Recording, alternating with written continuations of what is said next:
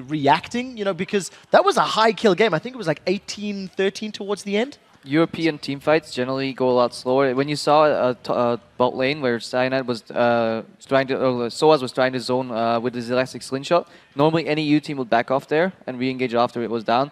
This is free bait for Cloud9. They like diving in with two people. They had the hook on Zach there, and then they just dove, and nobody's ready for that.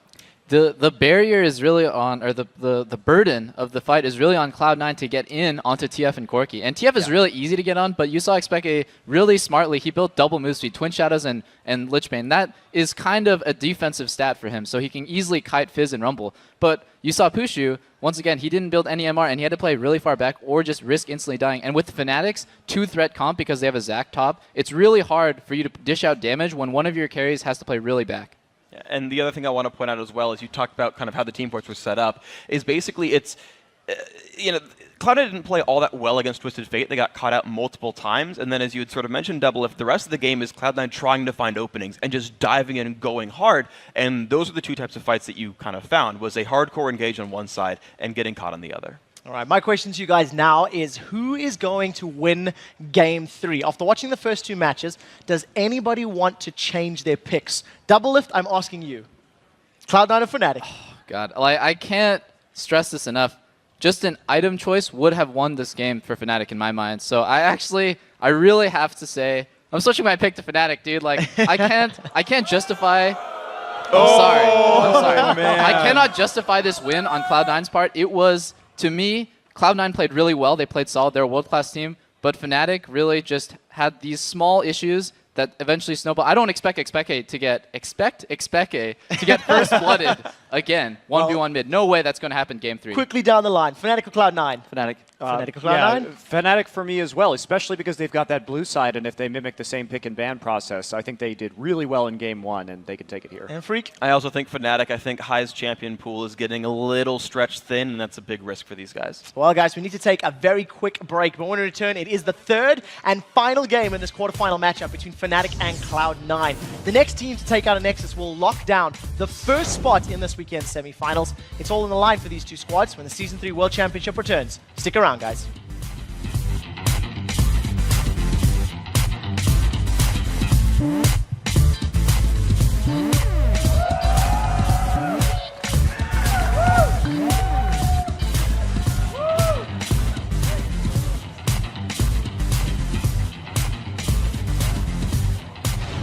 Kill Soaz. Jesus. Back here.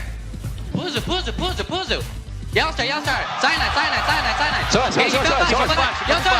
Oh, fuck, get the bombs. Go. We're going to Game 3, ladies and gentlemen. North America strikes back.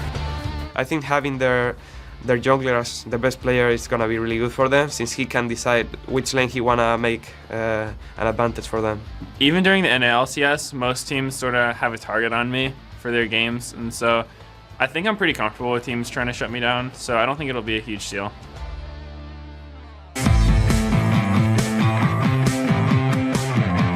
Welcome back to the Season 3 World Championships live from Los Angeles, California. We couldn't have asked for a more dramatic start to the quarterfinal rounds. It is time for the third and final game between Fnatic and Cloud9. The winner of this match will be the first team to lock in their spot in this weekend's semifinal. Yeah, D-Man, and both of these games have been extremely close in the early and the mid game, and then they've generally been turning because both these teams know how to end games. And in that last one, I mean, we can't say enough about Balls' Rumble Ultimates in that one because they didn't even have the team that locked down amazingly. He had such a rough early game as well because of the 1v2 lane scenario, and then he just crushed them. This is why Cloud9 actually runs pick and ban scenarios generally assuming Rumble's banned because they don't expect people to let Balls play it. And think back to it, he was about 30-40 CS behind Soaz, but they gave that split, or they were trying to give the split lane to Peke, and it just didn't work. Cloud9 were ready for that. That's one of the games that they were obviously prepared for. Yeah, and I mean, as Doublelift was saying on the analyst desk as well, he doesn't expect Peke to die again to high. 1v1 in the lane, that could have been a big turning point in that game, because even though Peke didn't seem to do anything to turn it back, it could have been because he was set behind early by that 1v1 that Fizz did to his TF. It's going to be an incredibly interesting third game.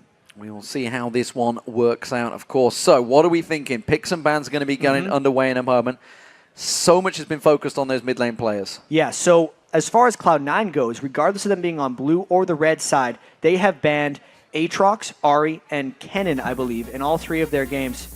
No, Aatrox, Orianna, and Ahri. Yeah. My bad on that one. And then the only ban that has differed has been a Kassadin versus a Fizz, which was then first picked. And of course, Fizz gone right off the bat. Yeah, they weren't having any of that. They were like, yep, you're pretty good on Fizz. We don't want that. We don't want that. So a bit of respect maybe finally coming out towards High there. Orianna going to get taken away. Looks like Cloud9 sticking to their guns. Probably going to see Ahri coming out afterwards. They stuck to their guns after the first game. It's what got them to game 3. And Cloud9 came into this completely cold. Fnatic had 8 games in the group stage over the past week, won 7 of them. They just suffered their second loss, actually, of the entire World Championships, whereas Cloud9, they don't have the luxury of suffering a second loss. If they lose again, they're out.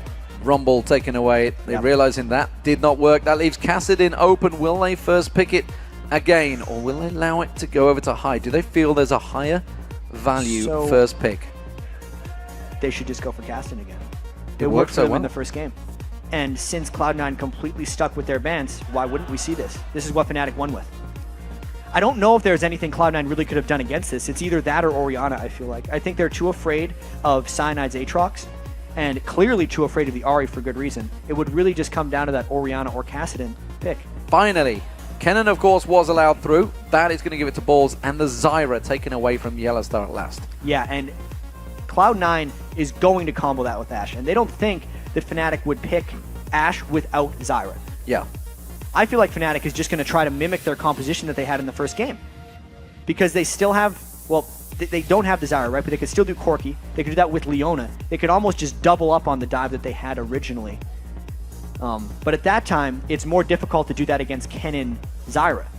Just because it's so difficult to dive into both of those area of effect ultimates. I think that Kennen is mid lane, actually, for High to go up against Kassadin. Well, let's see where the Pushu goes for Corki. I think actually we may see the jungler coming out. I think Cyanide might show his hand, go for Jarvan early on here, because they don't want to show what they're going to be putting in that top lane. We're waiting down, obviously, Fnatic. Big discussions. You can see is so unpredictable in these the phases. whole team, of course, Lee Sin. How would I forget? And they're taking Varus away. They know that actually Ashe is probably going to come out, so they're thinking we need something for range here. They need something to counter back as far as crowd control goes. They know that Cloud9 likes to overload crowd control, and you know, once again, like Fnatic is just so damn unpredictable in these situations. It would seem like they'd go for Corki once again. I'd almost expect still from Fnatic, even though Cloud9's picking right now, maybe their last 2 picks, why not Lissandra again, right? Yeah. Why not Leona and just go for the full-on dive? That's the thing that makes the most sense to me from Cloud9's perspective. Or sorry, from Fnatic's perspective. And wow, now Sneaky goes for Corki. Sneaky goes for Corki instead of They don't Ashe. do Zyra Ashe. They go for Nocturne. Nocturne worked very well last time around. However, that was up against the gold card pulling Twisted Fate. This time around, Peke is not going to be too worried about that spell shield. Yeah, so Meteos has fallen back on his 2 junglers. He only played 2 junglers in the North American Regionals, so Lisa Nocturne, he's doing that once again. The Corki pick for Cloud9 fits in here because they have the Kennen mid lane. Cloud9 has like a minimum quota of how much crowd control to bring into a game. And since they have crowd control in the mid lane now, they don't need it from their AD carry position, so they're loading in more damage. Well, Fnatic have 18 seconds. Leona has been used. Leona, Lissandra. What else would Soaz? Soaz has pick of what he wants to do Soaz here. does have pick. That would work too. It's not a champion he I don't know what to enjoys, do. but it's definitely a champion of choice, and it has been locked in. So that's actually a lot of tankiness to go with the mobility that Fnatic have. And immediately the Vladimir gets picked as well. That was waiting for the Shen pick. Yeah. We saw Balls' Vladimir against a Zac in the North American Regionals, and he completely outfarmed him later in the game. There was nothing that could chase him down. This time there's a Kassadin that could chase him down. He's going to want to try and lane it against Shen as much as possible and be that split push threat. Once again here, these teams got, even though they're stealing each other picks, almost exactly what they wanted. These are Cloud9-centric compositions with loads of damage and enough crowd control to lock people down while you're bursting them. And then Fnatic, they have Kassadin. That's all they need as far as their style goes. No. So the points of damage is only coming out from Peke and Pushu. They have lower amounts of threats, and that burned them in Game 2 because Cloud9 had coordinated enough dives that they could take out Pushu or Peke at the start of fights, then there was only one guy left, and that wasn't enough to clean them out. So what's going to happen? What is going to happen? That is certainly the question on everybody's minds. And you can see Soaz The pressure on these players is immense. Which region will come out on top? Will it be the North American LCS, which is being represented by Cloud9, or the European LCS represented by Fnatic? Fnatic, of course, won the spring and summer split. Yeah. Cloud9, this is their first international experience coming out here, and they are putting on a fantastic showing. Absolutely. I mean, they were so incredibly dominant in the North American LCS. We just can't say enough. 25-3 in the regular season, swept the playoffs, set records as far as Meteos was concerned in KDA and least deaths throughout an entire split. And then they have to come in cold onto this giant stage against a powerhouse in Fnatic, Season 1 champions, as you said, #1 in Europe. This is a tall task for both teams to try and take down. I guess that's why it's the World Championships. That is indeed why it's the World Championships, chat, as we go into the game. Here we go again, ladies and gentlemen. It's Fnatic versus Cloud9, the battle of the ages, it seems, because pride is at stake, as well as a fair chunk of change and a place in the semi-finals.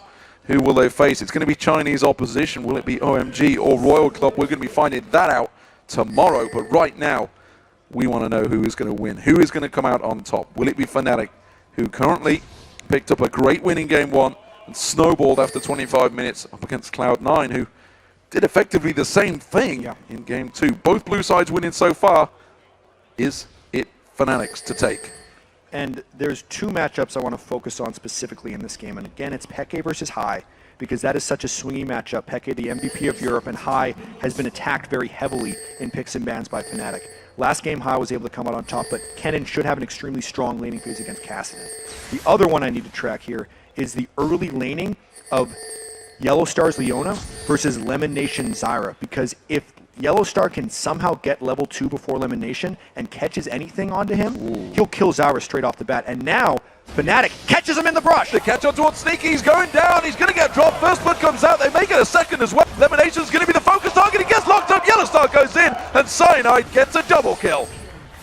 That is immensely huge for Fnatic. They ran around the Cloud9 ward. Somehow they snuck into that brush before. I need to watch that again because Cloud9 has 2 wards down in the Fnatic jungle because I think they went through the lane. Someone's going to grill me for this. They got there before they put the wards in. They got there obviously before the wards went down, but Cloud9 was completely caught unawares. In Cloud9's losses so far in North America, it was often because of a level 1 disaster, and now that bottom lane of theirs is in a huge hole. They are definitely get out level 2'd, and they both died. And Cyanide starts his jungling with a mattress. It's crazy. He's going to absolutely dominate through this. Doesn't need to use smite. No clue. Doesn't need help with this blue. He's just going to dominate that jungle now. This is going to put Meteos in a big, tricky situation because he knows he's going to get countered by that Lee Sin. In a game of this magnitude, starting while giving up the first 2 kills is just an extra amount of pressure that got put on Cloud9. Fnatic has so much confidence with the way they're moving right now. They're even going for Meteos' red buff. He's got to smite of the way and run. He can't even get level 3. And while, you know, so many times we talk about level 1, we didn't actually get into like who would level 1 because they were up against a Shen and a Leona. Why would you even look in them bushes? They were just caught completely by surprise. I mean, Zyra can have consistent threat at level 1 as well. It was really just Fnatic outmaneuvering them. There's the catch as well! Lemon Nation caught out, having to use heal, which we didn't even touch on, by the way. Picking up the Summoner's heal, working out very well this time around, but Yellow Star and Pushu are starting to put a lot of pressure on that lane already. And we have been so lulled into level 1s just being ward trades that we don't expect that much power to come out early on in the game. This has caught Cloud9 completely off guard. They were just executing a normal level 1 for themselves, and it was Fnatic now just jumping out ahead. How much can they turn this on its head? They already got the heal from Lemon Nation. This Yellow Star this Pushu versus Sneaky lane could completely turn, knowing that they started with a couple kills. But the big thing actually is Pushu hasn't shocked yet, and Sneaky didn't burn summoner spells when he died, which is very key to mention. Let's watch this level 1 again. They taunted right onto Sneaky, no chance. And one thing that was actually smart of Cloud9, aside from getting caught out and killed, is neither of them decided to use summoner spells because they knew how dead they were. And more importantly, there was a lot of assists there. Soaz got the 2 assists. Pushu got the 2 assists. We saw the flash from Yellow Star actually. It was burnt to get that lockup on the final one. But big advantages gained by the European champions Fnatic in this very early game. Let's see how it develops though. not get carried away. It is very early on, and Meteos is coming up towards his top lane. There's not a ward that sees him. Pushu and Yellowstar feeling very confident. They're going in. They're going in for Pushu. Pushu may get locked up. The fear does get triggered, but it sends him towards his own tower, so it's not a favorable trade for Cloud9. Extremely close now. Cyanide coming in the mid lane as well. Hydus Lightning rushes away. That gank up top by Meteos needs to be pressured with some turret damage right now because they forced one back and they're effectively forcing Cyanide to come up and cover. Remember, they took a 3-minute 33 tower in the first game. This time around, Cyanide is coming up there to cover it off. They're not going to keep on chunking down that tower. They effectively forced Fnatic out of their split push game in the last match. This game, they don't really need to do it. Maybe they will, with obviously the fact that Shen's there generally triggers that they are going to go split push. It's a very good trade for Soaz on Cloud Balls there. Yeah, early on, Soaz is definitely pressuring this lane as heavily as possible. Balls will not be ramping up for another little while here. He needs to get about level 7 or 9 and a Spell Vamp Spirit in there.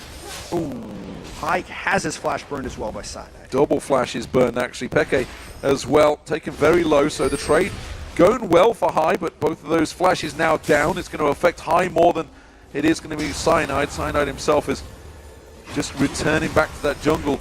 He's going to be running like a monster around that jungle as well. In terms of farm, though, he's actually behind Meteos.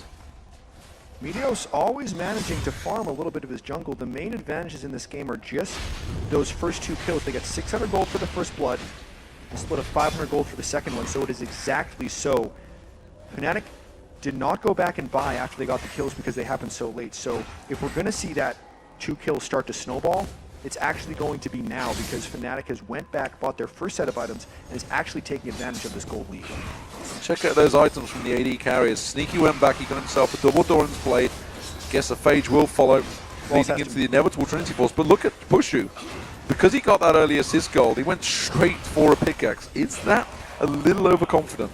I don't think so at all. I think he's just trying to rush more damage than Sneaky can deal with. He's going to be building that into a Last Whisper anyway if he's going with the standard build.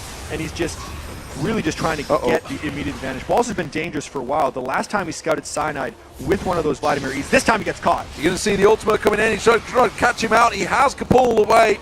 And he has got that ghost on. He's going to go deep. Cyanide on this one. He has got him down. And would you believe it? That's a 3rd kill for Cyanide. Balls had burned his flash previously, gets his ghost burned on that one, and that was just a little bit of overconfidence in that lane. He picked the Vladimir as a counterpick to Soaz, had gotten a few levels under his belt, so thought that he would be able to start bullying him out, but that is why Cyanide was there for the gank. And you know, for any jungler, I would say getting 3 kills on him, it's not favorable. You'd want him on the AD carry or something, but it's a Lee Sin. Lee Sin's going to get going, and he's going to start doing a lot of damage. Especially if he can get around. The thing with this is Cyanide has an absolute window with which he can be effective here. He built it into a Sightstone, so he's not actually getting combat effectiveness out of this. If there is a team fight force for Cloud9, it is map control and mobility that he's building into that Lee Sin right now. He wants to be hopping around. He wants to stop Meteos from having effective gank paths, and he wants to catch Cloud9 in multiple rotations. So this middle lane battle, Meteos is given the blue buff, or is he? He may take that from self here. Absolutely he will, because it's a Kennen and a Vladimir. Neither of those guys benefit off the blue buff. 3 members of Fnatic gathering in this middle lane. We do see Lemonation coming down, realizing there's something maybe a Pushu was spotted out there. They're going in towards High. High himself hasn't got flash available, but the kick from Cyanide does not find its target. This game is going to be a dragon fight very shortly for Fnatic, I feel. They have the Shen in the top lane. He's made the transition, and there has not been a dragon play made yet. Lemonation is still not level 6. Neither is Sneaky on Corki, whereas Pushu and Yellowstar are about 3/4 of the way to their level thresholds. The AD carries are fighting each other in the bottom lane right now, and Fnatic has just went back to buy another fresh set of items. If Cloud9 doesn't stop the objective push by Fnatic, they may end up falling too far behind to make a realistic comeback. They're actually forced into a game-deciding decision much earlier than they would like to be because the double kill that was given up at level 1. We do see Meteos is a long way from this dragon as well, so Fnatic seemingly will be gifted this one. I think Cloud9 may well have read the situation, but realized they're probably not in a situation to fight for it. Yellowstar trying to get the lock on towards Lemonation does take a big chunk of damage from that piercing arrow. Fnatic starting this one off. Cloud9 going to let them have it. Yeah, Lemonation, you got to be careful, man. There is a lot of people that could kill you in this situation. They know Balls isn't there. They know Shen could teleport in, and this is effectively just a Fnatic power play. power play indeed. That's going to push the gold to a 1,500 lead for them. Cloud9 trying to clear and shove that middle lane. Remember that High, if he gets left alone, he will put a lot of damage down on this turret, and that's exactly what he's going to do. And Peke, as much as he likes to roam and with that teleport, is going to have to keep check on him. And I feel like Cloud9's actually just trying to push Fnatic into a split push game right now. They know they fell behind early, and they have the split push Vladimir. He's got Ghost Flash. He's building in towards the Spirit of the Spectral Wraith. And Balls is hoping to draw enough attention that Cloud9 can just trade farm in the lanes and effectively bypass the disaster that happened early on. So, in terms of two top laners, Balls and Soaz, very much even. Of course, there is a death for Balls and a 3 assists for Soaz, so that's going to be Tippy's gold in terms of farm. You can see it is around about 600 gold lead. No surprises there. The big surprise is really developing across the board is, of course, the jungler, but it is actually, despite the 3 kills, only a, 300 gold lead that Cyanide has over Meteor. So Meteor's still doing a fantastic job of farming. Look at it, 72 to 32, because he's taken a couple of waves in the lanes as well. Yeah, Meteos is getting his items, but it's about the rest of his team that's falling back. You can see Sneaky is yet even to complete a phage, and Pushu is actually sitting on 1,800 gold right now on Varus. So when he goes back to base, he is going to pick up a truckload of damage. Elimination once again, just sidestepping the strike from Yellowstar, desperately trying to get on towards him with plant control, actually coming around. He may get shut down, and no! Flash is out, flash burn, but for an ultimate. Yeah, but that's a very low cooldown Leona ultimate right there. It's got 90 seconds from the time it's used, whereas Flash is much longer. Cloud9, though, gets first turret for the 3rd game in a row. Absolutely, Peke had gone back. He's got himself that catalyst to go with the tiers. It's the same build he used him for game 1. He's going to keep that pressure on, but High, he's going to keep on shoving that turret down. Like you say, he's trying to force him into that split push fight. Soaz stacking out the health, along with that Spectral Cowl he got earlier on. Meanwhile, Balls, of course, going for a little bit of damage and lifesteal, but it's the AD carries we want to focus on. Pushu went and got that pickaxe a long time ago. He must be sat on a fairly sizable amount of gold here. Yeah, 2,000 gold to 1,000 of Sneaky. As far as actual items right now, though, Cloud9 might be able to duel this. They have Cleanse instead of Barrier. They flash forward, they catch Elimination, but that's a deep engage. Chain of Corruption goes down, so you're going to see the Stranglethorns coming out, but it is going to be enough to get themselves a kill. Elimination goes down. This is very much turning into a Fnatic roam style game. They're getting so many kills and they can force them seemingly whenever they want. Right there, just flash straight into Elimination to burst him down, and now they're going to try and push on the turret because they've left Balls and Meteos in the top lane for maybe a trade. And the thing is, Soaz, of course, used that Stand United, made sure he got the assist goal, but they do give up that top turret. So in terms of objectives, it is Cloud9 that are going to be in the lead. Peke getting caught out. Riftwall comes down. Cyanide's going to be the focus target. Flashes out of that ultimate, and he will avoid the damage. Fnatic continuing to push down this bottom lane. They get themselves to first tower. Cloud9 will get that top one, though, so it's 2-1 currently in terms of towers. And I know we say it all the time, but Peke has farmed up fairly well on Kassadin, and this is the point in the game where he's going to want to take over. Elimination, you can't go in there. Uh-oh, he's going to get caught out, stunned straight down. And that is another free kill, effectively, on Elimination. He is getting focused. Yep. If Leona gets ahead of Zyra, it's not good for Zyra. She cannot check her own jungle for blue buffs. This is something Fnatic has controlled well in all 3 games against Cloud9. Yet another blue buff steal for Peke, and this is going to increase the threat of Peke around the map as well. Cloud9 wanted to set up a split push strategy here. Balls wants to be split pushing off on his own, but if Peke has the blue buff on Kassadin, he can control pretty much the entire map because rift walking no longer becomes a cost for him. This is almost certainly the most pressure I think Cloud9 have been under in their professional gaming lives. Fnatic 5-0 up in kills, 2,000 gold almost in the lead now. Actually trailing on turrets, but that's not really the focus because Fnatic are getting the game that they want. Pushu, Infinity Edge, not even got boots, just gone straight Infinity Edge. He's definitely trying to snowball this one. That's what he did with the early pickaxe. Occasionally we see Varus go for the Infinity Edge rush. He's actually still maxing his piercing arrow. He's just hoping to get a couple crits right now to turn a lane on its head. I actually think that the next dragon fight is going to be a huge impact. But again, this is that roaming power of Fnatic. Leona's coming in. Meteos might try to help this one if Balls can get out of it. Yellow Star comes around. He was waiting for that pull. He's going to get locked up. There it is. Against Balls goes down. It's 6-0 in kills now. Cloud9 have a good response here, but I'm not too sure they want to go for it. That could be a turret for Fnatic. Now look at Sneaky. He's in trouble. Peke closes no the turret. gap. He's going to get caught. Force Pulse goes down. He doesn't have a turret. Cyanide catches on towards him. Still dodges the trade. Oh, nicely Rift walked out of that. And that will be another kill, but this time it is Peke. And the worst thing about these deaths for Cloud9 is they are burning their summoner spells and dying, which means the next set of roams are even more deadly from Fnatic. Cloud9 completely on their heels right now and not able to deal with this roaming assassination squad of Fnatic. And they pinged onto High and they were like, he's staying here. Let's keep pushing. They've got that split push going on the top and on the bottom. Now we see they're going to see High coming in there. Fnatic, I feel, will back away from that one as Cyanide does manage to land the Q. They went in for it. As we don't quite see it, High's dead. Again, one after the other. Fnatic has rush control in all these pink wards, and Cloud9 is desperately trying to get it back because they're trying to farm their lanes, but Fnatic is just not allowing them. 1 kill turns into 8 kills.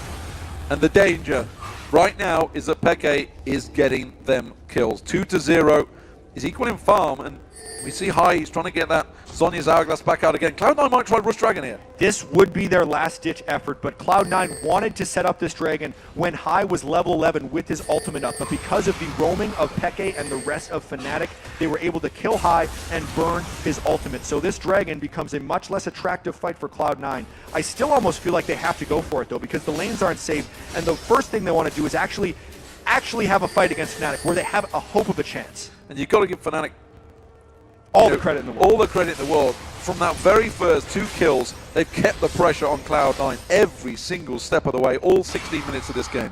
Everyone with the roam, the Lee Sin especially, picked this time for Cyanide. Instead of Jarvan, instead of Elise, he goes for it, gets the first 2 kills, and he has transitioned brilliantly.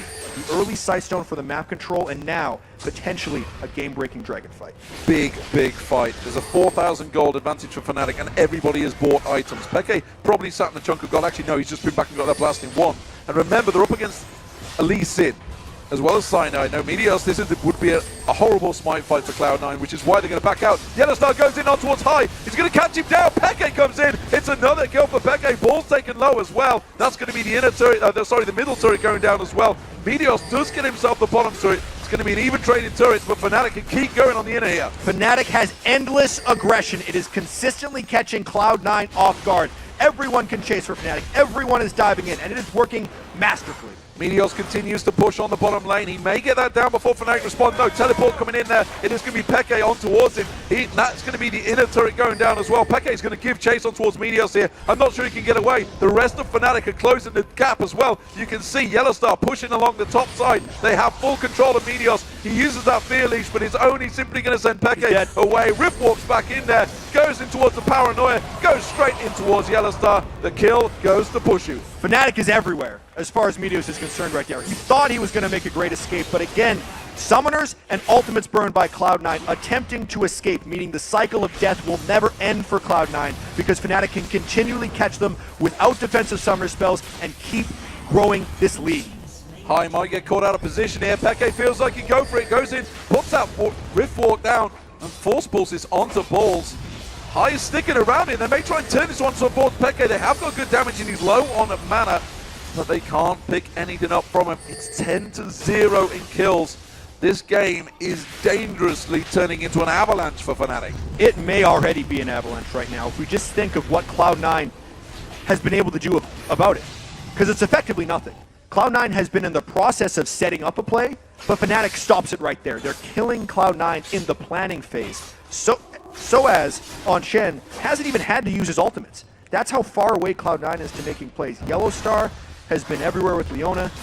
Cyanide has been everywhere with Lee Sin. And it's normally actually, in a typical Fnatic game, you have that 4-man squad that goes around for Fnatic and then Peke making plays. This time, it's just a scatter of everyone. It's another unexpected move. Sometimes it's just Cyanide and Yellow Star. Sometimes it's Pushu and Peke. It's really no way of Cloud9 keeping track of them. And since Cloud9 continually keeps dying in these lanes, there's no way of them getting the control back. This lead is just going bigger and bigger, and Peke has the freedom to wait.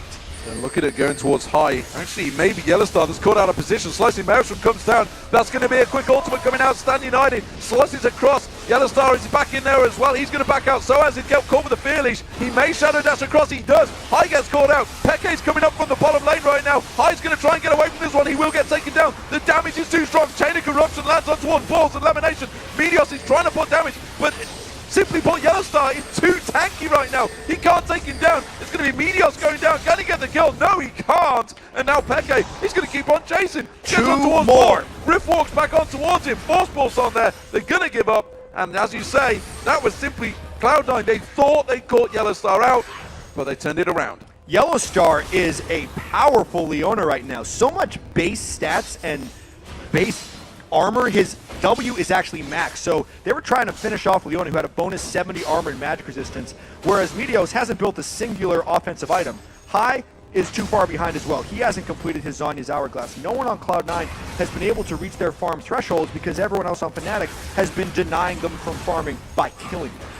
Well, you mentioned Balls. He is a great farmer, and he is actually ahead in farm, but that doesn't matter because Soaz is just so strong. And look at the goal across the board globally is massively in the favor of Fnatic because they've all been helping out in these kills. 12-0 the kill score right now for the European champions Fnatic. They seem to have stolen the march over Cloud9, and right now it's simply Cloud9. They have to turtle this one. They have to sit back. Can they try and push those lanes? It seems to be Balls is the chosen split pusher, as you mentioned right at the start, but I'm not sure it's going to work. Yeah, from Champion Select, Balls was the guy who has to split push, but from level 1, things have just went too badly for Cloud9 right now. The first and second games were so incredibly close, and then Fnatic had the aggression to just go for a big play level 1. They got the gamble to pay off, and really since then, Fnatic has just played masterfully. They've stopped everything Cloud9 has been trying to do. Cloud9 actually got a little sloppy sometimes, checking brushes they didn't necessarily need to check, but it's Fnatic. Fnatic is in every brush as far as they know. 5 members of Fnatic coming to that top, and High taken down. Half his health from a single combo from Peke. Oh, the piercing arrow lands. They got to back out of this one. They can't give this fight up. You can see Cloud9 that's going to catch on towards Lamination. He's going to get locked down. Balls tries to come back in there, puts a good hemo flake down across Fnatic, but it doesn't matter. The damage is done. Piercing arrow lands on Sneaky along with a null sphere, and he is forced out of the fight as well. Fnatic can keep on pushing. Yeah, and they definitely want to. They still have some engages up. Pushu has his Varus ultimate, and this is a strong push they can put down onto Cloud9. Peke, fearless. Every single combo that comes out from Peke is dropping. High down, another piercing arrow lands. This is going to be the first hit of the game. Ball's getting caught now. He comes out. Chain of Corruption onto Sneaky, cleansed off that. And Fnatic actually backing away from this one. But the damage has been done. This gold lead is now almost 9,000 22 minutes into the game. Cloud9 has yet to return a single kill against this Fnatic power death squad that's just flying through them. Dive on top of dive. And Cloud9 just looks too far behind to return any type of significant damage. Sneaky desperately shoving this wave, knowing that Fnatic have backed off. They're trying to push those lanes out as strong and fast as they can as they run towards the Baron. It's a Baron rush. This is a last-ditch effort by Cloud9. They cleared a ward as they were approaching. I mean, Fnatic has to know that they're going for this. Peke's running up towards, he's teleporting in behind. This could be a disaster for Cloud9. That Baron is not going down very quickly, and Fnatic is laying in wait to engage this one. This could get ugly. Peke comes in, gets vision, gets a chunk on towards Sneaky. So as it's going to come in, Shadow Dash is available. Who will he lock for? It's going to be Sneaky. Meteos taken down. Cyanide goes in there as well. The smite fight might be on. Will they get it? Yes, they will. Cloud9 got it, but they're all taking too much damage. The Force Pulse comes out. Balls is going to get taken down. Hit right in the name by Soaz, and that will be surely the ace for Fnatic. Fnatic responds to the Baron right there. They do not care that they lost the Smite War because they have 5 people dead on Cloud9. It means they have free access to these lanes and inhibitors. This could be the game for Fnatic. 18-0. Could it be the perfect game? That's the question. They've technically lost 3 turrets, so maybe not. But nevertheless, it's an inhibitor. What, the top and the middle going down. It is a demolition derby right now for Fnatic. Even though they lost 3 turrets of their own, there's no defenses up for Cloud9. The Baron buff that was taken is gone for Cloud9. They are helplessly trying to defend this base. In actual fact, they only get 1 inhibitor down. They didn't get the turret down because they split. And let's face it, it's only 24 minutes into this game. It's very early on. Those spawn times are pretty short. And to be fair, the bounties on Cloud9 are getting really small.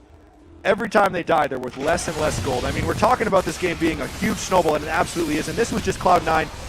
They're just wanting the Baron gold at this point. They're hoping that they could get something back because they are worth such little amounts of gold. You can see 220 gold for that kill. Balls only worth about 180 as well for that one. And if Cloud9 can continue to get objectives, they're hoping to keep themselves at least a little bit in this game, because if they get any type of kills back on a Fnatic, just thinking about this logically, 18-0 seems like actually a much worse snowball than this is, even though it's already it's a pretty bad snowball, to be quite fair. But if Cloud9 gets any return kills, it's generally 750 gold to the team for one of them, and a whole bunch of experience. They may get it here. Oh, they passed each other. Nobody saw it. Cyanide goes past the tri-bush. Nobody kind of caught each other's position, but it doesn't matter. Fnatic are on the inhib. Either way, if they went for that kill, Fnatic would just get this inhibitor clearing away. They still may get. It would be a 5v5 with a 9,000 gold lead, and Cloud9 is just rushing out for an attempted defense. Another turret falls for Fnatic as they keep driving on in there. Piercing arrow wiping out the wave. Peke pouring a burst of damage down. Paranoia going out. It's on Pushu. That's going to be the focus target. But Meteos has gone very deep. Oh, the ultimate comes out from Yellowstar, catches them all down. Good damage. First kill finally for Cloud9, catching on towards it. Stranglethorn bounces Yellowstar in the air. Peke is full. Is it enough? Peke comes back in there. He gets on towards Elimination. Paul's being taken down by this support just off the side there. Peke goes around. He gets himself the triple. And Fnatic keep driving on home the victory. 21 kills to 1 right now. Fnatic continuing this push. They get inhibitor number 2 and maybe the game. Sneaky and Meteos have to defend. Fnatic are looking strong in this one. They've looked strong from that very beginning. The second inhibitor of the game will go down. I'm not sure they're going to push for victory just yet, but it seems that it's only a matter of time. Well, the first 2 games were close and then broke at 25 minutes. This game broke way before that. We can see Cloud9 tries to get an engage on. They actually got a pretty good one. Balls landed a Chemo Plague onto many, as High actually got off a good Kennen ultimate, but at the same time, he died before he could get his Zhonya's off. Peke was untouched. He then roamed in and finished off. This is the games that Peke absolutely adores as Cassidy, when his team is strong enough to do all the early work for him, and he can just come in for delicious desserts. I think one thing has been made clear. There's going to be no Kassadin in the semi-finals. That, I think, we can guarantee, because right now Fnatic are looking like a shoo-in to be playing in the Galen Center. Here's the craziest thing, is I don't even think the Kassadin has been the deciding factor in this game. Peke has been great, but it's the rest of the team that has grown this lead for him. So much of it was Yellowstar and Pushu roaming around with Leona, killing Lemon Nation over and over, so as holding his own against Balls with the split push. And Cyanide, he's the one who started this game 3-0, got the early Sightstone, and completely took control of the map. Well, Fnatic driving on through, doing it by the numbers, tutorial style, I believe, is the statement we can use here, because the final inhibitor turret of the game is being focused, and Yellowstar manages to land his ultimate elimination, and High manages to get his Zhonya's Hourglass off just in time. Chain of Corruption comes out, pulls his drone, puts some damage down. Hemo Plague on towards Cyno, tries to get the kill. Yellowstar does go down. That's the second kill of the game for Cloud9, but it is going to be another triple for Peke. Here comes the Quadra. They're going to give it to him. Yes, they are. It is Peke dominating 11-0-7. Fnatic are going to go through to the semi-finals, taking down the North American champions, Cloud9. It was a great series. This game, though, was completely one-sided for Fnatic. They dominated Cloud9 from minute 1, and that has got to feel good. They were against a Cloud9 crowd. These are the Season 1 champions back in Season 3. They powered through the group stage at 7-1, and now they powered through Cloud9 here in Game 3 to give themselves a berth in the semifinals. I hate to say it, Jack, but the North American LCS are out of this tournament. All 3 teams have now been eliminated as the European champions do move through to those semi-finals. They're going to be up against one of the Chinese teams, OMG or Royal Gaming Club. It's going to be a tough fight regardless, but that was, as you said, a fantastic 3-match series. The first and second games were incredibly close at the 25th minute mark. 26-2 says it all about the third match. Absolutely. You could tell Fnatic just piled on for the end. The fans giving Cloud9 a strong ovation as well. It was a great season for them. Their first split in the LCS. They got the #1 seed in North America and nearly took down Fnatic. And that is such an important thing to say. That was their first ever split. They've literally had one split. That's it. They've had 28 games, and they're into the World Championships. They've got a lot of experience from international, and honestly, they put on a fantastic show. Yeah, they were very close to taking away those games. Let's not forget how close that first game was as well. Either one of these teams could have 2-0'd the other one if a couple things went different in those first two games. Third game, absolutely for Fnatic, and they absolutely deserve to move on. And would you believe it, may be all decided by a level 1 play, simply dodging out those wards. Is that Fnatic doing the research? I wonder. So as you played a fantastic Shen again, and maybe he's going to have to be forced into it. I know he hates the setup, but it worked out very well for him. I feel like it's worth it for him to play Shen. I feel like when he plays it, they have general success. 5-0-16 in that game. He definitely pushed against balls and stopped him from being able to get the split push down. Fnatic overall now will play the winner of the Royal versus OMG game. So there's a lot on the line here. There's just too many quality teams at the World Championships. Like we're hearing like, man, how could Fnatic and Cloud9 end up playing in the quarterfinals? It's like, look at the other matchups. All of these teams are amazing. And now that we've seen Fnatic, we saw them go, what, 7-1 in group. They're effectively 9-2 in the Season 3 World Championships right now. What do we see from the other teams that could potentially stop them? Ooh, that is a very tough question. It's a loaded question right there as well. Yeah, right now we see Fnatic being ahead of the game as far as vision control and being able to catch the other team off guard. And it's their unpredictability that does that. And as far as all the teams in Europe know about this, you only really experience Fnatic and learn how to beat them by losing to them a bunch, because you need to learn how to deal with it. No other team plays like Fnatic does. So how do you prepare for that? There's no scrim opponents to deal with Fnatic. One thing's for sure, it's going to be a wild semi-finals up against those Chinese teams because they are aggressive, and Fnatic, we're going to see how they do. But right now, we're going to get ourselves over to actually, I tell a lie. We're going to send it down to the stage where Shox is standing by with Fnatic's mid laner and captain Peke. Thank you very much, D-Man. An applause here for the home crowd. They weren't really rooting for you guys, but you guys played an amazing game. I'm going to go straight into game 2 because game 1, very convincing. And then what happened there? Because the TF pick really didn't work out. No, the thing is, TF versus Fizz is a pick that is really bad in lane, but you can manage to play safe, farm, and get some ganks in other lanes and work. But I haven't practiced TF for a while, so I didn't really know the damage he would do on me, the damage I could take and everything, and he just killed me one-on-one. And after that, it wasn't over, but their setup was so much better. They had Rumble, Nocturne, and Fizz, which could go in on me or Pusu and one Sada. So their setup was better, and we lost early, so it was for sure over after 20 minutes, I think. Why the choice to go for that setup in contrast to what you went for in game 1? Was it kind of like, we got this anyway, or? Yeah, it was to try. Like I said, if I played TF better, I think we could have won the game, because I wouldn't have died one-on-one. The Fizz wouldn't have get ahead. I would have farmed even more than him at some point, and I could get ganks easily. Like the only gank I almost got was in Barrows, but he survived, so it was really bad. In a normal game, if I was more confident with TF, I think I would have get at least 1 or 2 kills just with TP. And if I don't die, then the game can snowball from that. But yeah, I think our picks were decent to win early, but we didn't play as good. And then, of course, it comes down to game 3. Is this where you excel because of that experience, or? It's I don't know. It's kind of, yeah. We were not down. We were like, okay, this time we have against first pick. We can pick what we pick the first game. Go for it. Get Kassadin. Get stuff around Kassadin. Pretty much a good team that has engaged tanks, initiate, counter engage, and that's what we did. And after that level 1, the game was like really in our favor. So that level 1 was really good. To have 2 kills in our advantage meant that we just had to not throw the game, and that's really easy normally. Not throw the game really easy, not for every team. But next round, you'll be going up against Royal or OMG. Is there something inside you that says, I just want to become that champion again?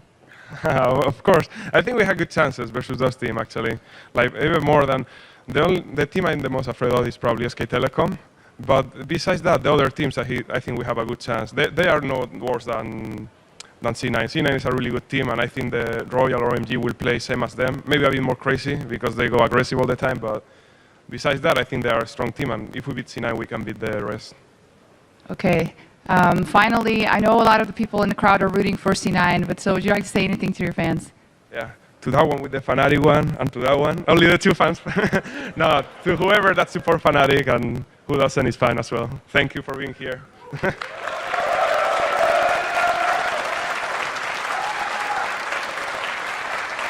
Thank you very much. Congratulations. All right, we have to step away for a second to reset the studio for our second quarterfinal matchup of the day, Gambit versus Najin Blacksword. Plus, the guys at the desk will break down the biggest plays from Fnatic's quarterfinal win and make their predictions for who will join them in the semis. Stick around, the Season 3 World Championship will be right back.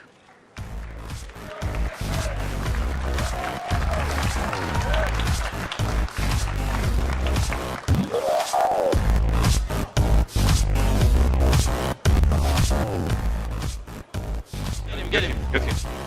Corky. No. Syra.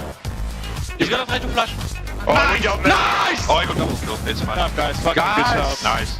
Good job. It is Peke dominating 11-0-7. Fnatic are going to go through to the semi-finals, taking down the North American champions, Cloud9.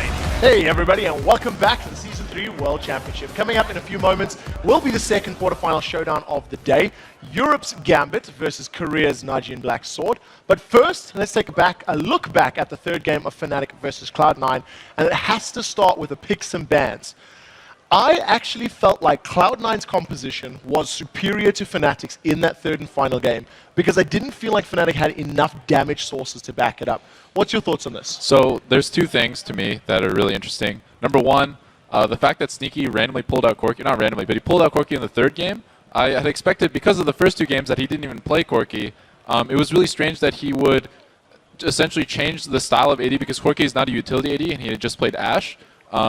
And the other stylistic difference in Cloud9's comp that they're probably not accustomed to is the fact that Balls is essentially useless until 20 minutes. Split pushing Vlad takes a long time to ramp up. You have to play passive, which is unlike C9.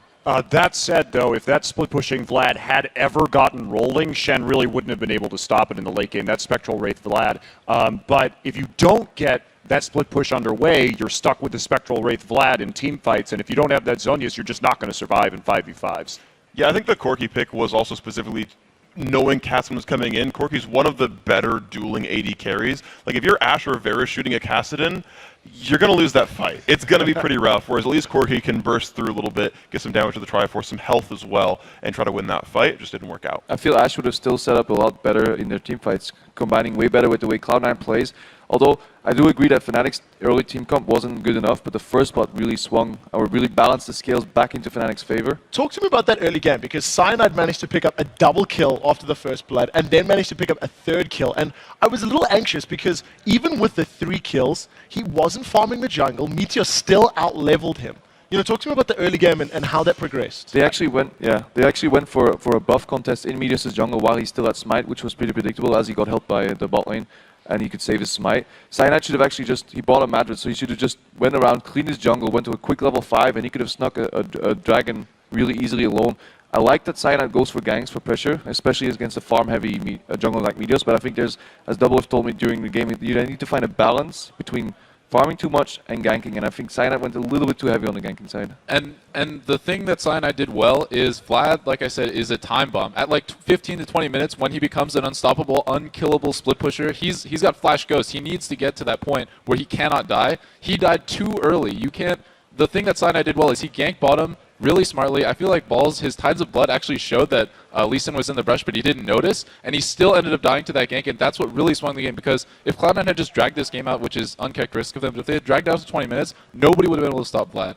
Vlad. Yeah, I agree too. And to go back to that with Cyanide, I mean, getting that fast mob dreads, if you come over, because if you're playing on blue side and you can queue over the back of the Dragon Pit, incredibly hard to even detect that that is going on. And all you had to do, again, is just go through the jungle really quickly. So yes, Fnatic did get 2 kills early, but I think we all felt like he didn't really maximize those games. Yeah, I agree. And even just to sort of solidify your point even further, that lane was the solo lane of Cloud9. Balls was not going to go put wards down in the Dragon Pit. Like, the entire game was set up for that play. Yeah, I mean, a Vlad contesting Dragon at 6 minutes, I don't think so. No, not at all. Well, now that you guys have heard what we've had to say about the games, let's send it over to Professor Kobe at the Telestrator for a lesson in League of Legends. All right. Well, Fnatic did win that series, but the clip that we actually have prepped for you is from Game 2, and it's a team fight that Cloud9 actually won. And one of the main things I wanted to demonstrate here was the difference in item builds and how High going different than most mid laners nowadays on Fizz rushing the Hourglass. In this situation, it greatly benefits him. So just keep an open mind with your item builds always. We'll look at that Hourglass a little bit later. Right now, High's getting caught out, he's on the run, and Fnatic are going to pursue him. Let's watch this slowly at 50% speed. We can see him come through. Soaz, looks like they've got High all cornered. He's going to flash away immediately, and then Soaz answers with a flash. He actually positions himself for the Urchin Strike of High to gain some more, pause here, to gain some more distance.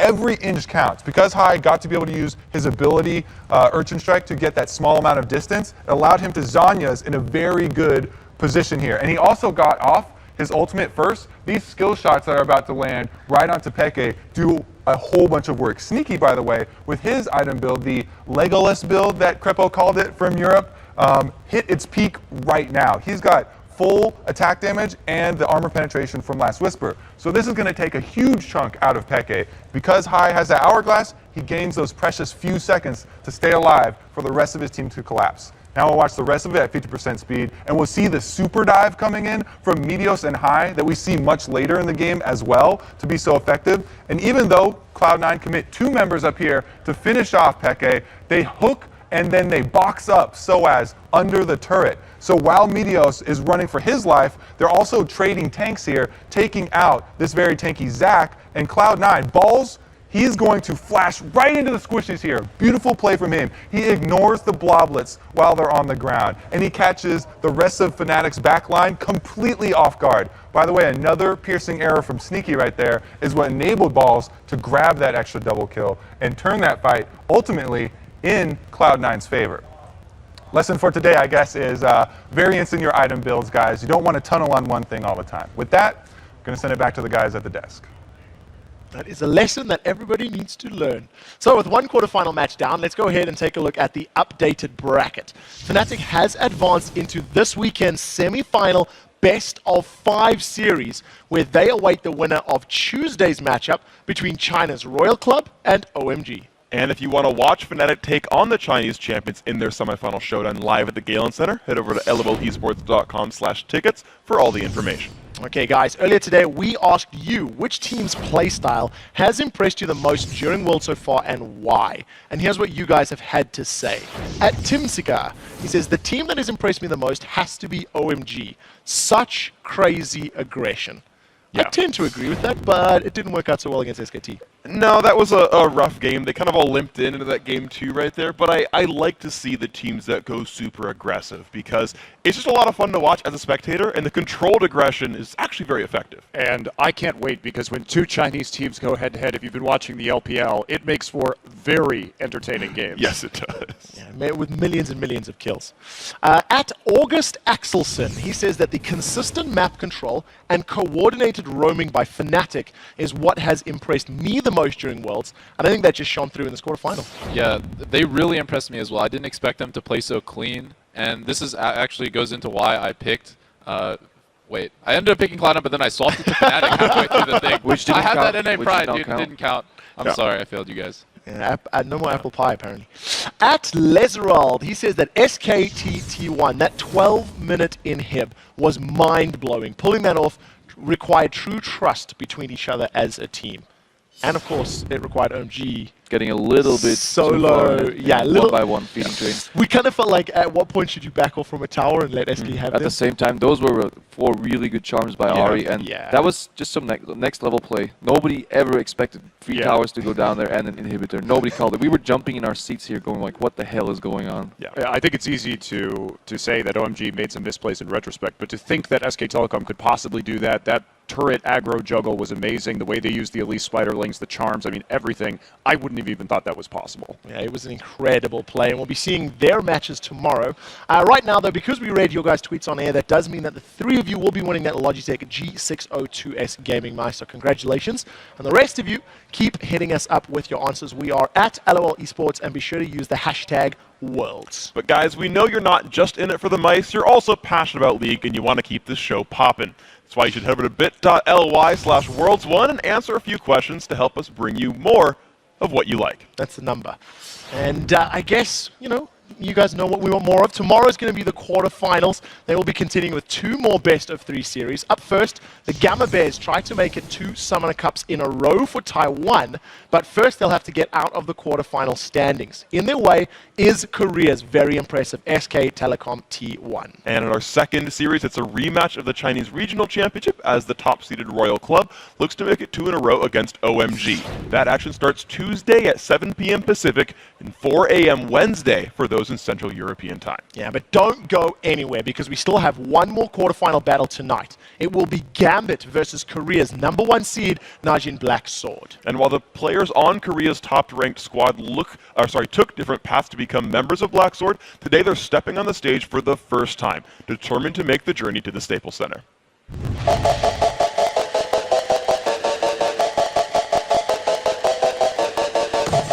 이번에 롤체험 가게 돼서 너무 영광적이고 그리고 이번 결승전이 스테이플 센터라고 되게 유명한 곳에서 하더라고요. 올라온 것도 정말 기쁘지만 꼭 좋은 성적 얻었으면 좋겠습니다.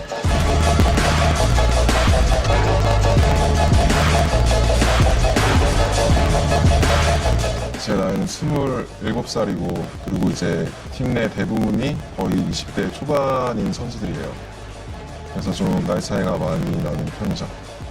제가 대학교를 입학을 했어요. 근데 왜 스카우트 제의가 온 거예요.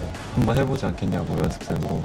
프로게이머로 넘어가고 싶어서 좀 제대를 해서 팀을 많이 찾아봤는데 그 당시에 팀이 별로 적었고 그 중에 제일 세고 강한 팀이 낮은 팀이어서 제가 지원을 하게 됐어요.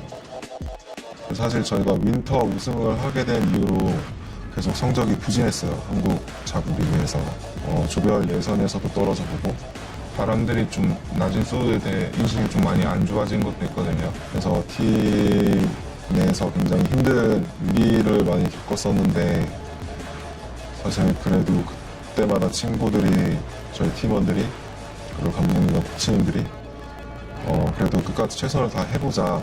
그리고 어떻게 보면 조금 우리 따르면서 이번 롤드컵에 이제 8강 진출을 하게 됐거든요.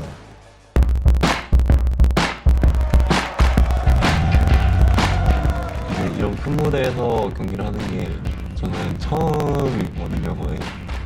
글쎄요, 마음은 1위를 하고 싶은데 그래도 적어도 저는 4강 이상은 갈 것 같아요. 저희가 다른 팀들에 비해 연습 시간이 좀 많다고 생각되기 때문에 이번에는 충분히 우승을 노려볼 만하지 않나 싶습니다. 제가 한국에서는 조금 그래도 알려진 편이긴 한데 해외는 없어서 이번에 한번 탑을 위해서 1위를 위해서 한번 노력해보겠습니다. 그러니까 낮은 소드가 잘 할 때나 그리고 약간 성적이 부진했을 때도 저희를 항상 관심 있게 지켜봐 주시는 팬들에게 저희를 응원해 주셨다는 게 절대 헛되지 않도록 이번 시즌 마지막에서 좋은 성적을 거두겠습니다. 이번에 롤드컵 제일 큰 무대잖아요. 그 무대 안에서 바뀐 새로운 낮은 블랙 소드가 저희 경기력을 다시 입증을 한번 해보려고 생각을 하고 있어요. Well, that video definitely makes me wonder how much they've been practicing. This is the team that we've been talking about that we don't know how to scale them because it's been a fair while before we've seen them perform on a professional level. Yeah, but they've had so much time to sit there and study. They brought their sister team White Shield over to scrimmage in basic darkness, and in fact, all the scrimmages they were playing today was with their sub-mid laner just to get a taste for the other teams and keep their main strategies still in their back pockets. Well, it is now time to make some predictions. 3 of you guys foresaw Fnatic's quarterfinal victory coming up, and 1 of you tried flip-flopping more than Fizz. Who would that be? Benedict Arnold over here. I saw the game 3 coming, dude. I saw it coming. You did, but unfortunately your pick was locked in, so now it's time to see who you think will win win our next quarterfinal matchup. We're in double of case, in which team he'll throw under the bus after a loss. Najin, Black Sword, or Gambit? Who will be our second semi-final team? And I want to start this one with Freak. I'm going to start things out saying that it's going to be Sword. I think they're an incredibly strong team. The fact that teams won't have a read on them is very important. And on top of that, Gambit's been very inconsistent so far. So I think that all points to a Sword victory. Crippa? I'll have to go with Sword as well, I believe. Gambit does have the group stage advantage, but they were a little bit too shaky. I think Sword has been practicing so much, and I think Sword has an edge. Yeah, I'm going to stick... Nice pun. I'm going to stick through this one the entire way because you guys are haters, okay? My vote is Sword. The roster is really strong. They have an all-star AD carry. They seem unpredictable, or not unpredictable. They're unscoutable. They could do any strategy that they've been practicing for months, and there would be no way for Gambit to figure it out. You sure? You don't want to change? I'm not going to change it, dude. I'm getting so much flack for flip-flopping. I'm going to take Najin Sword as well. Again, we've been over it. They're hard to scout, but their primary problem was their play calling. When Moknoon left the team and Expression moved from Shield to Sword, this was Sword's attempt to create an incredibly powerful world-class team. And on paper, their talent is absolutely amazing. If they've gotten their play calling together, and their pick and ban phase was also pretty poor before, and that's a big part of why they got knocked out of groups in Champion Summer, but they've had some time to work on it. If it's better, I think they can take Gambit. We'll have to see if their play calling can come into effect against Gambit, who are able to get early advantages, and we'll be seeing that in just a moment. When we come back from the break, Alexich and Gambit will battle Prey and Najin Black Sword for a spot in the semi-finals. The Season 3 World Championship will continue after these short messages. 갬빗이 저희에 대한 정보가 많이 없기 때문에 저희 쪽이 좀 많이 유리한 것 같아요. 갬빗이 아웃 경기를 펼치는 동안 그 경기를 지켜보면서 많은 분석과 준비를 할 수 있어서 저희에게 되게 유리한 입장에서 경기할 수 있을 것 같아요. I think we do have the stage advantage. We will be less nervous than they are. I don't think it gives advantage to anyone. Maybe to them a bit because they can research us. Я бы не сказал, что решает то, что ты видел игру оппонента. Думаю, нет, победит сильнейший. We have the advantage in a way that we are really warm right now and we are really prepared to play. They can see a lot of what can we play right now. Our strategies, our level 1. They can find a weak spot and try to do something against it. But for them I'm not sure because they haven't ever faced a team that is not American. So I have no idea what in their minds right now. Fnatic has the experience on us. I don't think they have an advantage from going through group stage because although they got the experience of playing, we got to see what they played. I think playing on the stage preemptively is a pretty big advantage. I think the advantage is that both teams have even out, so it'll just come down to who's a better team then. Welcome back to the Season 3 World Championship. I'm Rivington Bisson III along with Sam, Kobe, Hartman, Kensler. We'll be calling the action for our next quarterfinal best of 3, Europe's Gambit versus Korea's Najin Black Sword. But before we get to the game, let's first send it down to the stage where Shox is waiting to introduce the starting lineups. Thank you very much, Rivington. Now, ladies and gentlemen, it's time to introduce the starting lineups for this quarterfinal best of 3 series between Europe's Gambit and Korea's Najin Black Sword. Starting on the blue side, it's Gambit. In the top lane, the man who feeds to win, Darian.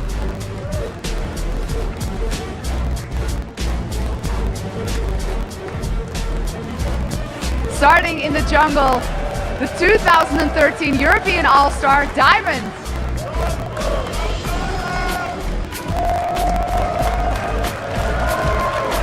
In the mid lane, it's Gambit's captain, Alex Ish. In the dual lane, it's the AD carry with the highest KDA in Europe this summer, Genja. And at support, the newest member of Gambit, Voidal.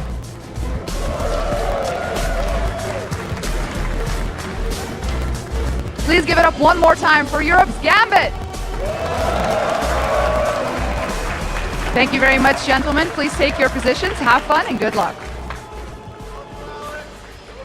And starting on the red side, it's the Korean champions, Najin Black Sword. In the top lane, they call him Excalibur, and he's just as sharp, Expression.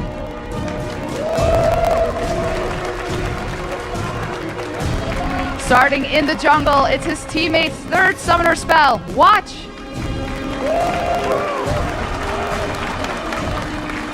In the mid lane, making his international debut, it's Nagne.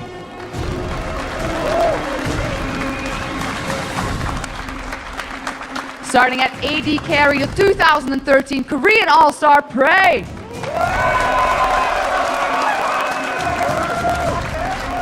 And at support, the man who racked up 225 assists on his way to Worlds, it's Kane.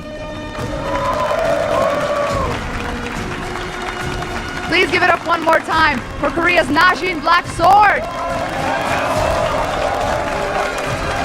Thank you very much, gentlemen. Please take your positions. Good luck and have fun. And now let's send it back over to Kobe and Riv for a close look at this matchup, guys. Thank you very much, Shocks. And coming into this quarterfinal matchup, there are plenty of people surprised that Gambit has made it so far into this Season 3 World Championship with, what they did on their own, and then coming in and faltering a little bit versus Vulcan. They've definitely turned on a different switch. Yeah, I guess only Monty really picked them to come out of the group. That's true, the dark horse. He had it right. Horse. But they tied for second, and they beat Korea's Ozone in a one-game playoff to win their way into this match. And in the middle of all the action for Gambit is who else but Europe's all-star mid laner, Alex Ish. Oh yeah, Alex came up clutch in their one-game tiebreaker against Ozone. Ozone let him have Kassadin, and he got 13 of his 52 group stage kills in that one match. I would be surprised if Najin Black Sword lets Kassadin through during this series because we just saw what European mids can do with that champion. And Alex and Gambit have definitely stepped up their game since their late summer boot camp, but now they go toe-to-toe against Korea's #1 seed, Najin Black Sword. This is the second trip in a row to Worlds for NBS. Last year, they got knocked out of the semifinals by the eventual champs, TPA. Black Sword earned Korea's #1 seed in this year's tournament by earning the most circuit points thanks to their victory at Champions Winter and 2 NLB titles, Spring and Summer. Yep, and if Najin Black Sword wants to avoid a repeat of a performance of last year's World Championship, their all-star ADC Prey will have to carry. There is this sort of consensus among AD carries that Prey is the best. His versatility makes him very hard to predict. He switches back and forth between playing passive in lane and playing aggressive, which makes him very hard to counter, really. He's very, very situational. He's made his name, really, as well, using those Trinity Force AD carries. So he should be extremely comfortable on this particular patch. And coming into today's quarterfinal matchup, Prey and Najin Black Sword know that if they want to shine in the series, they'll need to stop Gambit's Diamond from cutting up their lanes. 다이아몬드 선수는 되게 엔비 게이밍에서 되게 잘하는 선수고 그 선수가 이끌어가는 흐름에 저희가 따라가지 않고 저희가 준비한 걸 할 수 있게끔 그런 노력이 필요할 것 같아요. 정글러가 실수를 하면 좀 이 게임에 미친 영향이 큰데 그 실수가 좀 되게 적어서 그런 점이 안정적이고 좀 새로운 메타를 많이 만들어내시잖아요. 그런 걸 많이 보고 배우기도 했고 굉장히 좋아했던 게이머이기도 해서 이번에 한번 꼭 붙어보고 싶었어요. 그래서 이번에 꼭 하게 돼서 좀 재밌는 경기를 했으면 좋겠어요. It's always good to hear such words. I haven't seen much of him later, but I know that he's a cool guy, I see. Probably they were practicing as well. They could watch all our matches, we could watch everything. We have something in our pockets, but let's see if it will be enough. And ultimately, I think, my favorite thing coming into this match is it is completely a learning experience for Gambit and as well as Najin to see what they can produce against, the European meta. Coming into this, we saw Fnatic and Gambit both move out of the same group without bye. So Europe's coming into this one very strong. Yes, especially the mid-game, or the mid-laners from Europe. We'll have to see if Najin can actually handle that. Really, though, I love always focusing on the jungles. Of course you do. This little matchup here, though, is very interesting because, like we just saw in the video, everybody knows Diamond has been a world-class jungler for a very long time. But watch, right now in Korea, he's at the top of the solo queue ladder. He's widely regarded as having extremely strong mechanics, but there's not a lot of actual footage that people can use, to study his paths and come up with counter ganks or get his tendencies down before they come up in the match. Meanwhile, Najin Black Sword, not only have they seen Gambit's games already here at Worlds, but they've also brought their sister team, Najin Shield, to practice with. I don't know if people are bringing that up, but they've got a guaranteed scrim partner. As much as they want to practice, they can. And also another factor that goes into their favor, the analyst desk was talking about the two mid laners, Nagane or Song, depending on which one they want to go with. We've seen a few teams kind of have interchangeable players, and it's worked out for a few. Some have left them on not the bench, but on the side to just continue analyzing and continue giving information. But that's an option they also have. So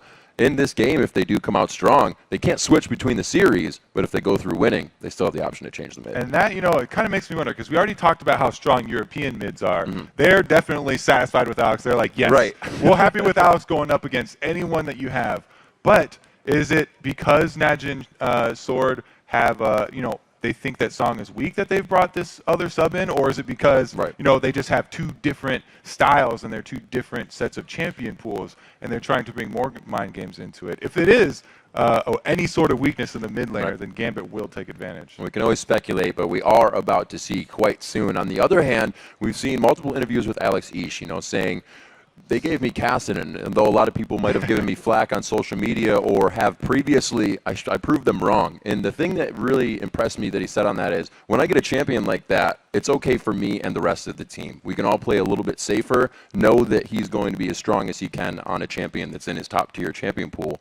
And that's huge to have. If you have that to fall back on, then you don't have to worry about what a team you don't know is going to do in their strategy. Yeah, it really is interesting how big the champion pool is for pretty much all of these European mid laners.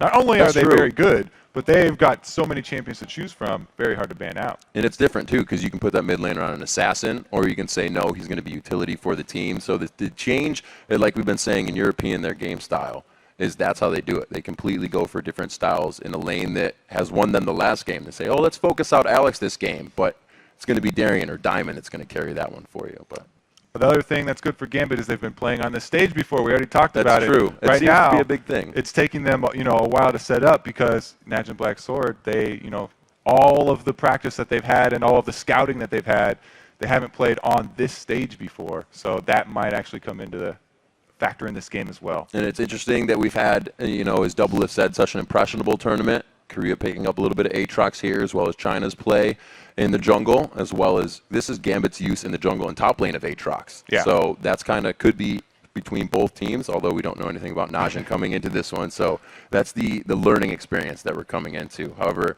players say that if you don't have anything to go off of, how are you going to attack it? Yeah, if they've been watching a lot of Gambit's games, then they'll notice in the history, revive passives really good against Gambit. Pick Zach and don't let revive passives get the through. Z mistake from Diamond that he likes to call it, not banning Zach or Zed. We'll have to see if they actually prioritize that. Gambit, they're really a team that practices their style, and they don't look too much at their opponents anyway, though. So if they mostly focused on themselves, then we'll probably see this first game will be a very good litmus test to see how these two teams will match up. And let's talk a little bit about that bot lane as well. Prey being regarded as one of the top 80 carries coming out of Korea, and he's now going up against Genja, who has shown us the Triforce Kog'Maw build coming in. Tried his hand at Misfortune, tried his hand at Corki, so he's kind of opened up that Misfortune pool again for himself. I don't think they're going to want to match up against that lane, but we'll have to see. We'll have to see. Both these teams do like to fight.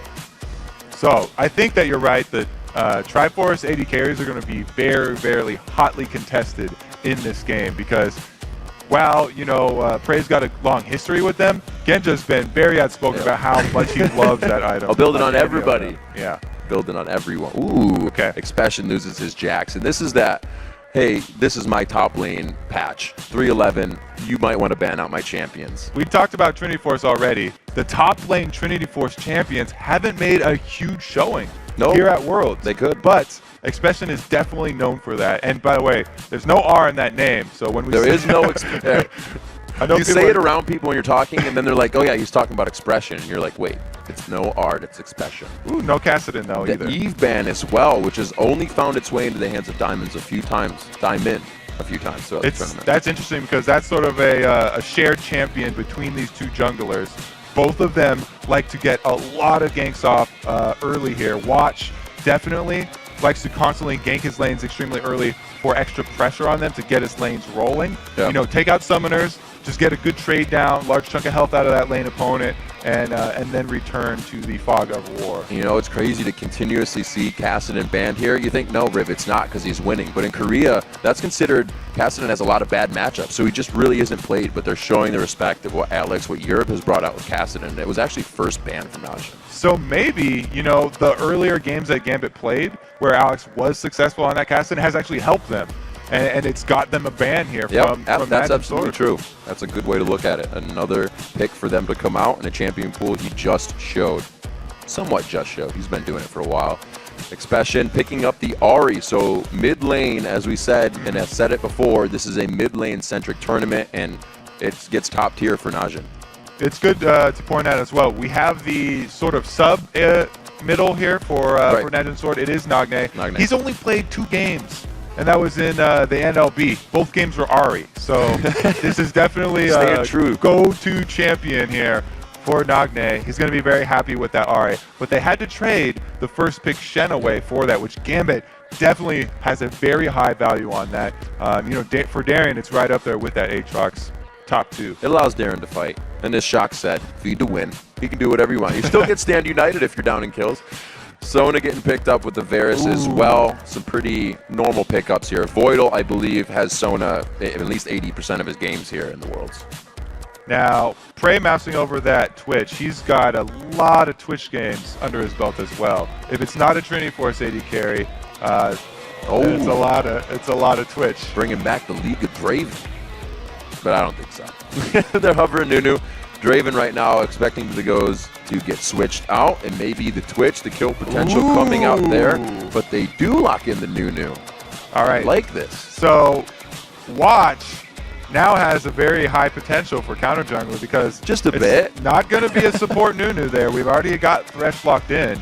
It's going to be a Thresh and Twitch lane, and like I said, this Twitch is banned out all the time against Prey. It's definitely all of these champions really for Najin Sword, they're getting the champions that they're very, very comfortable with, and I guess this, you know, this is that unfamiliarity with the team that's coming into play for them. And whenever a Fizz is picked, that means there will be plays made. That's just how Fizz is. Very cool to see a Fizz coming up for Alex in this game, but you're right. We are seeing the Nunu going to have that counter jungling, possibly seeing Najin Sword going for the invade on that blue with the 2v1 top lane if they can squeeze it in. They're already setting things into motion. And, you know, Gambit right there, picking the Fizz after that Ahri, they obviously are very familiar with any of these mid-lane matchups. Right. A lot of time in Europe, people will just give over Ahri so that if Fizz is still left open so that they can use it as a counter pick.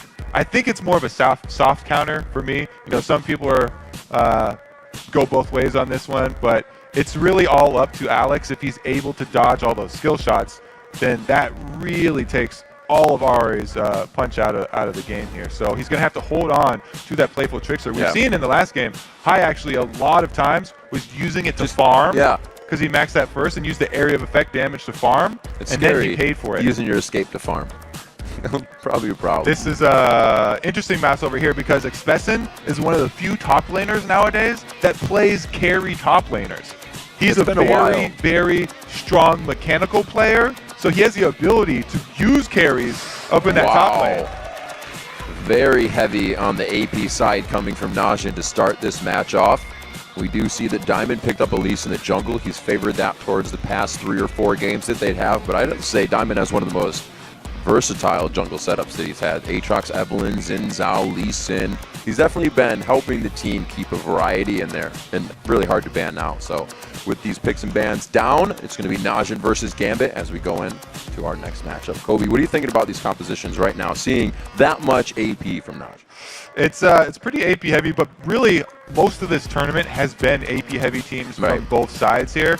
What's really interesting is that Diana right now is holding on to teleport, and Diana is really a very much all-in champion. You know, she's pretty easy to gank already because she's melee and she has to get up there.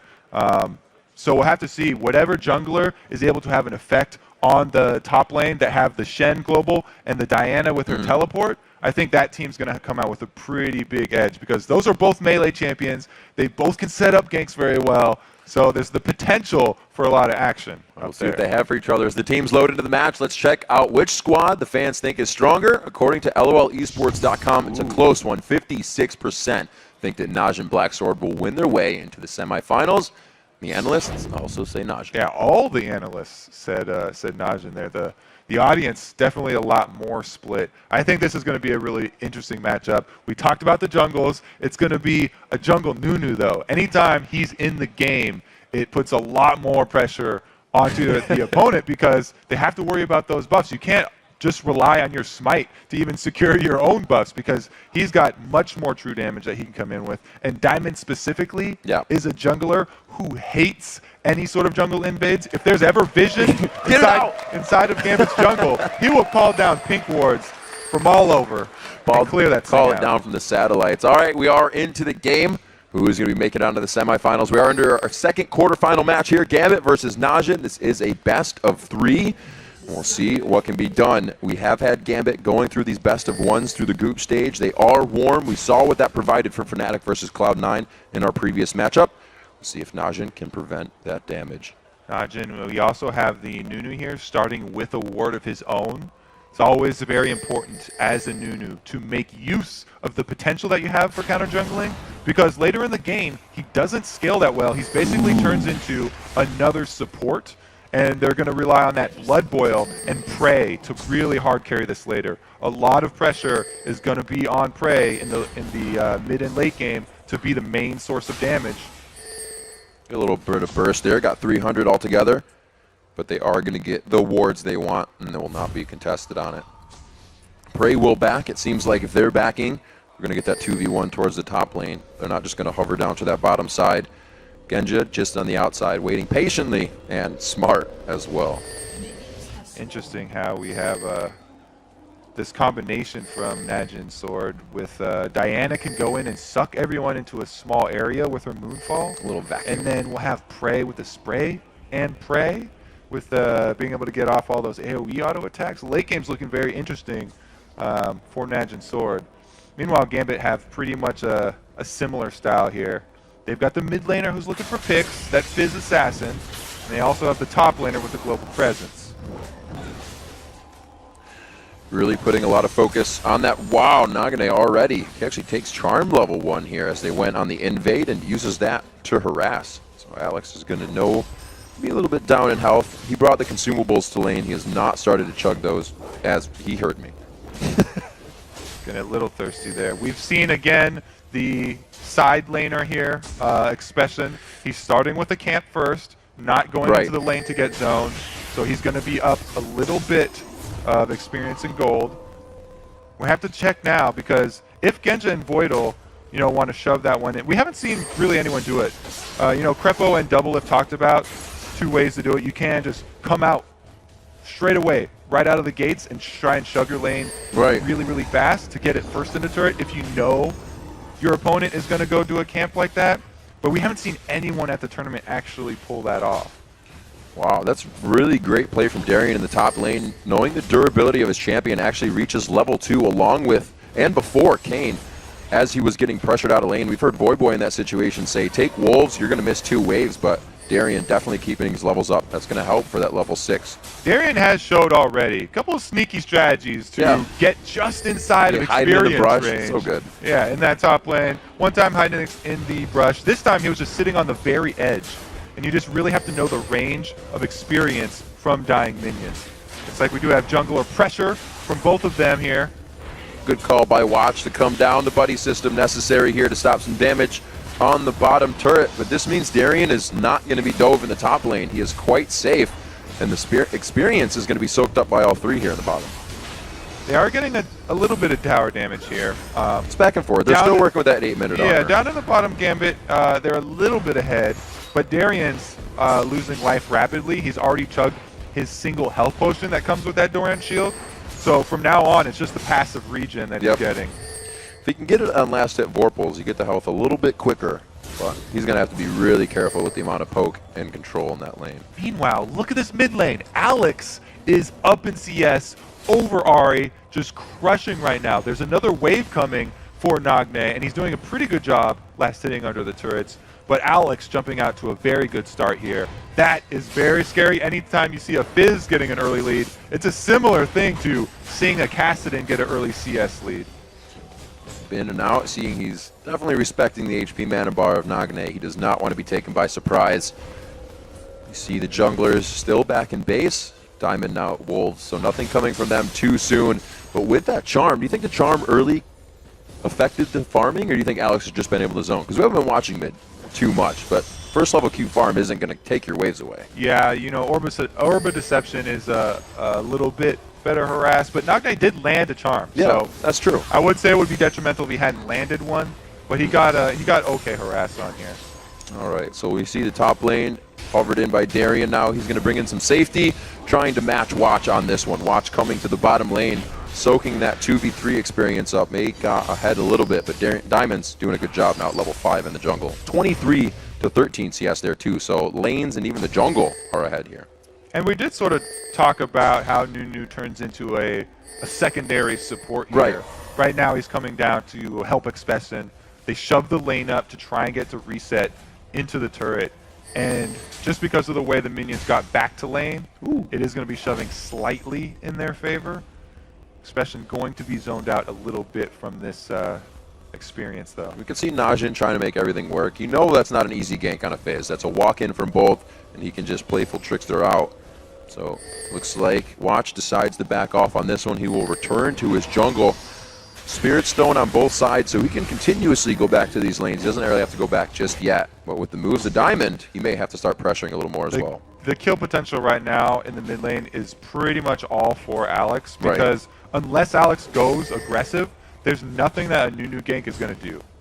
He really doesn't have to worry right now. And since Alex is winning the CS war, he doesn't have to get risky, go aggressive, look for those early kills, because he's already really just crushing Nagne in CS. It works out well for him. I guess if we look at the CS and looked at, you know, the second Doran's was bought. Oh, he missed. Big pressure from Alex there coming in. It's when Nagne had the back for that second ring, really, that Alex started to get that gap in the CS and put him behind.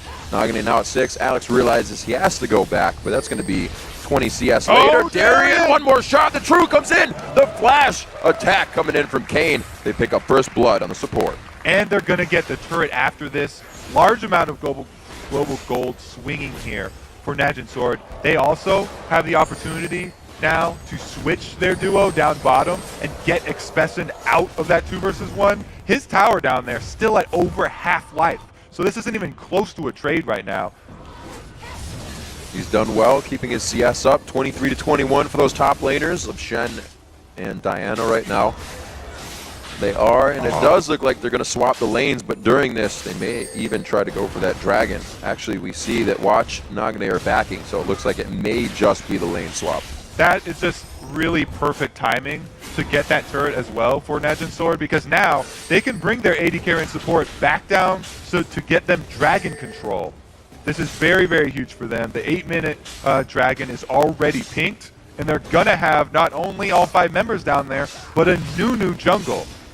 His smite's not actually up right now, but he does have consume, and he is heading down towards it.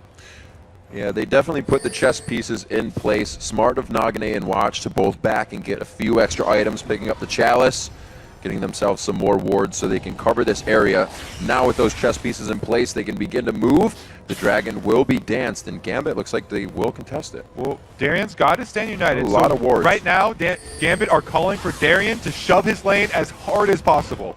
They want to delay Najin Sword around this dragon, get as much advantage up in that top lane. If Darian can shove that wave into the turret before Expessen gets there, it'll be a pretty decent win for them. Very interesting to see Najin back off after placing so much golden wards. You can see the pinks already coming out. Sub 10 minutes in the game. They have 5 going across the map and right on that objective that they want to take quite soon. Now we do have Diamond coming in, sitting on Gambit's pink ward in the bottom lane. If they can get him ganked or pressure. Wow, right out of the playful Trickster. Got him on the Trickster, goes in! It's from the waters out on the Nagane, but the burst isn't there. They see Shen start to come in. Nagane gets hit up. There's the attack. They pull it around. The teleport now coming in from Expression. Is he there? It's going to be Darian in the safety for Alex. The teleport taking way too long to come in from Expression. Really good answer there. Darian's got Alex's back, and he turns that gank around. Anytime you look for a 1v1 situation, you have to keep in the back of your mind that Shen Stand United is available there. Even though it was a great pick from Nagne, you know, he definitely didn't want what he caught there. All right, so most of these pink wards for Najin are going to be going down towards 11 minutes rather, but Gambit placing their own at pink, trying to stop that. Gold quite even here within 500. That first turret is in the top lane, so it's not so much affecting the game, but really giving Darian time to farm up and get where he wants to be. Expression does not have the teleport summoner. Right, just use that for mid, yeah. The cooldown, no, the cooldown reduction for it, the mastery. So it also, that's why it takes so long for him to actually arrive there. And look at the build here from Alex as well. After that kill, you know, he's going full early damage right now. As high damage as he could have at this point. Just rushing those spell penetration boots as well as the sheen. This is not how High built him last game here. He's going for straight burst potential. This is very Gambit-esque. They didn't get there in time for the blue, but they are going to say, we want to fight right now. We have that crescendo. Yeah, Stand United maybe down, but we have the... Oh my gosh, going into the control. Watch down right away. Prey on the outside is completely zoned and forced to walk back in the fight, but his team is going the other way. This could be a great re-engage coming in. Nagane throwing down the last part of the ultimate. The charm misses on the outside, but they do get the Orb of Deception and Expunge kill going down into Darian, 1-for-1. We also just saw a little bit, a little preview of that Moonfall into Prey, Spray and Prey there, getting some good area of effect damage. Now, Najin with that pressure, losing Dragon. They want to put damage onto the turret, but a lot of Gambit is actually still here. Genja very low on mana. Looks like they won't be able to do too much here. Alex may trying to communicate with the team. They may try to save on the repel. Kane takes quite a bit of damage there, but another member showing up, Nagane, just on the outside. They got Diamond's flash out of that after, too. We've seen how dangerous Ari Charms at Tower Sieges can be, especially in the SKT1 game. Really good job here by Najin Sword taking the turret after. Gambit really need to back off. And you can tell how much strength Gambit has still in this game. Losing 2 turrets, they're only down 200 gold because their lane's doing so well. 95 to 78 in that mid lane. 54 from Diamond to Watch's 35. He's definitely playing that support role for Nunu. And Darian doing a good job of last sitting under turret too. Yeah, absolutely. 70 to 58. Large stack of minions right there. It's good for Gambit that they got that dragon, because having all this extra turret pressure for Najin Sword is going to mean that it's a little bit harder for them to pull off the picks. They need to start getting these outer turrets down in order for Alex to be able to make use of his roam and his early damage build that he's going. You can see Prey, 12 minutes into the game, doing quite well for himself, picking up the Blade of the Ruin King. He has quite a team of dive buddies within Darian Diamond trying to get him right in the beginning of the fight. We saw that Alex Ish actually caused him to flash out of the fight with Chum the Waters last time, so the focus is there from Gambit. They're using their dive composition quite well. Najin, we can see the re-engage coming from Expression. The teleport has been big in these fights, and Nagane has actually been holding that Spirit Rush for quite a long time, so it's almost like they're allowing Gambit to expend everything they have before they even want to try fighting. Yeah, you mentioned, you know, Alex forcing Prey out of that fight, and we saw how Alex just obliterated Watch. Yeah, too. In the beginning. With the early damage here. There's a small window right now as well where Darian has Stand United and Expression does not have his teleport up. So the possibility of any sort of ganks here for Najin Sword would be, again, it would turn out the same way the mid happened last time Nagne went aggressive, where Gambit had the extra man to come in and back up. It looks like not everyone, but at least Expression and Nagane kind of building as a unit here, building that penetration for boots early after the Chalice, and then the Abyssal Scepter to come out from Expression so they can both itemize well into damage for the Magic. I do like stacking that heavy flat penetration. Yeah. Because at this stage in the game, there's no magic resist having been built on Gambit. Flat penetration, extremely effective here. I like that they're also only building one, whereas, you know, Nage, he's not building one for himself either. They're getting that single one on Diana, make use of the aura, and their team fight with all that magic damage is going to be very important. Meanwhile, they can rely on Prey's AD to be the sole AD threat here, and that allows them to build this flat penetration instead of percentage because they know Gambit won't itemize towards it very heavily. Let's see, only 2 kills on the board, 14 minutes in. Both teams respecting what has been happening, the movement, and really not knowing if they've been on wards. It's Pink Ward's fight. We haven't seen any of the Oracles come out yet and anybody try to take too much control because they know they're only within hundreds of gold of each other. Because it's so close right now, it really depends on the next team fight. If Gambit win, there's actually more gold up on the map for them to take. Right, because that's true. These turrets are still standing, so there's That's a good basically point. almost, you know, around 2k extra global gold for Gambit to take after a one team fight. But if they lose, then they're not going to get that chance, and they still don't have the map pressure because of those outer turrets. It's really something to consider is when you go hard, that turret armor is gone. They're going to be able to pressure down mid hard. We saw SKT take multiple turrets in a row yesterday, just kind of blowing everyone's mind. So it definitely depends on when you win that fight, the impact of core items coming out. Lich Bane is finished for Alex. This is going to be big damage for him. We already saw him zeroing out Watch within a matter of seconds, if even. We talked about, you know, not much magic resist here on Gambit, but you're right. Prey, who's the target here, doesn't have any magic resist of his own. He's going to rely on that heal from his Blade of the Ruin King, but that's going to be reduced by Alex's active there. Yeah, that's true. On his Seastone Trident. So he'll have no problem blowing up Prey if he can catch him. Well, we'll see where they can go from here. Still with 2 turrets down on Najin's side. The gold is practically even within just a few bits. There it is, equaling out. 16 minutes in. Both of the teams still communicating quite well. Nobody has fallen into that pit. It seems like they are all organized and rotating together at this point. So moving into the mid, we do see Voidal start to focus there. Should have Genja joining them soon, but nobody wants to make the move here. It's going to be 3 seconds for the next dragon, and that's what all eyes are on. The next fight here is going to be explosive. Both of these teams are very similar in what they're trying to block. Oh, they don't even hesitate. Ari going to be looking for the pick on the outside, but you have to keep your eyes on Alex. Wait. Oh, there's the shot. Expression goes in with his ultimate, but he got the cooldown by using it. Voidal getting hurt quite bad. They are going into the fight. Kane is right in the middle. Watch is so low they could get ticked down here. Gambit pulls themselves together after the AoE is gone. Oh, the piercing arrow from Genja. Expression on the side. Genja, do you have it? It's going to be Alex Ish trying to get over the wall. He gets it. Boom, right to the side. Triple kill coming in for Alex. Nagane tries to get the charm down to the flash over the wall, but nothing catches. It's going to be a 2 for 4, and it's going to be Dragon for Gambit. Such a sweet little move right there by Genja at the end of the fight to aggro the dragon, effectively turning that dragon pit into a very dangerous situation for Najin because they have to get out. The extra damage becomes... Okay, it's a good box What right a in the chain middle, of corruption. but it actually... Wow!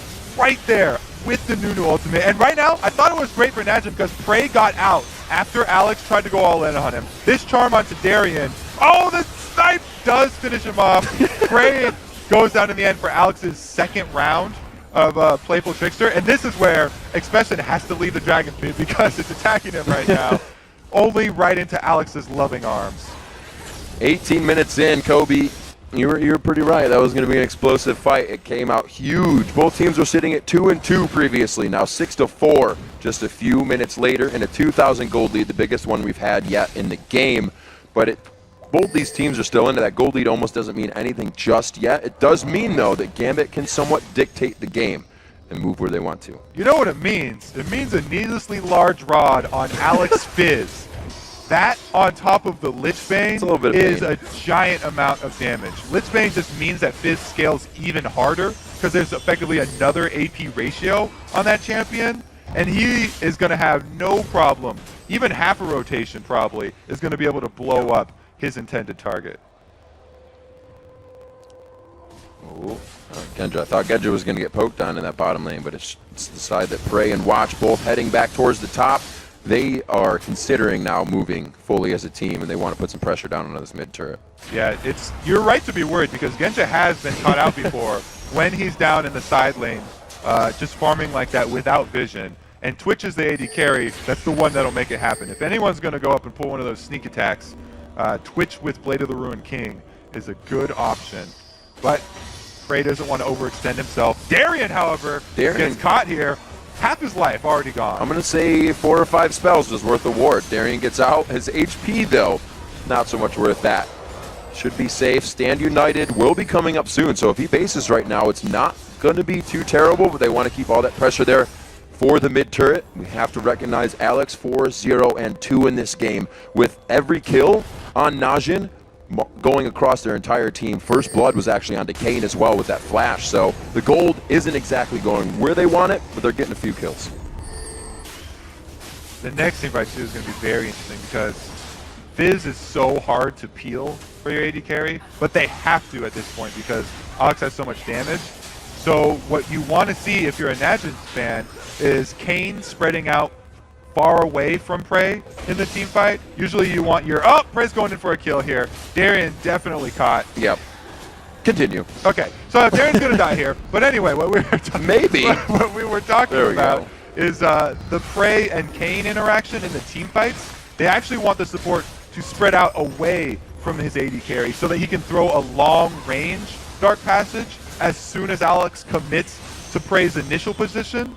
And then once Prey's able to reposition next to Kane, then they can throw up the box. And then he could try and use that to peel for Prey. Other than that, it's going to be very hard for him to avoid this Fizz and Shen and Elise combo that Gambit are packing. See what the movement is right now. The pink wards have subsided from both teams. We can only see one on the map now, and a lot of the wards have subsided. Actually, one on the top side there for Gambit as they hover off of it. So they're keeping themselves quite privy to the vision of what is going on the side of Najin. Voidal picking up an Oracle for himself. I believe Kane has one as well. He does not. So they're still resorting on the blue site stone as well. I think that, you know, the way that, it's always hard to tell what Genja's thinking, but the way he's itemizing right now, I'm pretty sure that Gambit are just saying, I'm sorry, Genja, we're going to leave you in the back line. We're going to go dive Prey. You need to fend for yourself. Yeah. So he's gone with this second item already. Very early. Whoa! He gets caught out by Prey. Chain of Corruption goes down perfectly. And there it is. Darien spot on with the Stand United to reinitiate. The engage coming in. Prey gets destroyed. And you're right, the Lantern goes down for safety of everyone. It was used defensively and not even a bit on the offensive side. So Genja right there, early Negatron Cloak pays off. He was able to survive due to his flash as well as the barrier and Stand United shields coming in. Everything going to save Genja right there. He was able to survive. Prey, not so lucky, didn't have that Dark Passage to rely on getting him a long distance. It was already used, and he was just fish food. Scary for Genja. I think he won't let that happen again. He will know not to stay out in the open. Prey, however, making a move that needed to happen here for Najin. We haven't seen too much since any of the Dragons. That would have really been the first straight on play. It would have put them at 7-6, but right now 7-5, holding off that kill, and still just about a 2,000 gold lead, almost 3,000 coming in here for Gambit. Gambit are definitely feeling pretty good about this mid game so far. Like we said, all of the outer turrets are still available for them to take when they win a decisive team fight. So a decisive team fight for them means a huge swing in there. It's not just the kill money that they're going to go after. So they're leaving Prey in the bottom lane now to farm it out. And it's going to be somewhat of a pressure here from Gambit, but they decide to back off. Still slow movement. The Alex over here has completed his Danya's Hourglass, so he has that really, really dangerous combination on Fizz. He's just pulling some... He just wanted to show off. He was tired from taking down Golem. He actually decided that he wanted to go farm that side wave and didn't want to hop over the wall. That was all planned. Meanwhile, Ooh. the Dragon getting started because he showed in the top lane, farming that wave. This is good for Najin. They will be able to put a bit of money back on the board. Hooks Oh, a little spider grab. Eat it. Those will annoy you sometimes. All right, so Alex right there going for the farm blob instead of Dragon means that the team actually loses out some global gold. But now they're going to want to answer. Alex does have double buffs right now, though. Oh, that Lich Bane. Wow. They have a lot of possibilities to take down turrets here. The siege stop, not spectacular from Najin. They have to use a few of those abilities that will really leave them in the open to be attacked, but they should be able to hold this off quite well, at least with Watch being there under the turret. Always the possibility for an absolute zero disengage, so safe, but Gambit looking for blood. Oh, Alex really wants to dive here. Now, lucky for Najin, they actually have Expesin who he's targeting, and Expesin has built the early magic resistance because he got the Abyssal Scepter for his team. He's also heading into an hourglass of his own. Oh, he will be taking. word. I mean, they have oracles and they have vision, but this is a 25 They know they minute can dance Baron. it.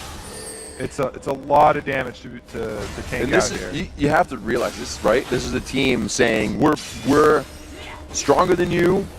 We can outfight you right now. Let's do this. Well, normally Gambit right now would be looking for picks in the jungle, but because they haven't taken any turrets, it's hard for them to get that vision. Najin, they have these outer turrets that are doing a lot for them. You know, now that the mid is down, Gambit can sort of start to get control of these side areas of the jungle.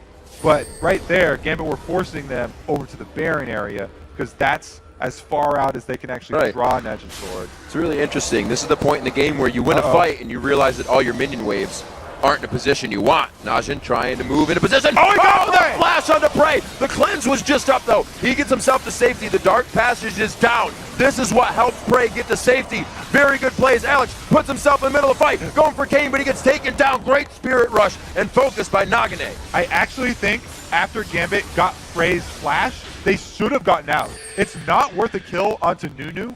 You should definitely take the win. Taking out Prey's flash means that he is very, very vulnerable to Alex. So actually re-engaging there on Nunu, even though it was a pretty easy kill on Nunu, right? Not the best of trades for Gambit because they had to give up Alex for it. Oh no, Genja's gonna eat it. Prey walks right on a Genja, but there's the Stand United coming in. The taunt to come out, and that is a dead Prey. Buff transfer to Genja secured. Darian still with the Stand United up. Not something you would expect Yeah, after that well, fight. I didn't expect. But that goes to show how chaotic the fights are, because they didn't know it was still up. Najin had no idea. That was a huge win, though, for Gambit, because, like we said earlier, Prey is definitely the backbone of this team right now. If he's down, they have full reign of the map. 3-1 in turrets. Not looking good for Gambit, as you said, in that map vision. Having these turrets on the outside pushes the lanes, gives Najin places to run to if things go awry. And right now they're using it to their advantage, having that pressure on to Baron rather. They just pressure down mid, get themselves a turret. Not picking up any kills lately. You know, Najin's sword, because that Stand United was used, now they're the ones with the teleport, so they can can make use of the split push. Persistent. Which is what they're doing. They've got Expression split pushing, but Gambit, they are going to call the bluff here. Burning this dragon down. It's going down really quick. Watch this Nunu, though. Oh, man. Really good at stealing. Consume Feast. Oh, he got it so big. Darian's going to be able to take them out, but they stop that gold lead. That puts the gold in exactly even with the Baron steal. Why in the world would you rush the Baron against Nunu? Really well played by Watch right there, though. You have to shut him out. You can't say anything bad about him. He comboed the Consume and Was Smite. he in range? He comboed that pretty well. Okay, we'll have to look at a slow replay. He got it. He flashed in. He was almost in there for that, but he definitely got it with the Smite. Yeah. Alex in trouble. He has used his Zanyas in the Baron pit. Woo. A little bit of trickster there. Beautiful steal there by Watch. Just got Najin right back into this game. Up in gold, and they're wearing the Baron buff. All right, slow-mo, see if he actually bites it. No, it was just Smite. Okay. He just smited it. So Wow. he just got the Smite there. That was just pure outplay on Watch's part. Very good plays coming in here, and like we said, it was necessary. We saw Prey over at 22 minutes trying to get that kill onto Genja. Then we saw more Watch had to do that for his team. They were down in gold. They've now picked up the lead there. The turrets have always been in their favor, and they're now able to spread themselves a little bit more thin. We've seen Expression in this top lane for the past minute or so. They're getting the pressure that they want. They did actually use his teleport in that that Baron bluff right there. He canceled it, so it was half duration on it, but it still is on cooldown here for the next while. Good thing for Naj and Sword, they have the Baron buffs, so Gambit are very, very scared to go for an all-out engage, and they'll probably rather just hope for picking someone off here. And Najin really has to create this for themselves. Nothing is going to come to them right now. Gambit knows they're a little bit behind. The ward's already coming out before they even cross into any fog of war right now. So Najin still putting the pressure on, has a few minutes left on this Baron, and is going to force that down middle. Gambit getting a little bit of that standing gold back with the top turret that was so low. But Alex, he needs to get back here. He sees it. No, I mean, maybe not. Expression's got his Zanyas, so the possibility of a turret dive is there. But once he uses that, someone else is going to be taking the turret, and it's actually not the best of situations to go for the dive with. Gambit are calling this bluff right now. This is actually pretty good for Alex. He's got some good damage with that Lich Bane. He is just knocking that turret down right now, and nobody's going to answer. Dragon for turret, but the mid waves are going to start pressuring. This is setting, as we say before, the chess pieces in order for Gambit to do something more after their fights, which they've been kind of on the heels after. Okay, he used his Playful Trickster to farm there, so he's not going to engage on Expression. And it's actually a rotation down for Naj, so they're going to farm all 3 lanes right now. That is an attack speed twitch right now, along with the Nunu. They are going to be able to drop turrets a little faster than you might think. It's got to be regarded here for Gambit. They keep their pressure in the top lane, and they are completely spread off of this one. The bottom turret doesn't get taken down. Najin is playing a little too careful, but it looks like they will have eyes on it. Because of that Baron buff, it gave Najin Sword the time to wait for Prey's flash back up. So even though, you know, Gambit got it out earlier, it's back up now. Prey's got a pretty good answer for escaping Alex in the next team fight. If Gambit aren't able to blow that flash with something else early, then they're going to really have to watch out for that Twitch damage comboed with the Moonfall from Expression, getting everyone grouped up. Could be a very potent combo. This is exactly what we expect to see here in the semis. Gold swings back and forth throughout the entire 30-minute game in favor of Gambit, in favor of Najin. And they hold it currently at 4-3 in turrets here at 31 minutes, but down in kills. So they're strategically now out-positioning and out-maneuvering objectives here over Gambit. They're staying away from this fight comp because since they were Moscow 5, they've loved to fight, and Najin realizes that. You know, Voidal also has to be pretty careful right now, too, because we talked so much about this assassination potential from Alex, but Nagne, he's got his Death by Grasp, so he could easily kill a support. If he finds Voidal out by himself, he can easily burst him down. The Aegis into the Locket finished quite quickly. You can see Diamond taking into consideration the magic that they are dealing with. The Abyssal Scepter was finished quite a long time ago.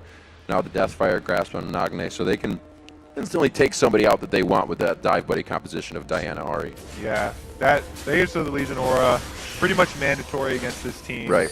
They're also each getting Negatron Cloaks of their own, which is leaving them a bit vulnerable to this Prey damage.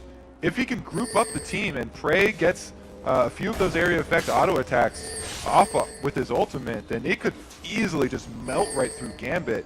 Not a lot of armor on anyone. I guess that's what you do, right? You build an AP team and allow your Twitch to shred everybody as they're trying to defend that. What they're hoping is here for Gambit is that Alex just kills Prey, so there is no... Gambit, yeah. Yeah, Gambit's open, you know, there's no Prey on the map. Find their way right through the... Prey's dead. That's what they're counting on. So they're just like, yes, everyone build magic.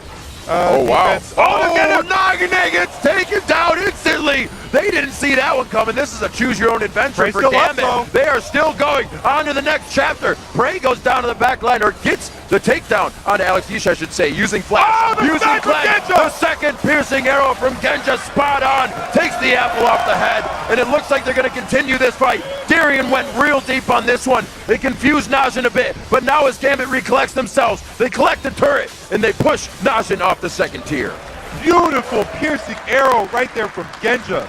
Gets them not one, but 2 turrets here. They're going to definitely keep this pressure up. Here again is the swing in gold, now in favor of Gambit. 2,000 gold there. The inhibitor turret to go down. 45 seconds on the timer for Baron to come back up. This will be enough for Najin. We may see both teams put on their dancing shoes for that one. Also in that last team fight, let's give props where it's due. Darius Absolutely. with the taunt flash to start it off. The reason that teams have their top laners go with the taunt into flash after my God. is that there's no answer. You don't have any time to react to a taunt flash, whereas if you flash and then taunt, the Ahri right there, Nagne, with his flash available, could have flashed the taunt. Really good sight. Here it comes from Genja. That's right in the dome.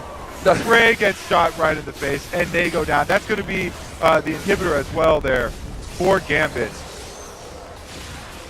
But really, yeah, the reason that you go taunt flash is there's no time for you to react, and they just 100% down Nagne right there. That was very well played. An amazing play. If you saw in the first 10 seconds of that, Genja was still shooting the turret. And not that he was doing it wrong. He said, I just can't follow you guys. So that just goes to show the durability of Gambit right now, even without their 80 carry until 50% through the fight. This is scary for Najin now. They were forced into a fight that they have been avoiding, and we saw that Gambit took it over. Only 2,000 gold was grabbed there. Gambit has now swayed the turrets along with the gold. They still keep the kill score at 13-7. We'll see if Najin can go back to dancing around them and crushing down the objectives again. And you know, last time Genja went this build here that he's going on Varus, Double Lift gave him a lot of flack and he was saying, oh, I'm pretty sure Genja was misclicking stuff. But he's obviously not misclicking because he bought it twice. And it showed with that last snipe there. Flat attack damage. He's getting a lot of power out of those piercing arrows. Now he's got a huge combo, both the Bloodthirster and Infinity Edge. Even though he doesn't have much attack speed, his attacks that he does hit are hitting very hard. Focusing distortion boots as well. Quite interesting. Figure we would have seen that coming out, and especially in the top lane with most of your teleporters taking that distortion to continue teleporting more, but it goes on to Genja for this game, so he can keep himself safe. Yeah, it's literally just for the flash. Yep. Because, well, Frey has to deal with a Fizz and Shen diving him. Genja's got the same thing. He's got a Diana coming at him, and as well an Ahri that could possibly reposition around him. And a really big fight that helped Gambit out was the one that allowed them to buy, which is now a Spectral Cloak coming in for Elise. Those Negatrons helping in all of these fights. This is dangerous. This is pretty dangerous allows here for them Gambit. to dance these out. Voidal's doing this for his team right now. One goes down, but is it enough? They are at 25% HP on Baron. It's going to be a 4v5. They are going to have to fight this. They throw it down. Darius the first one. Alex is in a perfect spot here. He gets the Zanyas onto Expression very early, but there's still a Guardian Angel there. They go for the Zanyas. This is going to be full damage now onto Alex. Full damage onto the rest of the team, but they can't get the focus down. The last bit of the Foxfire takes him down. Nagane makes his way home, but it's going to be Genja picking up Expression in the end. Very, very sneaky job there by Alex. Staying in the Baron pit, hugging the wall, and then jumping right out onto Prey. Prey did not see that one coming. What an amazing assassination from Alex after they were already down a man. You're right, Voidal, he sacrificed his life for the team. It also got the Spirit Rushes, all three, out of Ahri, so it meant that she could not get around to the back by Genja. You see, Alex, he goes back into the Baron pit after this, away from Expesten. He was zoned out by that ultimate from Nunu. And Oh dear. This is going to be the pincer move coming in on Nagane here. He's going to walk this one out. We'll see if he can get far enough. There's the one dash. The dash number 2. And number 3. There we go. He's going to change form. We're going to have Voidal come in. Voidal looks to pick up this one. He doesn't even get the slow power core down. They know they got it. It goes to Diamond. They pick it up. This Najin, it's not terrible that that happens, but they're not considering everything now. They want their farm more than they want to get back. They're trying to get to next core items, and it's putting them in some bad positions here. Yeah, Gambit used a bit of time of their Baron buff there, running around, but they were rewarded with the kill, and it's a pretty long death timer at this point. So with all the lanes shoved up, they actually will get pressure fairly quickly here. And I think Gambit has been able to itemize as Gambit does. The Guardian Angels now coming out on 2 of their members. We do have the Banshee's Veil actually coming in from Diamond, so he can really take that front end burster, the crowd control that's locking down his AD carrier, those damage dealers. So with this dive team, they're able to itemize almost too good for what they're up against now. And we saw the early Guardian Angels coming out on Expedition because he wanted to get right in there with his Diana, but Gambit are starting to answer. They've got 2 now. They love those items. Only a few more to go. They will not let Najin's sword beat them at their own game. Darian knows it's time, putting the blue elixirs in his inventory. You see that when the players are ready to make that fight count. You see the average game length for both of these teams here. Gambit has stretched it on a little bit, but they are in sure position now with the biggest lead we've seen in the game at about exactly 5,000. They have not stopped as they've grabbed the turret lead. They have continued to take those consecutively. This inhibitor on its first respawn now in the eyes of Gambit. Darian goes into the fight, possibly to the backside. They use the Spirit Rush right away. So much damage coming off the initial Playful Trickster drop. Going back in, Alex hits that United. Can they get the Stand United? Stand United actually comes over the Guardian Angel. It sticks with. Will they be able to go into the fight? It's a little too much under the turret. They do get Expression down, but they are playing with fire right now. That was so close due to the beautiful charm there from Nagna catching Alex just in time, but Darian gets in as well, and the taunt covers Alex's escape. Damage actually was a piercing arrow from Genja in the beginning. These guys have so much damage from everywhere. With the amount that Najin is grouping, even the piercing arrow is having the area of effect that it doesn't really do. And Prey now down his flash cleanse, so he has to be very, very careful. 2 inhibitors as well. Gambit really just have to return to base to purchase. Oh, so the missed taunt is what started it off. And the interruption, so many great peels here from Najin. But Gambit, they exit and then get right back in after the cleanses pop. Let's look at this charm that catches Alex mid-Urchin Strike. Able to catch him out. Oh, it's not even here yet. This is after the second disengage. There's more than one fight in every fight we've had in this game. Back and forth. The gold lead still sitting around 5K. Nobody really gained too much an advantage off of that one unless you consider the bot inhibitor and tower an advantage, which Gambit's liking. That lane being pressured so hard, and Gambit has turned this right on Najin after that Baron fight.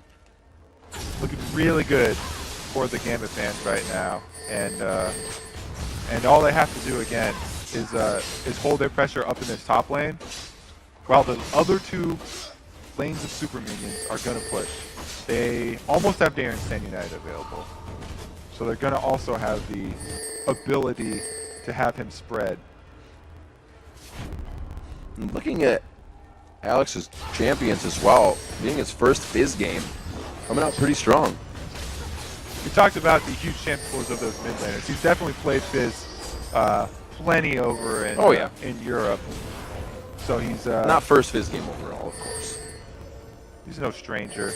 7 champion. 7-3 and 7 there. Oh! Oh, the teleport coming in as well from Diana. Diamond! Expression's going to be right on the backside. He dives in. They get one. Zanya's down. Alex is going to be out of the fight now. Kane goes down instantly. Can't help his team now. Nagane's in the fight. It looks like he may get bursted out. The shutdown coming in from Prey, but he is already on the ground, asking for life support. Genja flashes in. 1, 2 more attacks. They're going to focus now onto Expression. It's going to be a slow walkout for this one. The death timers are 50 seconds or plus, and Gambit's in the base. Yeah, they're going to get his Guardian Angel after this. 2 really, really good fight there for Gambit. Oh, he's going to burn down. Caster minions are... Very good game here by Gambit. It looks like they got 1 Nexus turret. Watch not going to be able to do much, just able to do just that as the Nexus turrets go down. The Nexus will follow. Gambit with a definitive win after an amazing 50-50 game for the first 20 minutes. Gotta say, great use of Shen by Darian and Fizz from Alex. Really every single member of Gambit doing their part right there. They told Genja you're gonna have to survive by yourself. He went and bought that Negatron cloak right after his Bloodthirster was done, and then immediately after that, he survived a 4-man gank, which they were able to turn around. And showing his love for some pieces of the Triforce, getting the Phage in there, keeping himself even safer. Such great play by Gambit. They were bloodthirsty. Every time they would make Prey waste that cleanse, and they would still get back onto him with that dive team every time. And then the Gambit itemization of defense into your Guardian Angel. And when you have your Guardian Angel on more than one person, you're pretty good luck. Everybody's always been talking about the mids from Europe, the mids from Europe. They're kind of crazy over there, but everyone respects their mid players. This is why everyone respects their mid players. And we saw early game as well, Darien getting focused back in the top lane. They tried to shut down Shen early so he couldn't be too much of a threat when that level 6 came. But we saw level 1, he wasn't letting two waves go to them. He was trying to get in there, soak up experience. So he was level 2 along with them, level 3 along with them. And he did his part to help Alex win that lane. The early stand united, that was the reason why, Alex got the first kill. All right, everyone, let's send it over to Quick Shot and the guys at the desk for their thoughts on Gambit's Game 1 win. Thank you very much, Riv. The pray and spray wasn't quite enough for Sword in that game. Let's go back to picks and bans. I want to highlight the fact that we've seen Jungle Nunu here coming out from Sword. We've seen a Diana and an Ahri. I'm not entirely convinced by the Nunu pick in this composition. What were your thoughts? I mean, the Nunu pick is interesting here. This looks much more like a comp from a couple of months ago, right? We didn't see that Trinity Force AD carry. The Ezreal, I thought they would pick up for Prey. But the Nunu, they just didn't do much with it in the early game. They didn't take advantage of Nunu's strengths. And even though I like Nunu a lot with Diana as well, because if Twitch dies, you have someone else to Blood Boil, and you can keep proccing that Diana passive. But I don't feel it takes advantage of Watch's mechanical strengths as a jungler, and is a really binary pick and didn't really offer a whole lot. So CLG has a lot of experience running Nunu, and I don't like the fact that they ran Ahri and Thresh with Nunu, because if you're going to run an AD-centric comp, Thresh doesn't really provide that much peeling versus other supports like Sona or Nami, and Ahri really just has no synergy with a Nunu-based comp. You really want like an Orianna or something with a lot of AoE crowd control and ability to protect your AD. I think Thresh offers enough peeling, but I think when you play Nunu and you end up in a 2v1 situation, you really need to put him top lane, help make the 3v1 really good, because Blood Boil and the Nunu, they can dive, or they can just safe push the tower down, and then they can start rotating around the map, get the bot lane bottom so again. You didn't like the 2v2 tower defense? No, I don't think Nunu should ever defend 2v2. Well, he's got such bad wave clear, you don't want to put him in that situation. Yeah, unless you actually are defending a 3v2 dive, he's not going to do much. And actually, to sort of get back to the Ahri Diana point as well, like that combination wanted to get onto Genja, but they didn't seem to have the right combination. They never cracked how safe he was. And the distortion boots to flash away from Diana, honestly, Genja never dying in that game was really impressive. Ahri could have worked, but I feel like he played the matchup wrong. He should have maxed his W. I talked to Nukedog yesterday a lot, and he knows a lot about the Ahri matchup against Fizz. If Ahri maxes W, he can do a lot more. If Ahri didn't respect the Shen ulti either, went for a 1v1 against Fizz with Shen backing him up. So the main mistake there is also they're giving Darien Shen, they're giving Alexi a free Fizz.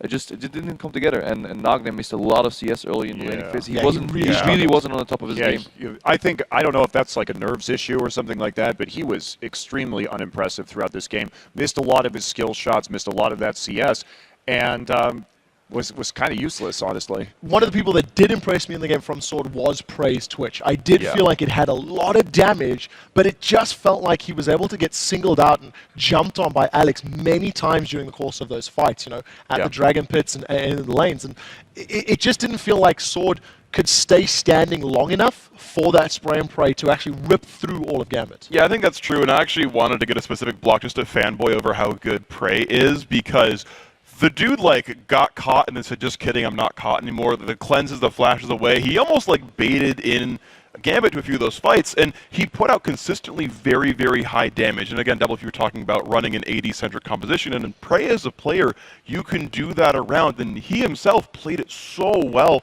Problem was there wasn't enough follow-up for his damage, it seemed. And the big problem is that he's up against Fizz, and he's running Cleanse on Twitch, which is not really a problem. It was right for him to run Cleanse on Twitch, but he has no real support like shields or heals coming with him. So basically when Fizz gets on him, he's ripping through a base HP Twitch with no backup, and all he has is Cleanse. His team really needed an exhaust there, and I think his item build wasn't optimal either. I don't think he shouldn't have opted for the Blade of the Ruined King and just went for straight damage. He uses good positioning to get a really good ulti off. Yeah, and just a final note on this composition right here, too. The Diana pick, Diana was very powerful a few months ago, but ever since the Spirit Visage changes, this comp that we're looking at, Twitch is very poor at Siege, so they had no way to take down towers as 5. So at that point, you're relying on a split push. When you're playing against Shen, who's going to build Spirit Visage, you have to be very far ahead on Diana to actually win out in that split push battle. And I just don't see Diana in this composition for this use as viable as it was before the new Spirit Visage came in. So let's talk a little bit about Gambit while we have some time. I was pretty impressed by the way that they played their matchup. It was fairly slow.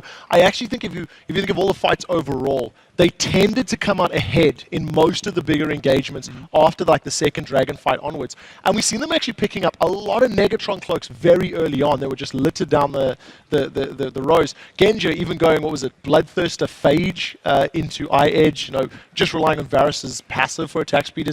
Genja continues to do what Genja does and trends off the wall those items. What did you think of their itemization and the decision making? They had a lot of respect for the AP assassins, which was good, but their mid game was still really sloppy. They went again for a 50-50 smite, and this time they lost it, and it could have cost them the game, which they had pretty much 100% in their control.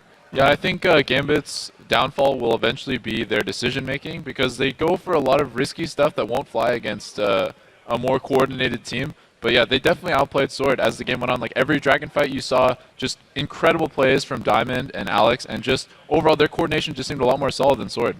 Well, guys, with those final thoughts, we are going to go to another quick break. But when we return, Gambit looks to give Najin Sword the boot from Worlds and become the second European team to advance to the semi-finals. Don't go anywhere. The Season 3 World Championship, we'll be right back. 되게 전력적으로 뭔가 하는 걸 좋아하기 때문에 제가 이 게임은 못하지만 그런 부분에 있어서 되게 도움을 많이 줄 수도 있고 그런 거에 대해 신경을 지금 많이 쓰고 있어요. 어떻게 보면 기회를 잡았다고 할 수도 있는데 이 기회를 이용해서 제 자신을 좀 세계에 좀 알리고 싶어요. Welcome back to the Season 3 World Championship. That's the one it is. Yes. I was going to say the championship already, but it's the World Championship live from Los Angeles. And thanks for watching. Let's get to it. The second round in this scheduled best-of-3 quarterfinal bout between Korea's Najin Black Sword and Europe's Gambit. And if Alex Yish and Gambit can down one more Nexus, they'll advance to this weekend's semifinal round. I mean, Gambit continues to improve after that much talked about boot camp. They're now one game away from becoming one of the final 4 teams here at Worlds. Alex showed once again why Europe's mid laners are considered the best in the world.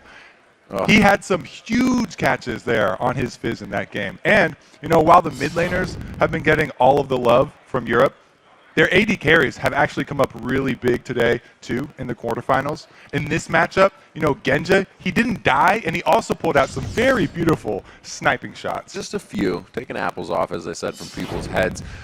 It's different because he's played the Varus, as we said, he's played the MF, he's coming out. He didn't build the Triforce on it, so he kind of lied to us saying he'd build it on every champion. He built the Phage. He did start to build the Phage. I'm sure if the game went another 20 minutes, he'd have a few Triforces. But I like what Mani said, and the way that Watch wasn't used to his full potential in a champion like Nunu. If he's going to be all over the map, be harassment, then you need to give him a champion you can do that on. They didn't actually get too much out of that Nunu overall. I don't think they'll return to that strategy. He didn't get a huge impact counter jungle. It was just that flash over and steal away from the Baron. But since he didn't even use Consume to do that, he could have done that on any other jungler. Right.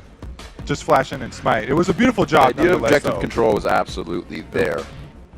Now into picks and bans, Jax again going out of the hands of Expression, but the Kassadin still being looked at as something to be reckoned with. So they banned that out. They banned out Alex's Fizz as well, as he shows it in the tournament.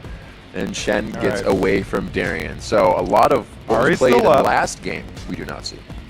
So Ari's 2. Okay, so Ari's not up anymore. They're going to lock that in. But there is still Shen. Oh, never mind. Shen's banned. So, we remember the beginning of last game, Alex was up in CS heavily on Ari. If he wants, he knows how Nagane is going to play that Ari. He doesn't get his Fizz, but he knows that matchup play style already. So he can pretty much be safe with his pick and mid. This is exactly where Alex wants to be from what he says in his interviews. It's interesting, the very early lock-in again of Ari. We'll see what Alex decides to go up against it with this time.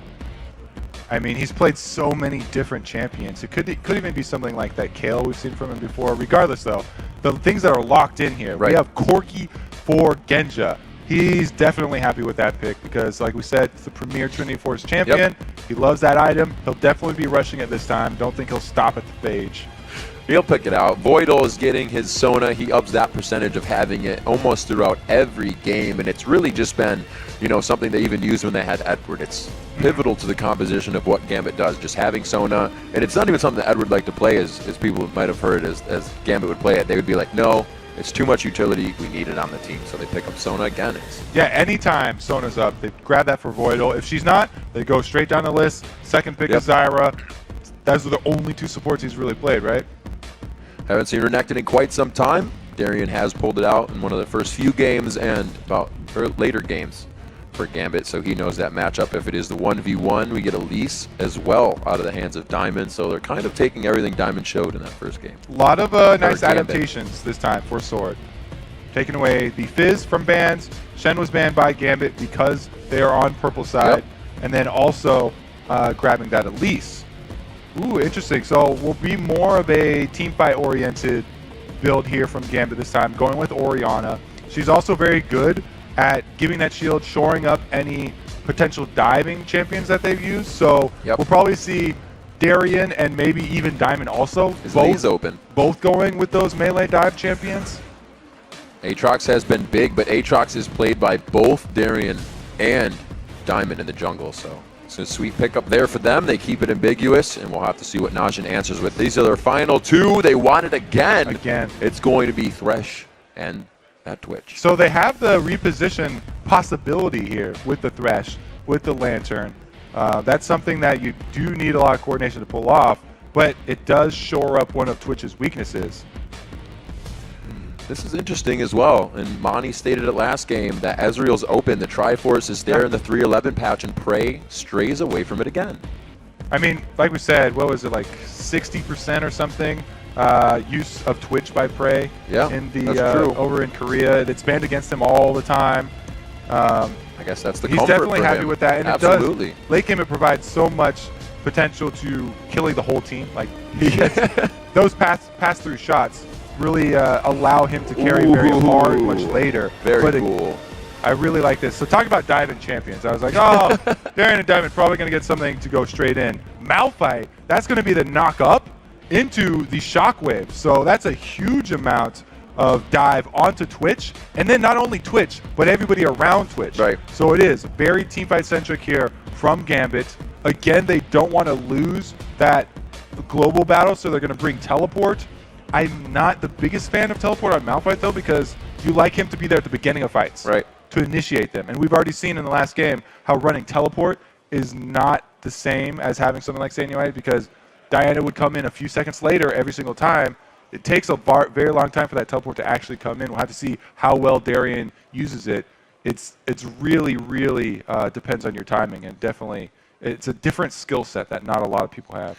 It's an interesting pickup for that last one. It obviously used to get back to the Twitch line, used to peel off for his AD carry as well. We see the Thresh pick up again, and there was a little bit of back and forth between, Double Lift and Crepo on, he has enough peel here, but some offer more peel type of thing, so we'll see if that works again for for Twitch with Thresh. But looking at that Malphite, so good, shutting down the attack speed of a frenzied up Elise, shutting down that Renekton as he dives in as well with the ground slam, and the Twitch, as we saw Praise Twitch building the attack speed, the Blade of the Rune King into that Phantom Dancer, and also helping it scale with his coming out of Q invisibility. So it's different build rather than impact damage off an Infinity He's Edge. opted for Barrier. Yeah, so Barrier as well. It's going to be it's much stronger for laning when you run that Barrier, and it does mean that he's giving up, being able to cleanse off that attack speed debuff.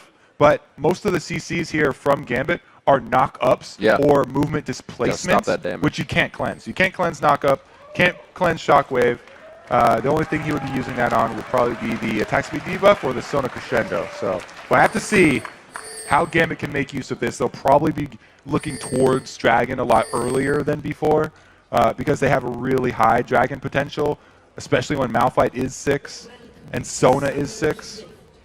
All right, so we are into match 2 here in this best of 3. We're trying to see Gambit, the second European team to come out of their group stage, get the second win here in the quarterfinals. Will they be able to do it against Najin? This is match point for them. If Najin keep themselves alive here, they're going to stretch Gambit into one more game of banning out their champions, figuring out how they work. We'll have to see if they can do it. Gambit, like you said, coming in with another fight, team comp. See if Najin can avoid that again and go for the objectives as they did last game. Interesting. So we have had Diamond, much like Loveland when Loveland uses the jungle Aatrox, start out with his Q very early, try and get a little bit of charge into his Blood Will in the fountain so he can heal back up. There it is. You want to keep that thing very high for the potential of a level 1 fight, because if you don't fill it up at all, then your passive, you won't revive. If you'll just have a few health, come back to life with like 10 health, and it doesn't matter. You have to use health to be able to use that passive. Praying Kane patiently waiting here off in the side. It doesn't look like they're going to get any aggression, but very safe wards coming from Gambit. Neither of these teams, we have to remember Najin, they were on red last time, but they put wards all down the bottom side, and it looks like we're actually going to get matched up lanes here. All right, so this ward definitely sees what Praying Kane are trying to pull off, and Voidal trying to get the Q off. Giving them a little song. But Diamond, though. Okay, so now I finally get to talk about some jungle Aatrox. He does use his smite, but Aatrox does not need that at all to clear anything in the jungle. He just wants to get to level 2 as quick as possible to get his W. The W is what Aatrox is all about in the jungle, because he can sustain forever. So you won't see Diamond having to buy potions.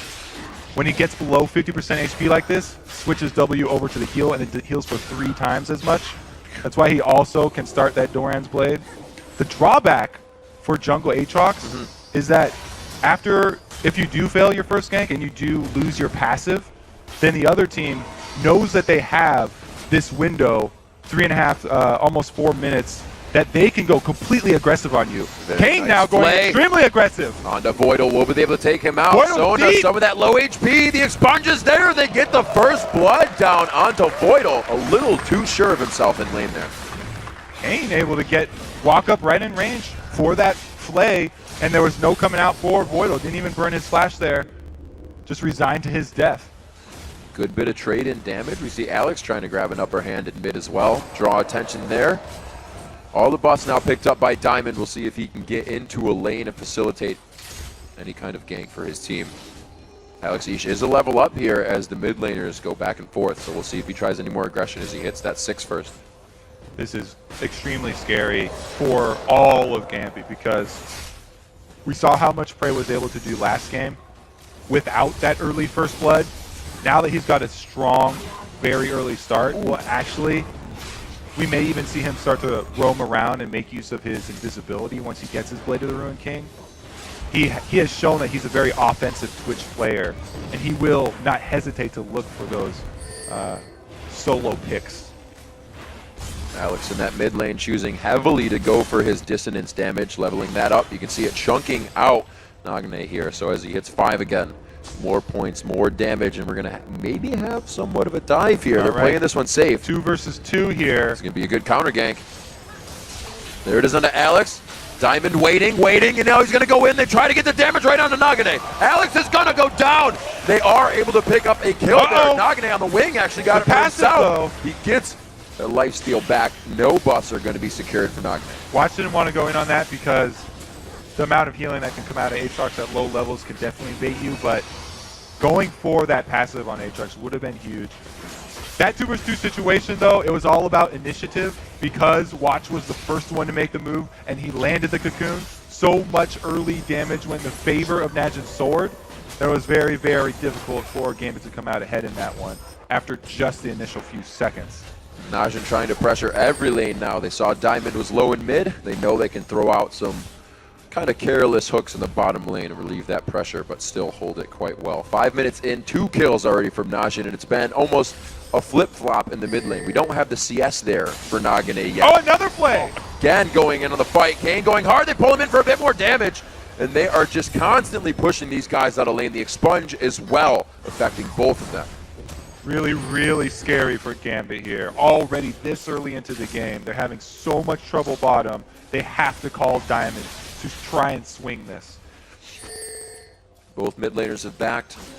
Throwing on the Doran's rings. That's going to give Alex HP, but will it give him enough? He dances around the minions to try and get out of this one. I don't think he's got the tap dance for it, though. Nagane takes him down, and they continuously pressure down, and that summoner Summoner's gone mid lane. This also draws Diamond away from the bottom lane. He can't farm the jungle. He has to show in lane. So Nats and Sword have complete control right now. They can take advantage knowing there's no more threat can come out of the Fog of War. Beautiful job by Watch here. This is why he was talked up so much for the early ganks. He immediately repeat ganks Alex because the flash is down.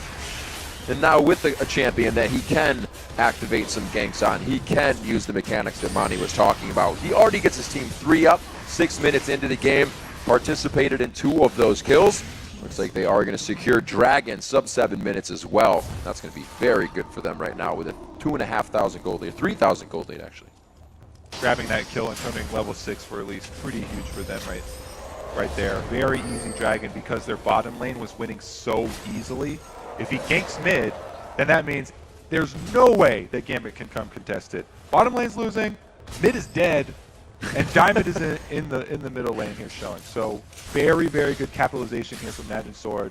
Looks like switching up the jungle position, be a much more aggressive jungle, really much more their style. They feel like they're playing much more of a normal game for them. So with that, with how Najin is playing, Another oh play my on gosh, Foil. Kane knows he's going to take 70% of his HP, but the expunge, along with both attacks, allows him to get in. The teleport to the bottom lane. The unstoppable force has been used. Voidal actually goes down. Prey makes sure he makes his mark before he goes into the death chamber. They're able to answer with a few kills there, but that was big still. They're getting their kills even in depths. Yep, and that leaves Expression up top, farming behind the turret here so that every single minion is dying to that turret. And Darien, though he came down and turned it into 2 kills for his team, gonna go down very heavily in CS here as well. Diamond pays for it by venturing bottom. He loses his topside jungle.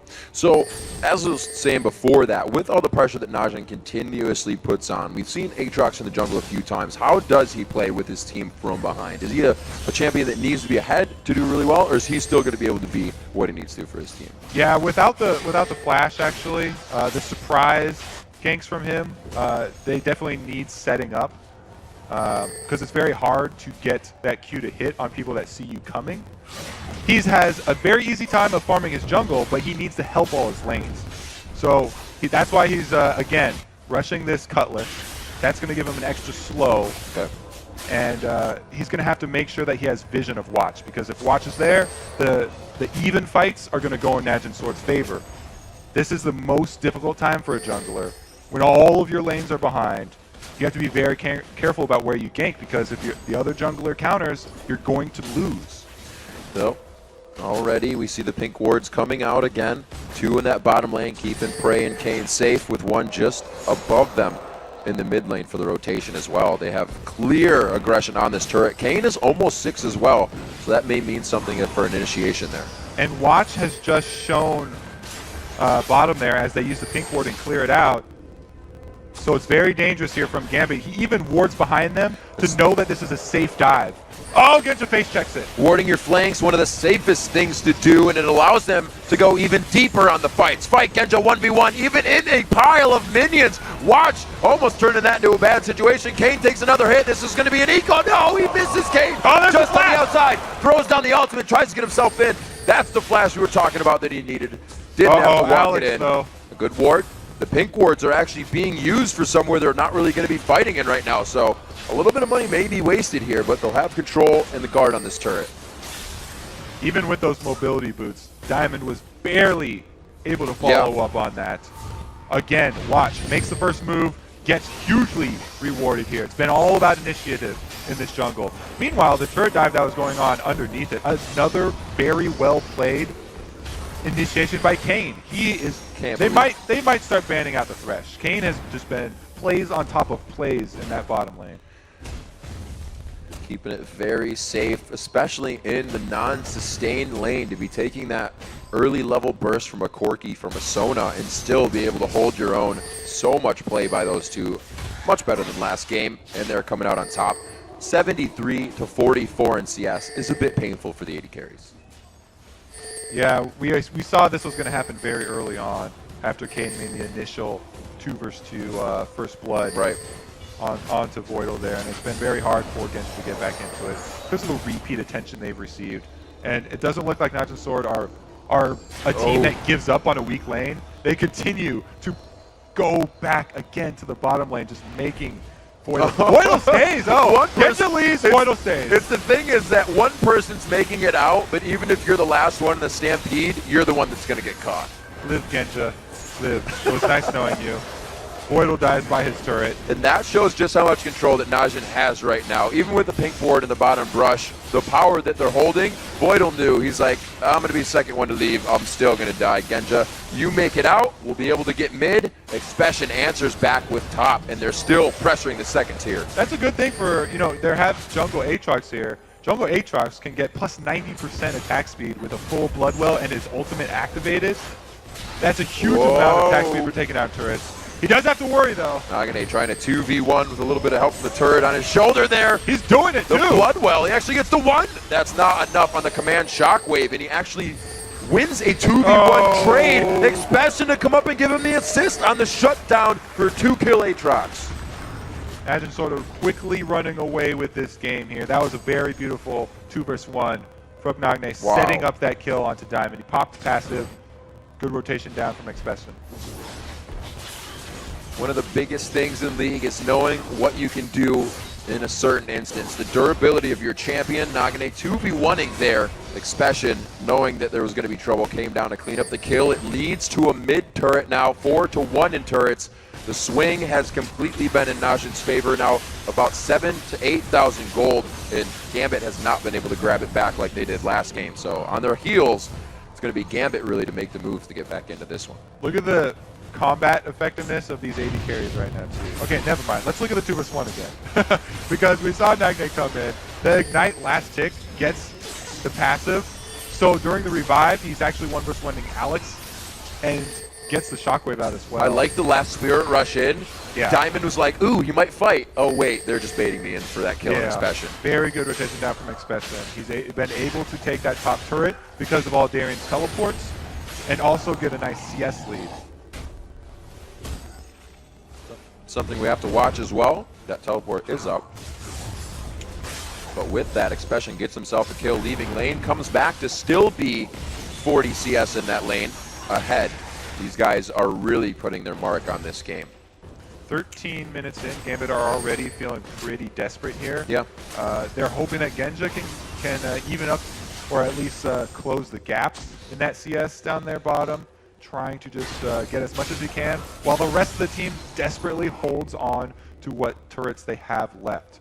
Right now, if they get into a fight, it's a Corki with Phage versus a Twitch with a Blade of the Ruin King here. They are on the hunt. Oracle's already out onto watch here. It's not even 15 minutes in. The hunt is going to find a prize, and it becomes Voidal. Now the 5th time going down in the game, only 14 minutes in. Watch creating these options for his team right now. And Nagane still has his Deathfire Grasp too. So they still have first potential for more picks as the rest of the team rotates down. We'll see what they can do.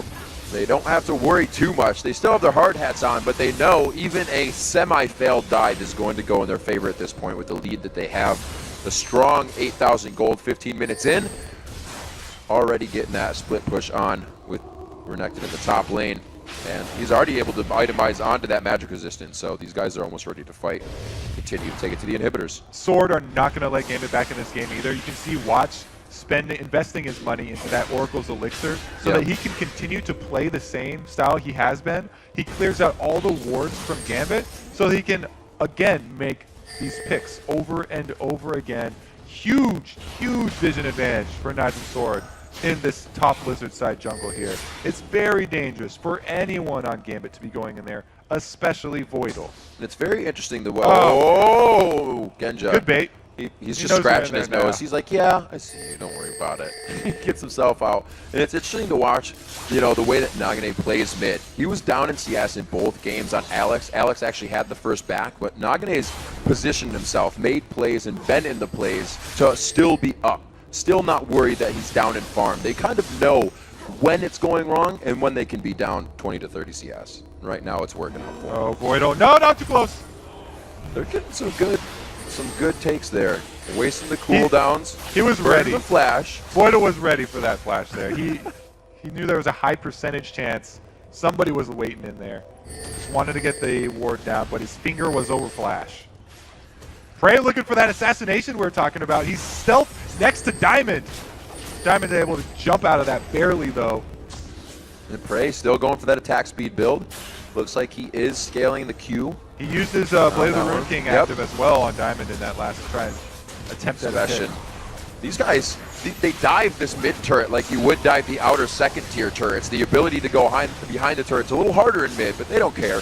They're going to do it anyways. 9-3 there, picking up the 6th turret of the game. The global gold increases even more. And from a game that we had within hundreds of gold, that was even in gold, there's a 10K gold lead now, 16 minutes in for Najin Sword. Started very early with the advantage bottom and then just completely got out of hand with Watch's interference. Nagne does not go deep. He is a very safe player. That's what I just learned right there because Genja was very That was easily, one Foxfire and 3 bolts from an ultimate, so yeah. with a Q. That's pretty painful. You didn't want to overextend. You know, they didn't have any deeper vision, and they were missing 2 members there from Gambit, so. Gambit not in a position to itemize as well as they did last game. We see Genja still building up to that Triforce. The second core item for Prey almost finished as that critical cloak will come in. He likes to build into the Phantom Dancer, the attack speed twitch that we saw before. Genja with that Phage into a Zeal. 3,000 gold separate these 2 AD carries alone. Yeah, it's definitely a rough game here for Genja. We don't even know if we will see him finish a Trinity Force. It's a big pressure here by Najin. They haven't really dictated any kind of central mid push like we saw in the SKT OMG game. They are definitely still respecting the power that Gambit brings. Orianna, Malphite, Aatrox will change a team fight with a crescendo on the backside that you're looking for. So they are doing this methodically and just surgically taking out everything they can without taking too much damage. The thing is, when you're against a team like Gambit has, who is a huge combo team that relies on the timing with all their ultimates. Oh my word. Stacking all these Unstoppable Force and Crescendo and Shockwave and all that. This is the time to do it. If you're up against a team that won every single lane, it guarantees all those lanes are pushing. The 3-1-1 split push is very easy to pull off. And Najin Sword just completely overwhelming Gambit here. There's nothing they can do. That's right on. Oh no, he turns on the Sands. Gets back, especially with the ultimate on. He will be all right with Dominus there. It looks like they can't even really hurt him. He's taken 4 members damages and cooldowns, and they're walking this one in and out, waiting for Gambit to just spell reel until they can go back in for the fight. You can see that Najin really isn't even worried about this. Now onto Darien. They're able to take him out instantly. Malphite, the first one to go down. Najin knows what they can do in this fight. They continue to execute. Darien coming out of Bloodwell, but they get a kill in between that window, and they pressure Gambit off the inhibitor. Good Shockwave, but everyone else is dead already. Najin Sword rewarded with the inhibitor. They're so far ahead right now. They could just damage the front line. They poke down Darien from the beginning and then finish him off. A good job of them landing that CC very late on Darien, so that by the time he wanted to pop that Unstoppable Force, he was already going down, and they just executed it. You see, goes in quite Look at hard. That flash from Prey, avoiding Diamond's Q, and after that's done, there's no more initiate here because the stun into Cocoon, Darien is not able to have any amount of time to get an Unstoppable Force off. The charm onto Voidal there was just icing on top of the cake. Diamond goes back in to try and capitalize, but it's over from here. Najin is pressuring these fights perfectly. Voidal was in his own base, and after that crescendo, he had 0 mana. It's unfortunate, but Najin's forcing them into those fights. You have to shout out the coordination here from Najin. Yeah, I mean, exactly. Being able to poke down a tank, an initiation tank like that, and then commit your damage to him with your CCs is very, very bold here. If they had let, a split second in between of those CCs, he could have got his Unstoppable Force off and done his whole combo. And that's basically what Malphite wants to do. Oh, baby! Looking for more. There it goes. Expunge. No, he doesn't actually get the ending damage. It's forcing the flash, though. Good guy Diamond was about to take that hook. Yeah, we said, Prey's going to be looking for those solo assassinates, and he definitely feels confident now because he has his favorite combo of the Blade of Ruin King and Phantom Dancer on top of that red buff. They get the flash from Alex. Let's take stock of what is going on here. Expression running rampant in the top lane. 205 CS to his lane partner. 150 on Darian. We also see it's kind of matched up back and forth on the lanes. 102 CS for Diamond to 70 in the jungle. 177 to 159, which Nagane has been closing in on. Darian, again, hit up first. So the thing about the CS here between the jungles is actually, Diamond wasn't even hard farming his jungle. Right. It was because Watch was making the first moves on his ganks, he would kill the laner, and then Diamond would have to show up in that lane to hold the lane. The extra farm he has is just lane farm because he was late. Frey again, right next to everyone. Just, whoa, he gets hit in the face with the unstoppable force, but he's brought back into the fight by Kane. A great move there. He actually picks up a kill off of it as well. Amazing coordination in the team fight. Yeah, we finally got to see the long-range Dark Passage there. It's so late, though, that Najin Sword, they definitely didn't even really need that huge play, but they're going to walk this one in. Genja continuing to run from the giant crocodile. And you had said it, Kobe, he's a bit behind on that build. 22 minutes in, we've seen 13-minute Triforces come out. Land. They are making sure to put the entire team of Gambit on an island here in each one of their lanes. Second inhibitor is going to go down here. 3 members up. Alex going to revive soon. They might be able to defend their double Nexus turrets. Najin Sword could play safe here, and they do. They're just going to take that gold and not throw away their advantage. This is the momentum now coming in as we All right, see Frey this goes fight. in right next to Malphite. He says, okay, you're going to unstoppable force me? Not scared. Meanwhile, Voidal on the other side was 100% bursted down through the seed there. Even though he got off the crescendo, there was no hope for Gambit coming back from that one. Diamond didn't follow up on that unstoppable force either. He used the Dark Flight to run away. I thought they had it in the beginning there. It was a great pressure out by Darian. But the plays and coordination coming in very strong. Najin, with that one game under the belt on the stage, seems like they have warmed up quite a bit here and are able to stop the momentum of Gambit throughout these group stages. Yeah, definitely their bottom lane showed up big. Yep. Their jungler, a new face here with Elise rather than Nunu, and it's completely different team here. The kills spread out a little better for them, beating out everybody at 2-0-5 in the top, 3-0-8 for the jungler. They are getting the kills onto Nagane this game at 6-0-5. Everybody enough kills to be thousands of gold over their opponents right now, and they are now going to focus this bottom lane as the map is objective free and only turrets and inhibitors in their eyes. 3 more stand on the map for Gambit, and they're going to try to hold strong. All right, Genja has finished his Trinity Force, so he at least got to get that item one time here, and they actually have a good amount of burst now. If they can actually land this CC combo, they will have a chance at taking out Frey, but if they're not able to capitalize on it, it's just going to be Najin Sword walking in. One turret goes down, a nice crescendo by Voidal, but he goes down, wasn't in vain. Raj is now into the fight. Alex Deach gets exploded instantly. Not the Zanya's there to be activated. Genja on the back line is trying to get back into the fight. It's going to be an ace. The double kill coming up big for Prey. Very well played and a complete change in mindset, gameplay, and play style from Najin here in Game 2. And Gambit finally got to try and pull off their combo right there, but it was not enough. They're just way too far behind in items at this point. Congratulations, Najin Sword. That's all she wrote for Game 2, ladies and gentlemen. We take it to a Game 3. Najin Sword turning it up a notch here in Game 2 to bring it to 1-1 in the best of 3 series.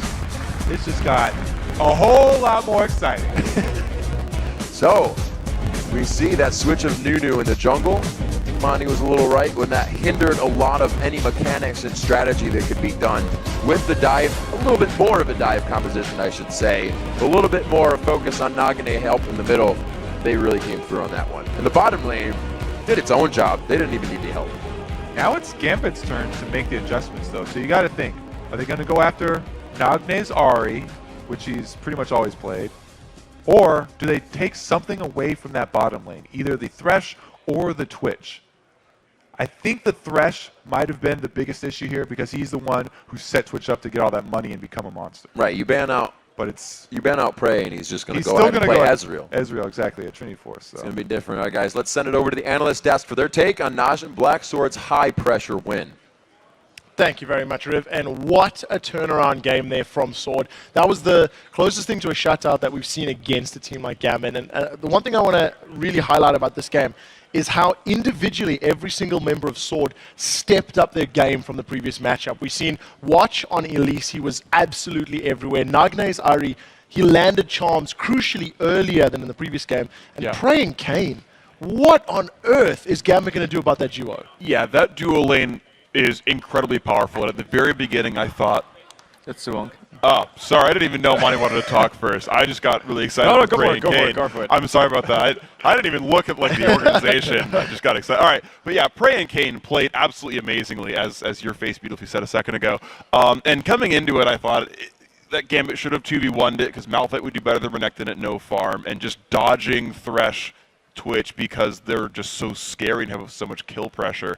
And you saw how scary and kill pressure those guys got. Yeah, and the Prey and Kane lane are known for their all-in kill potential. I mean, they pick up a staggering amount of first bloods, and they play those trades so well, and that came in really important here. And yeah, going back to Watch, too. Watch is known. He's the quintessential carnivore jungler in Korea. He's known for his extreme early aggression. And that Nunu pick was so weird last game, and I'm glad we got to see him on Elise. And I also want to point out the difference in styles between the Korean teams. I mean, we've all been criticizing SK Telecom's vulnerability in the early game to these 3v1 dive situations, but Najin Sword is the diving team of Korea. Their motto is do dive. You see the fans have the do dive signs whenever they play. And this is a team that has always had these tactics. And you can see the big difference. They know how to defend against it better. We saw that in the first game. And they also know how to execute it better and take those dives to create massive snowball leads. Even with Makdoon coming off the team, they're still playing the do dive style. Yep. I really think that the quintessential point of this game, the difference between first and second game, was not only nerves, but I feel like Nagne played a much more solid game than the first one. But 2v1 seems to really throw Korean teams off. This game they had standard lane setups. You saw Expression beat Darien by almost 30 CS at 10 minutes. You saw Nagne do a lot better. He was actually able to use his jungler instead of the jungler being used to hold the 2v1 lane. And you saw Prey and Kane really just crush Genja and Voidal. It was not even close. He had a Blade of the Ruin King against a Phage. That was mostly due to matchups, though. I think Renekton does have a favorable matchup against Malphite. In the middle, Ari and Elise have a really good synergy, which they actually killed Alex with. He was hoping for a counter gank from Aatrox, got caught with the cocoon. And then on bottom lane, it was a straight up 2v2, and it generally indicates whoever pushes first wins, especially with Fresh and Twitch. They got the free push off from Gambit. I think that Gambit really dropped the ball there on bottom lane. Corki and Sona had vision on them all times. They should have won that push war for sure. I think there's also an issue with coordination towards the mid game for Gambit as well. There was one team fight where Twitch basically stealth engages like 400 units away from Malphite, and Darien jumps him immediately and lands the Unstoppable Force. Diamond goes the other way with Dark Flight, and it's just like, all right, well, Twitch is going to go escape with a lantern now. And it was like this is a team who you have do die from the Koreans, but you have see hero, kill hero from Gambit. And Darien saw, or not Darien, but Diamond saw a hero and was like, late. By that time, though, it didn't even matter what they did. Sure. Twitch could have gotten killed immediately there, and Najin Black Shield would have just Sword Runner would have cleaned up. So talk to me a little bit about the comps here, because cleanly and plainly simply, Sword outplayed Gambit, right? I think individually in every single lane, they got so far ahead that by time the team fight phase came about and Gambit's, I don't really want to call it a wombo combo comp, but that Malphite, Aatrox, Orianna, it never got into a position to really make an impact in the game. And I felt like it was too risky to play against an incredibly mobile team with Renekton, Elise, and Ari. So, what's your take on the picks and bans that Gambit had coming into this match? I really like that they took out Shen away from Gambit and the Fizz from Alex E. At the same time, Gambit's comp is really a do or die. If they get behind, it's not going to work. You could see that Alex at the end of the game went on the 5-man Orianna ulti, and it just didn't do enough. But if you get snowballing with Malphite and with Aatrox, he's just going to annihilate Twitch wherever he shows up. Yeah, I thought it was a really cool idea to save the pocket Malphite at the very, very end there, knowing they were likely to pick Twitch once more. But the issue is that Prey is just so good. He got unstoppable for sometimes. He would flash out of the way other times, and just generally speaking, his synergy with Kane in teamfights to spread out to lantern away from the melee champions is very successful, and you don't get to play divers against Twitch. We saw it in the first game, we saw it here as well. They really picked the wrong game to pick Malphite. This was not an AD-centric team comp. They just had Twitch as an alternative source of DPS because Renekton, Elise, and Ahri are really good sources of damage. The first game was the best game to play Malphite because they had a new Twitch combo. So I don't really think Malphite was the best pick here. And really, there's just nobody to deal with the Renekton Elise combo that's going to shred your backline. So talk to me a little bit now about the thought process going into Game 3, right? Seeing that Gambit really had to scrap and to fight for their victory in Game 1. It was a lot closer with Sword. Game 2, Sword come out and completely take control of this matchup. Now we're going into picks and bans for Game 3, where I feel in Game 2, a lot of the game was decided by this composition. Like you said, it's do or die. What do both of these teams have to do? Because we've seen a lot of emphasis on that Kassadin, the Evelyn, the Zed, those types of bans. Are we going to stick to the same, and how are we going to go forward? Gambit's going to be blue side now. I think last game they actually banned Shen themselves. This game it won't happen, so it's another ban forced upon Sword. At the same time, I don't think they want to go up against Fizz again. They seem to struggle against that as well. If I was Gambit, I would target the comfort picks, maybe hit the Ahri, get them off that, hit the Fresh as well, make them at least change their routine so they can't draw on the confidence from the last few games and they have to come in completely fresh. Aside from that, I would really hope for Gambit to go into 2v1 lanes because I think they'll probably be better off than a straight lane matchup. Yeah, and going off that, I fully expect Sword to do everything in their power to go into standard 2v2, 1v1 lanes because that's where I think they excel. Prey and Kane should be able to consistently beat Genja and Voidal if they're on their A game, especially if there's such a dangerous lane like Thresh Twitch. So what do the teams do then coming into this one? Are we going to be seeing those ozone wards that we keep talking about?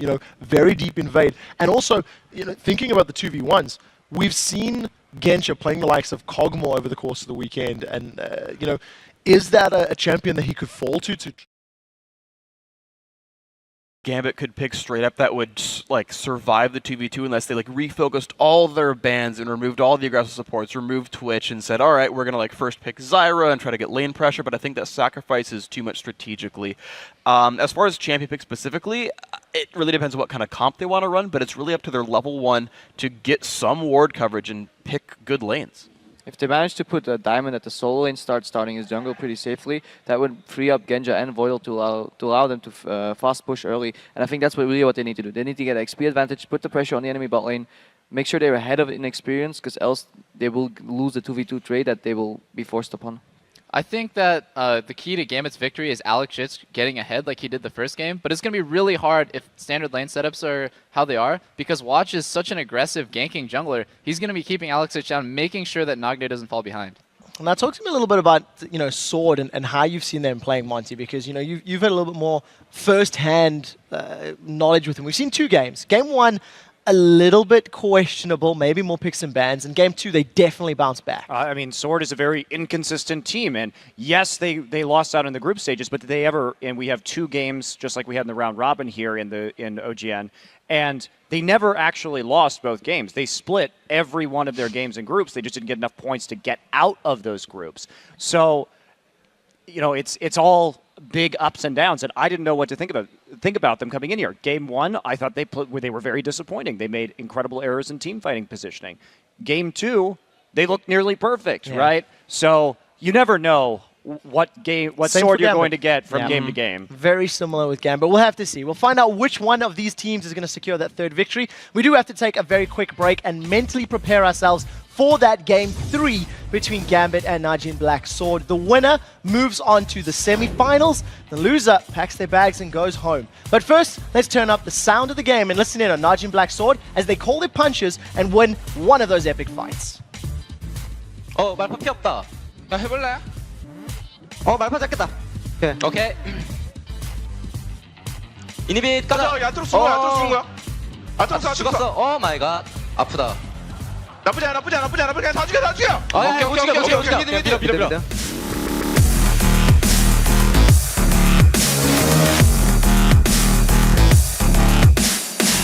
시즌3 우승컵을 한국으로 가져올 수 있도록 하겠습니다. Welcome back to the Season 3 World Championship live from Los Angeles, California. And for the 2 teams sitting up on the stage, the next match will determine whether their path to the Summoners Cup continues or it hits an abrupt dead end. It's game 3 between Europe's Gambit and Najin's Black Sword. After dropping game 1, Najin's Sword pushed Gambit around the rift in game 2. They got 21 kills in only 24 minutes. Guess they're warmed up now. Absolutely. I'd say Nagane and the team was a little more than warm after that performance. All right, Europe's mid laners, they've been getting a lot of praise all day long, but in this last match, Nagne came up bigger than them. With help from his jungler Watch, he was able to control the mid lane against Alex, and that was only his second game on this world stage. He's pretty cool about it, yep, no big deal. He's enjoying it. He's like, I just got to pretty much win my team the game along with everyone else stepping up. And that's really what came from our analyst desk, is that everybody stepped up that game and they were able to pretty much either win their lane huge with the matchup in that top lane, Renekton and Mal.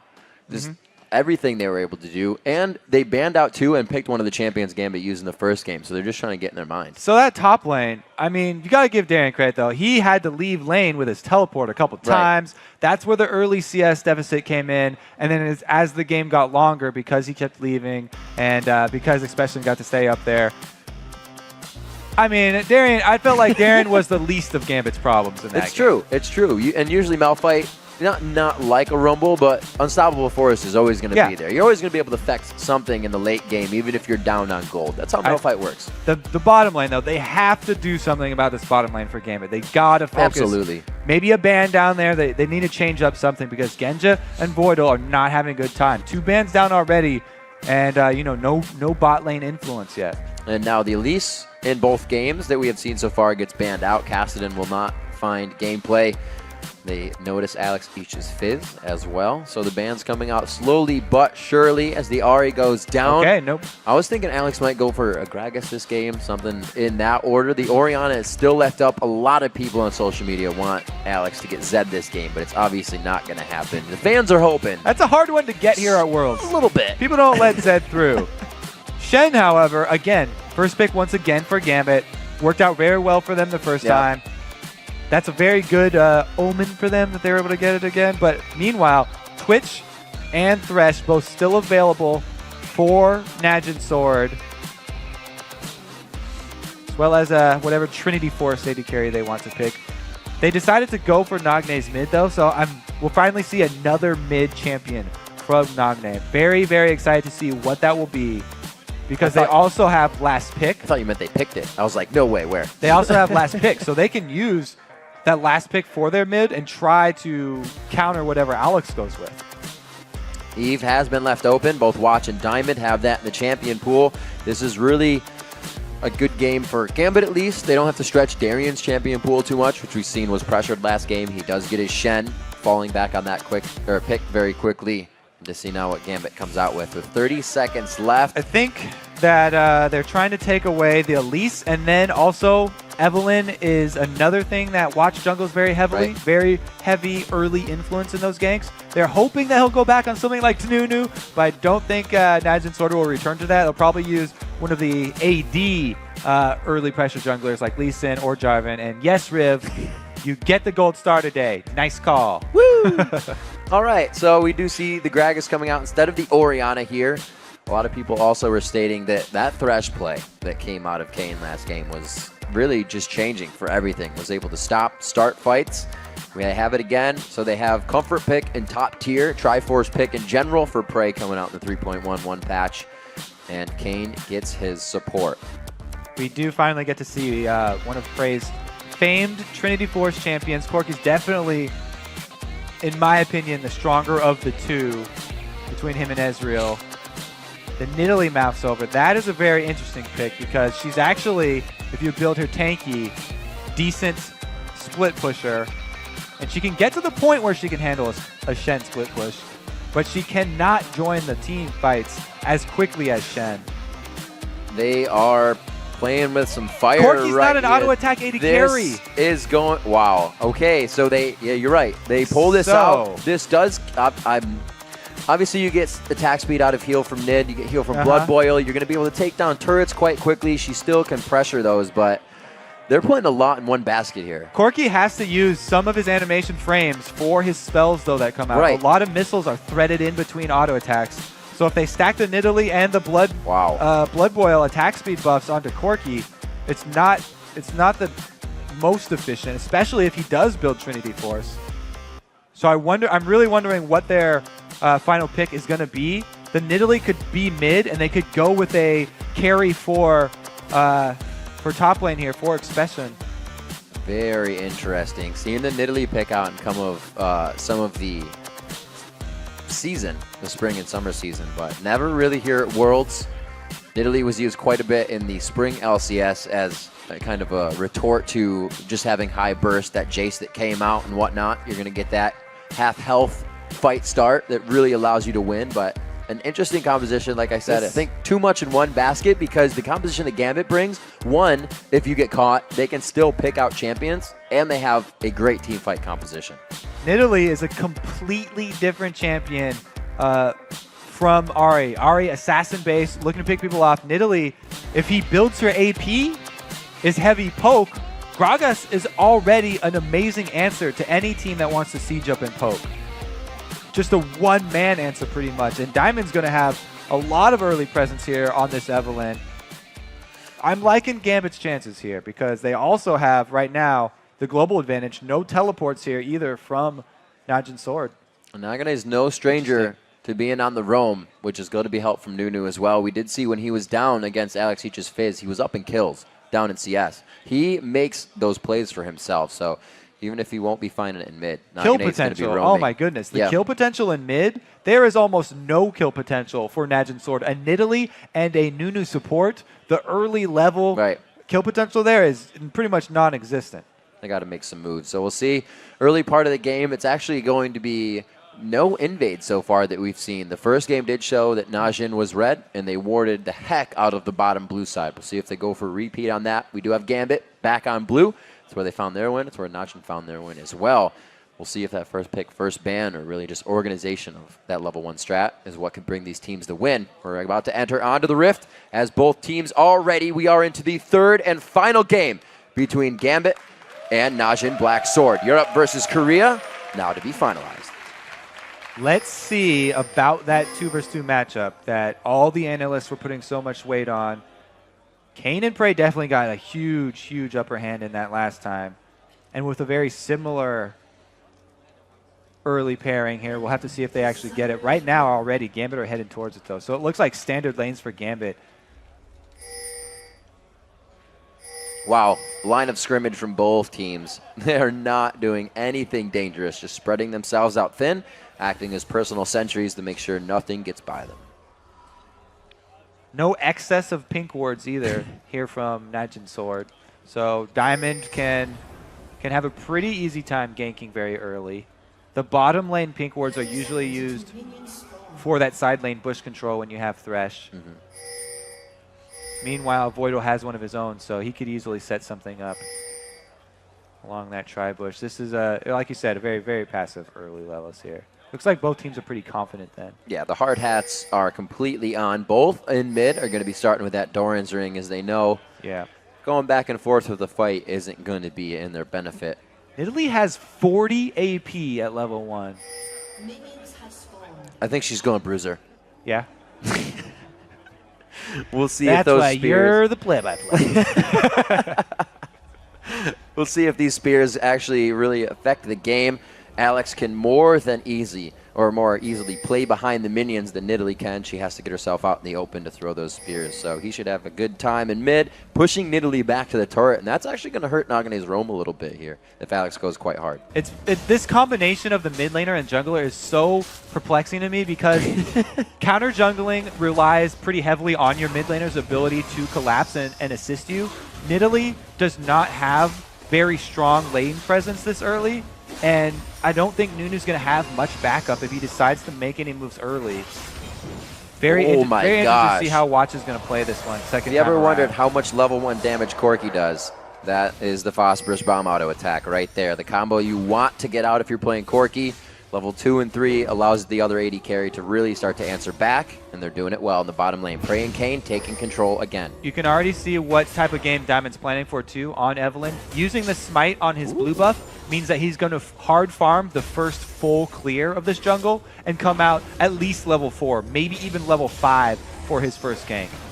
You said it before, Kobe, especially if the lane is up, you can sometimes, that gank goes awry, and that would be 3 people going down. So with those levels, he's definitely given himself the durability to go into a lane such as Corki Thresh if he chooses to. 3 minutes on the clock, not too much action. Like you said, the junglers are going to be keeping themselves safe, trying to get that farm up. Again, Watch is put back onto Nunu, and we will have to see if that hurts the strategies and mechanics that Watch can bring to his team. It's interesting here. Diamond comes in through the side bush because the pink ward was actually used in lane. I called that it was going to be used in side lane. Very, very wrong here. And it might cost Najin's sword. Nunu all the way on the top side. If they get vision of Watch at any point right here, they're instantly going in, but they're waiting for that. If they can get it. Oh, that heal went right into the bush. Whoopsies. So, very smart play by Prey and Kane on the visuals there. They back off, and Diamond is forced to run out of this situation. They had the right idea there. They were trying to get the early advantage for Genji and Voidal, though, because they had such a hard time. And Diamond doesn't really have to worry about the ganks from Nunu for his other lanes. So he's going to be trying to hard farm and then making his visits down bottom. Watch does come around mid, and Alex is pretty far extended in this lane. This is great from Watch, seeing that Diamond went back up into the lane. He knows he's either getting countered. Oh, the spear just on the backside. He's a big man, but he can move quick. Looks like Alex stays safe for that one. 100 gold lead with a little bit of the pressure that's been going on in the lanes, but really no deficit to be seen right Watch looks for his first steps into Diamond's jungle and finds the single camp that Diamond had just cleared, though. So no counter jungling advantage yet with that Nunu. He does get down the ward, so they will have a tiny bit of information. When you go against an Evelynn, by the way, the best places to ward, if you don't have the money for pink wards, are at the jungle camps, because that's where Evelynn will actually be visible because she's attacking. Here we go, some more action down bottom though. Combo from Kane! On the Voidal, the Ignite is down. There goes the Valkyrie. The 1, the 2, the uppercut coming in. Another play! Kane grabs first blood a second time in a row. Genja wants to answer, but it's just on the edge. That's the way the cookie crumbles. The flash comes in. The Valkyrie was down. The Acathian surprise. It's not enough to take him down. All right, bottom lane outplay once again. Kane is just destroying Gambit by himself here. Again, Voidal in the range of that play, and then followed up by a beautiful chain from Kane. Also, the capitalization on that by Prey. He doesn't hesitate to follow up his support. This is great synergy by them. Prey also able to finish this one off. He ends this with 20 HP after the explosion from the Acathian surprise. Bit of a fast forward. Coming out huge in the bottom lane. Prey 1-0-1. And again, Prey and Kane coming out huge for their team. Already swaying this one by 1.3 thousand gold. Communication from Nagane in mid. You can see these guys are always communicating in that bottom right portion of the screen. Looks like Nagane is actually being one to make shot calls with Kane right now. This bottom lane is definitely going to be carrying Najin's sword here. They're going to have to worry about Diamond's attention, though, because they've just got this double kill.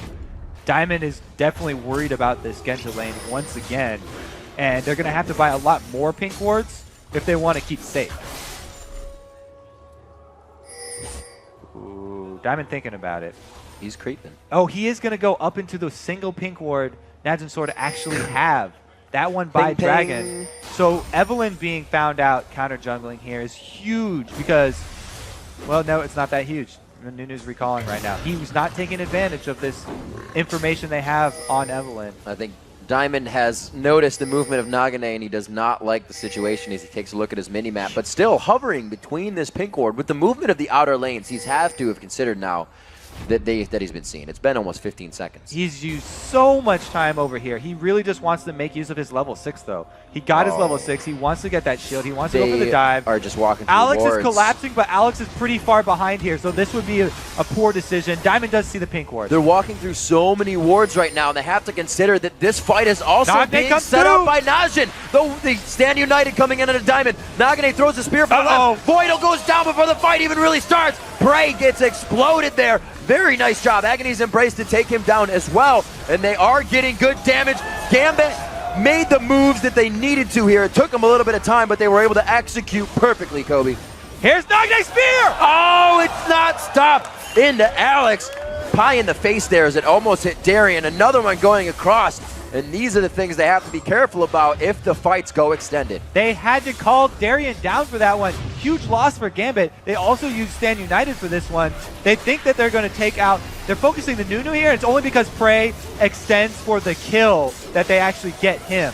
Nagne as well had burned his flash to get that.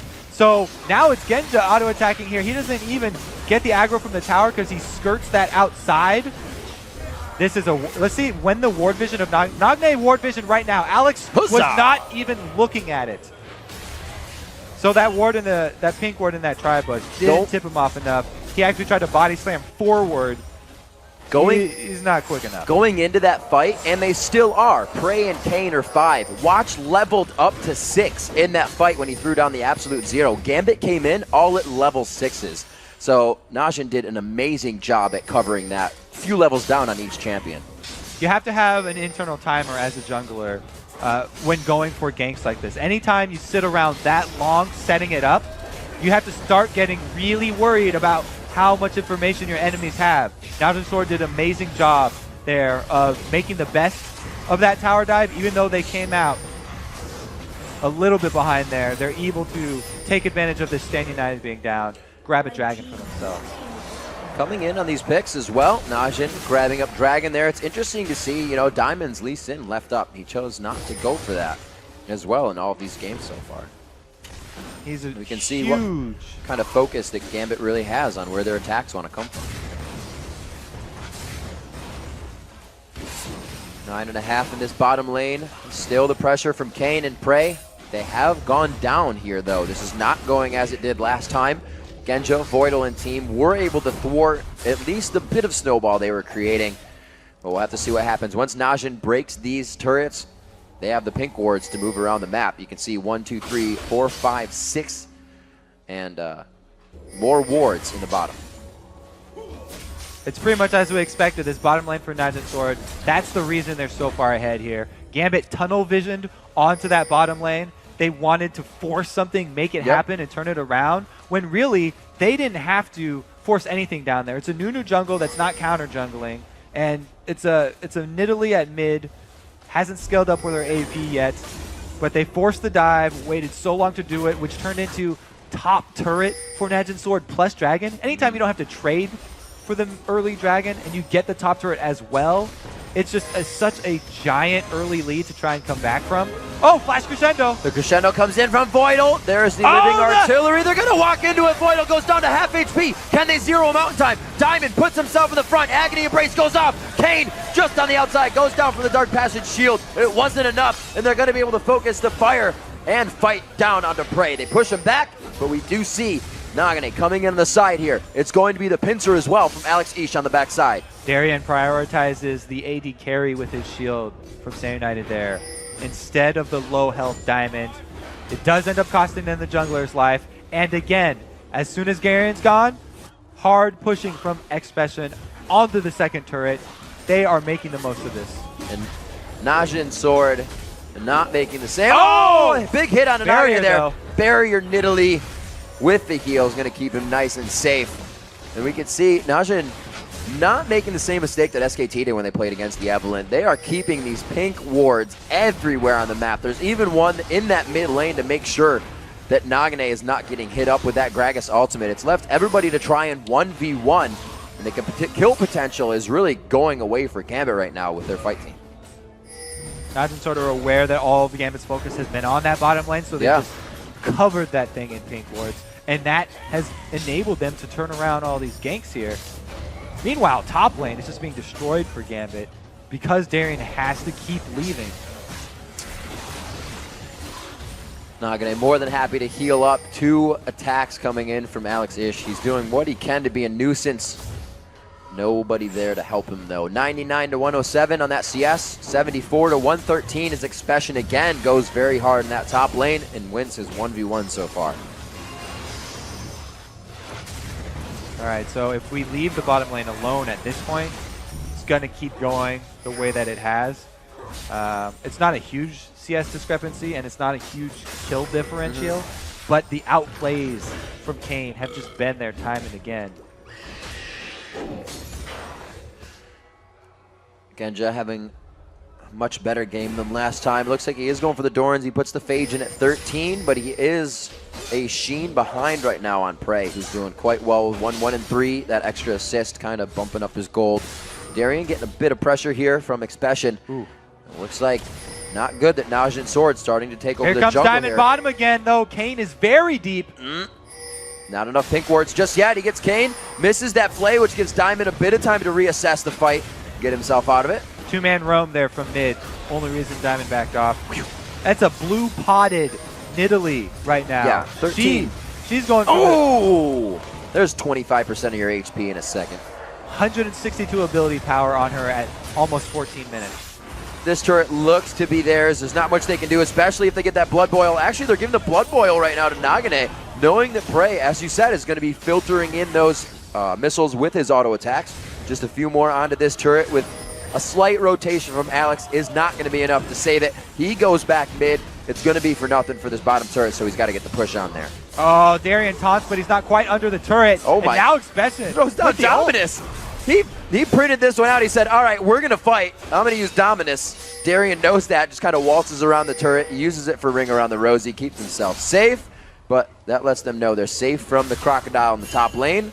It's invisible blue right he's there. He's going to try to grab this one up. Alex does not want that to happen, but this now puts Gambit in kind of the roam and chase situation. Najin can start to prepare what they want to do next. They're slowly creeping in. You can see how the ward line has slowly encroached into they Gambit just don't jungle. stop. That bottom lane is not going to go back in favor of Gambit. It's again Genja in his classic situation where he's trying to freeze the bottom here, catch up and farm. But they're so far behind, it's going to be hard for the rest of his team to hold the objectives elsewhere. Being down an extra champion and this huge gold differential is going to be very, very hard for Gambit to hold out. We pointed out earlier that Nagane wouldn't be getting these kills really out of mid lane. Even though he's been pressured back here, down in CS, he's keeping up now. Cougar form helping him do that, but the roam has given him 2 kills. He's been able to participate in a good amount that his team has put around the map. But Watch is also doing a lot better than he did last time. 1-0-1, and he's been putting himself in better spots for these ganks as well. He's not coming up in the end to defend. He's actually being an initiator. Meanwhile, Expression up top is just becoming a monster. He's got his Sunfire Cape for split pushing, and now he's also got the Negatron Cloak. Very good resistances on both sources of damage there. That with the extra help from Dominus means it's so hard to take him down. Oh, in the pink mid battle. game. Very nice. Well played by Corky and Sona on that one. So we're going to see Vision starting to die out in that bottom lane. How much longer will Genja actually spend there? I feel that Gambit's going to need more than 3 members in the mid lane to start stopping these sieges. Especially with that blue elixir Nidalee now with blue buff. The late game poke has come very early for her. It's going to be big. Stand United is up, but it's going to be the pincer here. It is a forced spread from Gambit. If Diamond's going to go, it's got to go now. They are on him. It's going to be Agony's Embrace going down right there. Stand United comes in as well. Expression is a very big focus here. They get a good hook onto Darien as he's getting moved around. All of Najin is combining themselves on each other right now. Very hard to click into the damage. They now focus onto Darien, and it was just too hard to get the shots out for Genja. Great initiation there from Diamond, getting around the side and getting the ult onto Prey. And he also got the Dragon, but the zoning there. Watch, popping off the Nunu ultimate did so much to slow everyone from Gambit after they dove in. Prey was able to live through that end of that fight, and he put out so much damage. Alex gets zoned by Nagne, by the way, this entire time. That's the thing that hurts when you start a We're fight thinking half it was health. coming in. The double spear, that fight up top is pretty interesting. But down bottom, Genja getting hooked in there. And then Watch throws off the absolute zero, allowing Prey with the red buff from the back line, able to stay in this with only 30% HP. Oh. So amazing how once that Watch ultimate off, he's like, everybody on me right now, and it's just not enough combined damage from Gambit to pull that fight out. Again, the chase of Nagane, now overthrowing Alex Ishu. He's got to worry about that in the fight. He can no longer be appeal for his AD carry, and that was kind of pointed out when they went into the fight. It was a pincer, you know? It was all about Genja trying to run with Voidal, and as you're getting dove on by Expression, Watch, and Nagane, those guys are ready to fight an objective. Yeah, Nagne, he did a really good job there of zoning Alex. Yeah. Keeping him on the outside, and then even came up with the solo kill. So 3-0 now, or 3-0, I should say, in that mid lane for Nagane. Coming up big. Watch says, check this out. And he looks over at Darian before he takes the lantern. The Oracle coming out on their side is going to help with Eve, as well as assist their pink wards that they are still laying down the map in handfuls as they start to clear out and gain control of the other side. Here, Darian getting hit up in the top lane. The snowball is going to keep him within range. And it looks like everybody else is coming up too. They want assists on this. So we're going to get a Thresh Hook here. We may even get a Nidalee Spear, maybe even a heal. Oh, he gets him in just to get it for the assist. Very nice job. Najin cleaning this up perfectly here in this mid game. Nice pickup there. Grabbing Darian with no vision. It's going to mean that they can easily push in now onto these secondary turrets. Genja's still, by the way, off by himself farming here, so they don't even have the extra Kog'Maw damage. It's going to be a two-pronged approach here from Najin Sword. Looks like Genja, again, maybe not falling behind, but did switch his choice as he double dips in the build on the BF Sword. Kog'Maw can get to that late game king carry position, but he is far from it right now, and they're going to need a lot of time in this game. Meanwhile, over at mid, Prey hitting level 11 with those Sork shoes is a tremendous amount of magic damage from his ultimate. The second level of the ultimate, Corki's bombs go up pretty high in damage, 70 extra, and he becomes a poking menace himself. Now, that plus Nagne's spears are just whittling Gambit down, and they don't have enough HP to engage upon.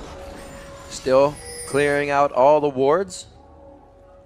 You can see that Najin has definitely made this a game where at the point they take objectives, they have more control of the map than Gambit. They're not allowing Gambit to win through fights. And it's interesting because the past two games, Najin has avoided every fight that Gambit has brought to the table and dropped structures. But this time they said, we're taking it to you and we're going to beat you with your own medicine. So they bring a fight team to the table, 11-4, a 6,000 gold lead. I think the quickest and most we've seen within this game. It was 10,000 last game, but that was a little bit later.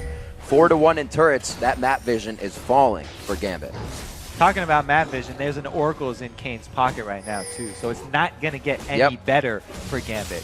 From here on out, it's Najin slowly closing in with that ward line around the Gambit jungle and forcing Gambit into bad spots, even though they have Evelyn.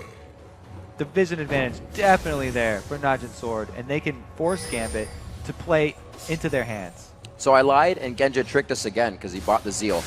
So he may not be going for the Infinity Edge. He still wants to double dip into both of those items, trying to get that BF Sword for a bit of damage on Living Artillery and his Arcane Barrage. Or not Arcane Barrage, Bio-Arcane Barrage.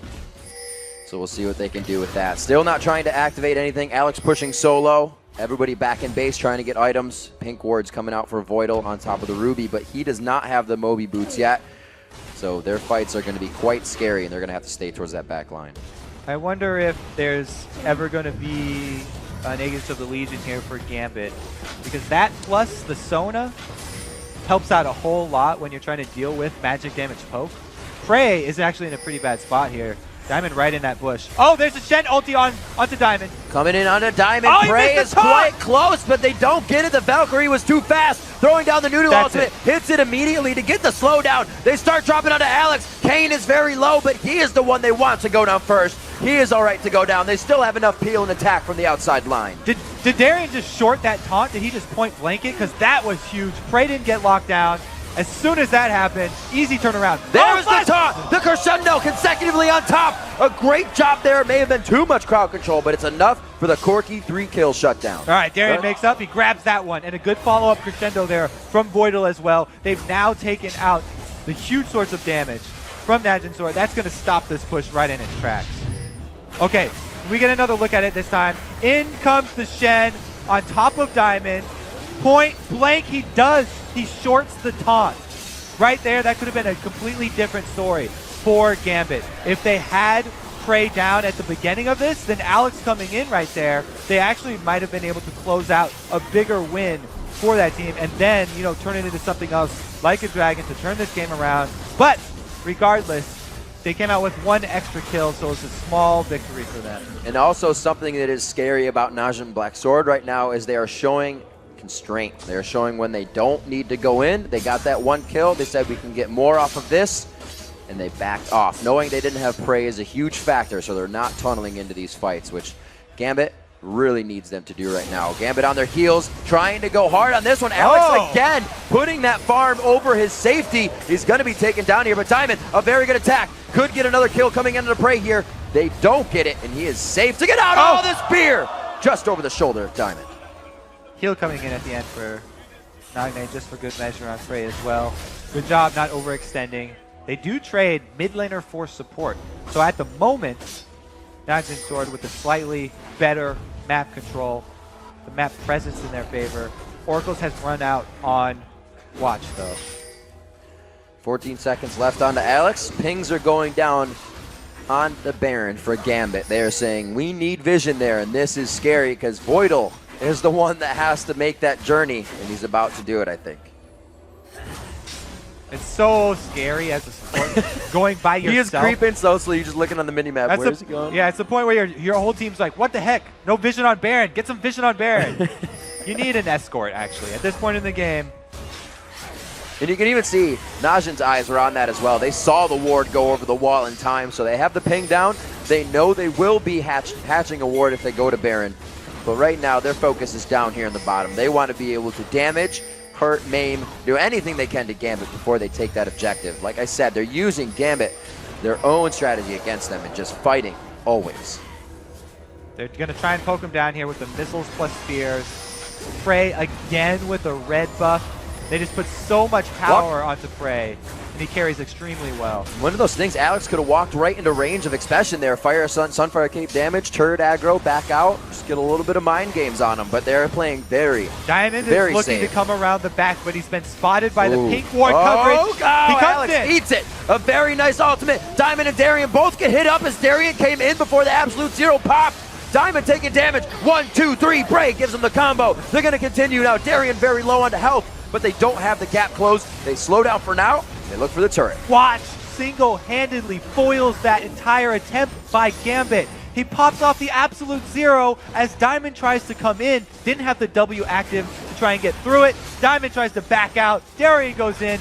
Great split there from Najin Sword. Watch comes up huge. And you can see the type of impact Nagne is trying to create with Nidalee. Void Staff and the Athene's Unholy Grail. He instantly wants that to hurt. Boom! Right in Genji's face. One or two of those, and you can't fight anything. That's why they keep choosing Nunu. The zoning potential there with the absolute It worked this zero. time, right? It worked this time. A crazy sway to this game. Najin finding 2 games in a row, a 10,000 gold lead now over Gambit. They have completely turned it on. The one game that they lost was the game they needed to warm up on the main stage here at Worlds, and it looks like the train isn't stopping for them. They are able to take away the red buff and litter both sides of the jungle in wards. So now, with this almost 10 gold, 10k gold. Well, 10 gold! They are almost 10 gold ahead, Riv. Explore awards for the win. Get it. We'll have to see what they can do. Gambit, not completely out of this one. Alex in his interview said, there are games when we know we shouldn't win that we're able to win. It happened here at the Championship Forum. They were able to come back on Balkan in their game, and they are waiting, bated breath, for that to happen. But Najin, not even on the brink of making one of those mistakes right now. So Gambit is really going to have to create some of their own impact plays here quite soon. Yeah, with Najin's team right here, they're going to play the siege game. They siege up and they just try and poke you down. So it's up to Gambit to take the initiative and make the first move here. Last time, they totally got stopped or by Watch there, popping off the absolute zero. He saw the side that Diamond was trying to come around from and completely countered their plan. And this time, Diamond has to save his W so that he can remove the slowing effects and get right into the middle. Absolute incredible flank warding going on here with the pink wards. They leave a position, Diamond can come from that position. We need to pink ward it. They move somewhere else, they pink ward it. Everywhere they've gone is a trail of breadcrumb pink wards right now. 28 minutes into the game, they're completely safe here at the bottom side of the turret. They know that Diamond is actually in that group, and they have 2 pink wards to keep themselves safe even in the bush right there. Both just placed down. It has been a while since we've seen a poke comp here played out like this. Oh my gosh, even Darian is taking hits that don't let them fight. This turret is going to be theirs. Alex just dodging out onto that one. Genja trying to come in and thwart off what was happening on the left side, but a turret goes in favor of Najin's sword. They really have this in their favor. Definitely another strength of the poke comps are that when you get to those inhibitor turrets that are usually quite daunting for most teams, all they have to do is the exact same thing they've been doing all game long and siege up outside of it once again. Wait for that spear to land on a high priority target, and then you get a few more chips off the turret, a few more auto attacks. Then they just have to be patient, control both blue buffs, and that's basically the end game plan. A lot of what Gambit brought to the table within their first 2 games would be perfect for this composition that Najin has. But Najin making sure they banned all that out or picked it. That Elise is gone. Best thing for a poke comp is a dive comp, but the only thing they got there, Genja poking back and Alex poking back. They don't have the dive comp they need. Well, Alex, with that Gragas, what I was talking about in Champion Select, how it's good against a Nidalee here in this sort of poke comp, is that if he lands a good ultimate, if there's any misstep in positioning from Najin's sword, then that acts as your hard initiate, because that Gragas ult knocking someone into your team allows Darian to go in with that flash taunt, and that's the hard initiate that they wait for. They're hoping for a really strong ultimate from Alex. Najin on their toes and definitely waiting for that.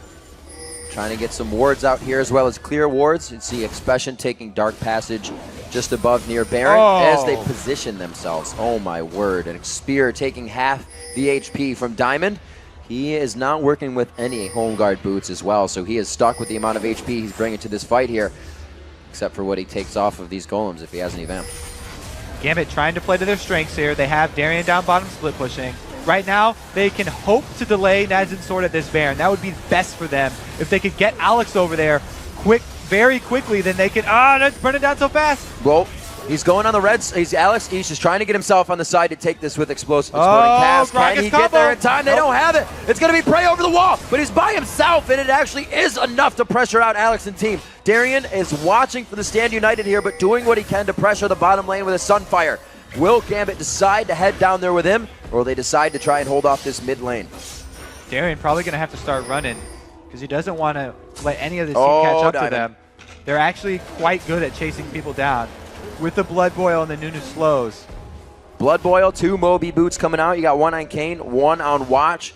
We have the chase here. I thought that Prey he is actually going hard. He's just going for the minions though. I thought he was trying to stop the back and start a fight for himself. It's been what Najin has actually turned to this game.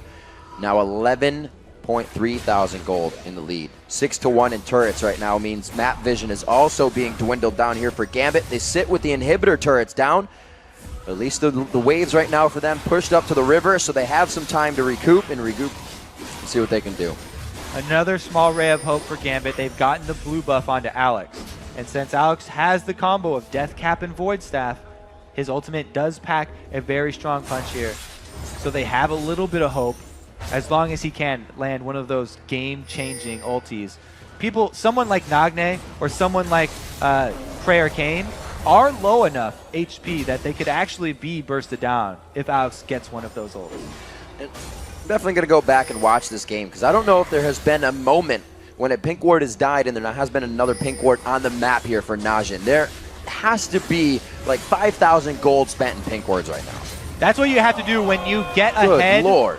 versus an Evelyn team is litter the map with pink wards. They're just dodging out spears right now. Nagane is putting these spot on, threading each needle that he has to, and it's making them have to reposition and dodge. They're trying to guard this turret. Darian's out in front, still getting harassed himself, and they're going to be able to take at least 65% of health off that turret with a full Gambit team there. It's exactly what we talked about. You throw out a spear, you get one target, that's another few hits on the turret. Yeah. You get a Sheen proc, that's a huge chunk out of the turret. Nagne has been perma blue elixired since about 12 minutes into this game. Oh, almost hitting Voidal on the backside. You got to be careful whenever he dodges that spear. If you're still in the way, you're going to take it to the face, Genja. That hurt.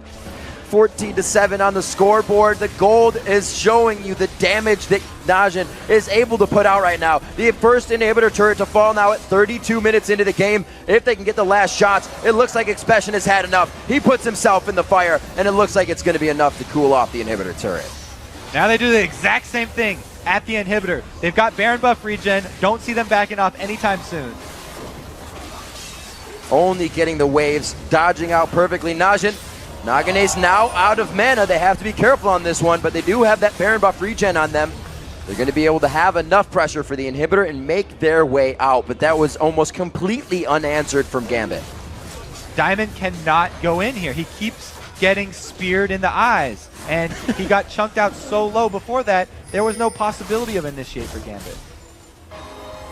See what they're trying to itemize into. You can see Diamond not going for auras for the team, not going for anything else, but we need to win these fights with damage that they are not expecting. The Warmog's now coming out into Darian. He's able to take those Nidalee spears now. He had to itemize into that health. The magic resistance really wasn't going to help too much. It is looking quite grim for the second European team here today. Genja got big. It could be an impact, but he's matching the items now, and even a Last Whisper Negatron Cloak behind here. Genja may be big. Prey is bigger. Yep.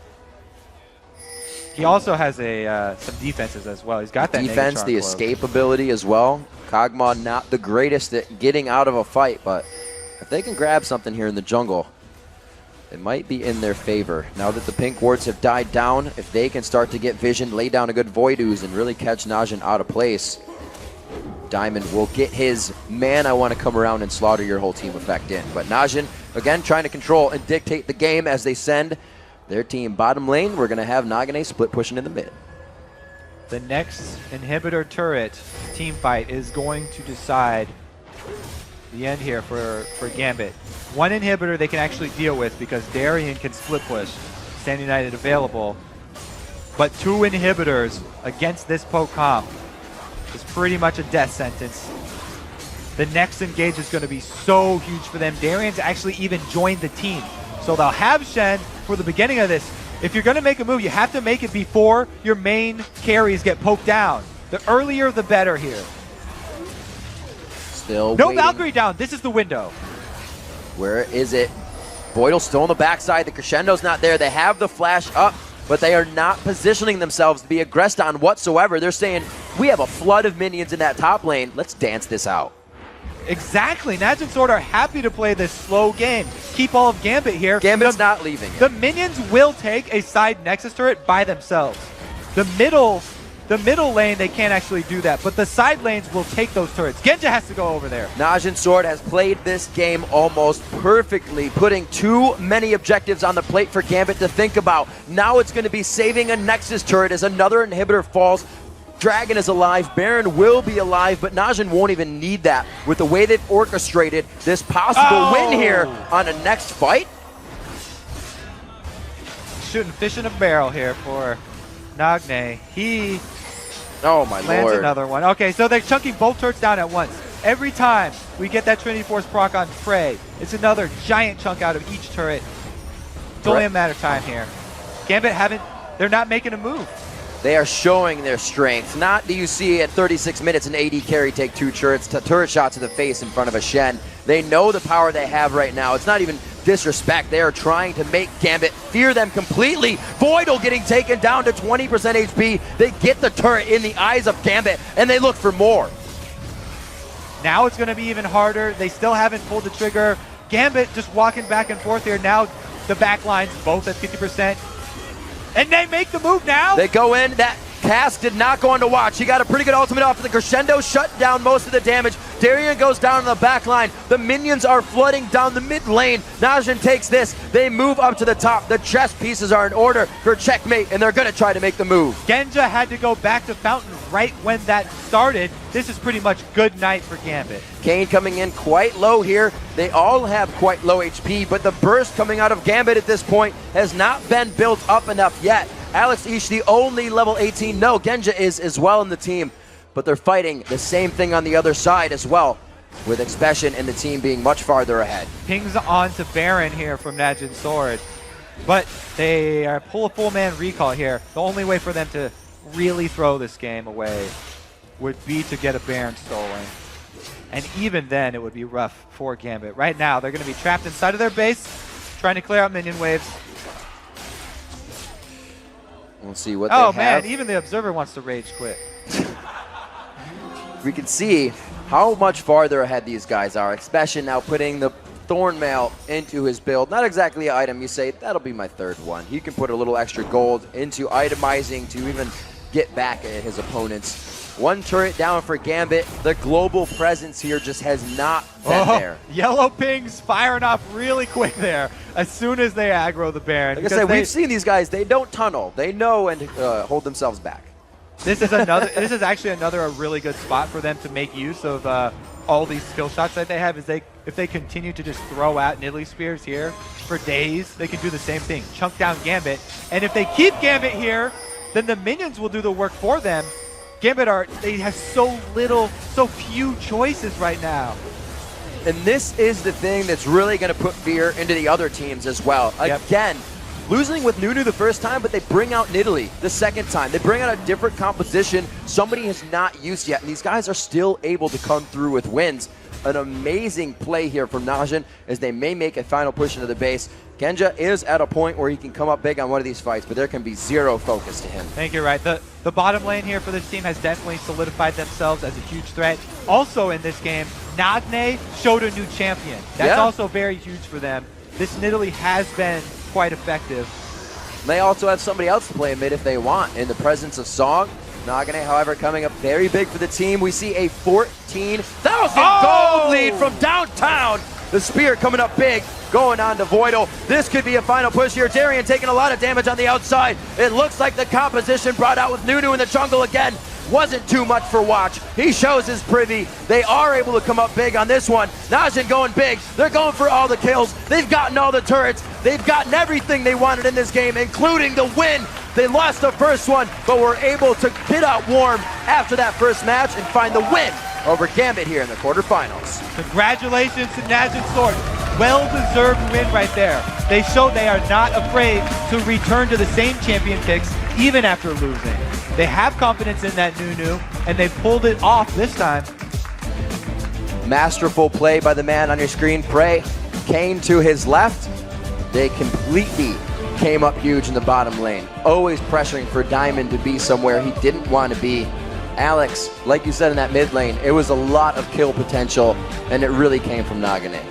I mean, Sword were able to use their very powerful bottom lane as bait, as a beacon really, to attract all of Gambit down there. And then they used that to turn the tables and gave Expression so much free farm up top, getting these turrets every time Gambit would go down bottom. And as long as Najin Sword were able to answer bottom, they came out overall ahead every single time. It was a very strong play when you go into picks and bans with something different every time. You stop the team with 3 things they just played with by banning out the Fizz, banning out something else, and taking the Elise game 2. It really, I think, got in the heads of Gambit. And although we didn't know too much about the champion pools of Najin there, they sure showed that they can go outside the box. I mean, going back to that Nunu again after didn't have that big of an effect, that shows so much confidence. And I think it really plays into their playstyle of having Prey be that mid-game carry for them and late-game extreme hard carry. And in the things we thought they were going to see, I mean, it's their choice to pick what champions they want to play, but we were like, yeah, praise Ezreal. It's going to be huge. Hasn't been seen in this tournament. He went with Corki that game, and then we questioned the Blood Boil on Corki as well. You're like, wait, he's got the missiles, but it worked out. They were able to use it on Nidalee more than not and kind of just make it happen in their own way. Yeah, that one play where Watch zoned out Diamond from Diamond's With flank the and the Stand United side, coming with in? Stand United completely foiling Darren, Real completely good. foiling Diamond. That to me was really a game-changing team fight. I think all of them are almost game-changing. We saw level 1 of the third game. Nothing happened. First game, Najin tried to get as many wards onto that blue bottom side as they could. And really, Najin, everybody's like, why are there so many blue side wins? Well, there you go. Najin made it happen. They came out strong in that game. And it doesn't matter what side they're on. Also, bringing out the Nunu. It's kind of hard not to go back to that. It was like, yeah, Watch was not used strategically well on Nunu. But that game, it just showed us they just didn't perform the way they wanted to in the early part of the game. All right, so looking forward, we had one European team move on Fnatic so far moves through. today, and one Korean team. There's still another Korean team playing in the other side of the bracket here. SKT1 will be going up against Gamma Bears. That's going to be interesting because in that match, it's Gamma Bears who are the one that nobody has any information on. They're the ones with all this unpredictability like Najin Sword had here. It worked out for Najin. We'll have to see if Gamma Bears can actually make use. So I think this was a bit of a learning experience for everyone. And I'll see what Najin Black Sword has to put on the table. And I think it was a bit of, not a wake-up for Gambit, but for all of these teams to think, we're warmed up and we're ready to go, and be surprised by a team that hasn't played on the stage yet is a little scary, I bet, for some as well. Because you don't know what to expect, and it definitely mattered in that game. Right. Before this, everyone was like, oh, I don't know, 50-50. Is Najin Sword scary? Don't know yet. Now the answer is yes. Absolutely scary as well, because how many people are now going to be considering, probably not impressionable on the Nunu pick, but the fact that they can do that. Who's going to ban out Nunu? They're not going to ban out Watch on Nunu because it wasn't a game changer, but it's something they can play to help other people change the game. And that's when it becomes really scary picks, when things are working that you don't initially want to ban out. The bans, I think, are probably going to be focused on the bottom lane for this. You think they'll get that team. Twitch out of there? Yeah. Well, the Thresh, I think, is huge. More than the Twitch, though? Tricky. I'm going to hold you to it. No, I'm just kidding. All right, guys, we're going to send it down to the main stage where Shox is standing by with a member of the semifinal bound Najin Black Sword. Thank you very much, Rivington. I'm joined on stage by AD Carry Prey. Congratulations, first off. And I'd like to ask you about that game one. Was it the nerves that got the better of you guys being on this stage for the first time? 안녕하세요, 프레이 선수. 일단 그 승리를 축하드리고요. 첫 번째 경기부터 질문을 드릴게요. 첫 번째 경기에서 이게 첫 경기다 보니까 좀 긴장을 하셨나요? 이게 오랜만에 큰 무대에서 하는 거라서 좀 많이 긴장됐어요. Yeah, this bigger stage, it's been a while for us, so yeah, we were nervous a bit. Okay. But then from that game on, game 2 and 3 specifically, I saw that the bot lane really stepped up. What was your impression of Gambit's bottom lane? 첫 번째 경기 다음에는 그 봇 듀오가 정말로 잘해주셨는데요. 두 번째, 세 번째 경기에서 그 갬빗의 봇 듀오에 대한 인상은 어떠신지요? 이게 첫 경기는 라인 수업 때문에 라인전을 잘 못했는데 이 경기 때 라인전을 해보니까 생각보다 쉬워서 3경기도 좀 어떻게든 라인전을 2대를 맨 처음부터 하려고 했더니 좀 쉽게 풀린 것 같아요. The first game was difficult for us due to the lane swapping. The second game we didn't lane swap and we went 2 versus 2 and we did pretty well. So third game we tried to do the same thing and I think that kind of worked well for us. Absolutely. Clenching the victory here. Can you fill us in a little bit as what evolution the team has gone through after winning OGN Winter and then dropping out later in the OGN tournaments? What has been the road to here? 그 윈터를 우승을 하신 다음에 그 조별 예선에서 탈락을 하시고 다시 여기까지 진출을 하셨잖아요. 그 동안에 팀이 어떻게 진화했는지에 대해서 좀 말씀해 주시죠. 저희가 좀 성적이 많이 부진했기 때문에 빨리 탈락을 했으므로 좀 준비했던 시간이 정말 많은 것 같아요. 그래서 이번 롤드컵은 다른 팀보다 좀 많이 유리하지 않나 싶습니다. We didn't do too well, so we disqualified kind of early. So we had ample time to prepare and train. So I believe we are at an advantage since we had so much time to prepare for this World Championship. Yeah, you're certainly looking strong now. You will be meeting SK Telecom T1 or the Gamma Bears in the semifinal. One of those teams you know very well. Who do you think is going to be your opponent there, and how do you think it's going to go?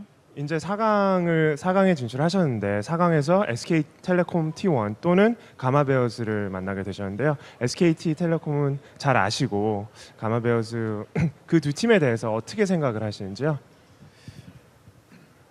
일단 SKT 팀은 저희가 한국에 있을 때 좀 많이 스크림을 연습을 했기 때문에 좀 많이 만나고 싶지 않는 상대고요. 가마니아웨어스는 아직 저희가 정보가 없기 때문에 좀 무서운 팀인 것 같아요.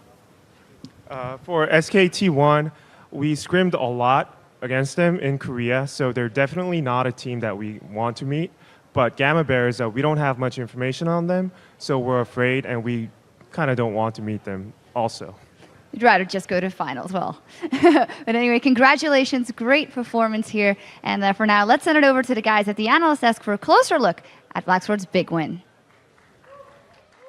Thank you very much, Shocks, and what a game there. Once again, we see Sword. They bounce back. They picked the Nunu. I was a little bit concerned about that, and I was even more concerned about the Middle versus the Gragas. It reminded me immensely of last year, where I believe Moscow 5 and TPA had the same mid picks. And last year, Moscow 5 couldn't deal with that immense poke of that Needly. This year, Gambit couldn't deal with the immense poke of the Needly. What did you guys think of the picks and bans phase and how it went for Sword? I mean, we were all really surprised to see that Nunu pick coming up again, especially with a caster carry like Corki. I mean, it makes sense later once he gets the Infinity Edge, but there's not a lot of synergy right after he gets the Trinity Force. And also, I think we all agreed too that that's a composition that if you fall behind, you're going to have an extremely difficult time getting back into the game. It's not very versatile. It's all about that siege.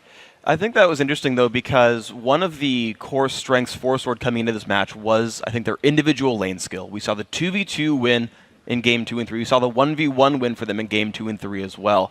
And I think that guarantees them a pretty decent early game lead, just from minion farm, that they can just transition into that. And the Nunu gives them Dragon Control to guarantee some more early game leads, and just play from ahead. I think everything you've just mentioned, Lee Sin would have done better and more. Lee Sin... If you want a counter jungle, okay, Nunu can work, but there was zero counter jungle in both Nunu games. Lee Sin would have jungled quicker, safer, is really good against Evelynn, possibly better at Drake, same. And then I didn't really get the attack speed steroids. Both Nidalee and Nunu offer an attack speed steroid, but Corki doesn't benefit from it at all. Renekton doesn't really benefit from it either. I did like the Renekton pick against the Shen. They actually let Darren have Shen, and they played really well dodging the ultis. Could have gone a lot worse for them, but the Expression just got a huge lead on top lane. Yeah, and just going off that, Nunu, immediately when you pick him, your team comp is very AD-centric. A lot of your damage is going to be focused on your AD carry. And they picked the Nunu after they had already seen Gragas. They have a 60% attack speed steroid from Nidalee, a 45% attack speed steroid from Nunu's Blood Boil, and they picked Corki, which I think is the only ADs that come to mind that are worse with attack speed steroids are Urgot and like blue build Ezreal. So it was just really strange, especially picking it after they see Gragas, whose barrel will like almost cut Corki's attack speed in half. Well, congratulations to Sword. They do manage to advance to the semifinals. We're going to throw this one over to Jat at the telestrator. He does have a play from Najin's quarterfinal win, all queued up and ready to scribble on. Thank you very much, Trevor. And this is just the bottom lane of Sword, Prey and Kayn. This is game 2, by the way, and this is a very key fight for them because in both games 2 and 3, Najin and Sword's bottom lane beat up Gambit's bottom lane in a 2v2 situation. The things to track here are the levels of everyone and some very critical minions. This guy, which is going to give level 2 to Genja and Voidal, and this guy, which is going to give level 2 to Prey and Kayn. And both AD carries should know this. Let's roll this at half speed. Voidal and Genja are waiting for level 2 so they can go in. They get the 2, and immediately Voidal gets aggressive. Pause it right here. This last hit the Prey just got pinged level 2 for Prey and Kayn, and it immediately told Kayn to go on the offensive. He gets the flay on both Voidal and Genja, and then if we keep rolling this at half speed, we get to see how Prey focuses his first few hits on Genja to push him out of the fight, and then turns to finish off Voidal. He also barriered to make sure that Genja could not trade damage effectively. Genja was out of range of Kayn and could only hit through the barrier. It was brilliant play by Najin Sword's bottom lane, and it was the big reason they were able to win games 2 and 3. We heard the analyst desk just talk how much about Najin Sword's team comps maybe didn't make sense, but none of that really matters that much if Kayn and Prey can dominate the bottom lane like this throughout the rest of the World Championships. Let's send it back to the guys at the desk. Thank you very much, Jats. And with 2 quarterfinal series in our match history, let's take a look at the updated bracket. Najin Black Sword sits in the first semi-final matchup, waiting for the winner of tomorrow's Gamma Bears versus SKT series. And in the bottom half of the bracket, it's the European champs Fnatic that are waiting to see which Chinese squad they'll be playing at the Galen Center. And coming up tomorrow, we'll fill in another 2 semi-final participants with the winners of our next quarter-final battles. Up first, it is Taiwan's Gamma Bears as they make their World Championship debut against SK Telecom T1 and Faker. And after that, best of 3 wraps up China's 2 teams, Royal Club and OMG. They're going to take to the Rift for a rematch of the Chinese regionals. Our second day of quarterfinal coverage kicks off Tuesday at 7 p.m. Pacific, 4 a.m. Wednesday, Central European Summer Time, about 24 hours from now. Well, now let's send it over to Shox, who is hanging out over on the main stage. Thank you very much. Thank you very much, Trevor. And that does it for our first day of quarterfinal matches. Now, if you missed any of the action or you just want to see it again, you can find everything you need over at lolesports.com. And now I'd like to say congratulations to our 2 semifinal teams, Najin Black Sword and Fnatic. And if you want to watch them compete live in the semifinals, then head over to lolesports.com/tickets and grab your seats for the Galen Center. And now from all of us here in Los Angeles, good night. Thanks for watching and see you tomorrow.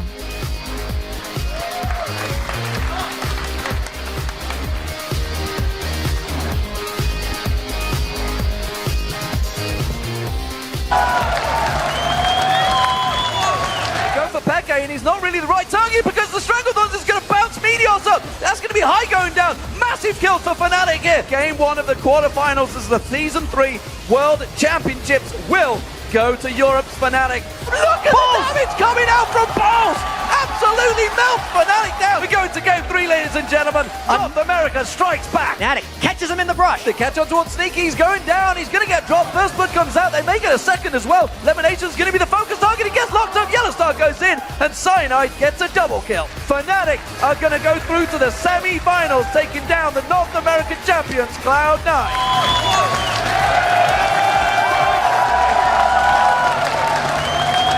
Consume Feast. I got it! Oh, he got it so big! Using Flash, using Flash, the second piercing arrow from Genja, spot on, takes the apple off the head.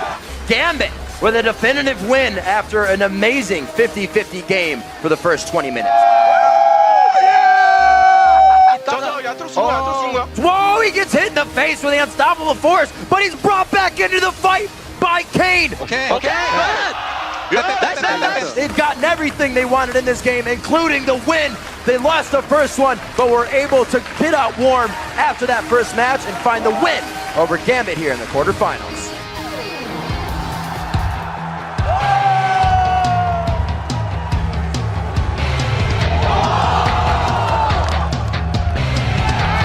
It is a clean victory for OMG. 反正就代表中国最强的实力去参加这次最后的比赛吧。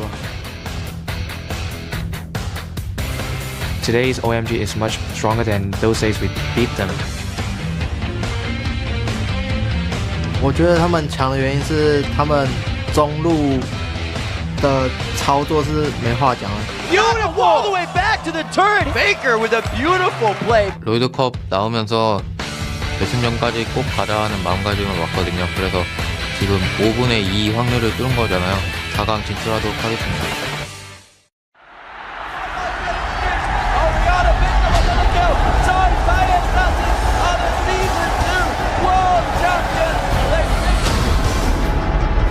The road to the biggest event in esports begins right here.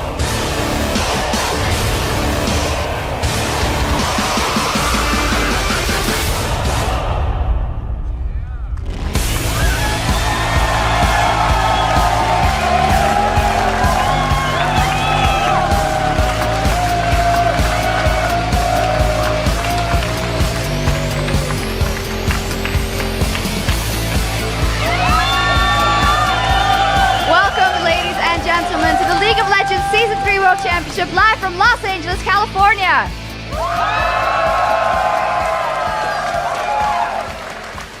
I'm your host, Evie Shoksupurtre, and tonight SK Telecom T1, OMG, Royal Club, and the Gamma Bears take to the Rift in a battle for the last 2 semi-final spots. But before we get to the matches, let's send it around the League of Legends studio and check in with all the casters that will be bringing you tonight's quarterfinal action, starting with Trevor and Freak over at the caster desk. Thank you very much, Sharks. I am Trevor Quickshot Henry, and this is, of course, David Freak Turley. Besides headbanging during the commercial breaks, we'll be calling tonight's first quarterfinal matchup, Taiwan's Gamma Bears versus SK Telecom T1 and their MVP mid laner, Faker. And I'm excited to get our first look at these Taiwanese champions here at Worlds and just see how they stack up against an SK Telecom team that, well, they kind of destroyed OMG in the last group stage game. And honestly, I'm so excited, I can barely wait. With that, let's send it over to D-Man, who's kicking back up in the interview lounge. Thank you very much, Quickshot. I am, of course, Lee D-Man Smith, and tonight I'll be sitting down with some of the LCS pros to get their take on the World Championship so far. But for now, let's keep this trip around the studio rolling and send it over to Riv and the guys at the analysis desk. Thank you very much, D-Man. I'm Rivington Bills in the third, and locking down the analyst desk with me is Sam, Kobe, Hartman, Kensler. Plus, grouping up with us in our 5-man push through the 2 quarterfinal matches is OG and Caster Monte Cristo, Evil Geniuses Crepo, and Counter Logic Gaming's Double Lift. But before we insta-lock our predictions for tonight's series, we need to get our flux capacitors up to speed and head back to Monday's games for another look at our first 2 semifinal qualifying teams.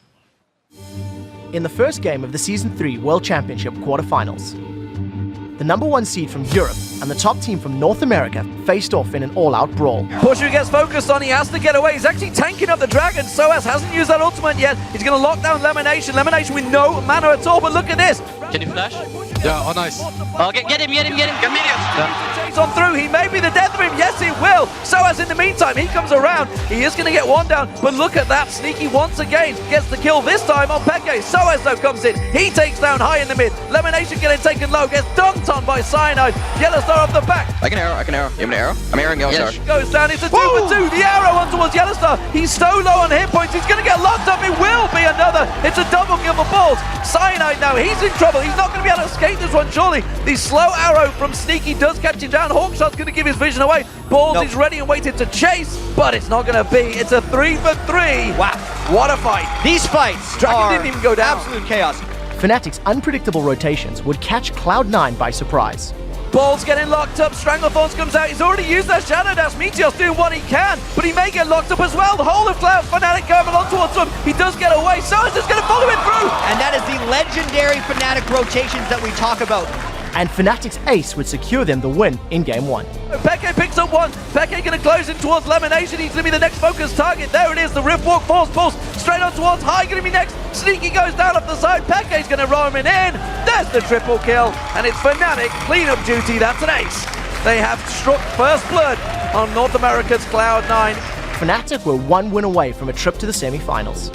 But it is going to be High going aggressive. Urgent Strike is available on Peke. You can see he's already used the Ignite. It's going to take him very low. High should get this one. First blood for High.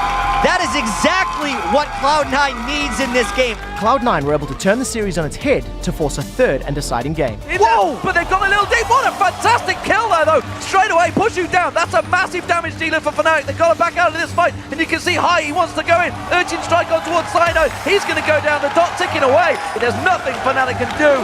We're going to Game 3, ladies and gentlemen. North America strikes back. Game 3 started with disaster for Cloud9, and North America's last hope was dashed before minions even hit lane. Fnatic catches him in the brush. The catch on towards Sneaky, he's going down, he's going to get dropped. First blood comes out, they may get a second as well. Lemonation's going to be the focus target, he gets locked up, Yellowstar goes in, and Cyanide gets a double kill. That is immensely huge for Fnatic. Fnatic would snowball that advantage, and Xpeke cleaned up once again to send Fnatic into the next round. But it is going to be another triple for Peke. Here comes the Quadra. They're going to give it to him. Yes, they are. It is Peke dominating 11-0-7. Fnatic are going to go through to the semi-finals, taking down the North American champions, Cloud9. In the second match of the day, Gambit Gaming were looking to be the second European team to advance to the semi-finals. They faced off against Korean Najin Black Sword. Gambit stood united behind Darian Shen, They see Shen start to come in. Nagane gets hit up. There's the attack. They pull it around. Oh no, Genja's gonna eat it. Prey walks right on a Genja, but there's the Stand United coming in. The taunt to come out, and that is a dead Prey. Buff transfer to Genja secured. It was a back and forth game, but Gambit's dive would swing the game back in their favor to give them the win and a 1-0 lead in the best of 3 series. It's like, yes, everyone build magic. Oh, wow. Defense. Oh, look at him. Nagane gets taken down instantly. They didn't see that one coming. This is a choose-your-own-adventure Prey's for still up, Gambit. though. They are still going on to the next chapter. Prey goes down to the back line, or gets the takedown onto Alex Yish, I should say, using flash. Using flash. The second piercing arrow from Genja, spot on. Takes the apple off the head. Gambit with a definitive win after an amazing 50-50 game for the first 20 minutes. Najin Black Sword turned things around in game 2 by getting Prey's Twitch fed early. Mount Zona, some of that low HP. The expunge is there. They get the first blood down onto Voidal. And this game was never in doubt, as Najin's Sword would secure the win to even the series at 1 game apiece. Prey again, right next to everyone. Just whoa, he gets hit in the face with the unstoppable force, but he's brought back into the fight by Kane. A great move there. He actually picks up a kill off of it as well. Amazing coordination in the team. Congratulations, Najin Sword. That's all she wrote for game 2, ladies and gentlemen. We take it to a game 3. Najin Sword turning it up a notch here in game 2 to bring it to 1-1 in the best of 3 series. In the final game of the set, Sword got kick-started by their bot lane. Combo from Kane! On to Voidal, the Ignite is down, there goes the Valkyrie, the 1, the 2, the uppercut coming in. Another play! Kane grabs first blood a second time in a row. Genja wants to answer, but it's just on the edge. That's the way the cookie crumbles. The flash comes in, the Valkyrie was down. The Acathian surprise, it's not enough to take him down. All right, bottom lane outplay once again. Kane is just destroying Gambit. An ace for Najin Sword would all but secure the win. All of Najin is combining themselves on each other right now. Very hard to click into the damage. They now focus on Darian. 오케이. 오케이. 나 잡았어. 형이다. 플래시 있는데. 오케이. 에이스. 밀어. 탑 올라간다. And Najin's patient poke comp allowed them to push to victory, earning their ticket into the semi-finals. Gold lead from downtown. The spear coming up big, going on to Voidal. This could be a final push here. Congratulations to Najin Sword. Well-deserved win right there. And with half of the quarterfinals in our rearview mirror, let's take a look at the updated tournament bracket as it stands now. After cruising through the group stage, blowing away Cloud9, and earning a spot in the semifinals, Fnatic has guaranteed themselves at least a top 4 finish here at Worlds. While in our second match, Najin Black Sword shook off a Game 1 loss to get past Gambit and earn the second spot in the semifinals. And remember, if you want to watch Fnatic, Najin Black Sword, and tonight's 2 winners throw down at the Galen Center, there are still a few tickets available. Head over to lolesports.com/tickets to secure your seats to watch the 4 best teams in the world compete for their spot at the Summoners Cup. All right, gentlemen, it's your time again to drop some knowledge. What were your thoughts on yesterday's 2 quarterfinal matches? Crepo, we're going to start off with you. What were you feeling about yesterday now that you've had some time to sleep on it? I was just really impressed with Fnatic. The way they came out to play, like really prepared. They got their Kassadin through. I have no idea how. Their rotations were really amazing. The way they hide in brushes even between lanes, and people, they basically force people to keep falling for it, and just really well played by them. Yeah, and I'm surprised Cloud9 actually kept up in laning phase. If you had asked me after groups who would win in lane between Fnatic and Cloud9, I would definitely have said, you know, Fnatic all the way. But even high even first blooded, expect a 1v1 mid in the second game, and I just expect them to lose really hard. And I'm also really surprised that Sword seems so uncoordinated.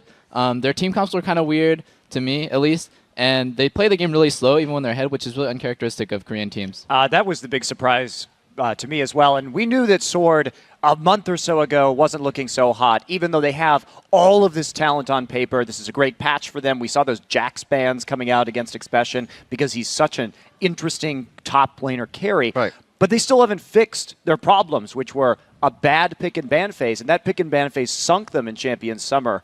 The Syndra-Draven combo is an absolute horror in that tournament. I think that's why Prey yesterday was trolling a little bit, mousing over the Draven, because it's kind of become a joke in Korea about how bad he is at playing that champion. But the issues, they're still there. They're not aggressive enough. They're not decisive enough. They lack that crisp shot calling. Right. I mean, even though these guys are talking about how their pick and bans were kind of lacking, their team synergy was kind of lacking, they still had some very, very strong individual play. What impressed me most was that bottom lane. Kayn and Prey almost just single-handedly won them that series. Well, gentlemen, tonight we'll be finding out which teams will be joining Fnatic and Najin Black Sword in the semifinals. So let's take a look at our first match of the day. The Taiwanese champs, Gamma Bears versus Korea's SK Telecom T1. What are your thoughts going into this best-of-3 series? Doublelift, take it away. Well, I think Gamma Bears needs to play the best games of their life if they want to beat SKT. And the reason is SKT has been getting better and better every game I watch them. As they entered groups and they lost to OMG, I was like, wow, SKT doesn't know what to do against these early game stuff. They don't seem that crisp and clean.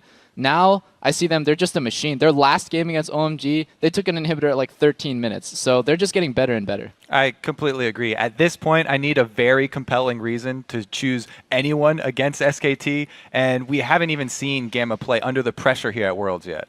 Well, it's also just looking at the Gamma Bears record. I mean, yes, they had a spectacular run to make it through the Taiwanese qualifiers, but if we actually look at the Taiwan Esports League where they were playing, they were 12-13 in that league. And yes, they beat a lot of those teams to get here, but they're a young team.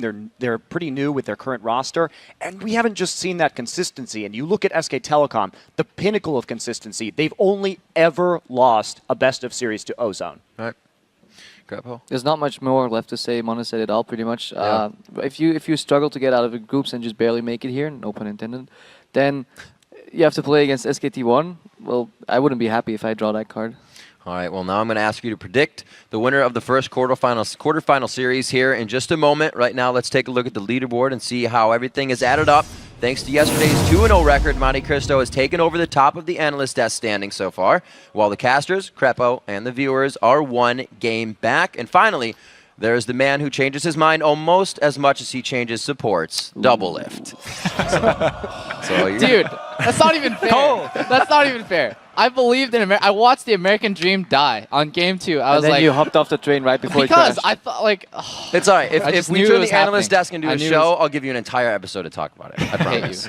So guys, just so you know, you're probably going to get into a little flack tonight if you don't make the right choices. So better get your choices right. It's time to put your analytical abilities to work and tell me who you think is going to be winning the first quarterfinal matchup here. Gamma Bears versus SK Telecom T1. Remember, gentlemen, the quarterfinals, each correct guess is worth 2 points, and each fail count as 2 losses. So, Kobe, let's start with you, since you have the courage to stick with your picks more than not. All right, well, for all the reasons that we just listed earlier, I'm going to have to pick SKT, their individual players. I mean, they have Faker, and Gamma really have to prove themselves against them. Yeah, of course. I'm going to be picking SK Telecom T1 as well. Again, we've talked about it. They're just that very consistent team. And I talked with their coach again before the match today. I said, how are you feeling about the Gamma Bears? And he said, we're just going to play solid.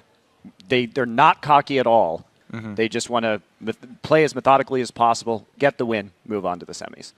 All right. It'll be SKT. I don't have much hopes for the Bears. Alrighty, Doublelift. Yep, I'm with SKT as well. Even if Faker has a bad game, as you see, he can give first blood and he'll still win the game because his team is just so good. All right, gentlemen, thank you. Everybody, here's your chance to let us know whether you agree or disagree with our casters' picks. All you have to do is head over to lolesports.com, click on Schedule, select the quarterfinals, and hit the thumbs up under the team that you think is going to win. Then, when you're done making your picks, head over to Twitter and let us know what has been your favorite moment from the quarterfinals so far and why. Can hit us up at LOL Esports and be sure to use the hashtag Worlds. If you want a chance at winning a Logitech G602S gaming mouse, I'd want one, but we can't win. No. I'm still going to try to tweet. Crepo did. He got one on. All right, we got to take a quick break, but when we return, the Gamma Bears and SK Telecom T1 take to the Rift for our first game of the day. But right now, we take a closer look at the Bears, a team that went from unknown to underdog to champions of Taiwan in less than a year.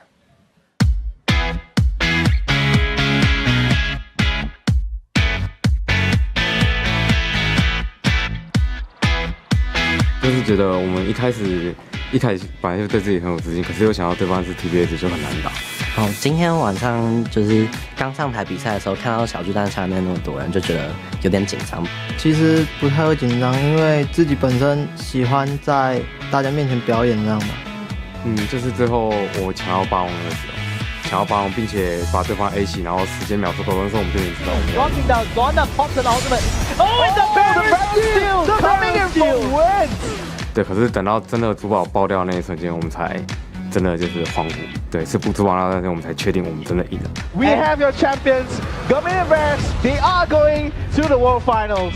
当我们赢下来这场就是 S3资格赛的时候，就是觉得很开心，能够就是跟队伍证明自己的实力。对，其实老实讲，就是另外一队的粉丝人数远远高过我们这队，然后我们可能拿到冠军的时候，呼声还没有他们一个击杀还高，就是真的这样拿到冠军真的是蛮开心的。今天比赛完就真的蛮想哭的啊！有一次看到队友们就是都有在掉泪，都觉得很感动。平常不会，只是因为今天真的太开心了。对，因为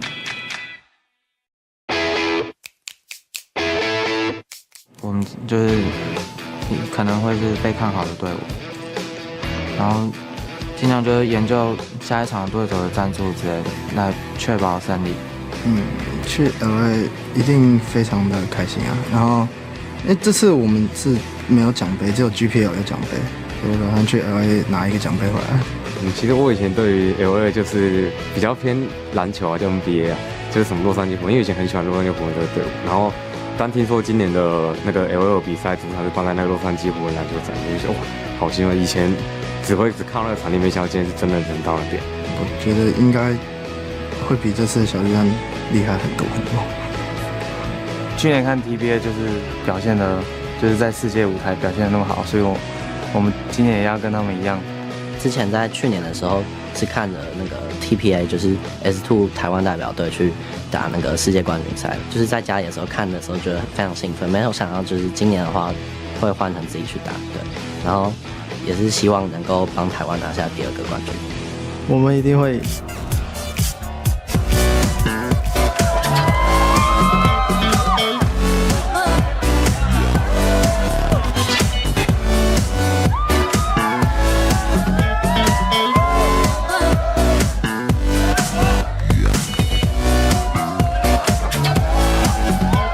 Welcome back to the Season 3 World Championship, coming to you live from the League of Legends studio here in Los Angeles, California. It is time for tonight's first quarterfinal best-of-3 series between Taiwan champions the Gamma Bears and Korea's SK Telecom T1. Right now, though, let's send it over to Shox on the main stage for the introduction of tonight's starting lineups. Thank you very much, Trevor. And ladies and gentlemen, it's time to meet the teams for tonight's first quarterfinal best-of-3 series between the Gamma Bears and SK Telecom T1. Starting on the blue side for Game 1, it's the Gamma Bears. Let's meet the team. Starting in the top lane, State. In the jungle, Wins. In mid, Maples. At AD carry, NL. And at support, Sword Art. They are the Gamma Bears.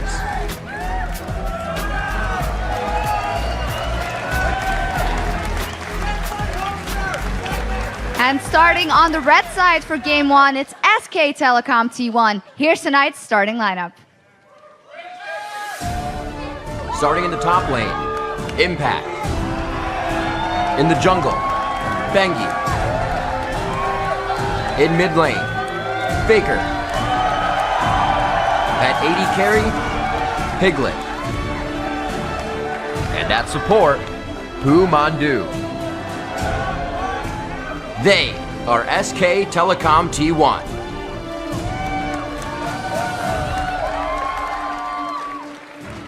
Please give it up one more time for tonight's competitors, the Gamma Bears and SK Telecom T1.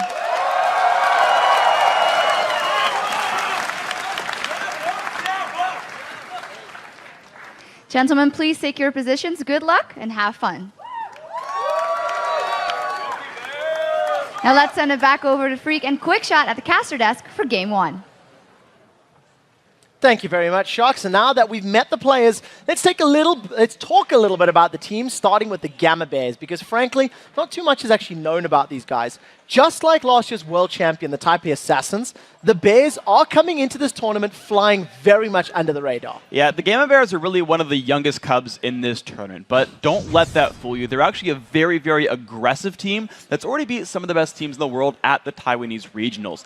They only lost one game in the group stage there, and even though they got dropped to the lower bracket, they stepped up and beat Mistake and his Taipei Snipers in the grand finals. A lot of this was due to their AD carry NL. The man put up incredible numbers in that tournament. He farms a lot during the game, has high CS numbers, and though he normally plays safe, sometimes jumps in there and makes flashy plays. Yeah, during the regionals, he really played a lot of Caitlyn and Varus, and we'll have to see if he sticks with what he knows, or if he's going to be expanding his champion pool as the Gamma Bears make their World Championship debut against one of the pre-tournament favorites to win the entire Season 3 title, SK Telecom T1. SKT started out the group stage a little bit shaky, but they got better with every single game. And they ended Week 1 of Worlds by crushing the previously undefeated OMG with like a 12.5-minute inhibitor kill, landing like every single skill shot in that push. Yeah, it was really scary. Speaking of skills, SKT's near mythical mid laner Faker proved once again why he has the world's respect and recognition as one of the best players on the planet, one of, if not the strongest mid laner. Exactly. OMG's cool called Faker the unkillable Demon King after facing him, and it wasn't just his stats, which aren't even the best on his team, but it's the plays that Faker made. He beats almost everyone in duels in lane, and his play creates huge openings for SKT. Though, even though he's that core playmaker, the rest of the team is actually very, very skilled, and that complete package is what's so scary for teams to face. Yeah, coming into this match, SKT has been scarily good at the Season 3 Championship so far, and while the Gamma Bears know that this matchup will be the most challenging of their careers, if they can pull out the win, they'll instantly become a favorite at Worlds.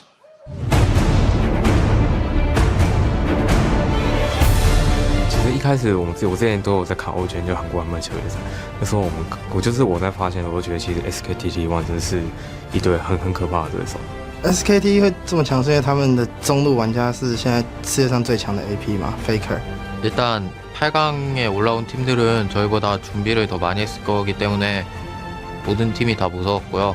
일단 그 밤마웨어스의 키플레이어가 정글이랑 탑이라고 하는데 저희 정글 탑이 좀 잘해주면 게임을 쉽게 풀어놓을 것 같아요. 是吧？感觉一开始就直接挑战魔王那种感觉。 그러니까 이번에 저희 목표는 결승이니까 가뿐하게 8강 넘겨서 4강 진출하도록 하겠습니다.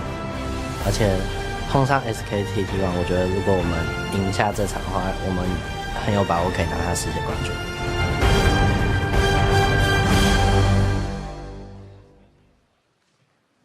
I'm definitely looking forward to this matchup because of that surprise factor that the Gamma Bears has. Yeah. We noticed that the Korean teams, they trended towards starting off slowly. All of the teams that we've seen so far have not done particularly well in their first couple of games. And if the Gamma Bears can exploit that, they might be able to get an early advantage against SKT. There's definitely a chance here, and it's going to be interesting watching just how much these teams have gotten to research, just because even if you try to look at the games that Gamma Bears have been playing, most of that regional was actually a couple patches back where Ryze and Jace were really huge champions, and so there's even less research you get to put on these guys, whereas, of course, if we've seen 8 group stage games, a lot to look at.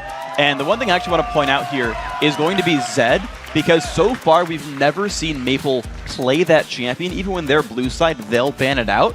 Faker's never been allowed to play Zed all tournament. It's been a perennial ban the entire time, and I want to see if it's the Bears who have to ban it themselves. Well, we'll have to see how this plays out for them. We know there are a couple of contested picks here, and both of these top laners like to run Shen. Now both of the mid laners like their Ari and their Orianna and Fizz. We see the bans. Gamma Bears have taken out Corki, Aatrox, and Zed, as you've already highlighted. On that blue side, it's something they don't want to play against at all. But what he does have open is his Ahri, which is a pretty important one for him. Maple does a very good job on Ahri, making a bunch of plays throughout the mid lane. And I also have to respect SKT banning away Thresh, because Sword Art is scary good. Now, his Sona is great as well. He really doesn't miss his flash crescendos, and that's really powerful, but you give him Thresh, he's going to land all those hooks as well. Well, we'll see how it pans out for them. Thresh was that third and final ban from SKT. The very first lock-in is going to be that Elise. So not only are they locking that in for themselves, they're denying it from Bengi. If you remember how SKT demolished OMG in the last group stage game, quite a bit of that was the cocoons and the charms from Bengi and from Faker. And of course, the Ahri is still available as well, which is a bit of a scary thing here. You've got to kind of be afraid of that one. Of course, the Varus not a surprising pick here at all for NL. He played basically Caitlyn and Varus the entire time in the last couple of months, so with the Caitlyn being stolen away there, I actually have to respect the early pick there from SKT. It kind of guarantees the other side. The Zyra being taken away is actually Mandu's most played support here at Worlds, who's going to have to take kind of a run down and probably play the Sona there himself. Well, we'll see how it works out for them. Faker is going to lock in that Ahri, making it to the third round of picks. A little bit non-traditional for what we're seeing on most of the games this tournament. We have been seeing a lot of priority on those single, assassin-type mid laners. And of course, for their jungle, it is going to be Vi. So we'll see Bengi on another very powerful ganking jungler once he hits that level 6. And that is really going to be a tricky thing here, because if we do see Maple go for Kassadin, he's notably weak pre-6, and that's going to be an interesting thing to deal with, because Vi's not the best ganker pre-6. A soul laner should reach the ultimate before a jungler could, but if you do something crazy, Bang gets a really good gank, or he gets a lot of help in the jungle or something, or you force Maple back a couple of times, you might get those Assault and Batteries before Riftwalk, which could completely just demolish that lane. Well, we'll see how this works out for them, because I just think you remember the odd one running that jungle Vi against Nuke Duck's Ahri, and that Spirit Rush didn't allow you to get away. It's going to be a similar situation with that Riftwalk. Bengi should be able to just lock on and completely shut down their Kassadin once he hits 6. 3 seconds left to go in this pick and ban, and the Gamma Bears are going to lock in Kassadin and Shyvana. So most likely going to be a top lane Shyvana. That's my guess here. That's what my gut's telling me. Yeah, from what I've been told by other pro top laners, Renekton's actually a good matchup to play as when you're fighting an Elise. You can generally sustain through it. You have pretty good trades as well, and so I don't think they want to fight that matchup. Shyvana, on the other hand, though, has really good one-on-one trading. Shyvana can proxy waves if she wants to as well. And there's still a lot of pushing pressure there that can actually keep Impact away from the rest of the team.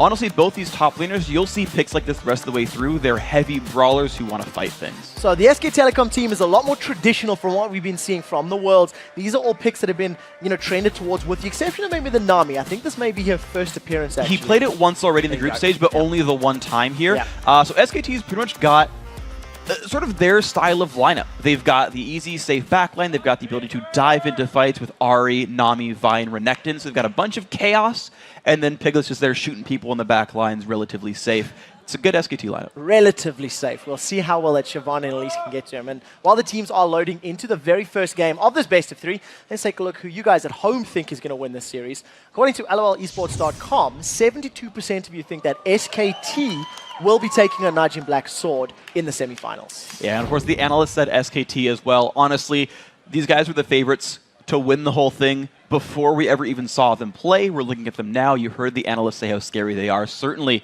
the SKT lineup is merciless, but I always want to play the underdog story. It's one of my favorite things to talk about. Gamma Bears here are in the exact same position as Taipei Assassins last year. They have to play a Korean team in the quarterfinals. Oh, yeah, that's going to be hilarious, right? Sword's going to demolish them. No. Right? And the entire way through, TPA was the sleeper who kept hitting there. And maybe the Bears are coming out of hibernation. We'll have to see how well they perform on the Rift. They've already pulled out... That's a sigh from the audience. I like these guys. That was not applause. I definitely want to see how this composition is going to work out for them. We have seen a top lane Shyvana once this tournament already. Darian ran it against Fnatic, and I was not particularly impressed by it. You can see we are loading onto the Rift, ladies and gentlemen, for the third quarterfinal of Worlds. It's the Gamma Bears taking on SK Telecom T1. And we'll see how well this team comp works for them. We talked about how they're a little more difficult to scout, and we're already seeing a composition that we have not seen from them this weekend. All the crowd control is actually mostly coming from their duo lane. You can see that large numbers of SK Telecom are hanging out in and around the river. Yeah, this is just interesting because you talked about the unscoutability. A lot of these picks are completely new for the Gamania Bears. The top laner and mid laner specifically are things that wouldn't have been easily scouted. These are new things they've picked up that SKT is going to have to adapt their bans to as this game goes through. But we're looking at the level 1 setups here, and it's I think, proper deep warding. These are wards that will let these teams know the jungle routes so that teams will know if they're about to get ganked or if they're safe to push really hard. And those are just important for the first 3 to 4 minutes of the game to know what you can get away with. Well, we'll see how the teams do decide to settle their lanes. There is a lot of options available to try and shut down your opponent's solo laners if they wanted to go for those lane swaps. But as it stands, we may be having head-to-head matchups as both of these teams just do this warding dance, really.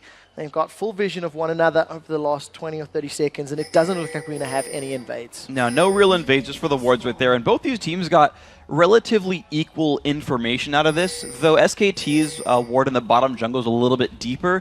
At the end of the day, it really just means they'll see when they go towards red buff and near the wraiths and whatnot, and it tracks jungle movements. That's what those wards are for. And when you consider how scary jungle Elise is, the fact that you can gank for Zyra with a 0.75 second root, I believe it's a 1.5 second stun off Cocoon, you can kill someone with that kind of damage. So it's important for SKT specifically to know where Wins is going. Well, we'll see how well it works out for them. You can see Win starting on his blue buff, while Bengi is about to secure his own buff, and we're going to have this straight up 1v1 matchup. You can see Faker already just landing auto attack after auto attack onto that melee carry of Kassadin. We'll see how well Maple can do in this mid lane, because Faker's Ahri has been incredibly good throughout this tournament. We've already got an inkling of offense, though. You actually saw Bengi running down early on. He didn't actually decide to get anything for that.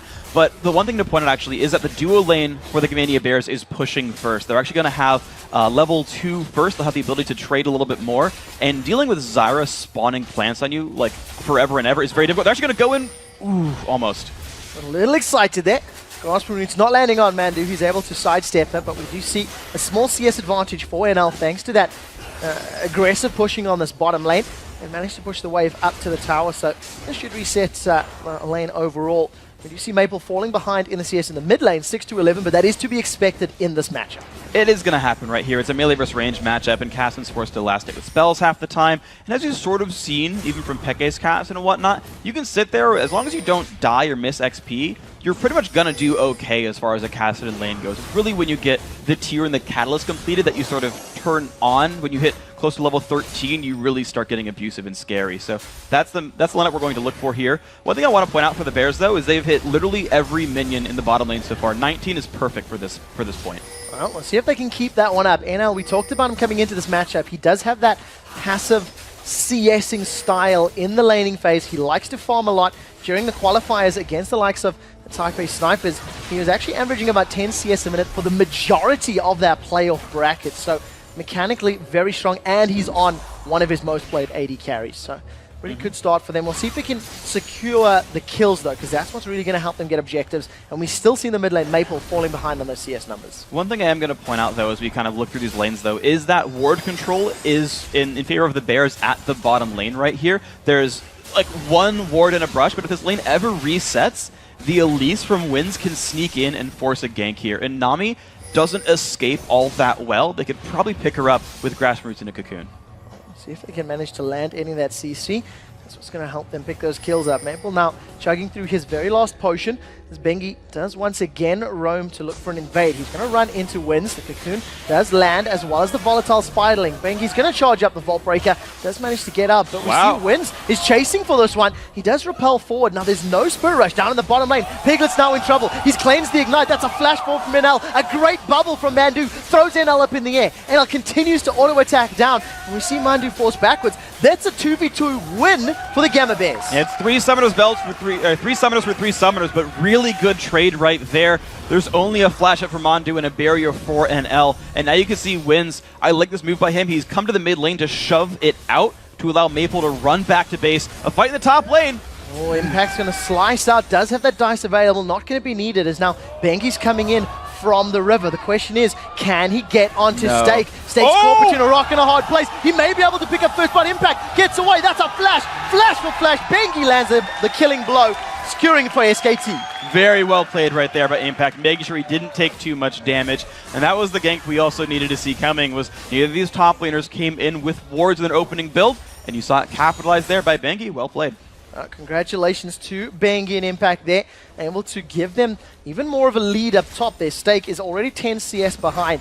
Thanks to Wins sort of babysitting that middle lane a little bit, Maple still holds on to that 10 CS deficit, and he's about to hit level 6, and once he's got that Riftwalk available, it's going to be much more difficult to catch him and lock him down. It looks like he'll hit that level 6 mark in time to survive any of the major ganks, and we'll probably see him be okay. The other thing to point out, though, is that even though that bottom lane should have went well for the Bears, the one thing to point out, actually, is that they both went back to base and got the same items. Both AD carries have Vamp Scepter and Doran's Blade, so the CS lead doesn't mean much yet. Oh, take a look at this. NL and Sword Art going super aggressive, but now the bubble catches Sword Art out. We do see Piglet not going in for more auto attacks, but thanks to that bubble, they do trade relatively evenly. And Wins is looking for a counter gank here in this mid lane, expecting Faker to go in, but he won't jump into that minion wave, so this will take a while for anything to pay off for Wins. Oh, the charm does land, though. Maple gets the silence down. Faker still not used that Spirit Rush. They decide to continue fighting. Up in the top lane, Stake is actually doing very well in the 1v1 against Impact. However, it does look like Dragon's Descent was used, so Ultimate's going to be unavailable until he's got all that rage built back up. And Impact still has his, so you're going to have the Dominus back available. But Wins is showing up for the bottom lane. Gets spotted by a Cupcake, though. Does manage to get caught out. Piglet is going to back away just a little bit. You've seen Bengi. He's hanging out in that bottom lane as well. Assault and Battery is available, so a squishy Zyra or a squishy Varus could be squished into the ground if they decide to go in. Maple, once again, just CSing in this mid lane against Faker. It does look like Bengi is backing off on the minimap. Yeah, it looks like nothing's going to really happen here. I do want to point out, though, this top lane you were talking about, because even before the kill, Impact had a pretty large minion kill lead, hold on to a level lead right now as well, and Impact has gone for early magic resist. That's actually most of the damage that Shyvana deals with her burnout, with her flame breath. This is going to be an interesting fight, though. Oh, we do see Impact. He throws down the Dominus, slices and just manages to chase Stake back. Stake still trying to build up that fury. Impact now with some minions behind him. Don't think he's going to be confident enough to dive without that ignite, but got himself a chunk of HP and is going to sustain a little bit in lane thanks to getting that back. Yeah, absolutely. So Impact's honestly going to probably keep scaling up in this lane. He's just plus a Negatron Cloak right now, has the same other items, so that's probably going to be a point where Wins needs to turn something around, or Impact will be very hard to deal with in these fights. It's something to keep in mind in this game.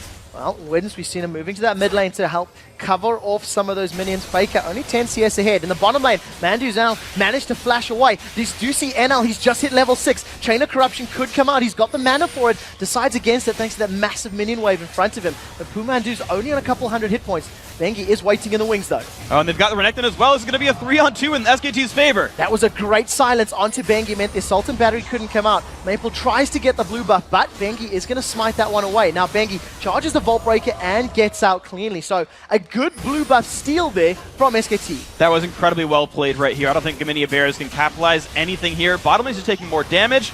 Oh, Tidal Wave actually gets pulled out. Pumandu was afraid of the committed attacker from Gamma Bears, and this is going well. You do see NL still 10 CS in the lead. Well, Bengi's going to secure his red buff in the background, but they're trading blow for blow with the exception of that first blood. And the buff steals, though, start to push yourselves towards SKT. There was actually an early gold lead for Gamania Bears, but even if you subtract the 600 gold lead that SKT has from the first blood, they actually still hold pretty equally despite the buff steals, despite everything else. I have to say lanes are completely holding on right now. What's going to matter is actually the teamwork, the mid-game rotations, which is the one point we have praised SKT for the entire tournament. If there's one strength that's going to win them the game, it's the core SKT strength. Well, we'll see if they can make it work for them. As it stands, no pressure has been applied to Dragon, as we do see Bengi moving his way towards this bottom half of the map. Still has not used that Assault and Battery either. Remember that NL is alone in this lane. Here comes Bengi from behind. The bubble doesn't land. The Vault Breaker does. Assault and Battery should be channeled in the not too distant future. In the background, Piglet and Mandu were locked up by the Chain of Corruption, but it was all too easy for Gamma Bears as they secure this, for SKT as they secure the second kill. And look how coordinated that was. Pink wards all over the river, or towards the bottom lane for the river, for Mandu, to make sure that Bengi got to get in there for free without getting spotted. Those are the kind of moves we're going to keep seeing. Bengi has both the kills, keep that in mind, so it's actually on him to do well in the fights as we move forward. Well, Stake right now does have the option to dive into that Dragon form onto Impact. However, playing it a little bit more passively. Now finally dives in. Dominus has just been popped, so they've traded ultimate for ultimate. Impact is going to have much more sustain thanks to that Call the Meek, and we'll see if he jumps on him. For the time being, just using that AoE to at least farm up. A flash away from Stake into Burnout. Decides to back away, a little afraid of Bengi's presence. Stake now, Stake why? Bengi's going to get this Bengi comes in, the red buff is busy sticking. Impact throws down the Ignite, plus the damage over time. That's a flash ball from Bengi to get the last auto attack, and kill number 3 for SK Telecom. Very well done. Bengi has all of them. Keep that in mind. In this mid lane, already almost going down. Faker doing a very good job in this matchup as well. You're seeing the game just start pushing more and more and more towards SKT's favor. Very good charm there onto Wins as well. Gets a lot of additional damage onto that jungle Elise. He's going to be forced to back away. I think the best he can to farm. Does have a 15 CS lead over Bengi, but it's 3 kills down, so there's a pretty big disparity there as far as gold available. Charm goes out once again, connecting with Maple. Maple actually goes in. This may be more than he should have chewed. Flashes out cleanly, afraid of the Salt and Battery, but wasn't available for Bengi to use. And it's worth pointing out that all the money that's gone into Bengi has been dumped into a very fast Oracles. I feel like he's going to live here. There's a fast Oracles and fast boots mobility, so Bengi will keep finding openings like this, but has no combat stats, which is why you're seeing Wins do so well here. Well, Wins does a lot of damage, does force Bengi away. Bolt Break is out, he does get out cleanly. However, Sword Art is now caught. We do see the bubble lands. Tidal Wave follows as well. NL decides not to use that Chain of Corruption. Now, Dragon is still standing. Neither team has made a move for it, and as it stands, SKT are just accelerating ahead in the gold values. Already a 3,000 gold lead with only kills and CS on the board. That's very well done by them, and even though Bengi got forced out of lane, there's just not enough power on the map for the Bears right here. Their dual lanes are basically equal. They traded an ultimate for health, which is rather important in a team fight, and so even on what would be a 4v3, Bears can't go for these kind of moves. Well, you see Piglet gets rooted up, takes a lot of damage. The Chain of Corruption doesn't connect. Once again, we see a Varus ultimate miss. I'm sure nobody in the audience has ever seen that before.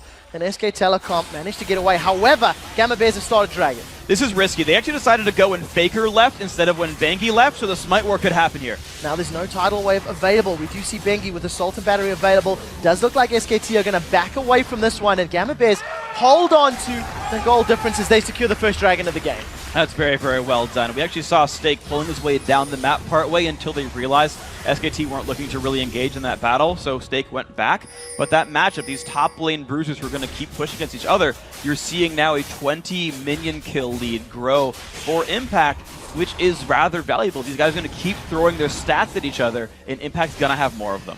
And as it stands right now, is nearing a 50 CS advantage for Faker in that mid lane. It was even for a very long time, but with Maple's tower going down and the inability to stay in that lane, he has lost significantly more CS, and of course it was picked up by Wins the times he was covering those lanes out. We do see that both Bengi and Faker are moving towards the bottom half of the map, so this could be a 4v3 in favor of SKT. And they've got pretty good ward coverage. You saw the Oracles, the pink ward's already used. They're going to be able to go into this one without getting spotted. Well, Wins is going to be around to counter gank and see if they can manage to pick up a kill before SKT get the numbers advantage. We talked about how Shyvana could do that sort of lane cutting. As it stands, Impact on Renekton is going behind the tower. Wins, throws himself at Piglet. Chain of Corruption's not available. That looked like a flash forward. No, it wasn't. It was just a move there. Tidal Wave is going to slow all of the Gamma Bears.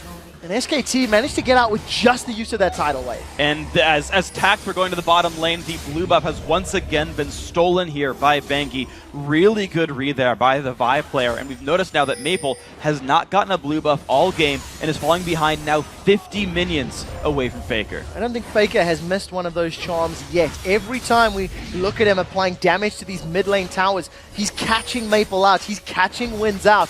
We'll have to see if it does result in kills. A 3-man Gamma Bears is now hammering away on this bottom tower. However, a little nervous about their HP bars and they back away. Piglet now with the CS advantage against NL. All of that early aggression hasn't worked out in Gamma Bears' favor. It really hasn't for these guys, unfortunately. The minion leads you're seeing grow and grow every single lane. The levels going up for them. And Bengi, of course, standing on pink wards, wearing an Oracles. Maple will not see this coming either. Well, we'll wait for the Assault and Battery. Is going to follow in. Here comes Faker. Maple tries to get away. He is going to get taken down. And that assault and battery just locking up Cassidy for too long. Not even he could escape it. Yeah, well played by Faker. He saved the charm until it was guaranteed. They knew their first attacks were going to miss thanks to Riftwalk, but once you get assault and battery, just one more push forward by Ari, and they're going to have the lockdown. Well executed gank. And honestly, this can just keep happening over and over again against Maple. SKT now approaching the 4,000 gold lead. They have 2 towers in their back pockets. They didn't secure the first dragon. I'm sure they'll be willing to fight for the next one as their power spike is a little bit higher. We see that Maple is sort of rushing that Rod of Ages right now. Decided to forego the likes of a TL or even a Chalice, as I've seen some Kassadin's build. But we'll have to keep our eyes on his itemization and see how it works out. NL forced back by the auto attacks of Piglets. And it's going to keep happening here, honestly. You're now starting to see the individual skill really stack up for SKT, and they're just controlling the game. The thing is, they've never been the most hyper-aggressive team. They don't dive a lot. They'll gank you on your turn if it's there. Yeah. He does manage to cleanse out of that chain of corruption, and the rest of Gamma Bears, it was a bit of a half-hearted gank, but the chain did connect, and it did get the summoner spell. Yeah, so SKT, honestly, they're happy to play the control game. An aggressive control game, to be fair, well, they'll take anything that's there for them, but you've seen from the buff steals, from the turrets going down now, 2 of them so far, it's just going to be controlled aggression, rolling over the map here for SKT. For the Bears, they've got to learn how to actually make some plays. They've got Catalyst on Kassadin. He's spiked up. They can use him. Oh, we do see a root now lands onto Piglet. There's no chain available. A very good tidal wave from Pumandu. He actually exhausts Sword Art though. NL throws out the piercing arrow, does not connect as now Piglet throws out his Pult over Peacemaker. Ace in the hole, his channel doesn't secure a kill. Now Bengi comes in from the side. Repel lands onto Piglet, gets caught in the bubble. Piglet is still alive. Faker comes from the background. They've killed 80 carry for 80 carriers. Now Pumandu is the next target. We do see Wins getting dropped by Bengi as Maple is chasing forward. He's got 1. Ignite may get number 2. Assault and battery plus the tower and the shield is not going to be enough to save Bengi as a double kill is secured for Maple. That was very, very good because that was the shutdown gold as well onto Bengi. So Maple just got massive. This is going to be a fun game for Kassadin. Look at this fight. So good barrier by NL keeps him alive. And Wins just has nice low cooldowns. Piglet just gets to be jumped on. Despite an amazing bubble there by Mondu, Faker wastes every major cooldown and is now basically out of the fight. He's got to get over a wall with basically 1 dash left. And so he can't reach Sword Art anymore. And Maple just gets to be a Kassadin who's not getting bursted down. Kassadin's actual DPS very, very high, and just gets to take kill after kill after kill. Well, works in his favor, and now we'll see whether or not he can make it count. His Rod of Ages has just been completed. 2-1-0. He is 90 CS behind Faker right now, which is an incredible amount, and all of SKT's solo lanes are now starting to pull ahead. 177 to 142 for the top laners, 157 to 139 for their 80 carries. So SKT, even though they gave up a couple of kills, they still hold on to about 5,000 gold lead, and they're still looking very good for the next fights. And the gold is actually in a lot of really good plays for SKT as well. Impact is up about 1,400 gold over his lane opponent. So you're seeing like he has Spirit Blizzard versus the makings of a Sunfire Cape. Look at Faker, he's 1,600 gold up, despite Maple getting that double kill in the shutdown Muddy. And SKT, look at this. They do it with Baron a lot. They're doing this bait with Dragon to a certain extent, seeing if someone's want to look from the side. Instead, they'll just get free neutral objectives to grow their gold lead. Yeah, we've talked about how Faker likes to just destroy supports when he's on any of the assassins, and SKT pick up an uncontested Dragon. Nobody from Gammon Bears was brave enough to move in there. They didn't have any vision in the pit. And I think they were going to be fully aware of SKT's positioning. Stake and Wins now trying to get some damage on this top lane tower, but Impact is going to respond in time and clears the way with a couple of abilities. And one thing actually, as I looked down the lineup as well, that I sort of wanted to see from Mania Bears was actually putting some pressure onto Faker himself, because you look at that minion kill lead, you look at the effect Faker's going to have in this game. And actually, I believe they never really did much with Elise Kassadin, who could have jumped in, silenced to prevent a flash, prevent a Spirit Rush away, and chain the cocoon off of it, and then chase down Faker. But now, well, now Faker's got a whole bunch of health. He's level 14. He's got a Negatron Cloak. That option no longer exists, not to mention the fact that Mondu started to pink ward everything. The vision control is now SKT's, and they can start strangling even more of the map. Yeah, as it stands right now, Wins tried to make some ganks happen with that Elise, and he had presence on the map, but it wasn't enough to secure kills or shut down any of SKT's lanes. We see Bengi, he's roaming up to this top lane. Does have those home guards, boots of mobility. He really wants to be omnipresent on this map and make sure he has an impact everywhere. Piglet, with that Avarice Blade, earning some additional CS and trying to work towards what's going to be that static shift. So that's going to be a lot of, on-hit damage for those first couple of shots. And actually, as the AD carries have gotten more accustomed to Season 3, I believe it was Doublelift said that he actually likes Static Shift a lot more than Phantom Dancer because team fights now, you have to be very mobile as an AD carry. You're actually going to stack up that Static Shift charge a lot more in team fights. And so even though Phantom Dancer gives you more stats for your Infinity Edge, you're just going to get more Static Shift procs. And Doublelift, if I get the player right, was saying that's actually worth more overall. Well, let's see if it works out for Piglet. He's currently 0-1-3, does have a 20 CS advantage over NL and a fair amount of items. It looks like NL's going for what we've become calling the Legolas build, thanks to Crepo. Is of course that Bloodthirster into the likes of a Lost Whisper, and you just start sniping people as a marksman should. Yeah, you really should there. And honestly, NL's done a very good job of not dying much in fights. And here's going to be interesting. Can Impact survive a 2v1? Yeah, he'll walk away. He's just going to slice and dice out cleanly. And once again, Gamma Bear's trying to make something happen, but not fully invested or fully committing to it. As it stands, Faker is going to spurt rush forward. Sword Art is going to be able to survive for the time being. The Ignite not going to shut him down. Now they dive onto Bengi. Bengi gets caught in place by the Chain of Corruption. Tidal Wave will interrupt the Gamma Bears, and the Charm doesn't land. That's a great pickup for the Taiwanese champs. That's a really good fight for these guys, and they've pretty much all got health bars here. They've got enough to keep pushing forwards. Wins has an Oracle as well.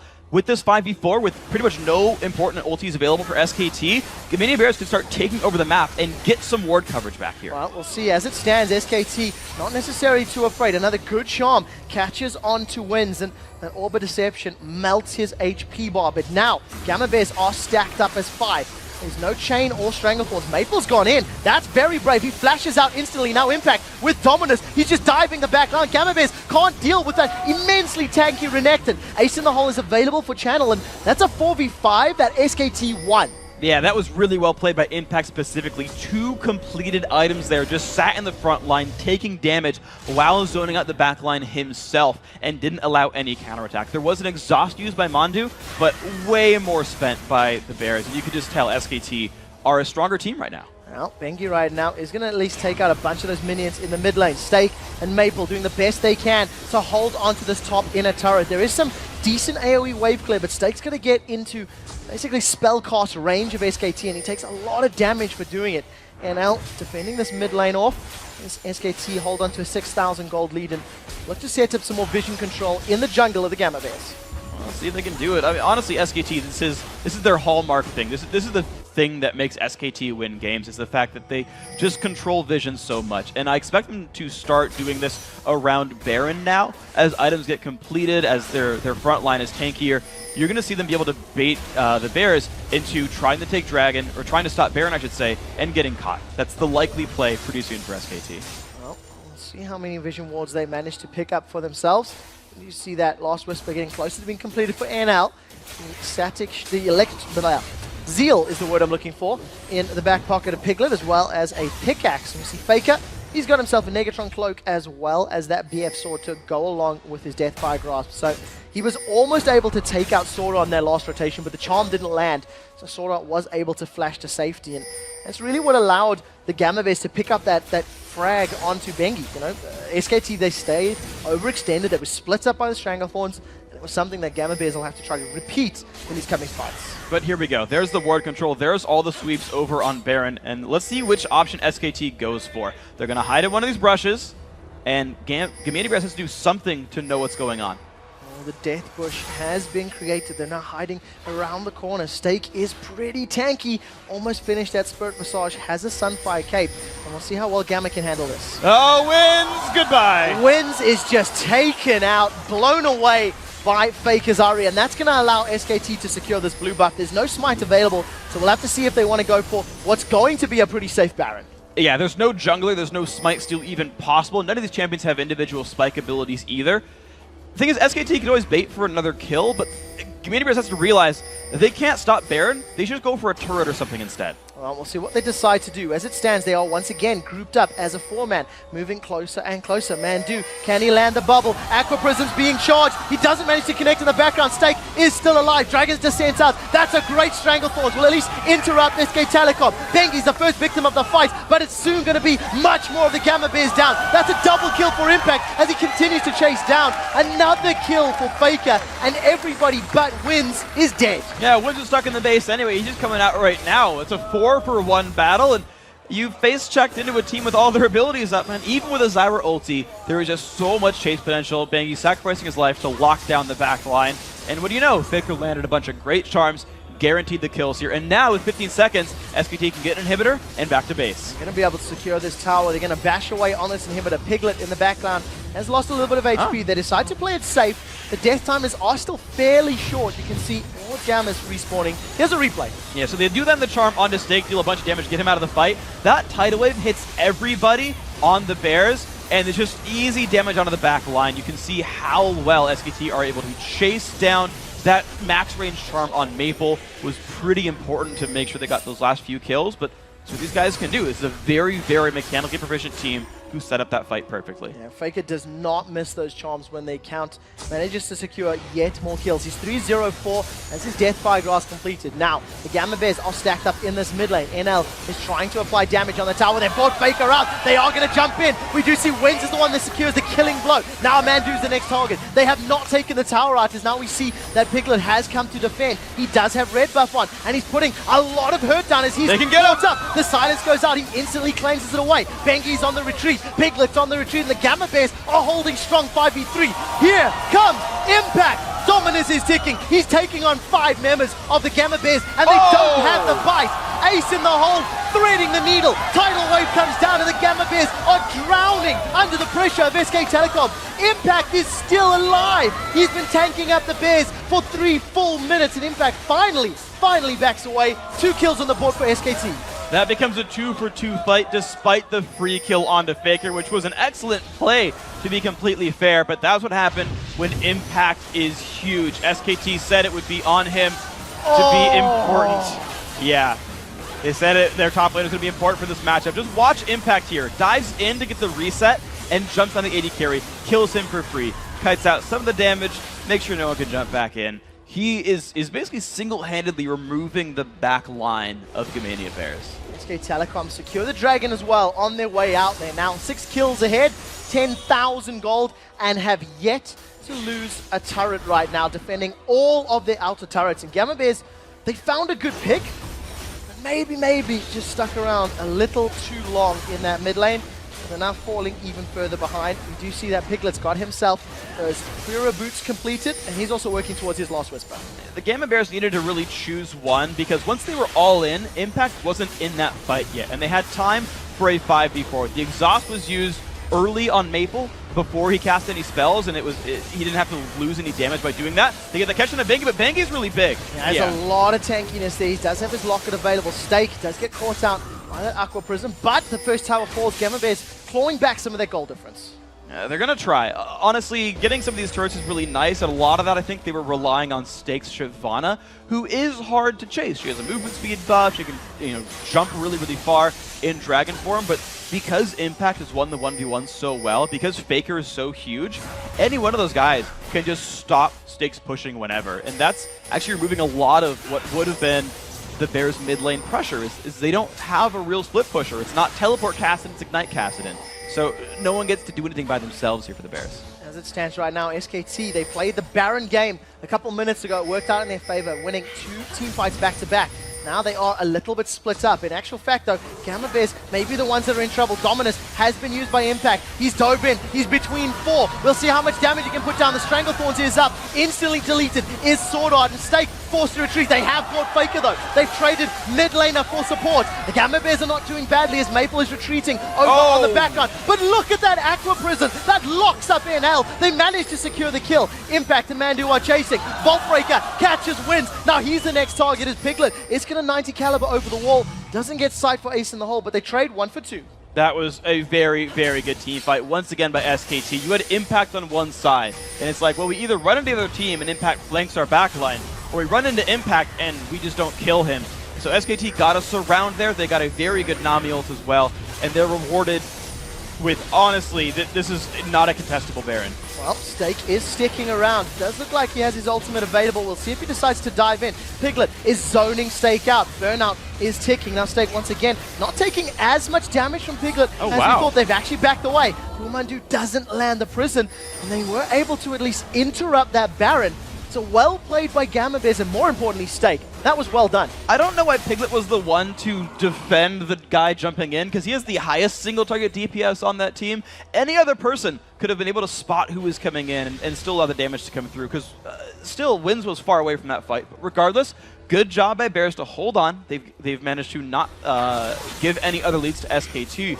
But what I have to ask, though, is who's actually going to get rid of Impact in these fights? He's a 5/0/5 Renekton, 320 minions in 31 minutes, and no one's been able to kill him so far, and I think it's pretty unlikely that no one but the Fountain Laser ever does in this game. I completely agree with that. He's only got himself a Randion's Omen, a Spirit Visage, a Sunfire Cape, and a Hex Drinker. I don't think he has enough items right now, and as it stands, there's nobody from Gamma that can deal with him. We'll see whether or not Gamma Bears can find more of those picks.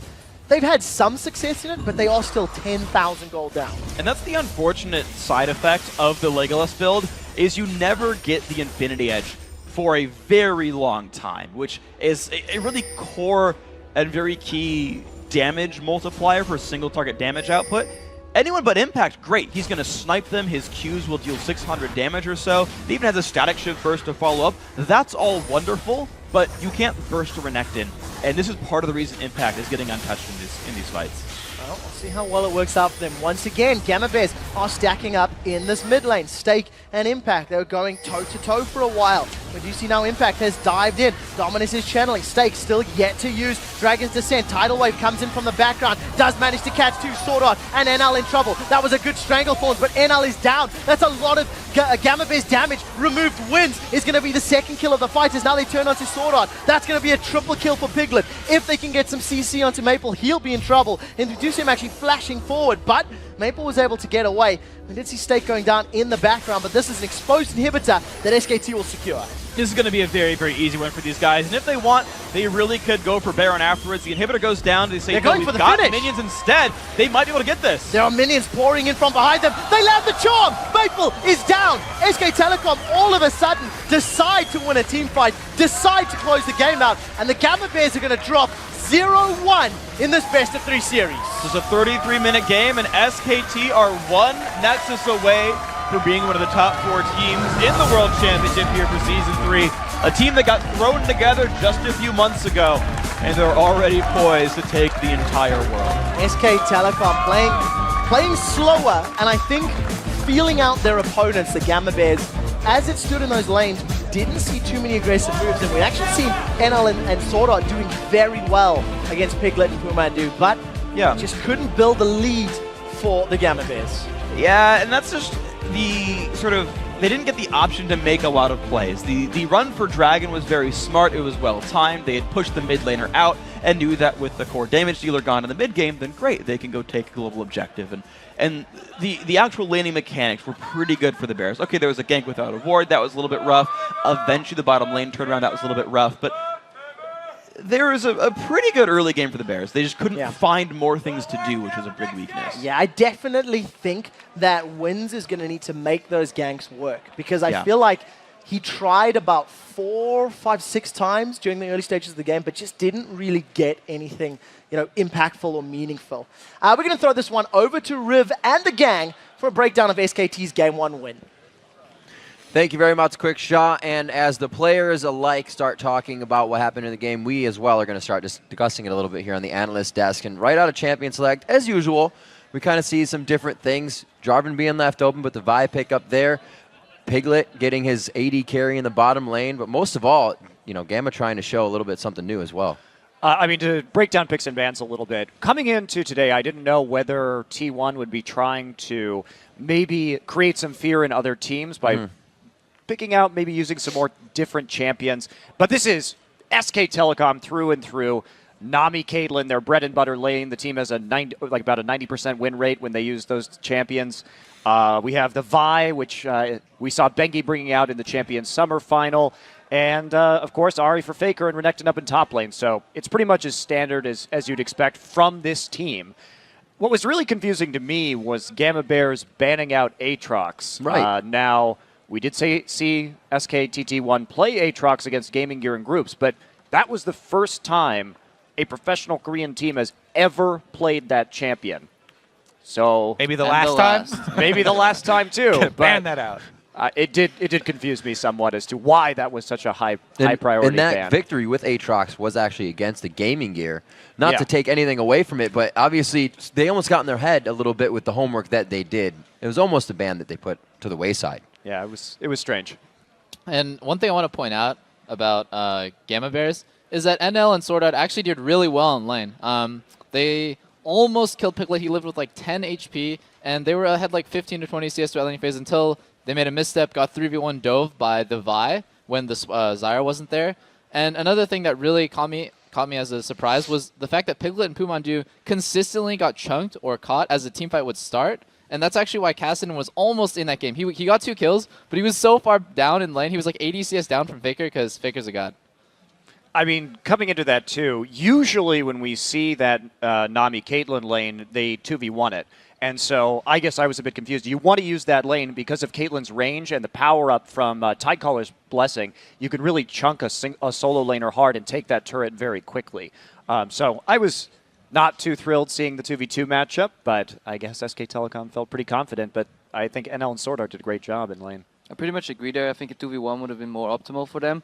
While this is the bread and butter SKT comp, I don't feel like Gamma Bears was outpicked at all. I think they had the means to deal with SKT1, and there were a few holes left in strategy-wise by SKT1.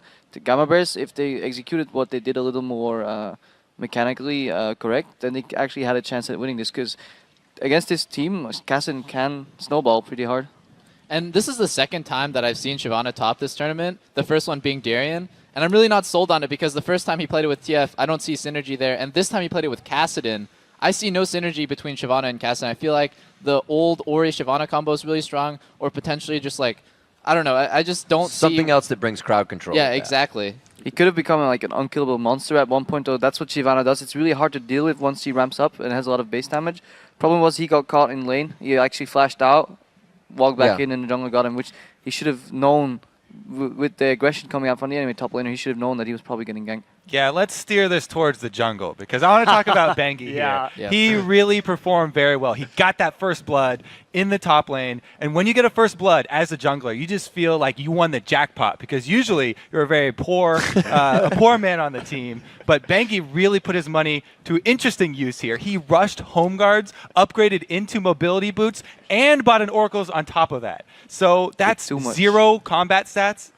It's all about him making that first blood money be felt across the entire map by Gamma Bears. He uses the mobility boots to go clear out all the vision, and then he uses that information that he now has to gank lanes where there's no possible way for a counter gank. And that's all that Vi needs. As long as Vi can get off her ultimate into a vault breaker, that's the most CC that anyone in any of those lanes needs to take out a kill when they have the man advantage. Now, that came back to haunt them a little bit, because when they were doing turret dives he was with kind of Vi, squishy. later on, he wasn't exactly holding up, because we were looking up that it's like, that's a 1475 gold investment in your shoes. Plus an Oracles on top. Yeah, so and the even pink more. wards he was buying as well. So it actually reminds me a lot of Season 2, where you'd see a lot of those Alistars roaming around with mobility boots. Although an Alistar would have his ulti to make those dives a little easier. I don't really agree with the investment. I think if Vi can still manage, especially with vault breaking over walls, can still manage to find paths not warded, or just 1 or 2 pink wards could suffice. I think, as Mondi said, that amount of gold on just your shoes is a little bit too much. I like to see this difference in jungling styles, because like coming from NA where everyone's just trying to imitate Meteos, this like Bengi will give away every one of his blues. He'll buy these kind of supportish items like Oracles, and he'll go back to like Season 2 throwback. But you know, in NA, the jungler takes the blue, the jungler buys selfish items, takes your CS. Bengi didn't like take any lane CS really. All right, we'll see if they can do what they can do in those lanes. We've got to take a quick break right now, but when we return, it is game 2 between SKT and the Gamma Bears. But first, is it better to win your way out of group stage or get a bye directly into the quarterfinals? So far, the results have been mixed, and so are the opinions of tonight's competitors. 제가 생각하기에는 좀 분석보다는 게임을 많이 하는 쪽이 좀 더 유리한 것 같아요. 왜냐하면 뭐 저희가 좀 자만했었던 것도 있고 그런 것 때문에 좀 경기를 하면서 그런 것도 좀 이제 풀어 나갔고 그렇기 때문에 좀 경기를 좀 더 많이 하는 게 좋지 않을까. 而且我们毕竟是还没开始打，他们还没看我们比赛，而且基本上我觉得我们队伍资料应该算比较少，因为毕竟我们是算干成比较少时间队伍，所以我觉得这是我们有利的地方。我觉得应该我们比较占有一点小优势吧，因为毕竟我们来得早，然后我们的调整时差方面的状态肯定也比他们调整的好一点。我觉得一半一半吧，他们能打这么多局，手会很热，就很有那个比赛的状态。但是我们就能分析他们最新的录像，他们不知道我们最近玩了什么新阵容，我们肯定会跟以前不一样，但是他们的新阵容我们已经看到了。头发我大概留了半年了吧，自然卷，所以长长就会变这样。台湾的观众都觉得很可爱。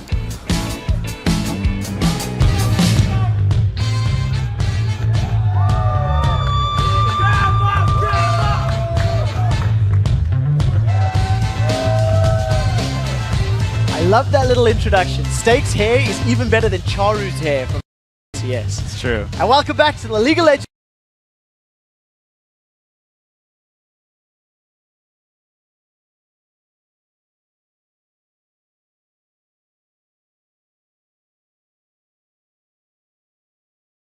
Who was the number? I don't know what comes through here because Ari, I think, is still a big pick for Maple so that he can start making moves in the mid game.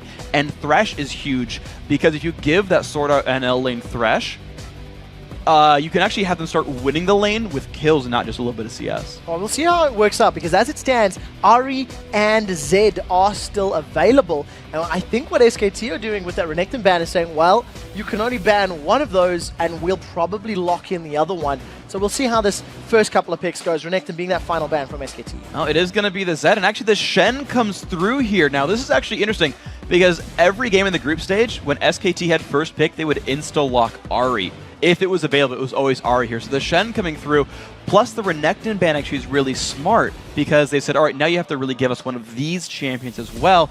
Ari, it's interesting that we see Elise here. Now, Thresh is not the most common pick for Mandu. SKT's let that come through the group stage a number of times, but he's still run the champion before.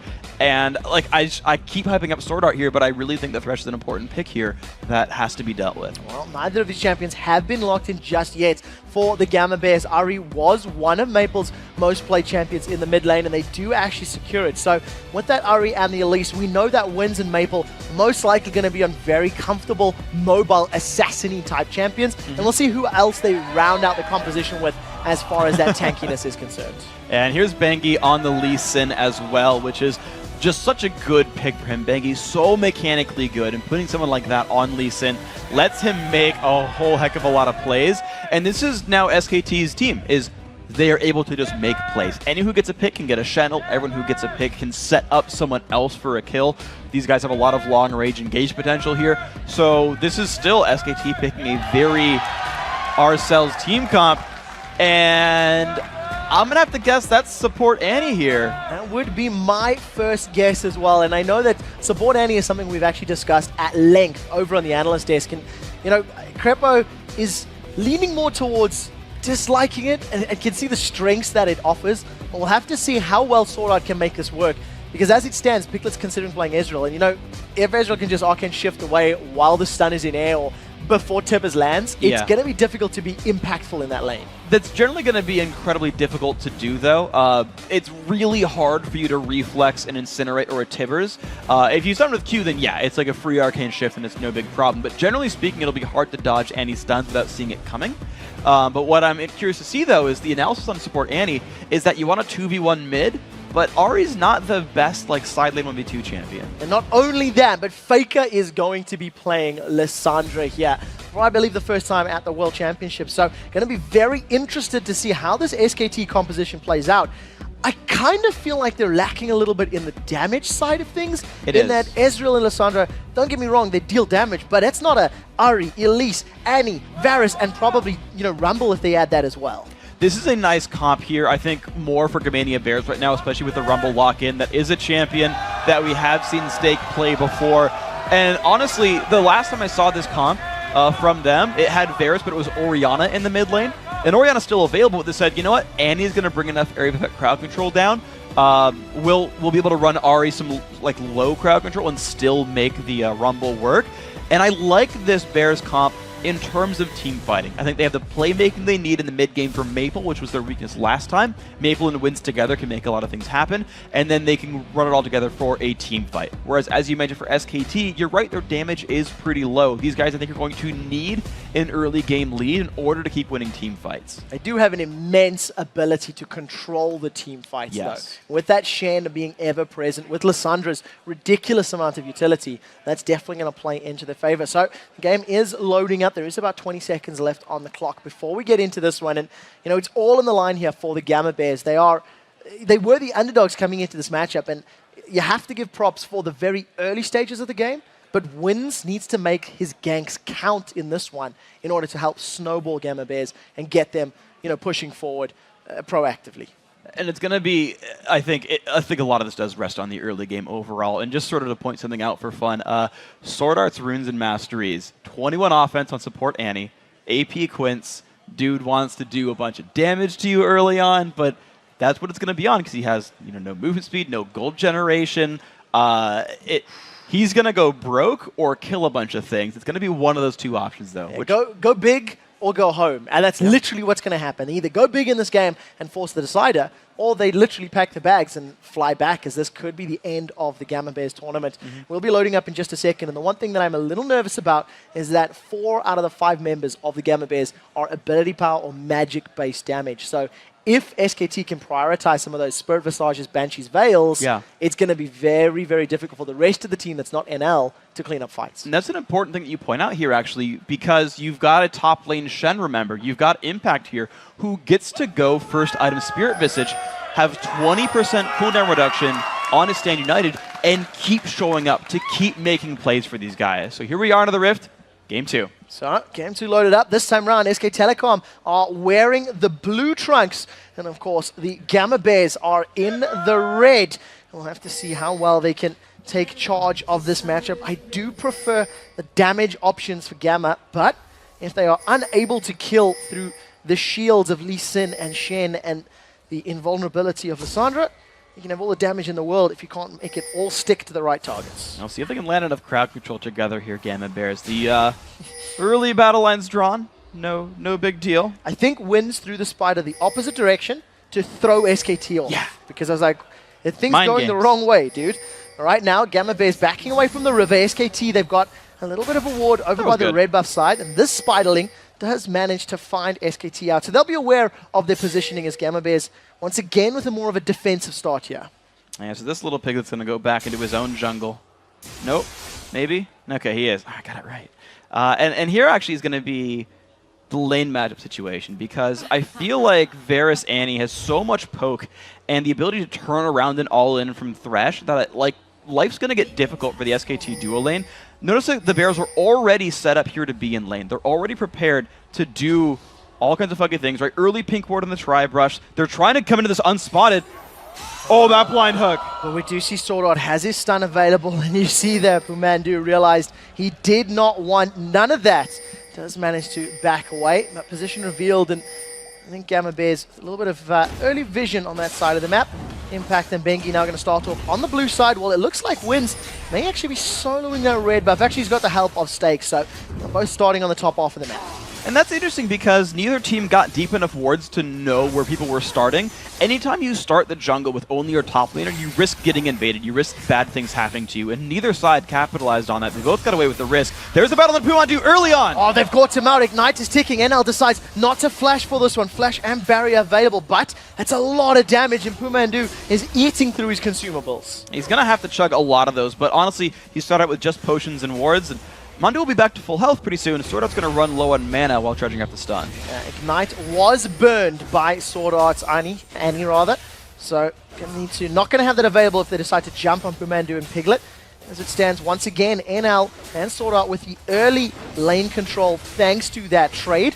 NL doing the best he can to pull ahead as far as the CS. And what I'm going to sort of watch as well is how much that CS goes to Sword Art in order to get those mana-less costs. But look at that, the early pink ward allows Wins to get through. Bengi knows this is already poised to counter gank. Well, we'll see how well these ganks work. Wins unable to secure kills in the previous game, whereas Bengi did get first blood with his jungle Vi. The hook catches NL. Rumandi goes forward. The flash comes out. Now NL is going to have his barrier available. Does pop it, but it's not going to be enough. In the background, Wins doing the best he can to trade. Now Bengi is sticking to him. Sonic Wave, can it catch? That is the question. It does! He follows up. Sword Art's in trouble. 100 HP. The volatile Spiderling goes down. The cocoon does not connect. This could be 3. Gets a safeguard shield. We do see the Sonic Wave gets dodged by the repel. Wins lands down. Does get taken out. And that's a 3-for-0 in favor of SKT. Amazing play by these guys. At the end of it, they donated the kill to Piglet just to give him double buffs and that extra gold. Really nice hook there by Mandu. I'm glad for SKT that they picked the Thresh up early on, because you make plays like that and everyone gets really sad when they start dying. Well, 2-0-1 on Piglet's Ezreal. He's going to have a massive spike in power as Impact is also building ahead in the CS. Look how cheeky that is. Arcane Shift and Mystic Shot, and then just takes the Lantern out, and Piglet says, what you going to do? I've got red, I've got blue, and he's going to continue piling down the damage onto NL and Sword Art. My buffs are red, my buffs are blue. When I throw Mystic Shots, I don't have a rhyme. It was a good attempt nonetheless, as now Maple and Faker They'll hit you? are trading damage back and forth here. Maple, 2 CS behind that of Faker's Lissandra. And he's going to have a lot of mobility to deal with the damage that Faker has. Wins on the sideline, no red or buffs available for him. So Faker, as long as he doesn't get caught by too much CC, he can just use that claw to get out clean. If they're going to go in at all, it'll probably be off of a cannon minion or anytime Faker goes in for one of these last hits. But you just notice how safely Faker's able to play. Wins not having flash, can't go for like a flash cocoon to at least force the summoners out of Faker. There's just no way that Wins gets into range in time. Faker doesn't hug any of those walls. Well, do you see that Faker's using the range of Lissandra? Going to be throwing out those shards and the splash damage associated. We do see Stake and Impact now continue to farming up, but Stake is half the CS down. Impact Shen already at 37 to Stake's 18. There is a decent wave in front of him, but as it stands, and lane heavily in favor of Impact once again. And that is actually a massive lead. Rumble can, do okay with just experience and not much gold, but that kind of a lead is going to let Shen, just like last time for Impact, ignore the enemy back line and just tank forever here. This is a ticking time bomb that I don't think the Bears really want to deal with here. This is dangerous. Well, with that overheat and flame splitter, there's a lot of damage going onto Impact. So if Stake is able to get some assistance from Maple or from Wins, maybe a kill can swing that lane a little bit more in his favor. As it stands, Piglet, with all of that gold he's accrued, is just spamming out, making use of the buffs that he's got in lane, and just trying to maintain control. And Wins, basically just farming up lane tax here. He's stuck in this lane for the last sort of minute or so, and he's not really having an impact. He's 10 CS to 24. It's not making ganks. As it stands, Bengi does jump onto Stake. Doesn't have his Dragon's Rage available. You see the shield coming up from Stake. He pops down the Equalizer just to clear out some of the waves and just continue farming, but not entirely convinced that was needed. That wasn't. He wasn't going to have the damage to turn that fight back around, unfortunately. Wins, yeah, they spawned, bro. You can take those away. So at least that was smart, though. Wins, you can clearly still a good player here by going for the counter jungling, spotting out that Bengi was on that side of the map. But of course, by doing this, Wins ran through a ward himself, and Bengi steals away a big golem. So both these guys happy to steal with vision, and Now Stake is in trouble. We do see the resonating strike follows through. Stake is burning on the HP. Ignite is ticking down as well. Impact forced to fall backwards, and with the aid of the tower, Stake does survive, and he manages to get out. And you imagine, if Equalizer is available there, maybe could have turned that one around. Maybe could have set up some kills. Piglet, now with the buffs worn off, he's pushing away basically with the aid of his minions. Yeah, but mind you that Stake had already gone back to base one time already, had to go back again just from those ganks right here, and now you're seeing pressure on the bottom side of the map as well. These, unlike last game where the duo lane had a really good early lead and the Bears almost took some kills, the Bears almost took a kill, but they're losing in minion kills pretty rapidly, in addition to all the champion kills. And mind you, Piglet hasn't even had to go back to base just yet, so he's sitting on a mountain of cash right here, 2,100 gold. and you're just going to see Piglet be able to take over the game if he wants to. That damage we were concerned about, he's going to have it. Yeah, we see right now, NL, with that first recall, he comes back and look at that, True Shot Barrage plus every other ability there from Piglet, connecting and dropping him down to half HP.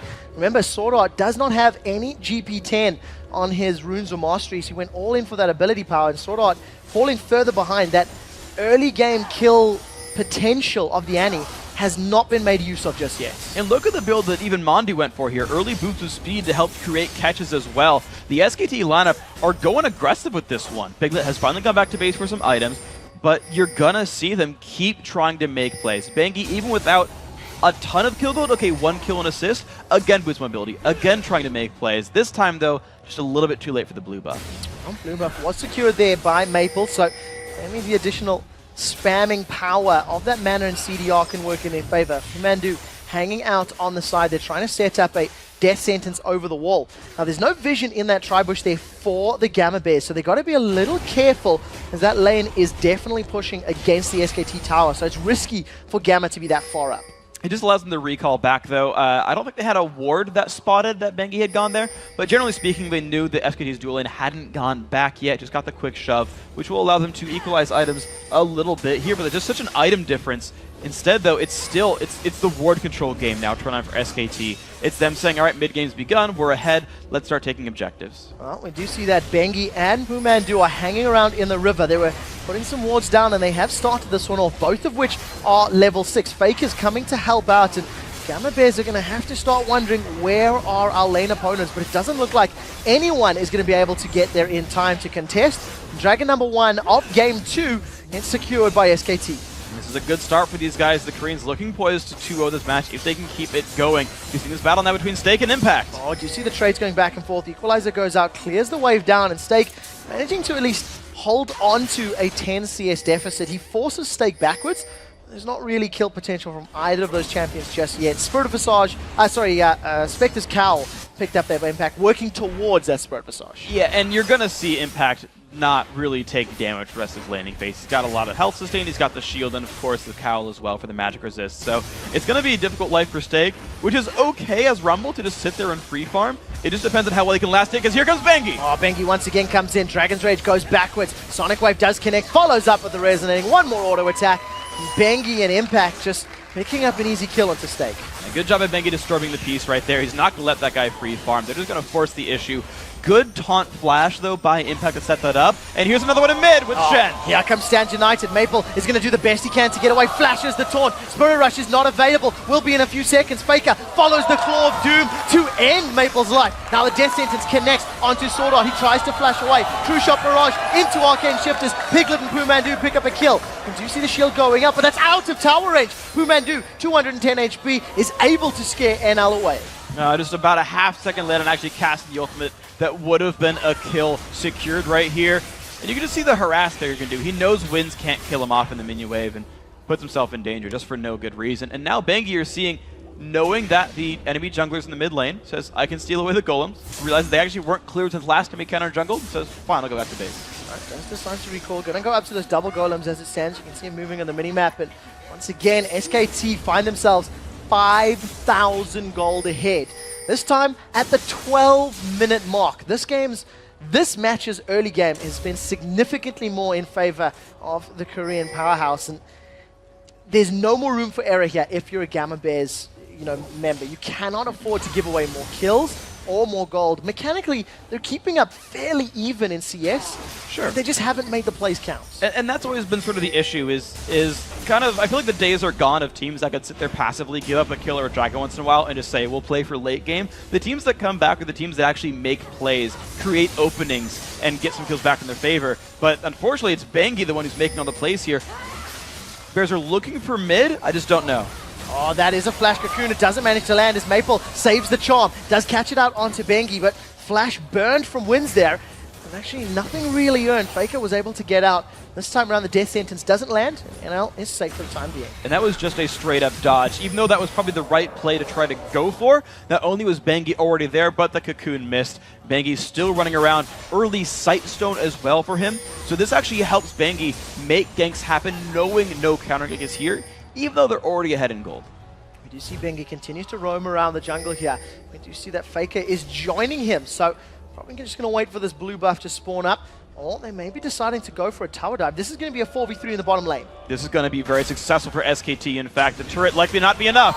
We'll see how this works out. There comes the Claw of Doom. They land a massive Glacial Doom, and that's just melted. Double kill for Faker. He does get shut down by the Ignite and the Tibbers of Sword Art in the background, and NL, with the aid of the tower, forces Pumandu to flash. But that was just instant burst in conjunction with that True Shot Barrage. It's a really, really nice play by these guys. The early steps will help me that one. The dive! It's not over yet. Piglet and Bengi go forward. NL's the first victim, is now Bengi and Piglet turn onto Maple. They carry on chasing. Maple doesn't have Spirit Rush available. Piglet getting the movement speed from the Phage there. Is going to able to sidestep. Mystic Shot doesn't connect. And it does allow SKT to get out cleanly, but another kill on the board onto NL. Good dive there by SKT overall. I actually like Piglet. He Mystic Shot it, expecting Maple to dodge, but Maple didn't dodge far enough down to make it connect. He actually led his target, though. We do see the chomp goes out, that doesn't connect. Maple now forced a little bit backwards. Here comes Wins from the side, there's no smite available. He picks up a kill, that's onto Bengi. Now it turns onto Pumandu, the Cocoon slowed him down, and look at that box slow. Immensely powerful and allows Pumandu to get away. Blue buff has been started and this will be secured by Maple, so at least another kill on the board, and importantly, blue buff for Maple. Definitely a good job by the Bears. This is, by the way, I think Maple's first blue buff of the game, or sorry, of the tournament. I believe, in fact. But that's really good there by the Bears. Turning around fights, NL surviving the tower dive initially and getting one for it. It was Maple coming back and trying to get another one as the dive continued. The team showing up for the blue buff. The Bears have started to make some actual aggressive moves in terms of looking for fights, but they've got to keep doing this to pull themselves back in. SKT are just going to continue to take ward control, continue to take buffs, and they've got to get punished for it for the Bears to have a chance. Yeah, 8,000 gold is the difference between the two teams right now. We see Fakeat returning to this mid lane, 125 CS to the 110 of Maple's Ari. Bengi secures another buff for himself. He's currently 2-1-4. Death Sentence doesn't connect, as we do see Wynn's able to repel over to the red buff and gets out cleanly. But with an Oracles on the back pocket of Pumandu's Thresh, they're getting real good vision control as you see Piglet and Impact on the top lane. And I like pointing out what Mandu's done with his build right here. Actually, this could be a fight. It's going to be close. Ignite is burning. Piglet is going to Arcane Shift away. Impact gets caught up by the Cocoon on the Equalizer. In the mid lane, the Tomb locks up Maple. He Spirit Rushes to the side. We do see in the background, Bengi comes in with the Sonic Wave to pick up the kill. Now, Stake running away as best as he can. He's burning from the Ignite. Wins in the background is going to fall victim as Sword Art is now being jumped on. He does get a stun down, but it's not enough as Piglet and Pumandu close out on Stake in the top lane, and they stack on the inner turrets. This is really good for SKT. They're making much more aggressive moves than they were in the game one. This is a much more comfortable SK Telecom. We talked about them being a little bit slow when they first start out series, but it seems that they're such a strong team that starting out slow means they just won't win really fast. This time around, though, this could be interesting. So Chain of Corruption lands from NL, doesn't follow up with anything else. Another tower falls, that's the third of the game. Faker will be securing this tower if he decides to. In fact, the minions should be able to close this one out as well. Yeah. Unless anyone gets here in time. Doesn't look like it. And that's going to be 4 towers to 0 in favor of SK Telecom. 10,000 gold in the lead. Stand United hasn't even been needed in those previous fights. It was so far ahead. Here's a replay of the mid lane. So it's going to be Faker making a lot of just early bursts that can't be dodged here. And just the flash W guarantees. Bengi's stealing away, but no big deal. And this is just Mandu setting things up. He went boots of speed, but first Impact's getting caught. So Impact is being chunked down. Stand United was used. In fact, now we see him. He taunts out over the wall. Feint is up. He's got a couple hundred hit points, 380. Still taking everybody on a walk. Just a matter of time before they close him down as Maple is joining from the side. The thing is, how long do they stand? He's still alive! Sonic Wave comes in. Impact runs! Impact is not dead! Impact gets away from 3 members of Gamma Bears. And now SK Telecom turn it on. The Claw of Doom comes in. They root Stake in place. That's a self-cast from Faker to slow down the Gamma Bears. They manage to pick up a kill. It's Impact that closes out Wins, and they turn the focus onto the rest of the Gamma Bears. There's a minion wave behind them. We'll see if they stick around for the tower. And they've certainly got the ability to push if they want to, but some reasonably low health bars says SKT, you know, let's just take the safe objective here. We know that the Bears are stuck in their lane. We'll take a dragon and secure off this. And you're just seeing now how far ahead SKT are. They're warmed up. The Flame Spitter might have helped that happen. And now they're just ready to go. Such a great pickup there. Second dragon of the game. Now 13,000 gold. And Impact ran away from 4 members of the Gamma Bears. He tanked them up. He even managed to engage on that fight and secure the killing blow onto Wins Elise. Wins Elise right now 1-4-1. He's behind on CS. And as we've highlighted, he's been present on the map, but he just hasn't made it count. Not like Bengi, 3-1-6 on that Elise. I believe this will continue his 100% win streak on Lee Sin here at the Worlds. Definitely the case for these guys. And you're just sort of seeing the high skill level of the SKT members, right? Both of these junglers are skill shot based. Okay, sure, you can jump in there with Repel, you can jump in there with Safeguard, but you still got to land the skill shots to make anything happen. And time and again, Bangier is making the openings, jumping in and kicking someone back, jumping in and diving a turret. Rush's non-combat items still has better record in fights. Oh, here comes Faker. He has just melted Stake. And that was just a massive burst of damage. That was just brutal right there. Actually rushing the Deathfire Grasp to give more burst damage out there. Again, accentuating the, oh, damage might be low, so I'll build damage items and destroy you anyway.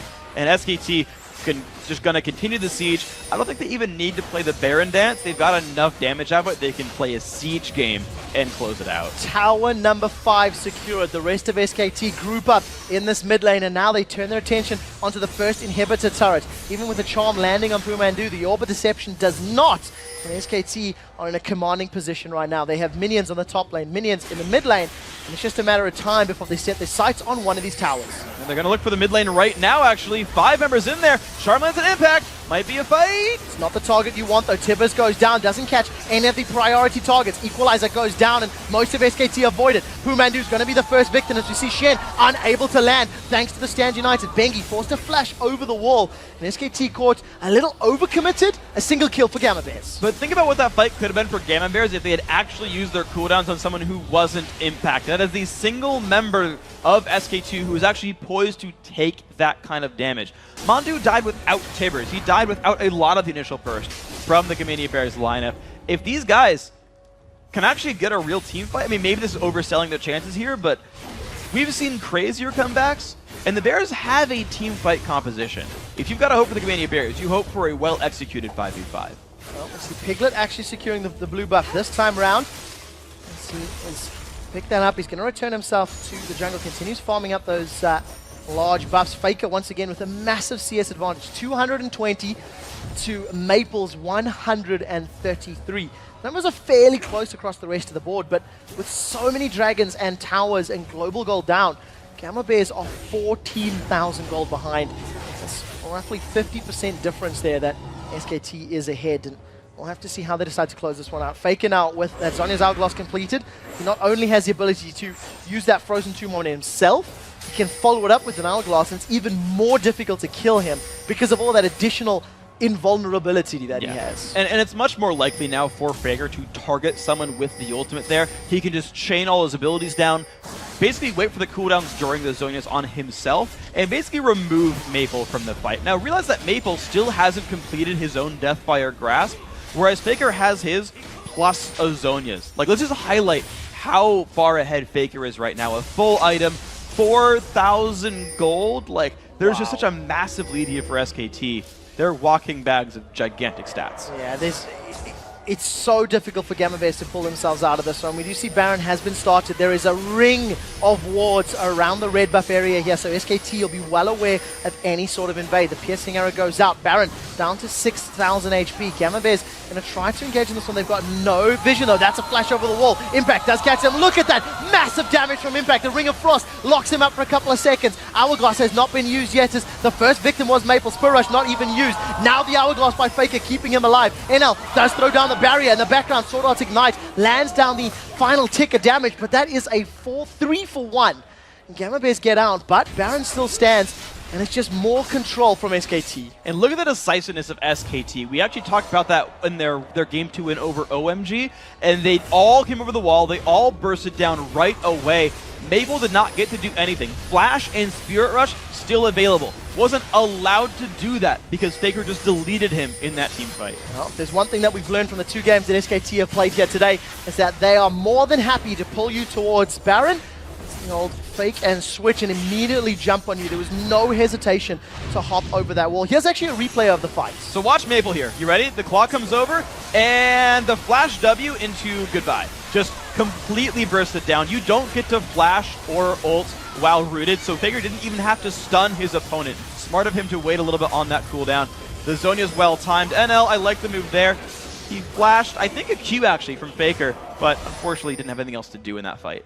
Couldn't get anywhere far enough away, only sitting on a Bloodthirster. You compare NL's Varus, Bloodthirster, Berserker's Greaves, in comparison to a Hex Drinker, a Cutlass, and a Trinity Force. That is an immense difference here. Piglet going with a slightly different Ezreal build than we've been seeing, but against so much magic damage, that Hex Drinker is probably one of the best items you can pick up. I do really like that he stopped to pick that one up as well. And he doesn't need Blade of the Ruined King, but it's a strong item, especially when you don't have a lot of other multiplication there, because you can't multiply the proc damage anyway, so screw it, just get the attack speed from the Trinity Force from the passive and just throw damage at them. It's not bad overall, but it just wouldn't be the most efficient. But it tells me also that SKT are likely to play a fairly short game here in their minds. 24 minutes, they're looking at the Baron Dance again, and once again, they've got ward coverage. They could take it down or they could jump over the wall. So Stand United is available here for impact. He's not going to flash taunt this time round. He will piggyback taunt. Bengi is hanging out on the side. Piglet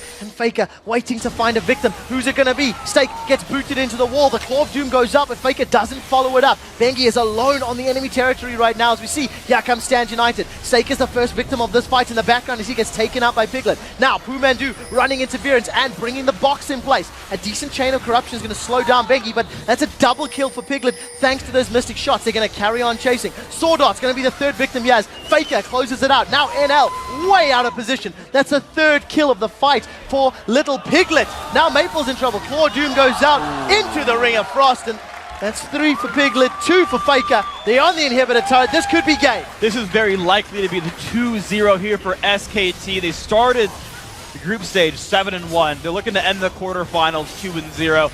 They've got to look forward to a best of 5 against Najin Sword later on in the week. SKT really showing they are taking no prisoners here. Their decisiveness is here. Their decision-making is crisp.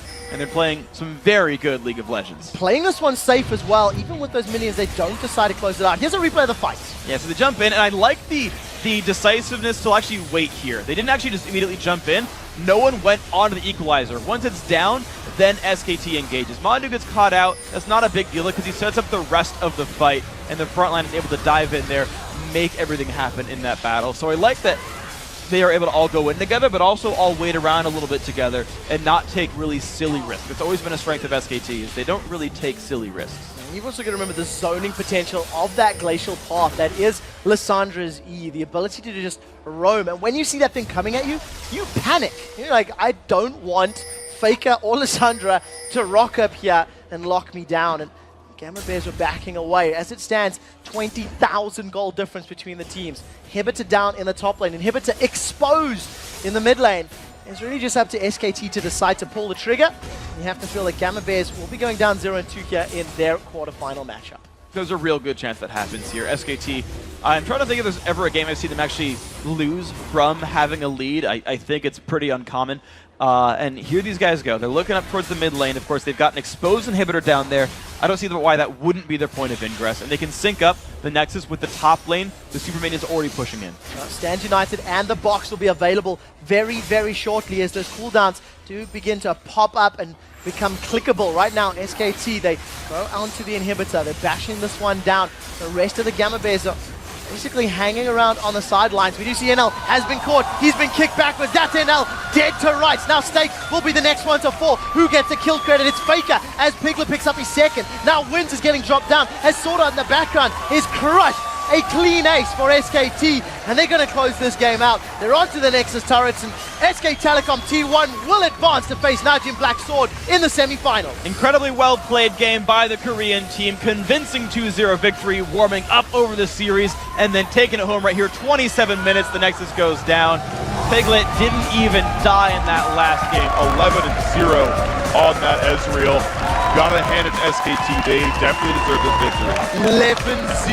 11-0-10 on Piglet's Ezreal. This is going to be an all-Korean semi-final. Najin Black Sword taking on SK Telecom T1, and that's a matchup that is going to be awesome to watch. But what a controlled performance here from SKT. They started a little slow, they respected their opponents, and once they got that lead, they never let it go. And I actually have to compliment their champion select here as well, because they ran a bit of a different team. But so I actually want to point out something kind of specific, though, because I think it explains how they're able to win the late game so well. Once they were on blue team, they picked a lineup where every single one of them could jump over the wall and participate in the "you're trying to stop us at Baron, oh no, you're not going to" team fight. And the only guy who couldn't easily, which was Mondu's Thresh, was the one waiting outside the pit, waiting to hook someone in. This was actually orchestrated. The end game plan was actually orchestrated from champion select. SK2 knew they could fall back on this one to close the game out. And then their decisiveness in those team fights, jumping over and picking things off, was really well done. Yeah, they just switch it on at a moment's notice. There's no hesitation at all here from SKT when they want to just pull that trigger and take somebody out. And I do not think I have seen a Lissandra burst people down that immensely before. I know I've seen a fair number of Lissandra games. That Deathfire Grasp into the Frozen Tomb, it obliterated Stakes Rumble.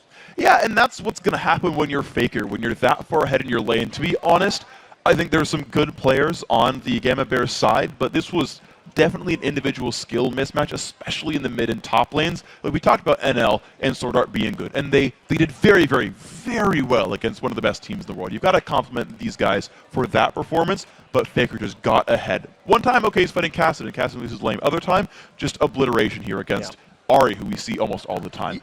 And once Faker got ahead, he then just accelerated further. There was no slowdown. You know, once he started getting up to tempo, getting up to pace, I believe he was about 100 CS ahead at around about the 20-minute mark, 21-minute mark, which is a massive number. And that's what SKT does, both in terms of the mechanics of minion killing, but also in team fighting. Once they say they're confident, once they get word control, they're going to go after you. They're going to pick up kills and snowball the game. Well, guys, now we know our first semi-final matchup of the Season 3 World Championship. It is a Korean showdown between SK Telecom T1 and Najin Black Swords. And remember, if you want to watch those two teams fight it out for a trip to the finals live at the Galen Center, head over to lolesports.com/tickets for details. All right, let's send it over to Sharks, who is hanging out on stage with SKT's jungler, Bengi.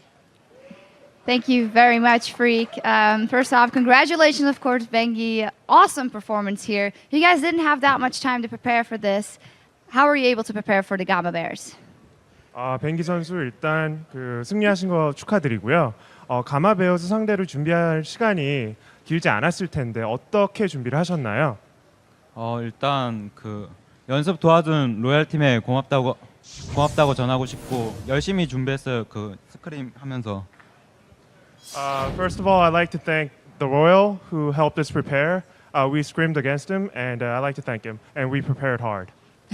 And that showed you went with Vi and then Lee Sin in the second game. How was your matchup against Wins in the jungle?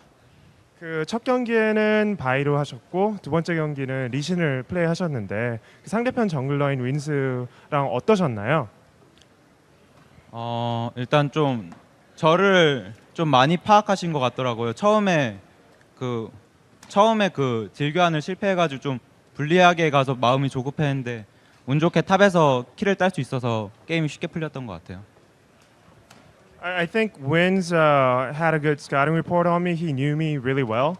So the first encounter versus him, I kind of messed up. So I felt in a hurry, but I did pretty well in the top lane. So that helped me. So this means that you guys are going to the semifinal, and there you're meeting a team you know quite well, Najin Black Sword. What's your impression of their current form? 오늘 승리하셔서 이제 4강에 진출하시게 되셨는데 4강에서 이제 본인도 매우 잘 아는 나진이랑 붙게 되셨습니다. 그 나진이 지금 현재 그 폼이 어느 정도인가요? 최근에는 스크림을 잘 안 해서 모르겠는데 일단 제일 마지막으로 스크림 했을 때는 정말 잘하는 팀이었고 서로를 너무 잘 알아서 걱정이 많이 되는 팀이에요. Even though we haven't really scrimmed against them recently, the last time we scrimmed against them, they were really good, and we know each other really well. So yeah, they're formidable. All right, well, thank you very much. Give it up one more time for Bengi and SK Telecom T1.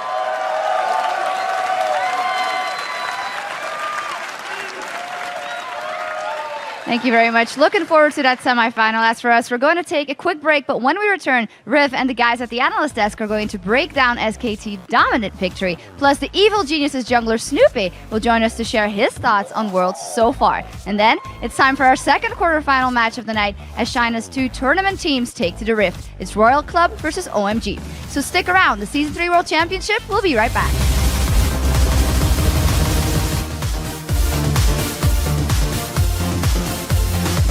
I just have to. Welcome back to Season 3 World Championships, ladies and gentlemen.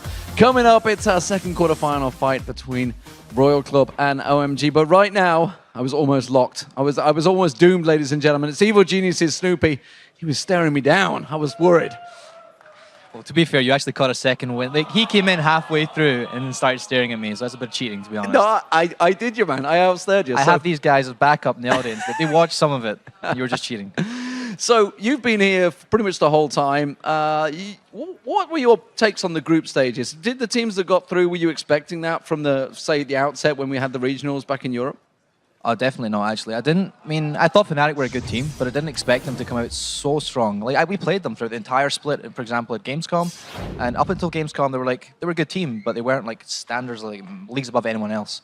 And then following, I don't know what they did between Gamescom until Worlds, but they must have practiced hard, and they said they did, so, and it definitely shows they're doing really, really well at this tournament. And obviously they've got through to the semi-finals now. Do you think they've got it in them to go all the way, and do you think, obviously, the other teams, we've just seen SKT, T1 going through, OMG Royal coming up as well, we've already got Najin Sword in there. Do you think anyone out there that could possibly stop them? I think it's still up in the air. I don't think anyone's like a clear winner right now. I think OMG had a really solid performance through groups, but everyone thinks that Royal's going to do what they did before and then stop OMG in their tracks again. If they're going to do that, we'll find out. I think Fnatic's, they've got a little bit of momentum behind them right now, but they're not getting too confident. They're very down to earth, and they realize that there's still a long way to go before they're actually in the finals, so I think they're down to earth about it, yeah. And has there been any players here that have caught your eye and you just thought, wow, I wasn't expecting him to play like that, or somebody that surprised you that previously to this tournament you just, I mean, there's a lot of great players here, let's not go, but anyone that's completely surprised you?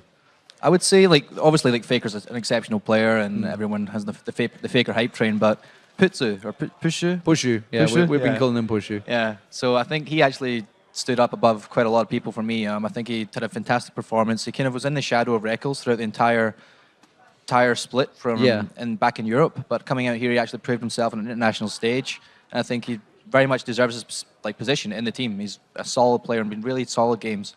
And I think he's actually one of the guys that was carrying Fnatic, not exactly only PK, to be honest. And if you had to put your money down, who would you put down as the team that's going to win everything? I'll have to stay with my home crowd in Europe, so I'm gonna go Fnatic, and I really think those guys can take it. I'm glad the crowd appreciates that as well. And final question, obviously, you're a player yourself. How does it feel to be here and not taking part in this awesome Season 3 World Championships? It absolutely sucks. It's still too soon, Lee. Still too soon.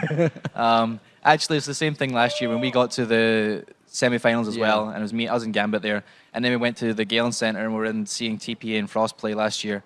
It was the same kind of feeling when you're sitting there and you're not on that stage and you came so close. Same thing here. We came so close to being here at group stages, and we just didn't quite make it. But what can you do? Yeah, well, exactly the same, unfortunately, for Crepo and Double Lift, who are back there and have said exactly the same things. Thank you very much for the discussion. So, let's send it over to the guys at that desk and see how exactly they feel about SKT's impressive performance. Thank you very much, D-Man. And indeed, an impressive performance. We saw, again, in picks and bans, it just seemed to kind of fall in the bread and butter comfort zone of SKT as they came out very strong. And to think this is Faker's first pro game with Lissandra. He did it with Riven coming out in a pro game, and now Lissandra. What is it? He brought his own flavor, the Deathfire Grass there on Lissandra. Crepo was talking about in EU, yes, Lissandra does plenty of damage, and Faker definitely showed he can back that up. Faker just adds a little more because he can. So what else were we talking about here? We're thinking a little about the Bengi show as well, from first to second game. Monty, do you want to delve into that a little bit? Well, I mean, this win just started off that huge snowball that was created off those 3 kills in the bottom lane. And first off, starting off with that hook which yeah. look, I mean, I'd like Krepa to talk about the hitboxes here because he knows as a support player better than I do, but that setup was pretty good. Yeah, well, everybody knows Mando as being so phenomenal on Nami, so he can land an AoE bubble on somebody, and that's nice and all. But then the hook, he was so, like the enemy AD carrier was pretty much behind the creeps, but he knows how far he can shoot it right next to them, so he grabs them at the side of the hitbox and basically pulls them all around, like curving the bullet as if it were, and then. Beautiful setup, goes in, flays them backwards, and it's pretty much free kills. And then, on top of that, Banky does the same. Banky goes and chases. He does the exact same thing. He uses the side of the sonic wave, because the width of that sonic wave is pretty large, to barely hit Annie and get around the Elise there. He follows that up with, I don't know where he came out with his juke, but the split second Cocoon comes off cooldown. He also makes a weird side movement up into the bush and dodges it as well. It just seemed like he predicted every single thing that Gambit Bears were going to come out with. Yeah, and to move on just to talk about SK Telecom a little bit, they did look a little shaky in that first game, especially coming out of the gates early on.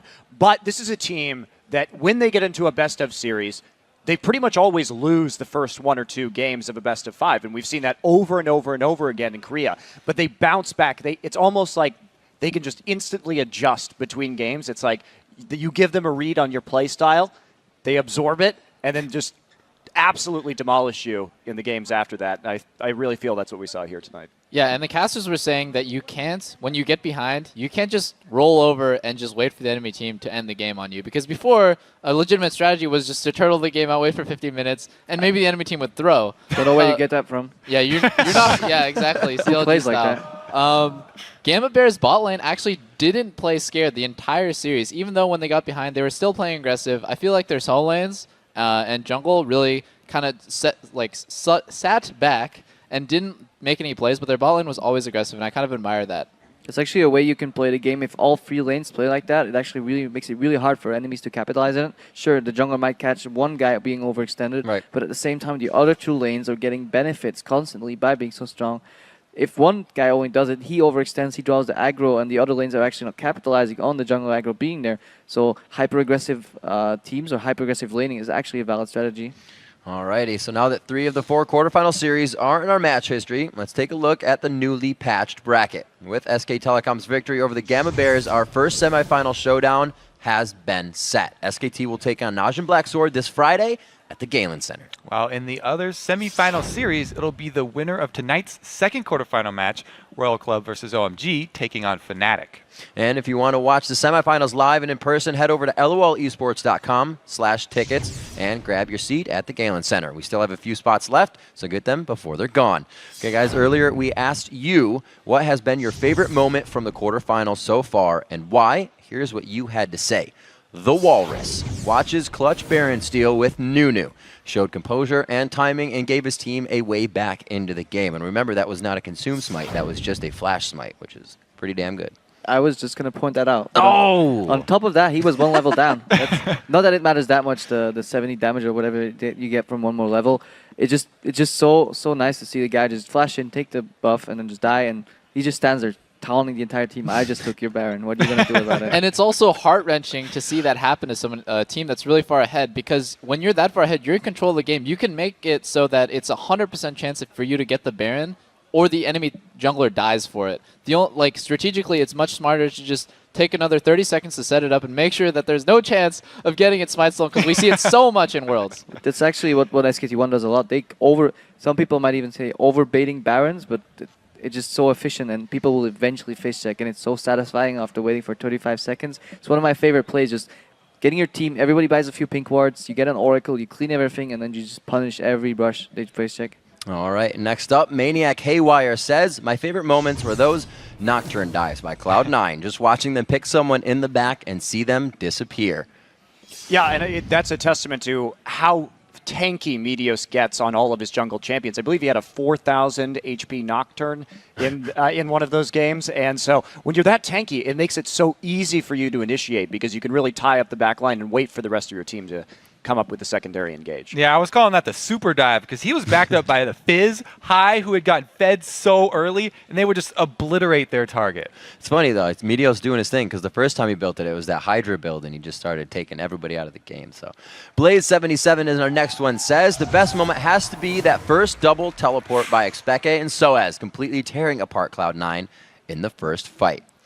Absolutely. This Fnatic, I think we have said it the entire time. Rotations, the Fnatic brush, them always being where you don't want them to be. The most surprising thing about that is, well, from what my solo laners have told me, is that when you go TP, you actually have a disadvantage in lane. But you don't see Expeke and Soaz actually losing lane very much, even though they have TP. They don't have Ignite for all in, so they have to play passive, and they have to wait for the time to use TP. There's only a few opportunities throughout the game.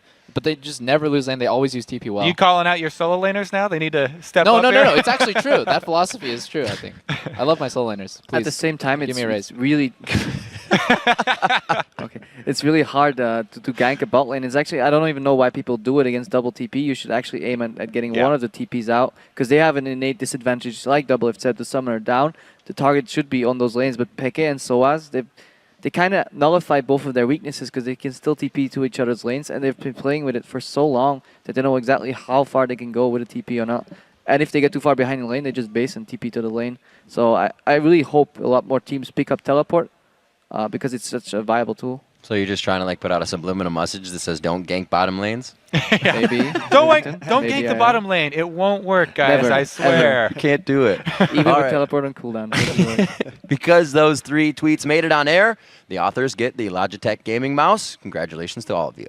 And if you want to hear your handle read by Riv, then keep sending us your tweets. We're at LOL Esports, and be sure to use the hashtag Worlds. And when you're done sending us your picks, head over to bit.ly/Worlds1 and give us some feedback on our broadcast. It's fun, it's easy, and you'll help us level up our game even more. Guys, 3 quarterfinals down. When to go? Up next, it is going to be Royal Club versus OMG. I think a much awaited match here by a lot. Mani, what are your thoughts on this matchup? I want to start actually by talking about Royal just a little bit and introducing them here. And a lot of people may have heard about Uzi, and he's a lot like Faker. He's a very young prodigy and extremely fun to watch. And the whole strategy of Royal is built around what they call raising the puppy. It's a lot like protecting the double lift, except more effective. Except it works. Except more effective, yeah. And so he's known as the puppy in China because of his youth. So, but we may see some really unorthodox strats here as well. These guys are so used to playing each other. Usually OMG has had the edge, but Royal did win in the regional finals. So, and that's the most recent matchup, Yeah. so that's the one that sort of counts here. Yeah, and Uzi is one of the most, if not the most respected AD in China. People always say Royal is a team where if Uzi gets ahead, they will win. And the thing is that Uzi doesn't have bad games. When I watch Royal games, Uzi, he just never has bad games. So it's going to be interesting to see what does OMG do against this godlike AD carry. All right, word's on you. You said that. So if he has a bad game, it's all coming on to you. Yep, I'm taking it, dude. Crepo, your thoughts? I pretty much agree with Mani. It's always interesting to see teams battle each other again when they have faced each other so many times before. It can either go 2 ways. Either they stick to their guns and they have these very significant playstyles that both of them know, and they'll just duke it out. Hey, we're better than you. Even if you know what we're playing, we'll bring it to you anyways. Or they go the complete opposite way. They stray from their usual picks. They haven't been practicing in the dark. Royals coming in cold. OMG had group stages. So it's pretty unpredictable what's going to happen. Yeah, it's interesting too. Unpredictable here does not mean a support Annie. Like, that's very common for Royal. I think they will be sticking to their guns, though. All right, well, before we get to the game, I have to get all of your picks, so let's make it official. Royal Club or OMG? What's it going to be in the semifinals? It started off with Crepo. Give us your pick. It's going to be OMG. They played really well in group stages. I believe it was a fluke when they lost to Royal. I'm just not sure if it's going to be 2-0 or 2-1. Yeah, my gut says 2-0 for OMG. Okay. I think it's going to be a really close series, 2-1, but I think OMG is going to take it. As much as I respect Uzi and as much as I actually studied him halfway through the season because of his immense skill, OMG just seems a lot better as a team. Yeah, I agree. I think the teamwork from OMG, I'm going to pick them as well. That teamwork is going to put them over the top, and they know how basically Royal tries to feed Uzi with a lot of all-in dives early in the game, and I'm sure they have a great plan coming into this series. You know, I'm going to have to jump on that OMG train, but I really want to go with Royal because not actually Uzi, but actually Whites and Tabe. They used to play on the North American server. We know them from long time ago, but I'm going to have to take OMG here. My boy Loveland just too strong in the jungle. All right, gentlemen. As a side note, again, you've picked the same team, and you cannot catch Mani if you all get the same picks right at the same time. So there may be some thinking involved with the next ones. I'm okay with this. We need to take a quick break, but when we come back, we'll see how those predictions hold up when China's team takes to the Rift. It's Royal Club versus OMG when the Season 3 World Championship continues. 我取 Never Lose 的原因是因为我不想输。如果我遇上一个叫做永远都会赢的对手，我应该还是会赢他。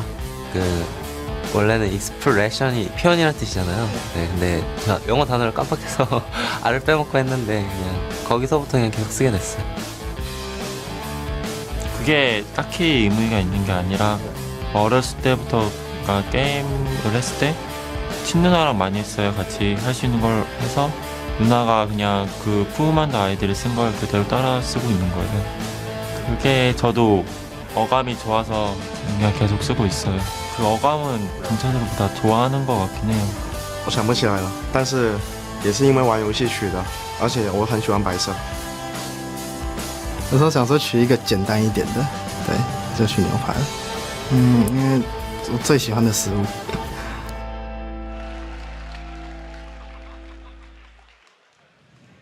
Welcome back to the League of Legends Season 3 World Championship. I'm Joe Miller because I'm not as creative as those guys and don't get a video about my easy name. But joining me is Jat.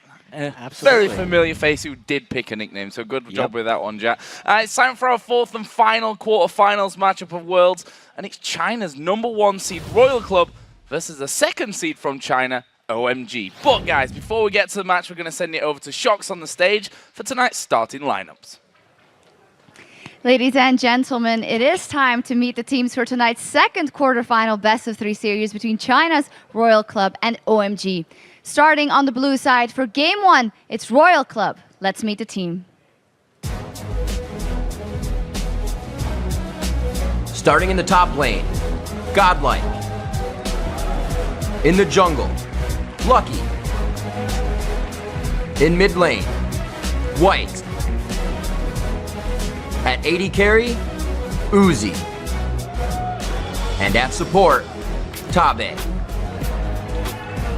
They are Royal Club.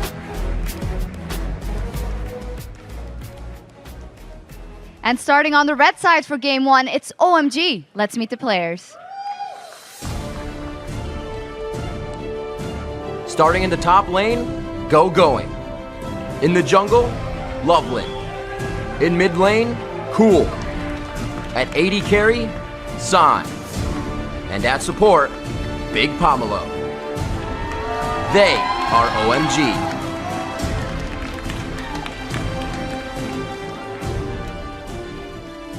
Please give it up one more time for tonight's competitors, Royal Club and OMG.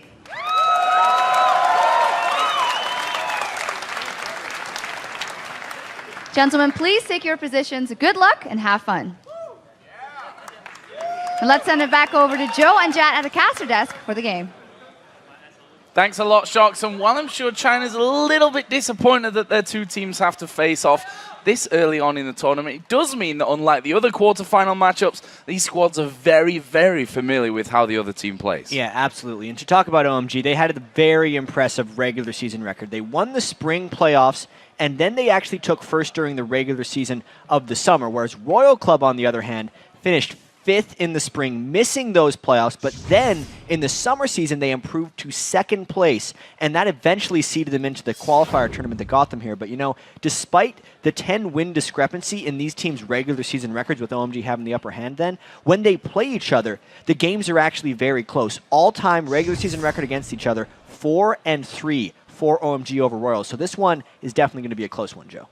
It certainly is, and it's really hard to call. One thing that we know that these teams are so very, very aggressive. So we're in for an explosive match. And then, of course, there's the fact that Royal Club beat OMG in the Chinese regionals to actually claim this #1 seed and come straight to the quarters. Yeah, and we're going to get to see which team was better off with that result because they have just been so close the entire season.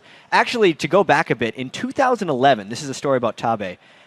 in WCG, he was actually on IG, and my team played against him then. He played mid lane Annie and just stomped all over us. It's nice to see he's now moved on to support Annie and made it to the World Championships. I was always happy to see that. And of course, Uzi, we've talked about him a lot. He doesn't run any unusual champions, but he is the player to watch on Royal. Well, while Royal is making their first appearance on this world stage, we've seen already what OMG is capable of here. They've done very well in the groups. Sometimes just running absolutely crazy things like when they did against Lemon Dogs, but honestly, the leader for them seems to be Loveland. That guy has just been all over the map. I was trying to compare the jungler styles of the regions, and China's junglers were always the one that created the most action. They were very hesitant to farm, but pretty much always found ways to make plays. I didn't actually think it was going to work that well on the world stage, but the way they move around the jungler, and specifically how unpredictable and how he doesn't necessarily use patterns, just makes Loveland just on the next level. So, guys, while both of these teams are determined to get one step closer to Staples and the Summoners Cup, they're just a little bit sad that their path has to go through their regional rivals. 就是很不想抽到中国战队吧。最不好的一个前辈他抽到了吧？还有抽到 OMG 的话，肯定是比较不开心，因为不想在8强就要淘汰掉随便一个中国队。应该是很好的竞争对手吧，因为我们在国内就是2支队伍一起出现参加 S3嘛。Today's OMG is much more stronger than those days we beat them in the finals. 就是我们这次交战肯定比上次更有信心。基本上我觉得银皇族信心还是很大的，我觉得胜率也是非常高的，因为我们对皇族了解比较多嘛。非常期待，我会全力以赴。准备好了。This is our time, like our destiny, because if we lose, we just go out.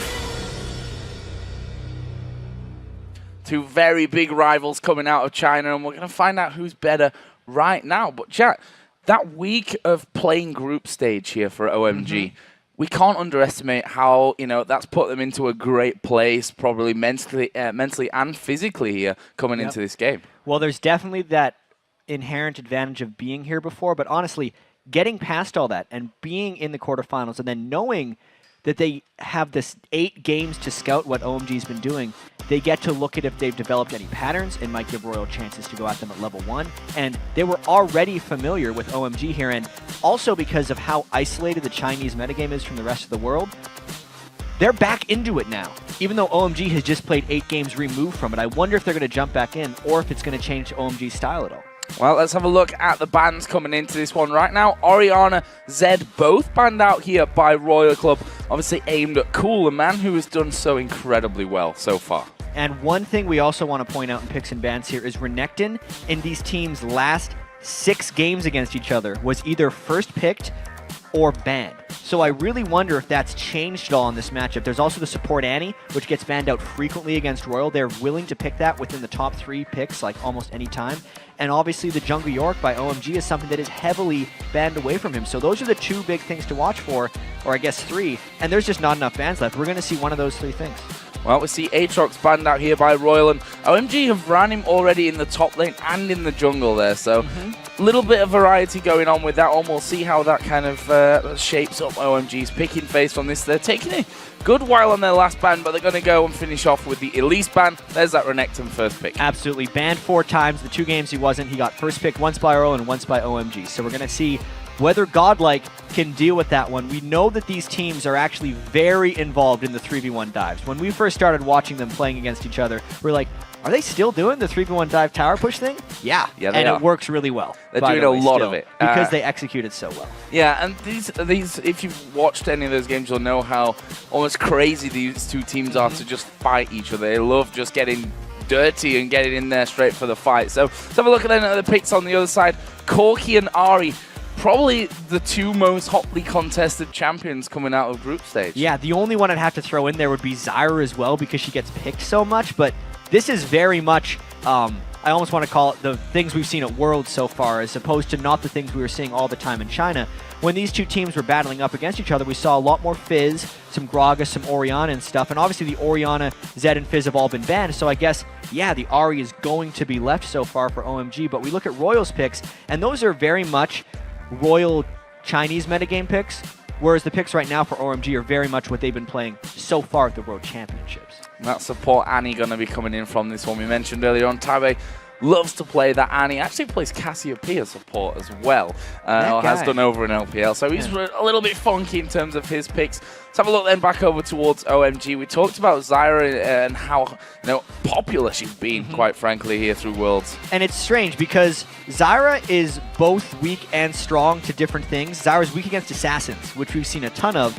But Zyra is extremely strong at counter-initiating and stopping dives, which we've seen a bunch of as well. So if somehow a team can pick Zyra and not get killed by the assassin, it's an amazing pick. But, there's some pretty good Aries in this tournament. Couple we've seen so far. Pretty decent. So it's going to be Lee Sin picked up here for Lovelin in the jungle, someone who Kobe mentioned, yourself mentioned earlier. He's been incredibly good for OMG so far. Lovelin's Lee Sin will be very exciting to watch, assuming we don't see a total curveball and see going with it in the top lane. Probably not. See what you did there. I didn't mean to. I never mean to do these things. But anyway, looking back at Royal, Uzi getting to pick Caitlyn is one of his bread and butter champions. There's actually a clip online of him pulling off an amazing kite with Blade of the Ruin King Caitlyn, which is something you almost never see. But I know a lot of the really popular AD carries, or the best carries here at the World Championships, value mobility so highly. So I actually think that Uzi might do something like that again, and he's going to be laning with the Annie, most likely in the mid lane, because that's where Royal likes to go with it. Yeah, and the Vladimir actually picked up for this one, added in. What's your thoughts on that one, Jack? So, because specifically they like running Annie in the mid lane, they picked two strong side laners, meaning Renekton and Vladimir can both go top and bottom once they get into this game. I think that's why they go for it. I wonder if it's going to burn them not having enough crowd control overall, but that's definitely their plan. So a Jax going to come out here for Going by the looks of it. I actually did play Jax in the third and final game of the qualifier final where Royal Club actually took down OMG in a clean sweep there. So he's already got some history with that Jax in this matchup. We'll see if it's better for him today. Well, we've seen one Jax so far. I believe it was Impact, who just went crazy with it late into one game. And I was expecting a lot more Jax before the World Championships. With the Trinity Force buffs and how strong it's been bringing Corki back into the game, it seems like a natural progression for Jax here. This is going to be an interesting one, Joe, because OMG has tons of mobility like we've always seen. At least 4 people who can hop over wall to get those Fog of War assassinations we've been so used to seeing here at the World Championships. And then Royal, they have that mid lane Annie that we've been waiting to see. It usually gets banned away, and they get to pull off their strategy here. Most likely, we're seeing that Caitlyn Annie in the mid lane and a split push attack from Royal. Godlike is a crazy split pusher. It's all he likes to do. And it's really hard to call this game because of the fact that, Royal Club have generally lost out to OMG, except that qualifier final, which was a bit of an anomaly on the results. And very interested to see how the group stages affect OMG and what Royal Club's preparation has really got for us in this game. But guys, since they've picked their champions, it's time to see who you guys picked to win this regional rematch.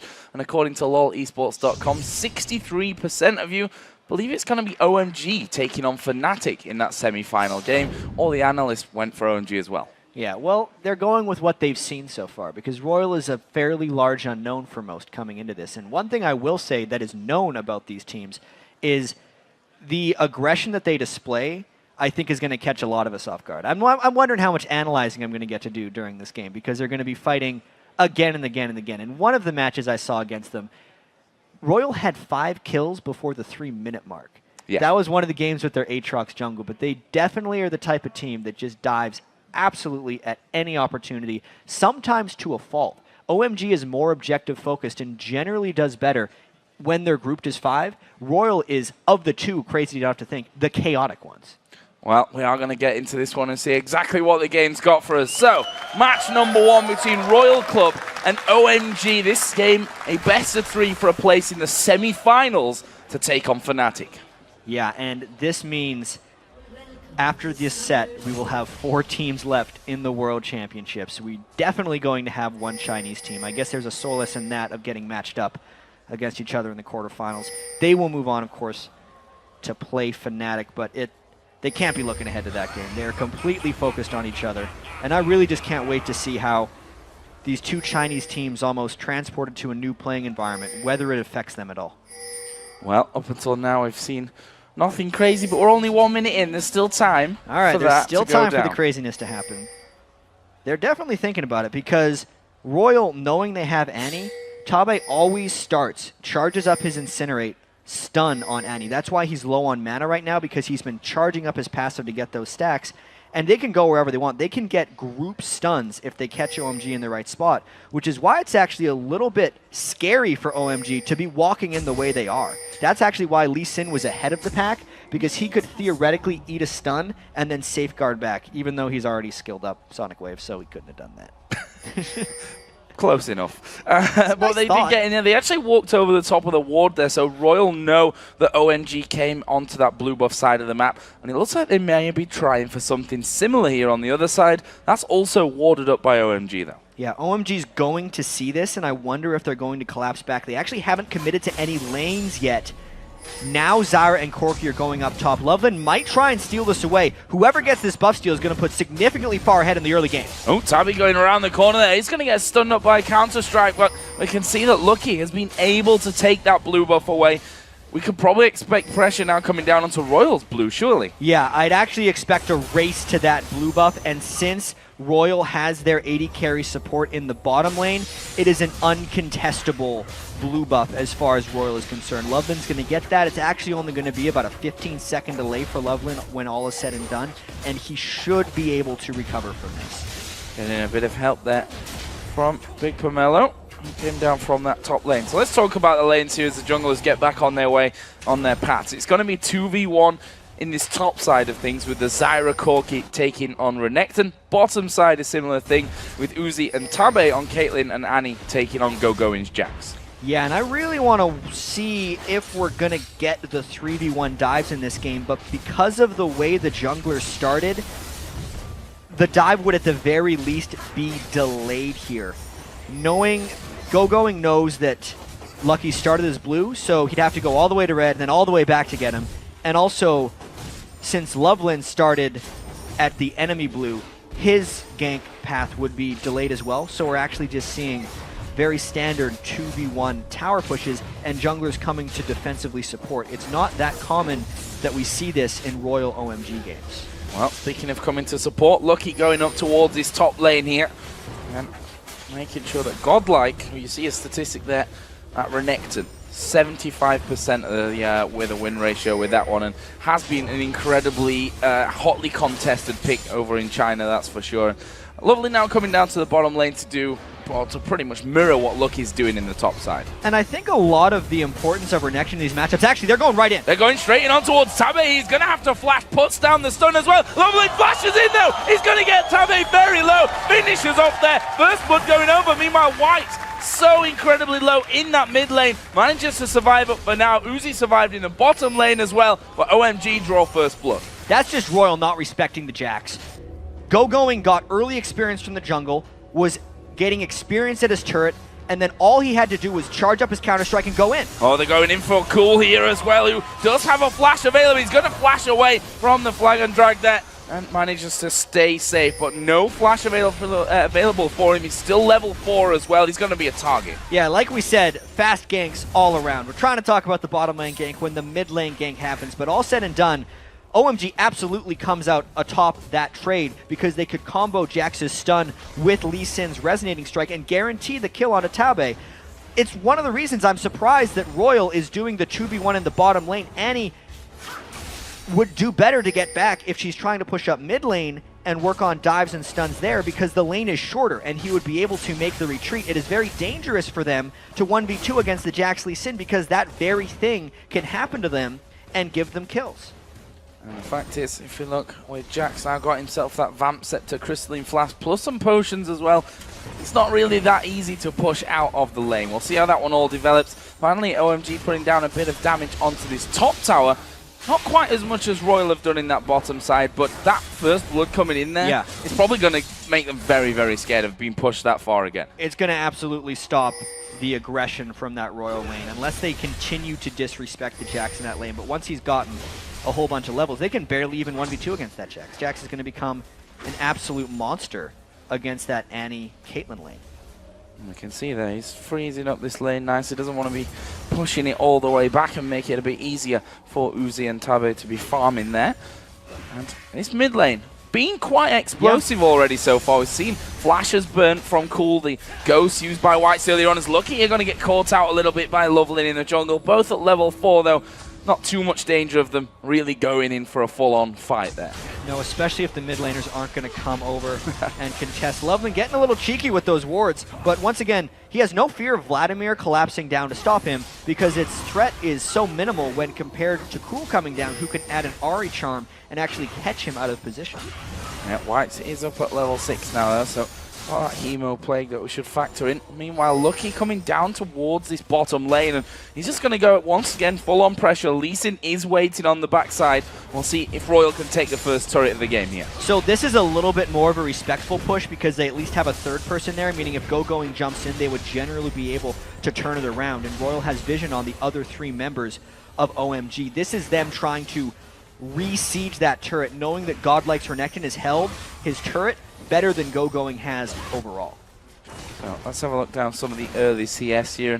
And 2 AD carries obviously in the 2v1 lanes. Pretty close there. Uzi at the moment just got a little bit of a lead from that one. Mid laners, Vladimir, White's playing that one up against Cool's Ahri. Also ahead as we are going to see the stun coming down to Go-Going and Lovelin taking a lot of damage there. This could open up that tower finally. Yeah, they are taking a lot of harass near there, and it does seem like the next wave could do something, as well as maybe more for Royal. As we were talking about earlier, one of the big reasons Renekton is such a contested pick in the Chinese metagame is because the early and mid-game pushes they make. They don't care if Renekton doesn't have great late-game skilling because he can do this. Here we go, gonna go in there. The Counter-Strike actually going to stun at one, but it's Go-Going. He's not gonna escape this one. Getting stunned in there. The turret went down. They picked up the kill, and Godlike moving down through the map there, undetected as they dive onto that bottom lane. Yeah, he was... See, that is earlier than you would normally see a Renekton roam, and you're thinking, why would a Renekton leave his turret against a Corki Nazar? Is just going to die. World doesn't care because this is effectively an exchange of turret and kill and dragon for just a turret, and they're willing to make that exchange. And the blue buff as well as Cool here, going to go in towards White. The Ignite already ticking there. Is a charge in there. White saved his pull till the very last second, didn't have to burn his flash. But either way, Cool's removed any kind of threat now from that mid lane as OMG take the dragon. Yeah, no, sorry, it's absolutely. Royal. Now is where's OMG going to go from here? They just burned their Ahri ultimate in mid lane. Corki and Zyra have pushed down their turret, but there is no dragon to get for Cool's advantage over White's. I mean, so far in that middle lane, Vladimir, who is a pretty good laner early on, but I don't think quite Ahri level, has done enough work to outfarm Cool. I think that was in part because of Lucky's early gank, but it still should be noted that Whites is trying to farm up only so he can become a split push threat. He's going for that, what looks like Spirit of the Spectral Wraith split push build, because his summoner spells absolutely show he's doing that, knowing he brought Flash and Ghost on Vladimir. So where are we going to see this one develop? The duos have now gone into that mid lane, as we may have thought maybe came in a little bit earlier on. We'll see Ahri and Vladimir facing off once again on this top side of the map, and we'll see how Whites does now that he's built up a lot. There's a Hemo play going down. We can see how much damage is coming in, but there is Lovelin. He doesn't have that pull. Look at the damage though. Cool going so low, but he's managed to walk away from it. Whites gets kicked back and executed by Lovelin. Nearly enough burst for Whites, but at the end of the day, it was an overcommit, using his pool aggressively to try to finish off Cool, and Lovelin, like a wizard, is always there at the right spot. Now Jarvan coming back to this mid lane. See if they're actually able to put that pressure back down. Going to be harder against the Corki, and more importantly probably that Zyra as well, who can catch you off guard in just the split second. There is Lovelin getting himself a nice bit of farming experience and pushing out that top lane as well. He's now 2-0-0 with his Lee Sin. And we'll see if he can start taking over the game. I remember his Moby Bear from the group stage that got a couple of early kills and then absolutely stomped all over the game. Lee Sin could do something similar. You can see with that extremely early Sightstone, he's going to try and shut down Royal's roam, because Royal loves to roam early on, and that is typically how they beat OMG. We already saw Godlike roam all the way from the top lane to the bottom lane to create Royal's first bit of advantage, which is why they're still sitting on the 400 gold lead. And of course, Loveland counters that with an early Sightstone. It gives OMG 2 Sightstones overall on the map and should work to control it for them. That is that blue buff. Giving over actually to Uzi there for that mid lane. It makes enough sense in this composition because they have the Renekton and the Vladimir, who are typically 2 side laners. The blue buff isn't beneficial or that beneficial to any of them, whereas Caitlyn can definitely run into some mana problems if she's using all of her spells on recharge, which Uzi's going to do now since Tabe and Caitlyn have transitioned to this mid lane for an extended siege. And between the two AD carries, CS is very, very even at this point. We can see that Bloodthirsts are almost done for Uzi. Oh, Cool might be in trouble from this one. He's going to be baited in here by White. There goes Jarvan out of the brush. And there is the Cataclysm, but Cool still got a charm left. Got a charge left on his Spirit Rush to get out of there. Brilliantly avoided by Cool. Right there, Royal was underestimating their damage. They knew that Cool was going to pop his ultimate to escape, and they tried to burst him down anyway. Lucky no longer has Cataclysm, but it does give them a bit of a turret edge right here if they can take this. Should be able to finish this one off. See the minions actually going down pretty quickly, and they might have to wait until that next wave does come available to them. Meanwhile, Royal stacking themselves up here in this mid lane as Godlike going to get caught out, but will they go diving in onto him? No, they won't. Lee Sin waiting off to the side, but Loveland decides against it. And this is very interesting. OMG is sacrificing turret pressure for farm on Jax. Going has been freezing the bottom lane for the past minute or so, while Royal is mercilessly pushing this middle lane. They're about to dive as 5, and Jax is nowhere to be found here. Oh, Big Pomelo actually going to throw down the Stranglethorns from this one, and we see them go a little bit low, but White's coming in from the backside. Ace in the hole comes through. Uzi picking up a snipe there onto Big Pomelo, but now White's caught out of position. There's a counter-strike, not going to get the stun as White nice but shot. Loveland dives straight in there. He'll get back out towards the Warden. This is a difficult decision. Very, very low health bars across the board.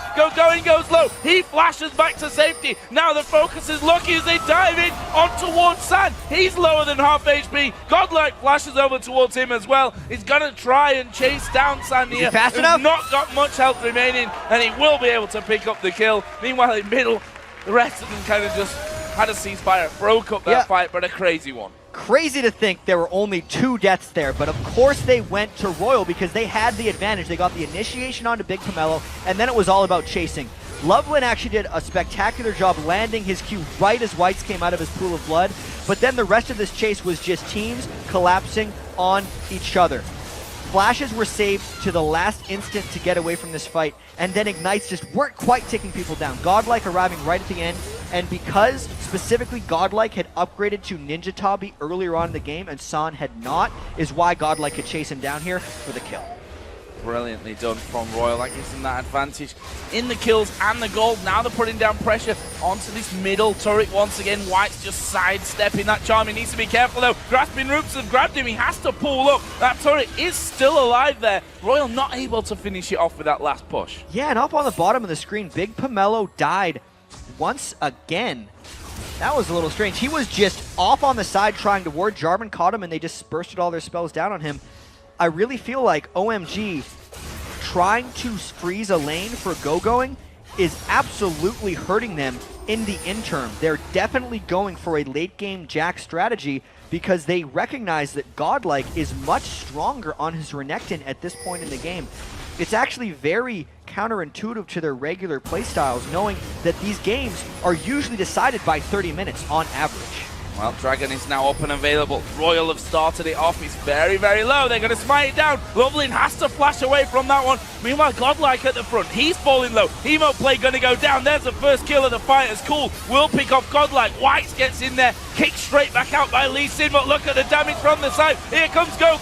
There's another kill. It's a double coming down for Cool. It's not over yet either as Loveland picks one up. But look at Uzi at the back. He's still doing work. There's the triple for Cool. And now they're going to try and chase down the AD carry onto a trap. That was a little unlucky from Loveland, and Uzi should be able to walk off from this one. Gets himself a bit of farm on the way out. Classy. That was still an absolutely insane turn by OMG. They get a 4-kill fight, even if Royal got the Dragon. That was actually a power play attempt by Royal to get that Dragon, but OMG just collapsed in and had a brilliant team fight. Maybe they get this turret afterwards. Well, it's gone very low. Only Uzi is there to hold this one off. Minions start to stream their way into that mid lane, but I think they've bided enough time here with those minions going down. Have Royal for that to be safe. Yeah, so the fact that Ari got 3 kills in that exchange means Cool is an absolute monster coming in. We have to see this fight again and figure out just how it happened. Tabe's stun got burned on Loveman as he was escaping, which meant they didn't necessarily have it for the fight. And even though Royal landed a 4-man Hemo Plague, Uzi could never get in position to fight this one properly, and Godlike did not get off his Renekton ultimate because he died so early on. That is so core to Royal's mid-game team-fighting strategy, is to have a Renekton in the fight for an extended period of time. Once he was gone, all OMG had to do was finish off Lucky, and they could just chase down the rest of the team.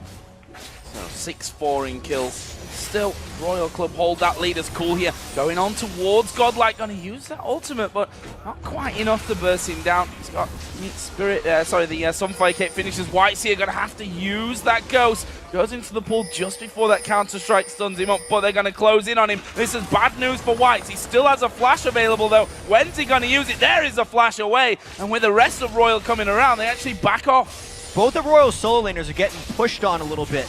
We saw Cool nearly take down Godlike because Godlike has no magic resistance, and that's actually going to be a problem considering Cool picked up that triple kill in early DFG. And then White was trying to split push against OMG's other solo laner Going and immediately had to just get out of there with his Ghost. That's not good for Royal overall, knowing that they kind of had a bit of a split push strategy planned and that it's already getting countered is a bad thing. White's is actually transitioning potentially early off of this build. He had a very early Hextech Revolver, and if he was truly a split push Vladimir, he would have built the Spirit of the Spectral Wraith very early on. But the fact that he has not built that yet, and he may be going towards a Zhonya's Hourglass, could just be Royal saying, yeah, we cannot split push anymore. Let's go team fight with this. Speaking of team fights, yeah, Cool going to go into this one. Big damage on towards Tabe, who's less than half HP right now. Going's going to come in from the side. Godlike trying to tank up the front. Here is Going. Gets the stun onto 2 of them. Godlike going low. Lee Sin dives to the back. He managed to live from that one, but the rest of the team might not be so lucky. Tabe going low. There is the charm landing onto Uzi. He cleanses out of it straight away, and OMG can't quite find their way in. Another fight with everyone getting quite low. Big Pomelo and Godlike nearly died in that one. These teams are good at team fight because they do it very frequently. It's amazing this game is only 6 kills to 4, and honestly, I think one of the big reasons Royal cannot chase on for these kills is they have generally low crowd control in their composition. They don't have a true mid laner right now. Vladimir and Renekton are both kind of side laners as far as team fights are concerned, and they don't have the traditional lockdown or assassination that we're used to seeing here at the World Championships, which is allowing OMG to disengage from a lot of these fights. Finally, Royal getting bored there. That turret was still up, just deciding to tank it up, and that puts them 3-1 ahead in terms of turret kills at this point. They still hold as well a 2,000 gold lead. Let's have a look down the items once again, because the AD carries have taken their first big step with that Bloodthirster coming for Uzi and the Trinity Force on the other side for San. Absolutely. So no surprises with San's build. Trinity Force is the Corki thing. The only bit of a curveball is the Berserker Greaves instead of Sorcerer Shoes, because Corki does more magic damage than physical damage in team fights. But instead he's going for the attack speed itemization. We look at Uzi as well. He's doing a bit of a give or take here. He has not went the full Bloodthirster Last Whisper build. He's got a Zeal sprinkled in there because, again, he is relying on his auto attacks. Whoa, look at this. Jax diving straight in on towards Uzi. Going to sidestep the Grasping Roots, but will he be able to get away from it? Going down to half of that HP, and he flashes away there. Uzi now in a lot of trouble. Going to chase him down. He's trying to heal up. There's the net coming out. He's still running, but not for long. There's the jump in. Going gets one. And on the other side, on the tower, Loveland picked up Tabe as well. Yeah, and what's Royal going to do about this? Because OMG just completely committed to their bottom lane while the rest of Royal was not there. They have their side laners in strange places right now. Vladimir is in mid lane. Renekton is going top, and Lucky cannot stay there for his buff. Oh, he's actually going to manage to get away from that one. He's still trying to hold out he here wants to smite for this red buff. And it's going very low, but red is going to be picked up there. Meanwhile, Lucky down, getting caught out from the backside. Cool comes around, catches him off guard. That will be another one for OMG. Meanwhile, the most satisfying sound in the game is that Jack's hammering away on the inner turret in the bottom lane. Whites isn't happy about that either. He completely commits once again to OMG, and let's see if he can chase this time. Vladimir, no crowd control. Going very low here, going. Can he get up into the brush in time? Yes, the Zonya's used by Whites as well. Lovely coming around the side. Doesn't go in as he spots Godlike. Good call. So before any of this invading happened, OMG had gained control of Royal's red buff and the jungle surrounding it, and Royal was refusing to accept that. That's the reason that they got dove on. That's the reason that they got hurt trying to go in and contest for red, because OMG had complete eyes on them and outnumbered them. Royal couldn't fight in that area, but they did anyway, and it just gave OMG exactly what they wanted.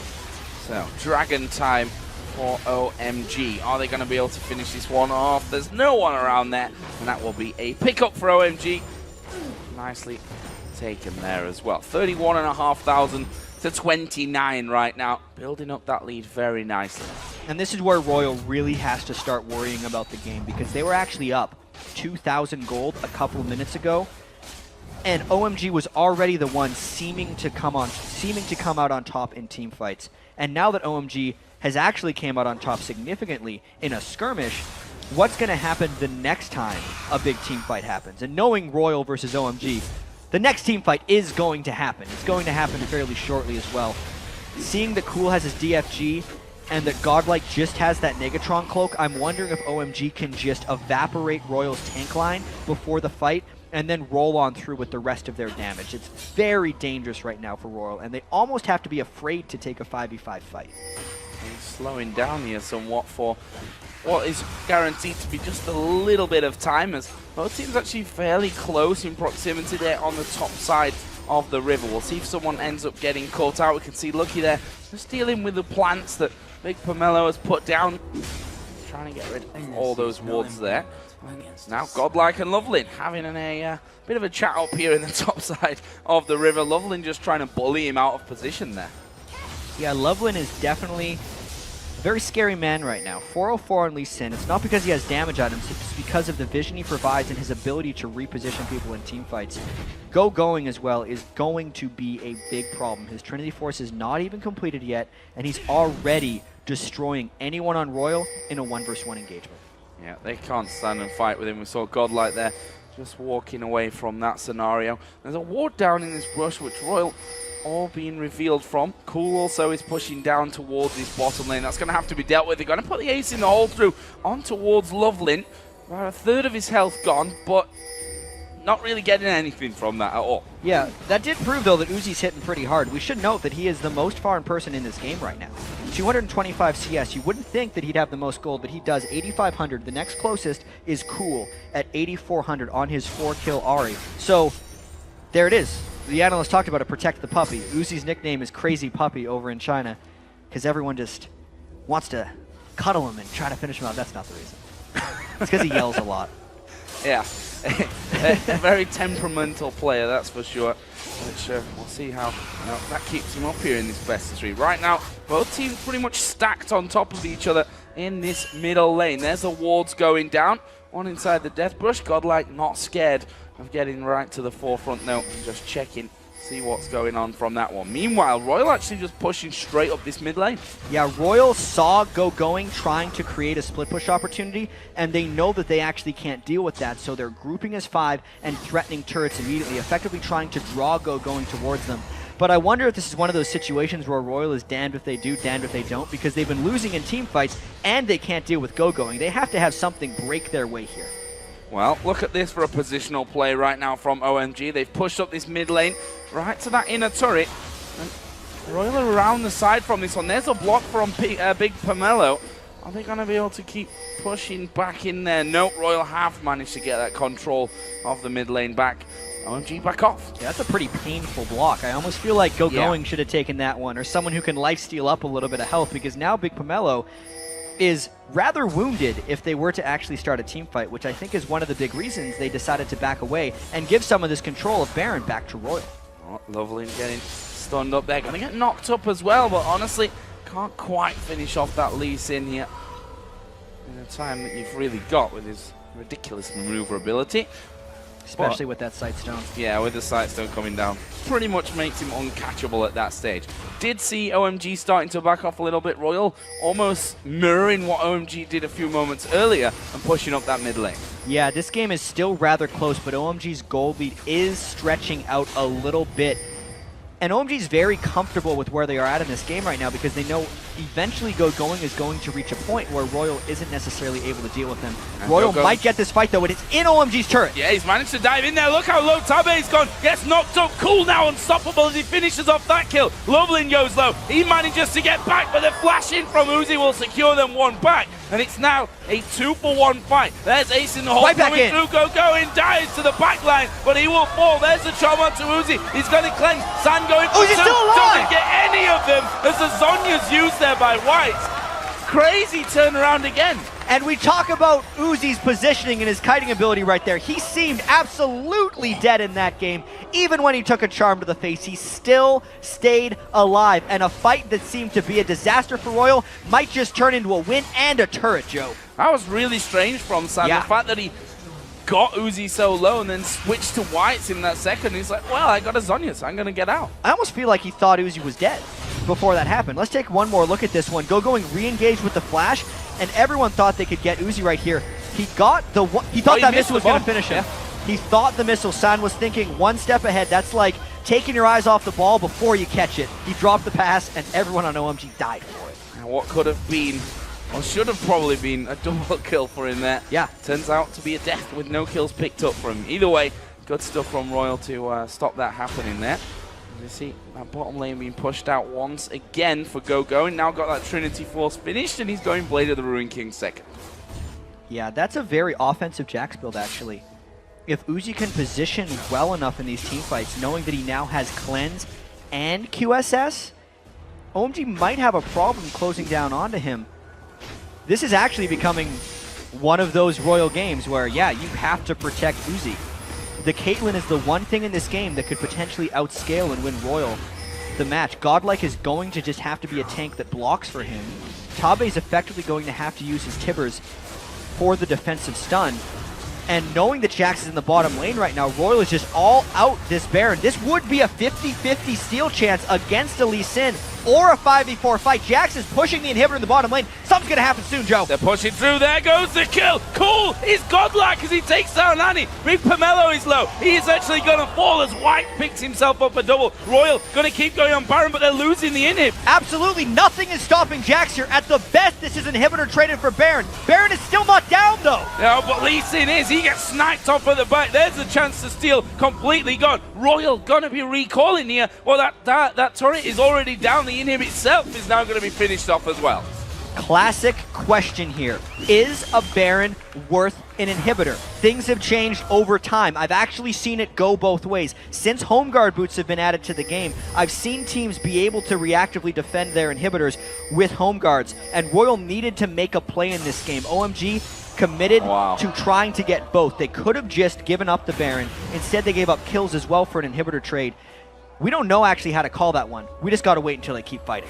Goes in. The Crocodile was waiting for him around the corner, but Counter-Strike means he's getting out safe. Royal Club going to be picking up a Dragon here as well. So they've lost that in him. They've picked up the Baron. They're going to get themselves a Dragon. That leaves them ahead now in the game by 1.1 thousand gold. Yeah, and this is about a 3,500, maybe more gold swing. I'd have to check exactly because they were down quite a bit, and specifically, this gave a whole bunch of more gold to Uzi. He's now almost 12,000 gold on his Caitlyn, which is 1,500 ahead of Cool's Ahri right now. Despite Cool being 7-0, it seems crazy at that, but Cool is not actually getting much gold for killing Tabe at this point because he's already killed him 5 times. That completed the 3rd big item onto Uzi.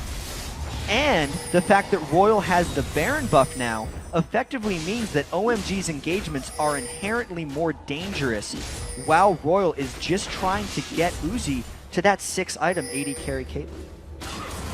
So there. Going in the mid lane, just pushing things out and doing the work in terms of getting that inhibitor back for OMG to make sure that Baron wasn't lost and they didn't get anything in response to that one. Right now, Royal they're trying to get some vision down of their own on this bottom side of the map. We can see that Whites has actually started to push down there. A lot of pings going on as they spot Lee Sin. Godlike actually all up in that jungle, but they've got full vision here, OMG. Exactly, and the fact that Royal is pushing the lane that has super minions effectively defends the inhibitor for themselves. The thing they have to worry about is the stronger other lane since an inhibitor is down, and those minions destroying Royal's turrets. But they are ready to go in and dive this, and I have to call out Whites' build adaptation, going Deathcap and Zhonya's instead of the split push Vladimir build, and being a massive factor in these team fights as Royal just brute forces their way in as OMG is completely contained within their base. There is flash up on Tabe, and he might go for a Tibbers. This could be an attempted end by Royal. See if the bear comes out from this one. Right now, Royal just on the steps, now pushing things back completely, and at the same time making sure that their inhib being down is not really a factor in this game at this point. There's the Q coming out of Lovelin. Wise not to follow that one up. The rest of the team, there is a flash Tibbers coming in, not really doing what they would have hoped from it, and Royal back away to the steps. There's the Stranglethorns going down as Whites gets into the base. There's the ace in the hole. Uzi gonna pick that one up. That's already one man down. Can they finish off the tower? Charm landing onto Godlike. He's at less than half as going down into the back. Lee Sin kicks the three of them in, but Godlike still got enough health to maybe survive this one, and with the rest of his team all there with him, this is bad news. And they still have the Baron buff on 4 people. Only Cool and San are alive. They're trying to go back to base to get health, but Royal is still pushing in. They've got the Baron, and they're making their play. They're going to try and win the game right here. 32 minutes in, 2 men left alive. They dive on towards Corki and Ari. They managed to get Godlike a little bit lower. They're back. I thought they're out of minions. They're there. Minions are there. The Charm landing on towards Lucky. Here comes Big Pomelo. They're on to the Nexus, but can they finish the Nexus? Corki goes down. Ari goes down. Only Zyra left to defend. This is going to be game number 1, going over to Royal Club.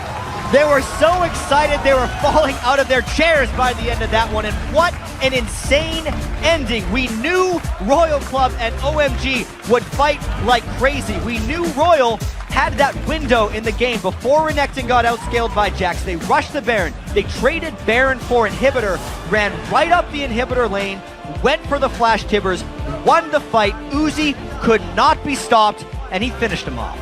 Crazy ending to that one. We can see OMG wondering a little bit, how did that happen to us? We had that gold lead going down. We made these decisions.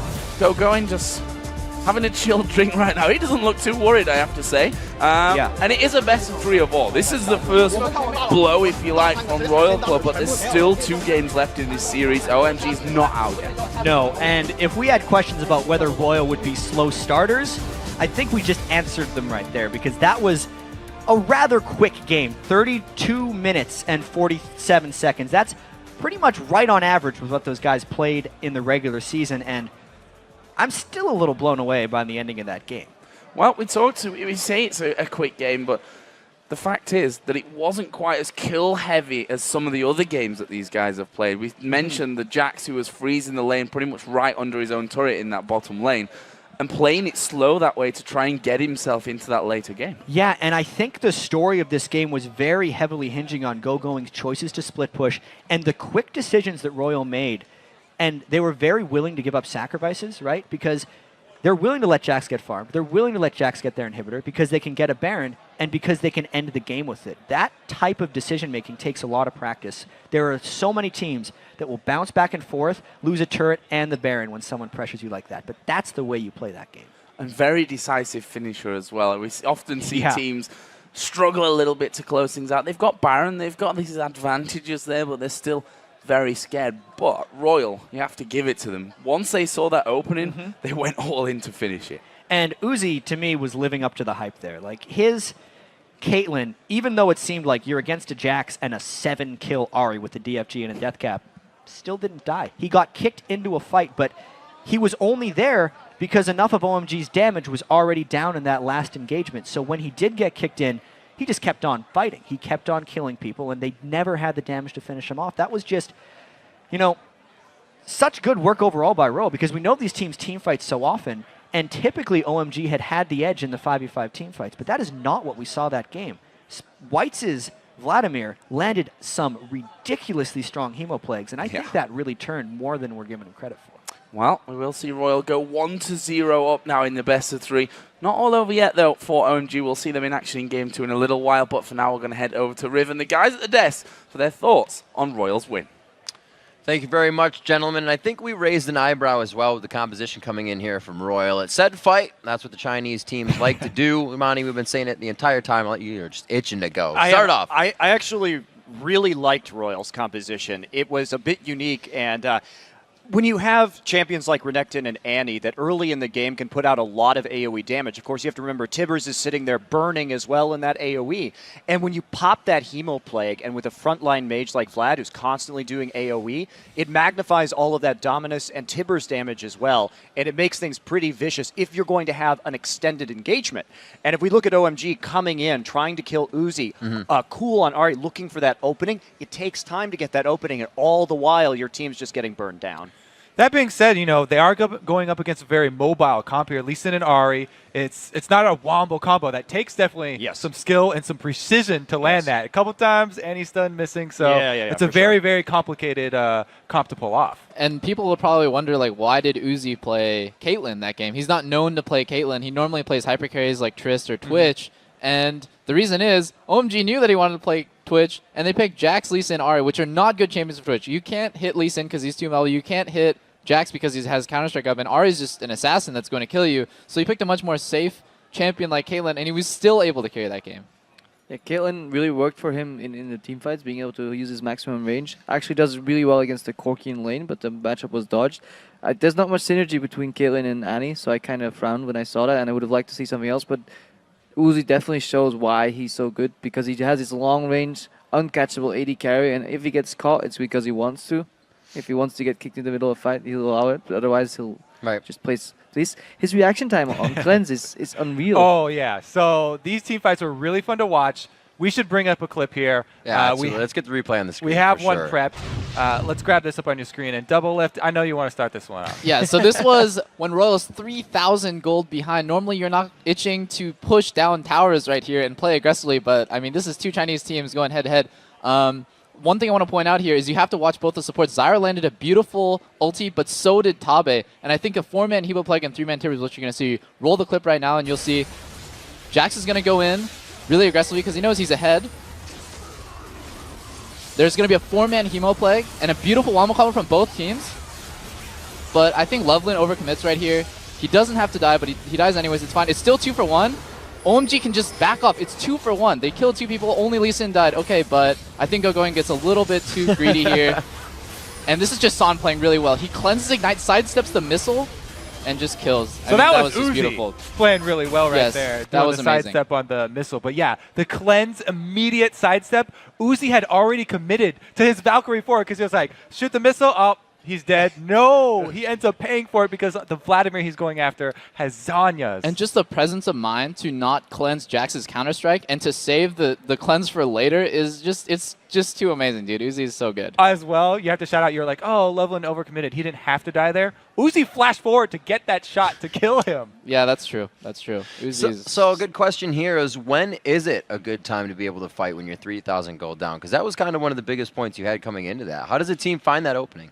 Well, generally when I watch two Chinese teams play, any time is a good time to watch a team fight. Like, just go, go, go, go, go. And it's just a wombo combo versus another wombo combo. Go ahead. At the same time, though, eventually throughout the game, you saw Jax split pushing becoming an issue. So when they actually have everybody locked up in the inner lane, they become very clustered and very predictable. And that's where those AoE teamfight can come in. If Jax is coming straight at you, you can at least dodge Counter-Strike. That's what you saw at the start of that fight. Jax sweeps in, Counter-Strikes only one target, Renekton. He doesn't care. Everybody disengages, whacks away at Jax. If they're coming from different angles or they're spreading AoE like they did that one Dragon fight where they turned it around, I would have never guessed they would have, but they just let Royal have the Dragon. They came in, spread out, and used their mobility so well to counteract the AoE comp. This is actually probably why Royal was pushing, because if they didn't, they would get split pushed and mobility would have torn them apart. So what do you guys feel learning a little bit about the strengths of each region coming in here? Obviously, we see China's region just being one that fights. OMG put the stamp on that as they went through their group stage. Do you think that's the one that's going to get it through? We also have, SKT, who does themselves like to fight, but only when it's surely warded and everything's going their way.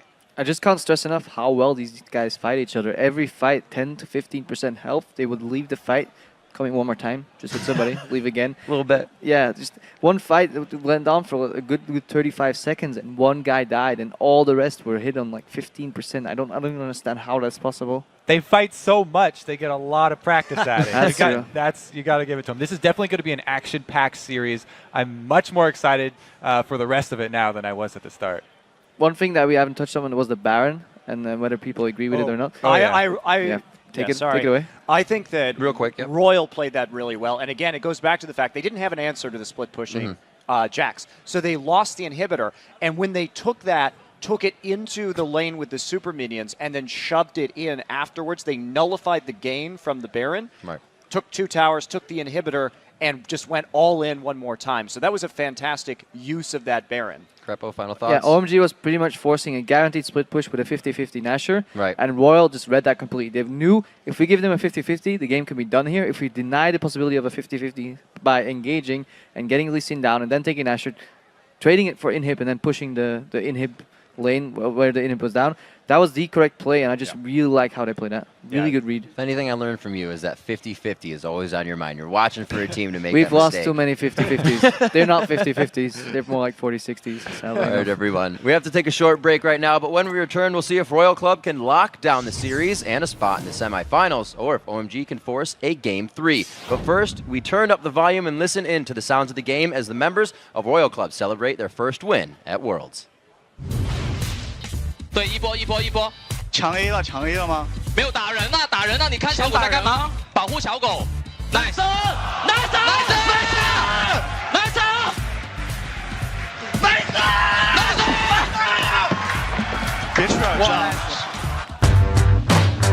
When I picked OMG, I was like very sad, but because I know it's broadcast live, so I have to like pretend to be very happy and just keep on my smile.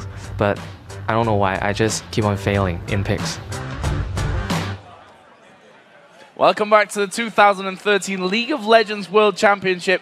It's time for game number 2 between OMG and Royal Club, and with one more victory here, we could see a Royal flush for Royal Club.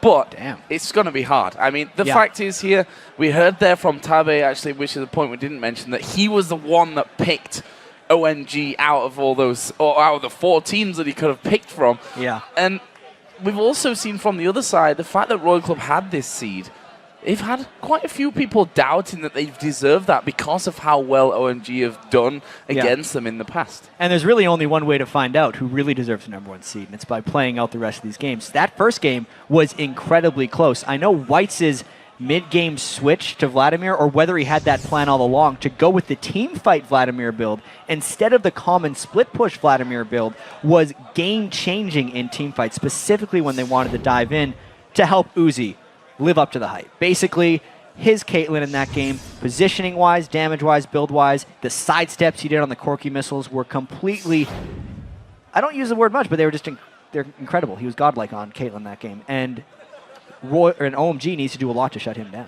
Really impressive stuff there from game number 1. OMG obviously now moving over to the blue side, and we'll see if that changes their fortune a little bit from this one. It was a very close game for a lot of it, a game even which OMG were leading, to be honest. So they're not that far away from where they need to be. It's just some fine adjustments. That game could have went either way so quickly if the Baron choice wasn't right, if they weren't able to get that nice team fight by the inhibitor and finish off the game.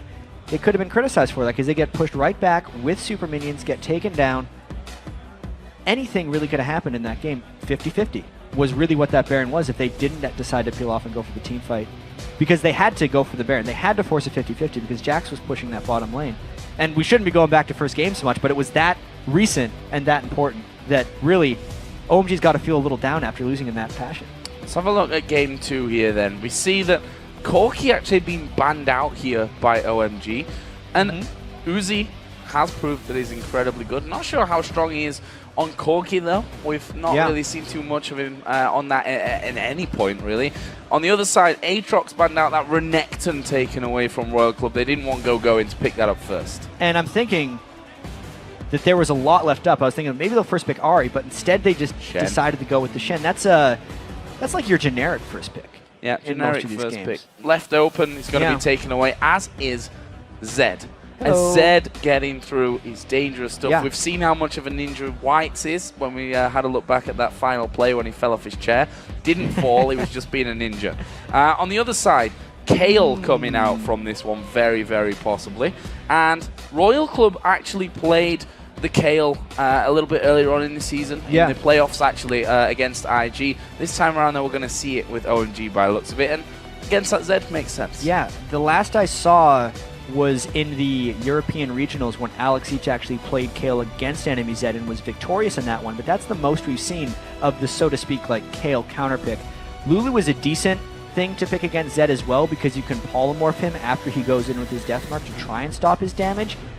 I'm actually just a little bit surprised about all the things that have been left up in this game because there were so many effective target bans or regional specific bans. Annie ban, Corki has generally just been dealt with by a lot of these teams, not banned away. Renekton has not been a priority. But because of all that, we get the double ninjas in a game, and now it's on OMG to react to the Zed.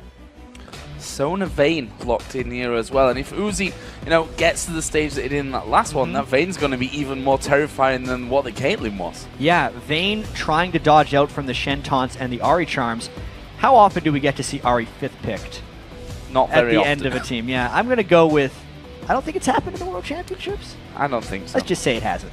Yeah. But it hasn't happened. 0% I don't chance. think it's happened.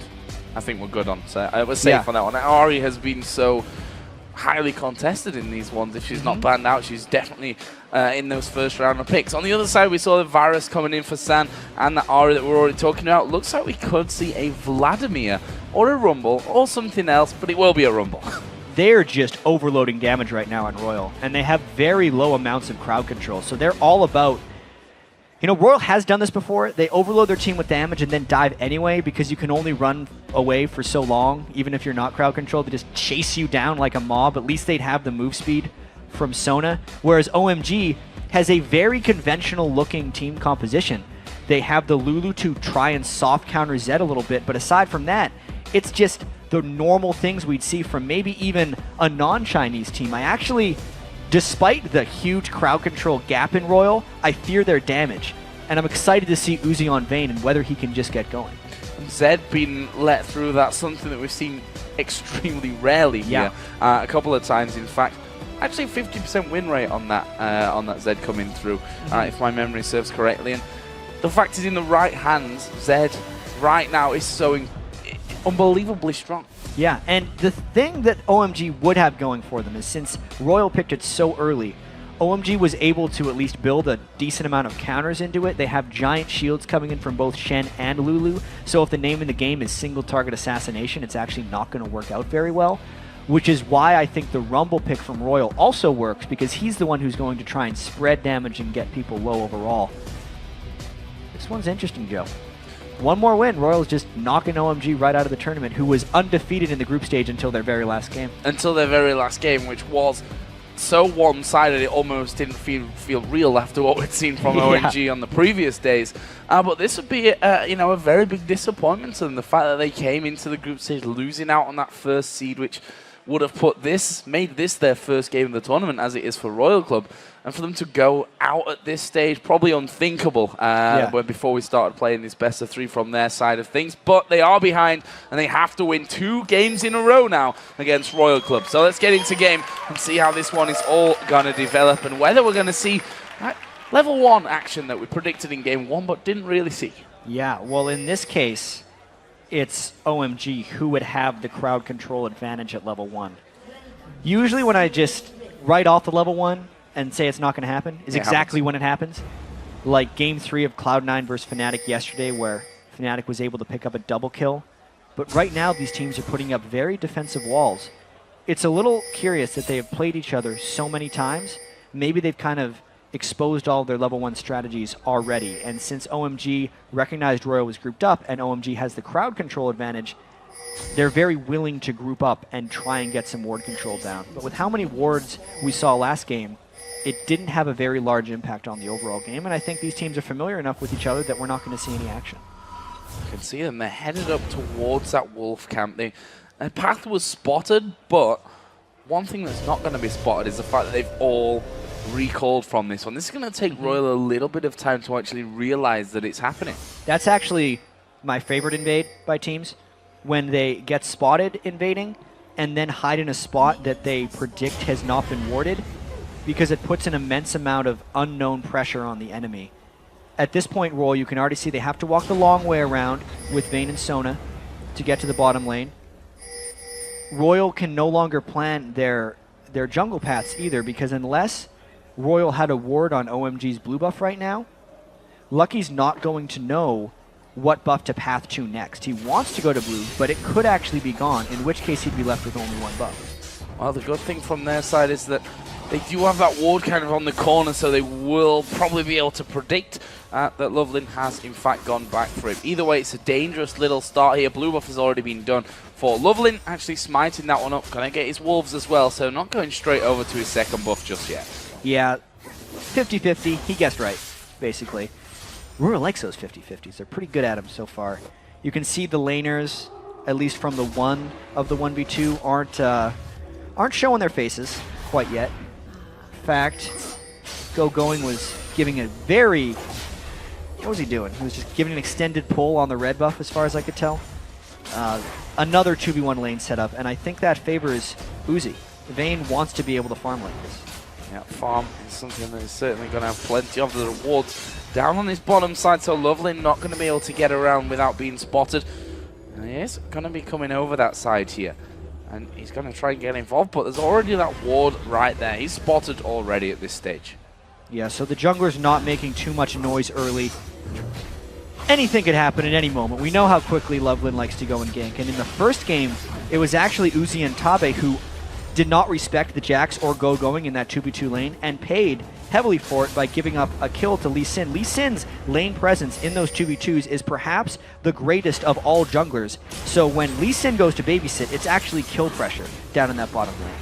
See Lucky coming across to this top side here. They know that Lovelin's there. He's actually showed himself straight away as he came through that lane, and it would have to get a taunt out basically for Going to get something started in that one. Lucky doing the same here on that top side. Actually a lot of damage here coming on towards Big Pomelo, but you see Lucky just repelling away from it. Yeah, one thing about the Rumble in the 1v2 is he doesn't actually have nearly as much kill pressure because he cannot chain any significant crowd control aside from his slows to really lock someone down. Basically, they're just trying to help each other's 1v2s farm, and I think Shen and Lee Sin are better suited for that as far as the lane matchups go.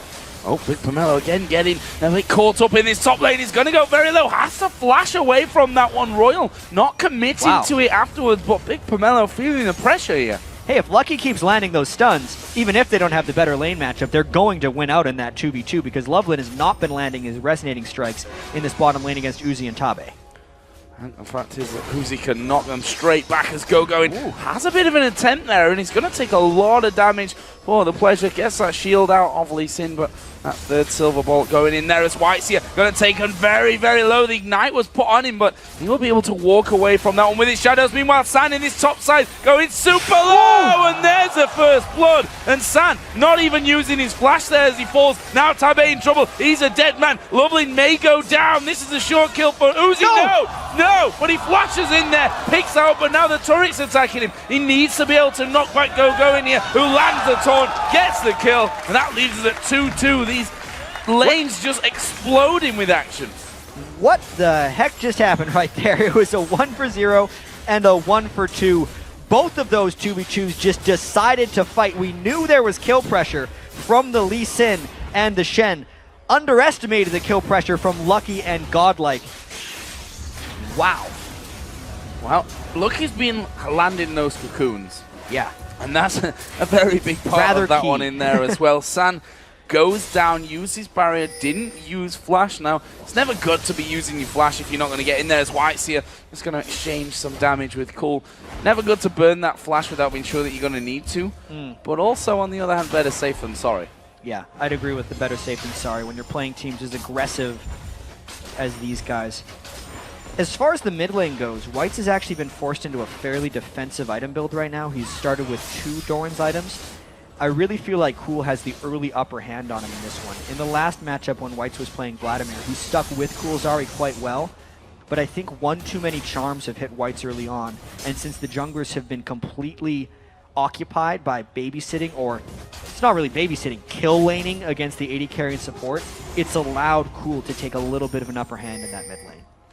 Just saw that Lucky was hanging around as that wave was pushed right back on towards Godlike's tower, but this time decided to back off and not stay around from that one. Very low farm when it comes to those jungles at this point. We've seen why. Here is Lee Sin actually headed down to that bottom lane as well, so Loveland going to be doing pretty much the same as we saw before. We'll see if they can actually get in and pick up any kills again. And Ahri, since she was 6 first and pushed up, can now threaten this bottom lane. Royal is in big trouble. Yeah, Tabe in a lot of trouble from this one. They're going to focus down Uzi. He cleanses instantly out of the charm. Now though, Tabe, is he going to be able to escape? The sword not quite landing. Lovely going low. Cool managing to pick up the kill there with a last tick of damage. These guys are rather skilled right there. Uzi actually hit Cool mid-Shadow Dash to negate one of his spells, but then he got both procs of his REQ to actually finish off Tabe. Very nearly a desperate save. Oh, here comes the Stan United San. Is he going to be able to get down and then get that kill? Lucky repel. Godlike now getting caught out. Going taking a lot of damage. There's the arrow going through.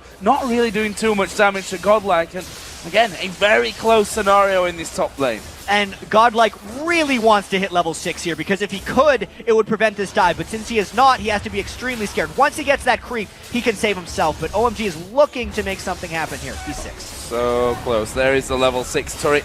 Not quite down just yet. Godlike here is going to get dove upon. He is going to get finished off by San. There is the equalizer coming down, but it's not going to be enough damage, or is it? Here comes White. San going to get popped. Big Pomelo going to be the next target. He gets slowed down by the Glitter Lance. Meanwhile, Lucky on the other side going in for it. Double kill comes out by White. And in the end, we see that Lee Sin coming up there to help things out. Don't want to take on White's and Zed. But again, crazy, crazy, crazy stuff, Jeff. That's the way these guys play. Absolute chaos. And because Going came up to support that, it actually gives Royal the eventual larger win by getting the mid turret with Uzi and Tabe. So, turret going to be finishing off a lot of minions here. Uzi not wanting to give any kind of free farm over. Meanwhile, White making sure that this top turret still survives. If we look where we are in the game as that first turret goes down now, tied on kills, just that one turret down, but it's not a massive gold lead or anything that they've managed to pick up. If we look at the farm, it's decently even across all lanes as well. Yeah, this game is rather good. Right here, White's is now kind of transition lanes with Rumble because they've lost themselves in the rotations. You can tell OMG wants to lock them down for a little bit of damage here. It's a tall task to kill Whites, but if he commits deeply, whoops, give a little juke there. Yeah, I envy people that can do that. Their reaction times are almost preemptive as far as this goes, especially Uzi in the couple clips I've seen. He is tumbling sometimes before people use spells for him. We've seen the cleansers on him, like getting out of a charm the second that it actually lands on him. We saw Dragon being started off there, but Royal actually starting to back away. They've used that pink ward to make sure that they've got vision control at that bottom side. Right now, OMG actually pushing back for a turret here, and they're going to take the mid out of the turret. Yeah, Godlike probably should have stayed to defend that turret, but he was roaming down for other tasks, and I feel like having the mid lane turret down for Royal but the bottom lane turret down for OMG is an advantage for OMG. It will specifically give Loveland more territory to roam through if he tries to set up any counter jungle or dive opportunities for OMG, as well as because Cool has been able to have the upper hand on Whites. The farther Ahri can shove up the lane, the longer Ahri can disappear for it, and the more overall map pressure that creates. So let's have a look down some of the items here. San actually picking up that Phage here first. So we'll see. Well, he's got to be headed Trinity Force at some point with that one, obviously. I wonder. That's the Genja special right there. Yeah, the Phage first, Varus. And then just a bit of randomness around it. I really wonder whether San's going to be going for a Trinity Force Varus, because so many Varus have just been going for the Bloodthirster into the Last Whisper. Trinity Force is just a whole new ballgame. I really wonder what San's going to go with that. Now, this mid lane that we've been looking at here. Obviously, White's getting that double kill in the top lane, really starting things off nicely to him. He was taking a lot of damage from Cool a little bit earlier on. Godlike is in trouble. He's going to get kicked into the taunt. Meanwhile, Royal Club use that distraction in the top lane to start themselves off that dragon again. Yeah, and that was just Loveland sneaking in because the mid turret is down, but Royal getting the dragon. Maybe the fight turns. Tabe lands crescendo. Wow, Tabe going very low, but Cool. He's going to get burst out from this one. Uzi picks up that kill. Whites is going to finish on Big Pomelo, no problem. And now San, he's a dead man. Uzi going to get the finish on that to get a double kill, but is it over? Go-Going, he's chased down here. Lucky, where's the cocoon? Flash away from Go-Going, gets him back to safety. Brilliant pickup from Royal. Huge play by Royal there, especially because of the kill distribution. It's 3 kills on White and 3 kills on Uzi. That is exactly what they need. If those two get going, the game is effectively over, and they are so close to getting farmed. Tabe almost baited that in because he had allowed a 3-man crescendo, and again, San thought he had the kill. And did have the kill. I thought he got away. The rest of Royal came all the way over the top. You could see Uzi's chase potential. The best Vanes always end fights in the front because they move so well. And now with Blade of the Ruined King and Berserker's Greaves completed for Uzi, I think OMG's in trouble. OMG are in trouble. 1-0 behind in this best of 3 in case you're just joining us and didn't see game number 1. And Royal Club are in the driving seat from this one as well. OMG need to find something to get back into this game. Let's have a look down those items once again because the Haunting Guy's just been finished off there for Godlike in the top lane. On the other side, Shen not got that Sunfire Cape quite done. Yeah, and both of these side laners or top laners have really sacrificed this game. They are incredibly low on farm because it is completely an arms race between Uzi and San. And I think it totally works in the favor of Royal because I think Godlike does much better with low farm than a Shen does. If Go-Going doesn't get farmed, Uzi is just going to melt through him. And that farm distribution is huge for Royal once again. And Uzi now with that Blade of the Ruined King done. It's not something they want to go 1v1 with. And there was Uzi with that Blade of the Ruined King. Yep. He's now down for this one. Royal Club were pushing that mid lane there. Nice pick-off from him with OMG. Yeah, that was him just getting hit by Cleanse. It was the map control that they had lost because the mid turret was down. You can check, he got hit by the charm. He had his Cleanse, but actually chose not to use it because he figured he was dead to rights in that situation. And now, OMG gets engaged. Oh, White's going straight in there, gets kicked off to the side, but Cool gonna go low from that one. Not quite got the damage to finish off, and OMG able to walk away, almost getting that pick that they just lost out on back for themselves. Yeah, White's is actually sitting on 2,000 gold, but because Uzi was down, they wanted to keep his presence on the map and push this middle lane. But it's tough to push against that Cool wave clear. Yeah, wave instantly obliterated and not able to get down. Meanwhile, Godlike finally having a bit more time here in this bottom lane to get his farm back up to that of what his opposite number is. Go in there. He's been on that top side of the map now up at 81 CS and will be finishing off that Sunfire Cape here with that trip home. Yeah, I think that Sunfire Cape is rather huge for Go-Going. I don't know if it's enough yet to deal with Uzi. Godlike as well, farming away in this bottom lane, having to really just sacrifice so much and hold against 2 people almost the entire game so that the rest of Royal can go and make plays. I'm really expecting Royal to try and force some team fights soon, and I have to see whether their lack of crowd control prevents them from forcing the right team fights and how willing OMG is to commit to these dragon fights, because I feel like when you're running a team with low amounts of crowd control, you force fights by running at objectives and basically baiting the other team towards you. That's the only way you get to get your mitts on. So Red Buff heading over here to San. Cool, clearing out that mid wave. He's now got that needlessly large rod in there. We can see that San almost got that Trinity Force finish, so it's not quite on the same path as what Genji is. White's going very low from this one. There is Stan United actually coming down, and that's an easy kill and another pick from OMG. Cool is really making that Ahri work as long as he can land charms while Royal is trying to split push a little bit and get Uzi going. It's going to create power plays for OMG. Royal was completely on the other lanes right there, and it's making it difficult for them to collapse in for this one. There's the equalizer, though, trying to desperately save that turret. The fight turns. Yeah, they need to be careful from this one there. is the ultimate coming out from San. Not quite able to lock them all up with that one. Are Royal going to be able to close in and pick up some kills from it? Nope, OMG walk away pretty simply. Yeah, very contented just taking the turret despite getting the Varus ultimate onto Lucky in a potential 2v5. OMG really showing their focus on objectives so far with that play. So can they take the turret here? OMG See, Royal wants to get a fight here.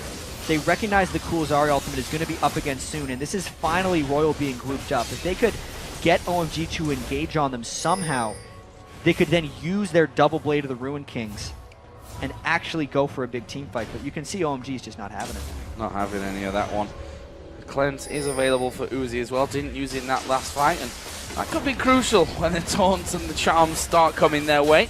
There's a cocoon thrown out from Lucky, who's been pretty damn accurate with them so far. Not quite landing it this time around. Going. We'll just tank up a little bit of damage there as they try to get rid of this wave, and Royal not able to get in there again. At the very least, we're going to see Royal force down for a Dragon here and maybe go in for a 50-50. Lucky loves going for those 50-50s as far as Dragon is concerned. And once again, OMG might be trying to do a split push, and since Royal has already lost 2 inner turrets, they almost can't commit for that. Uzi pops his ult to chase, and I don't know if they can get anything. Yeah, going after Cool there, who used the ultimate of his own. That Dragon is available now, but neither team really choosing to go down there. Royal finally with the ulti away from Cool, know that they could maybe head off for this one. Lovelin actually coming over the wall there. That's a very dangerous move from him. Gets shielded up by Lulu. There's White's actually coming in. Wild Growth goes down. Going. He's getting obliterated. There's a three-man crescendo coming in as well. Tabe picks up a kill, but they're only going one way right now. San taking tons of damage there as he falls. They're still chasing here as well. Lovelin, can he get away from this one? Tumble comes down, and that's a triple kill for the Vayne. 5 for 0, a clean ace. Even though that initiation seemed forced by Royal, that's how confident they are in their team fighting capabilities. They take the turret, they're all low, but everybody on OMG is dead. This could be an 18-minute Baron they take. Let's check out how this fight works. White's got popped up during his death mark, but because of that, it made OMG creep in. Notice how Cool and San move forward right as that crescendo was landing. It's exactly what Royal needed. And then, like all good Vaynes, Uzi near the front of the team for this last team fight, knows the last auto attack will kill, so he automatically moves onto Lovelin, gets that kill as well, and that is the monster swing in this game. Monster swing. Baron is taken down there by Royal. And we wondered, is the Sona Crescendo going to be enough crowd control? And Jack, if you hit 3 people with it, it's enough. Absolutely, it's enough. Tabe with huge plays. He was 0-6 on Annie in the last game, but he landed the Tibbers when it was required. And he is putting himself in harm's way just so he can land these crescendos. And we were talking so much as this Dragon's actually going to maybe be contested. I'll tell my story later. Let's see if OMG can get it alive. Well, I'm going to pick it up, and there is the ward over the back. Story time. Because we were wondering how Royal got this #1 seed, in a sense, because OMG was so dominant during the regular season. They won the winner bracket final in the Chinese regionals, and then they got 3-0'd by Royal in that finals match. And we were wondering, does it really mean anything? Maybe OMG was off their game that day. Maybe Royal is just that good. And now Royal, 1 game away from making it in. Yeah, Cool's dead. He's not getting away from that one. Deathmark coming down to finish him off from Whites, and this is an inner turret. Baron is on. They're regenerating every last bit of damage that's coming in from that last one. They could crowbar their way through for the inhib. As soon as they got Baron in the last match, they went to end the game, and they are just powerfully pushing down this middle inhibitor. They have to wait for the next creep wave, but OMG is really scared right now. Yeah, in our prep, watching a lot of these games between these two teams, we tried to find the real differences between them, and one of them was that OMG, after picking up objectives, did generally better pushing out the wins and maps. But Royal Club, if they were feeling they had any problems with that, they don't see them in this game. In that first game, they finished it off. In this one, they're looking for the damage as well as they go in towards Lovelin. There's a Wild Growth put down very early. Royal Club gonna start to just back away from it. They took the inhib on that push. They got what they came for. They're now up 3 turrets and 5,000 gold, but they got what they came for. They want more. Hiding behind OMG, going for them. Oh, Tabe actually getting charmed in there. Is the cocoon on towards Lovelin. Oh, managing to get away somehow. Go-Going is gonna TP off to him as well with that San United. Meanwhile, Lucky diving into the back there. to try and lock out Big Pomelo. And another crazy encounter with no kills. Well, here's the trick. If the crescendo doesn't land and OMG stays out of range of it, OMG can just disengage like that. They have the Shen kick that can go away. They have the kite from Varus' spells, and they have Lulu's kiting ability as well. The whole reason that OMG ate that ace in the mid lane was because they half committed to Royal's engagement initially, and then Royal was then able to chase them down. So it's still actually fairly difficult to Royal to control their engagements, but with this lead, they can brute force things down. See them pushing in now towards this inner turret in the top lane. Still very, very cautious about where they put this pressure and how much they actually put down. Lovelin losing a lot of health there.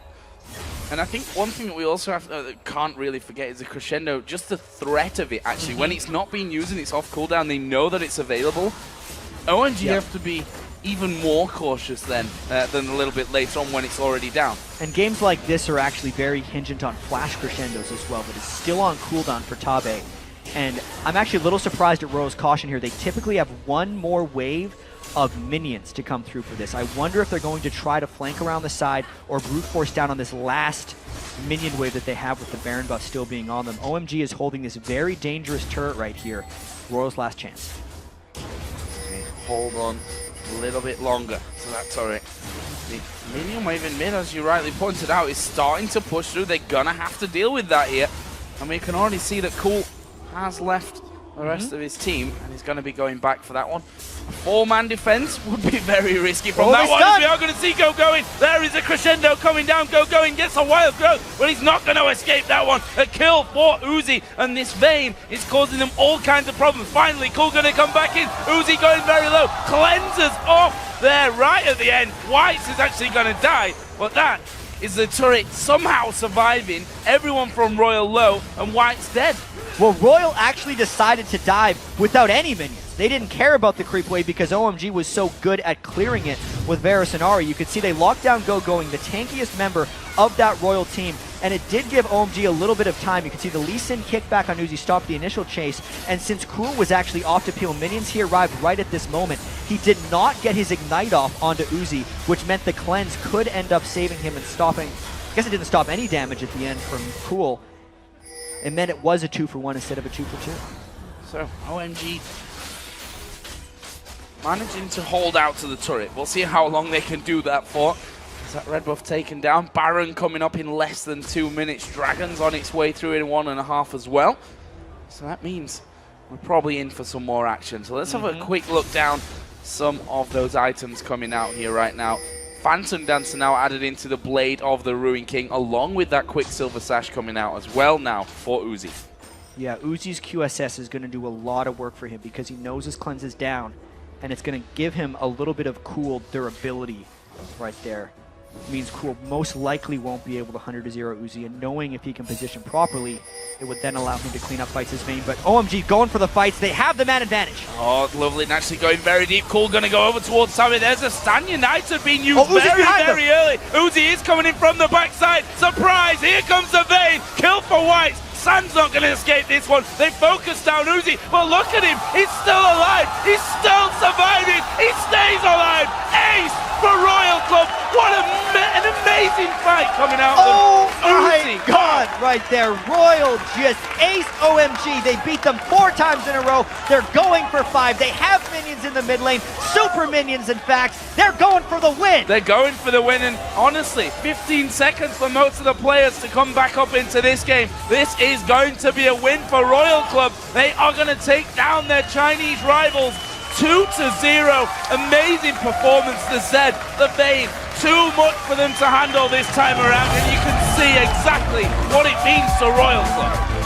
So much emotion for them coming in. They had to watch OMG go 7-1 in the group stage, and then they had to draw them to play in the quarterfinals. They are longtime rivals from the Chinese LPL. They beat them 3 times in a row to gain that #1 seed, and then with that bye into the quarterfinals, they beat them twice more in a row to move on. Well deserved by Royal. And we talked about the whole strategy there. You saw Uzi, that pink keyboard, obviously a big key to his victory here.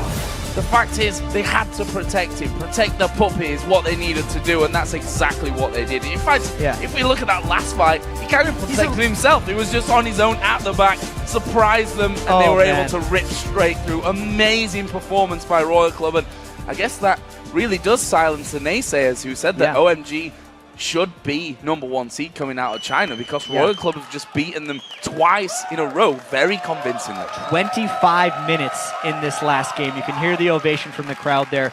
And you're absolutely right. Uzi, he's crazy too, because he was going into 4 or 5 people. Yes, they were low, but he calculates exactly what he can do. This is a scary Royal team now because they fight more frequently than anyone else.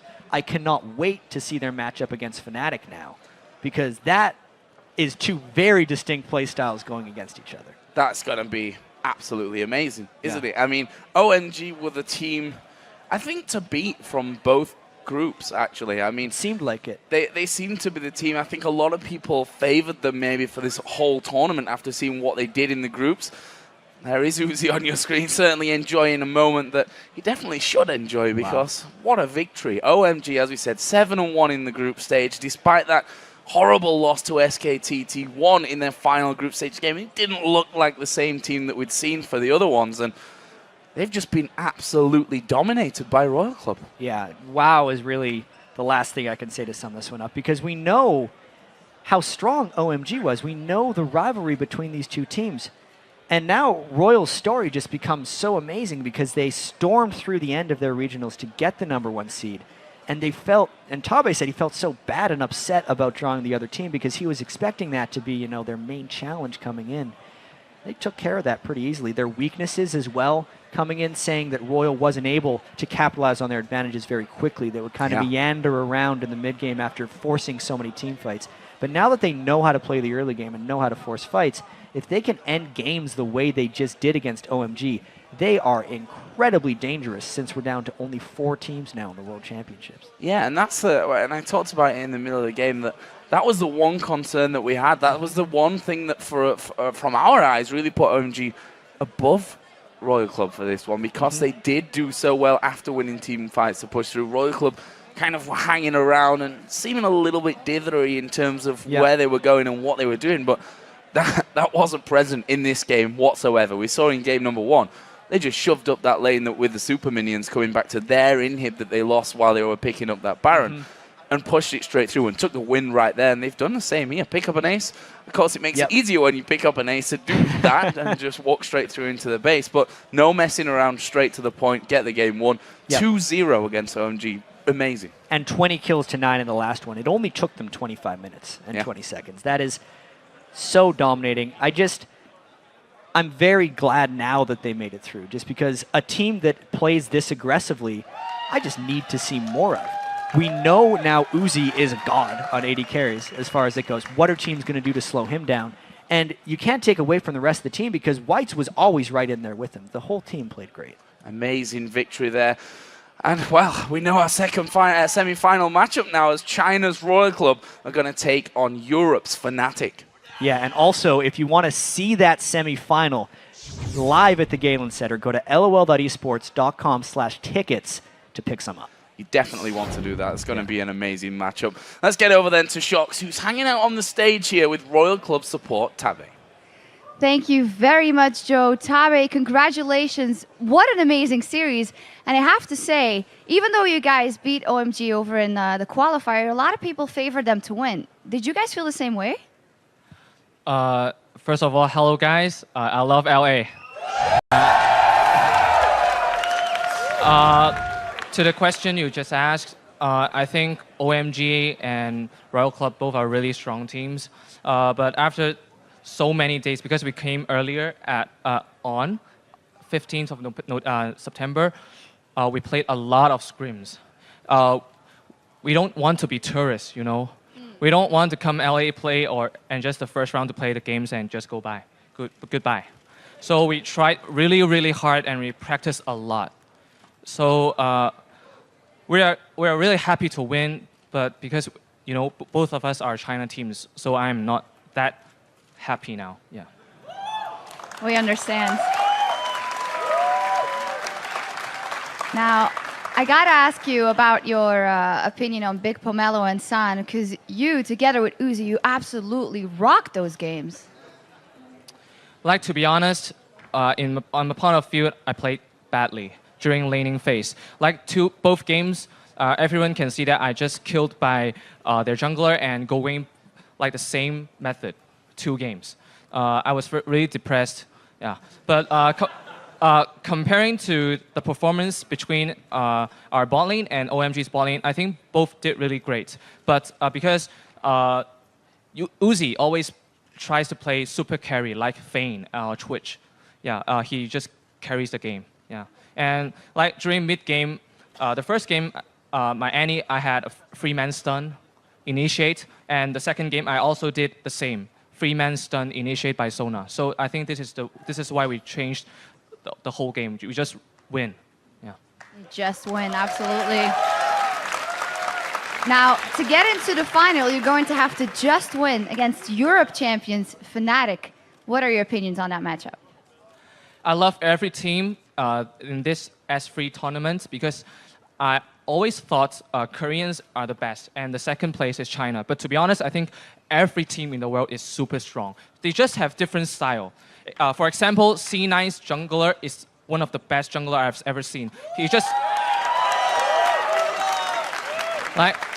he just carries the team playing as a jungler. But for example, our jungler plays different style. He just ganks a lot and buy a lot of wards. So I think these very small differences can just tell me that every team has its own style to win the game. But I didn't respond to the question about Fnatic. I think, okay, sorry. I think Fnatic's mid player XPK is very, very good. I think he is really, really good. But I am very confident that White can beat him in mid lane.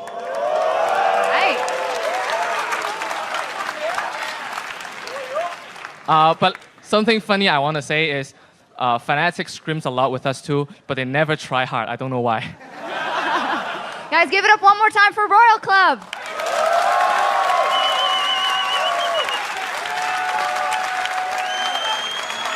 Thank you very much. Congratulations once again. All right, now let's send it over to Riv and the guys at the desk for their thoughts on Royal Club's impressive sweep of OMG.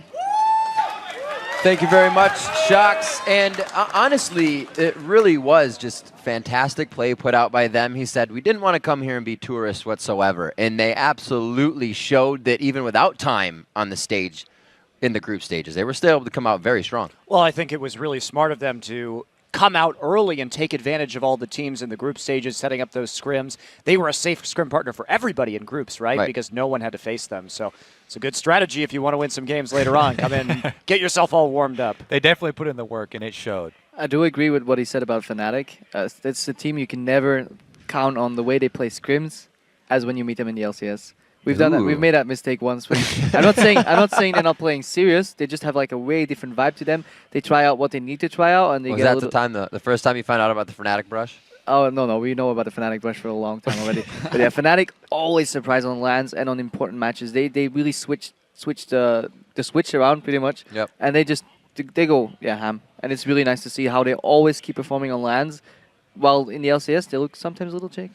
And let's get right into the picks and bans on this one, because I almost feel like, and obviously this wasn't between the two teams, but they said to each other, let's go ahead, give you your comfort picks, and we'll go at it. Just at each other's throats. Ari on one side, Zed on the other. Ari coming in as 9th pick on blue side, so that's their final. Something we haven't seen all tournament that Joe and Jat were talking about.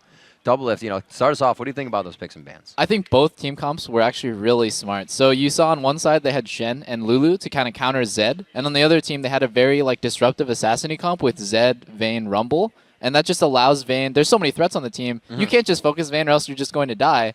Both team comps were really well thought out, and Royal executed better. On that point, I have to say the Lulu and Shen that they had to counter Zed in a crucial team fight in the mid, they actually used all of that crowd control with no damage coming out. Yeah. And so the execution, you're right, completely in Royal's favor there. Yeah, we'll look at that replay in a little bit. But before we start talking about that, I'd really like to talk about the first Dragon fight, which occurred after, or was it? It was the Dragon fight that occurred after Rumble got killed? Rumble got killed up in top lane. Right. Because this was a big change in OMG's style for me because throughout this tournament, they've been in the driver's seat. They've been the aggressors, forcing their strategy on other people for the most part. But that Rumble kill, yes, is Rumble critical to taking these dragons? Absolutely. But they Shen ported in. Loveland was still on Lee Sin up in the top lane trying to run to this dragon fight. And the single target damage coming down when they engaged a dragon was so high from the team composition run by Royal that they just lost the dragon. They lost the fight. If OMG had just played the top lane turret, tried to put pressure up there after Rumble had died, they could have come up with at least an even trade right there instead of unnecessary fighting. And I think their strategy right there was, we think, because Chinese team fights last so long for the most part, they last like 25 to like 35 seconds, they thought that Lee Sin had enough time to kind of get in there. And you saw the biggest misplay right there was San using his Varus ulti on only Sona, and then hesitating, like, what do I do? He should have just used it to disengage, wait for Lee Sin to get there, so it's a 45 situation. And he did some wrong pathing as well, leaving one more shot on a Sona. I just want to point out, like, how much confidence Royal is showing by running a team comp like this. This is basically a multiple threats. If you get behind at one point, you will never be able to kill people through Lee Sin, Shen, and all the shields, and so much damage coming out. And not to mention, Rumble built Leandries first, so there's no tankiness here. No way back. There's no way back. Sword boots into Leandries into another blasting one. Like, he was not thinking about his own safety. And let's look at that replay right now. Bring it up on your screen. How all of this came together, led up to this fight, and really the control that damaged the single target focus mounting you were talking about. Go ahead. Yeah, I mean, if you're going to disrupt this composition, you have to use your CC perfectly, like we were talking about. So let's go ahead and roll this right here. So Loveland coming in, and Godlike with the big Rumble ult. But right here, they use the taunt and the Wild Growth just on Whites. Doesn't even take him down. Look at the Rumble ult, too, splitting the team. And that allows Uzi to be protected from both of his flanks and then roll up the fight from the rear. That was also Tabe when he was talking about the three-man crescendo. Yes. That was on the priority targets there. Got Varus and Ahri locked up that team fight right there. And that was just a superior use of CC. But Godlike's Rumble ults were so on point because in this composition, you must have good Rumble ults because you have to split up the team so that Vayne and Zed can get into a small skirmish and 1v1 people. And the other thing about that fight as well was we had both Blade of the Ruined Kings finished on Royal and no DFG yet on Ahri. And so Royal was in a big item power spike right there. OMG hadn't quite made it there yet. Final thoughts, gentlemen? I just want to point out that was the second crescendo that won them. Like, the first crescendo at the Dragon fight also was like super good by Tabe. Basically allows those really squishy mass damage characters to dish out way more damage for the 2 seconds that crescendo lasts, and it basically gives them as if they would have more HP that they could use to tank the fight. No, they could put everything on damage and just wombo combo. As Monty said, split them up, the ones that are split up to the front, put the CC on them, and then just blow them up. And we can't end this segment without talking about Uzi, man. Like, I know, like, this guy, I knew he was this good. I didn't think his team was going to keep pace with him. I mean, obviously, Uzi's the star of the show. His team played really well. But, man, this guy, he is that good. He does live up to the hype. He played spectacular both games. He died 1 time in the first game, and he died 2 times in the second game. I mean, come on. With his cleanse usage, I wonder if it's purely reactionary or if his game read is just that good that he just cleanses preemptively almost, because it's literally like a 0.1 seconds, 0.0 something. Like, he's so quick. From both champions, from Caitlyn and then on to Vayne. Doublelift, you'll be able to learn more from him tomorrow. But right now, we got to move on. We're going to head over to D-Man on the couch, who's hanging out with Curse's Voyboy. Thank you very much, Riv, and welcome to the interview lounge, Voyboy from Curse Gaming. So let's talk about the game that we've just seen there, Voyboy. What a fantastic matchup to start with. Very aggressive stuff. What were you expecting? Obviously, you were coming up to this, knowing that you were going to watch this match. Were you expecting it to be that crazy? I definitely was not expecting it to be like so dramatic. We knew going into this, Royal Club and OMG, 2 of the top Chinese teams. The LPL just famed for their aggression. I expected the games to be just all-out brawls, and that's really kind of what we saw. This is obviously not the first time we've seen these teams go head-to-head. At the LPL finals that actually earned these teams their spot to Worlds, Royal Club beat out OMG before in a best-of-5 series, and I was actually kind of expecting to see something similar. They actually just blew me away. Uzi's plays were phenomenal. I was really impressed. So obviously we see the Fnatic Royal going through to the semi-finals. SKT1 already there as well. What are you thinking from these guys? They're up against Najin Sword, of course, in the finals. is there anything that surprised you coming out of the groups, coming out of the quarterfinals? Obviously, we now have seen every single team play. Is there any of these teams that have really surprised you coming into this tournament? I wouldn't say any like really big surprises. Obviously, everyone here is a top contender. Everyone was looking strong. I was actually pretty pleasantly surprised with Fnatic's success. I've always been a fan of their dynamic playstyle. Like you can never really count on what Fnatic's going to play like throughout the series over the course of their history. Like so, as an XPK, they have such deep champion pools. They'll just whip out like anything. And here we see like double TP strats. They basically just play whatever they want. Just try to build as much synergy as they can. And I think it's going to be really interesting to see like the contrast in playstyles between Royal Club's Chinese aggression and the Fnatic like double TP, go for the mid to late game. I think it's going to be really awesome to see.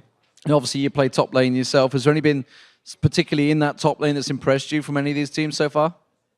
Yeah, definitely. I mean, I think for the most part, Soaz has been really awesome to watch. He was instrumental in a lot of Fnatic's wins in the group stages, and they just came out strong with like some crazy Lissandra plays versus Cloud9. I would honestly say, like, I think, yeah, that's probably it. And of course, you're playing for Curse Gaming. You've got a bit of a situation going on in Curse Gaming. What's happening exactly with Curse for Season 4? You guys obviously in the LCS. So yeah, I mean, obviously we didn't have the best season. We didn't make it here. We kind of disappointed our fans and ourselves, I guess, and we're now going to be fighting for relegation. But I think that it's definitely something that we all have our hearts and minds set on. Right now, we're sort of just evaluating our roster and maybe looking to make some changes going into the next season just to be as well prepared for relegation and the upcoming games as possible. So to be determined on that. So be determined. Well, keep your eyes peeled. Thank you very much, Void Boy. Now, of course, we're going to go back over to the guys at the analyst desk to look at the World Championship bracket. Thank you very much, D-Man. And now that we've completed the quarterfinal round, we are one step closer to finding out who will win the Summoners Cup. Let's check out that bracket. In our first semifinal match, it's a showdown between the Korean powerhouses SK, Telecom T1, and Najin Black Sword. And in the second series, it's China's Royal Club versus Europe's Fnatic. Okay, gentlemen, now that we've seen where the teams have landed, it's time to see where the four of you stand in the prediction of the games after the quarterfinals. Because of everyone choosing the same teams, SKT and OMG, in the respective matches, even though your records are different, the standings are going to stay the same. Monte Cristo is in first with a 3-way tie for third, or actually a 5-way tie if you count all three casters for second. And bringing up the bot lane, it's Double Lift. You got to do some work there, Double Lift. And even though you're still in last, I'm proud that you didn't try to switch back to Royal after game one. So kudos for that. Although he was constantly saying, I knew I should have picked Royal. I know, because, man, I should have just picked Royal. I knew Uzi was so good. You would have Shoulda.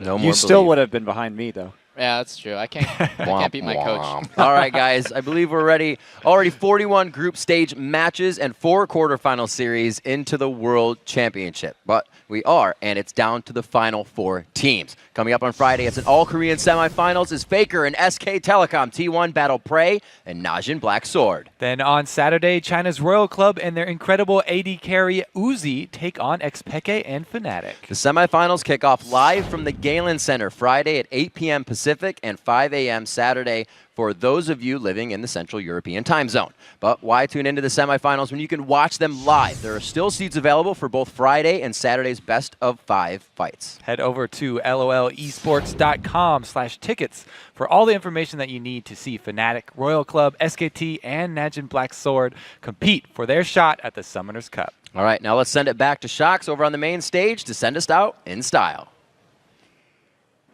Thank you very much, Riv. It was another amazing day here in the League of Legends studio. Congratulations to Royal Club and SKTT1. And if you missed any of tonight's matches, or you're like me and you just want to watch them again, head over to lolesports.com. That does it for the quarterfinal round of the Season 3 World Championship. From all of us here, thanks for watching. Good night, and we'll see you at the Galen Center.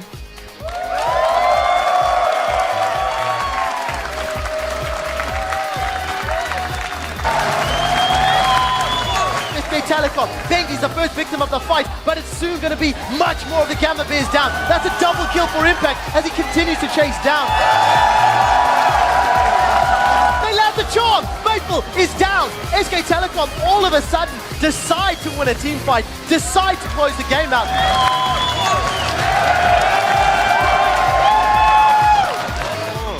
있었는데. 나이스. There comes the Claw of Doom. They land a massive Glacial Doom, and that's just melted. Double kill for Faker. SK Telecom T1 will advance to face Najin Black Sword in the semi-final. Here comes Go going. There's another kill. The double coming down for Cool. 杀他，算了算了，走走走。拿走！拿走！没走！拿走！别出来这样。拿走！我没走！别推耳机，别推耳机！别挂耳机，别挂耳机！别真切的。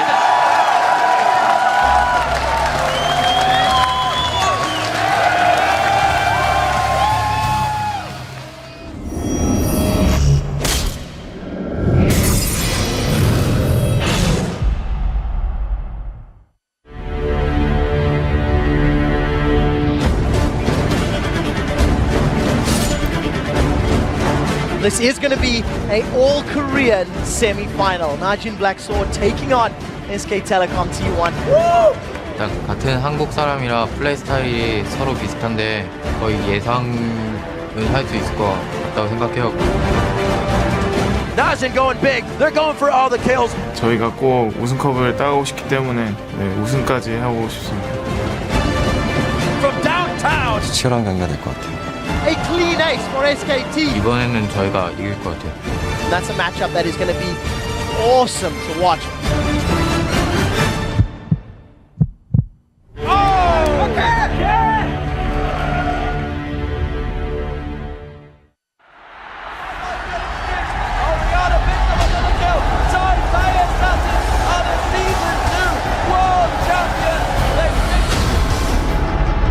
The road to the biggest event in esports begins right here.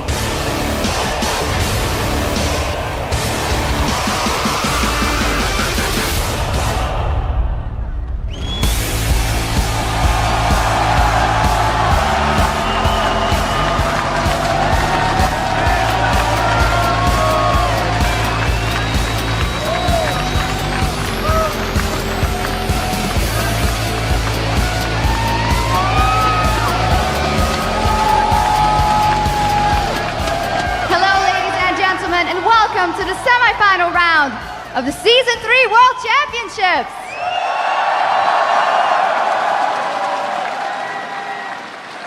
I'm Ify Shogzaportra coming to you live from the main stage here at the Galen Center in downtown Los Angeles, California. Are you guys excited?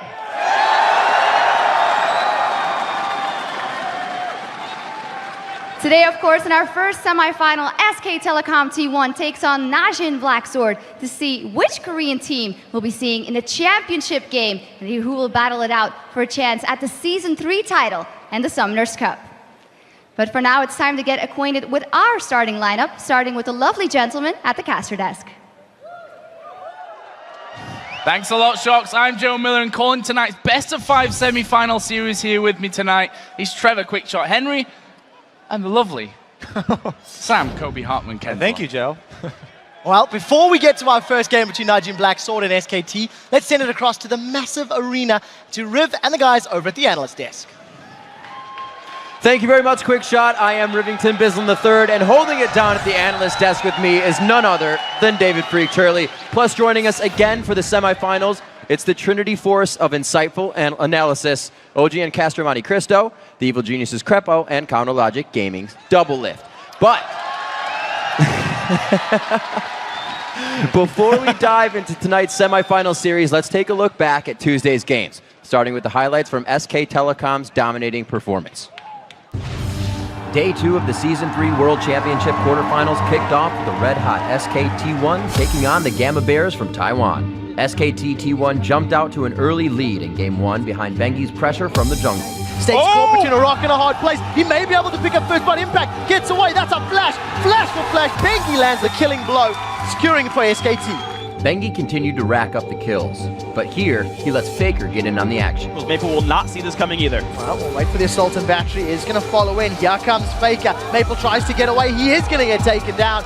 And that assault and battery just locking up Castanen for too long. Not even he could escape it. SKT1 walked their way into Gamma Bear's base to secure the victory in Game 1. Wins is going to be the second kill of the fight as now they turn onto Sword Art. That's going to be a triple kill for Piglet. SK Telecom all of a sudden decide to win a team fight, decide to close the game out, and the Gamma Bears are going to drop 0-1 in this best of 3 series.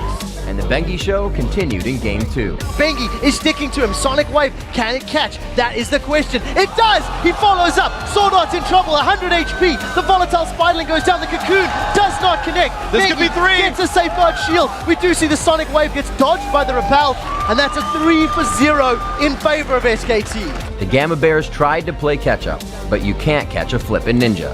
He taunts out over the wall. Feint is up. He's got a couple hundred hit points, 380. Still taking everybody on a walk. Just a matter of time before they close him down as Maple is joining from the side. The thing is, how long do they stand? He's still alive! Sonic Wave comes in. Impact runs! Impact is not dead! SKT1 would roll to a convincing series win to set up an all-Korean semifinals versus Najin Black Sword. Now Stake will be the next one to fall. Who gets the kill credit? It's Faker as Piglet picks up his second. Now Wins is getting dropped down as Sword Art in the background is crushed. A clean ace. SK Telecom T1 will advance to face Najin Black Sword in the semifinal. Incredibly well played game by the Korean team, convincing 2-0 victory. The last match of the quarterfinals pitted 2 Chinese rivals against each other, as OMG battled Royal Club for the last remaining semifinals berth. And as expected, both teams came out swinging. Look how low Tabe's gone. Gets knocked up. Cool now, unstoppable as he finishes off that kill. Lovelin goes low. He manages to get back, but the flash in from Uzi will secure them one back. And it's now a 2-for-1 fight. There's Ace in the hole. Right back in. Going dives to the back line, but he will fall. There's the charm onto Uzi. He's going to cleanse. San going for Uzi's two. still alive. Doesn't get any of them as the Sonya's used there by White. Crazy turnaround again. With OMG's Go-Going pushing their inhibitor, Royal made the decision to secure the Baron. Classic question here. Is a Baron worth an inhibitor? For Royal, it was worth.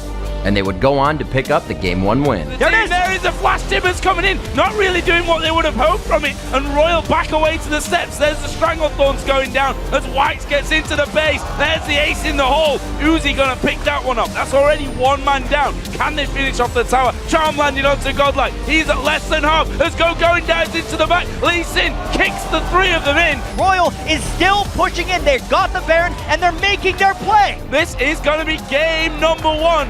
Going over to Royal Club. They were so excited they were falling out of their chairs by the end of that one. What an insane ending.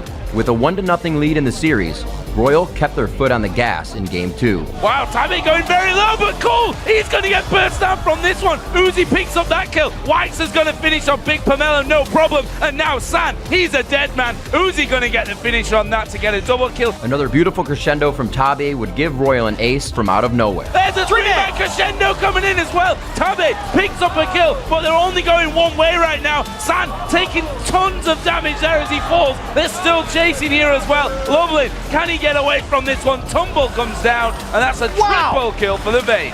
Royal's Uzi lived up to all of the hype, and he carried his team past their rivals and into a semi-final showdown versus Fnatic. Uzi is coming in from the backside. Surprise! Here comes the Vayne. Kill for White. San's not going to escape this one. They focus down Uzi, but look at him. He's still alive. He's still surviving. He stays alive. Ace for Royal Club. What an amazing fight coming out of my God.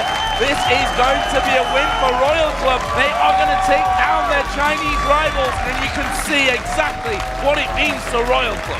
They are longtime rivals from the Chinese LPL. They beat them 3 times in a row to gain that #1 seed, and then with that bye into the quarterfinals, they beat them twice more in a row to move on. Well deserved by Royal. And with all those matches keeping you on the edge of your seat, 41 group stage matches and 4 quarterfinal series, let's check out the Season 3 World Championship bracket as it stands now. We're down to the final 4 teams in the top semifinal showdown. It's tonight's matchup, Korea's SK Telecom T1 versus Najin Black Sword. While in the lower half of the bracket, it's Saturday's best-of-5 battle between China's Royal Club and Europe's Fnatic. All right, gentlemen, so coming into tonight, Najin Black Sword is actually the higher seed, as we've done our homework here. They got the most circuit points in Korea during their Season 3 and earned the bye into the quarterfinals. Now, the question is, even though they took the region's top spot, are they a team that is better than SKT? Freak, what are you thinking? It's a tough thing to call because SKT have done more in the recent past. They just won Champion Summer, so they're kind of the favorite coming in. But there's 2 topics I want to broach as far as this matchup is concerned. The first of all is individual skill differences, because Prey and Kane for Najin's Sword are really, really, really good. And they're going to be better than their opponents here. But on the other side, SKT's got Faker, and I think we've talked about him enough throughout the tournament. Faker, no one really stands a match for him in the 1v1. The other topic to talk about, though, is strategic differences, because we've seen SKT have a much cleaner mid-game and do a better job of closing out games than Najin's Sword.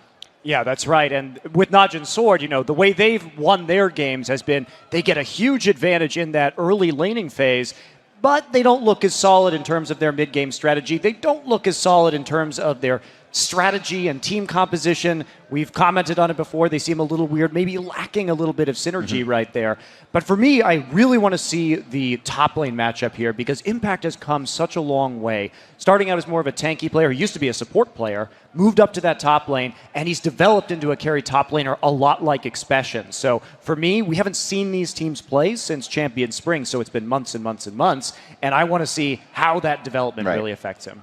Yeah, to me, SKT1's bot lane, obviously not as good as Prey and Kane as they've shown during this tournament, but Faker is going to crush Nagna in my opinion. And Impact and Bengi they've showed so much synergy, especially in the quarterfinals when they played Gamma Bears. You saw those sneaky ganks. Bengi and Impact just play so well together. I don't really see Watch and Expression have that kind of tag team just make those plays together.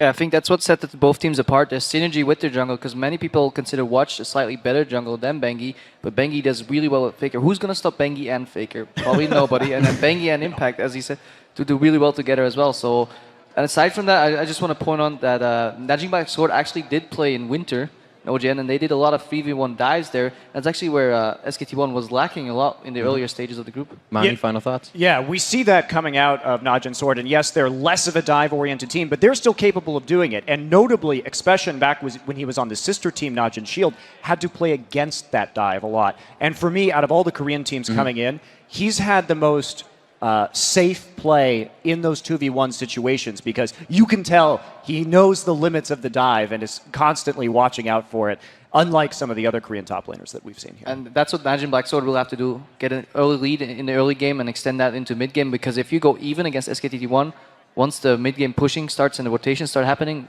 yeah, you find yourself losing the game really quick. All right, in double lift? And I just have to expect SKT1 to 2v1 because if they're dual lane 2v2s against Prey and Kane, which are so aggressive, they're probably going to lose. I think SKT1 is going to 2v1, and they just have to play the 2v1 game, even though apparently Sword has a better 2v1 game. All right, well, you gentlemen have weighed in with your thoughts. It's now time for that part of the show that Doublelift hates more than giving up his farm. It's time to choose the winners of tonight's matchup.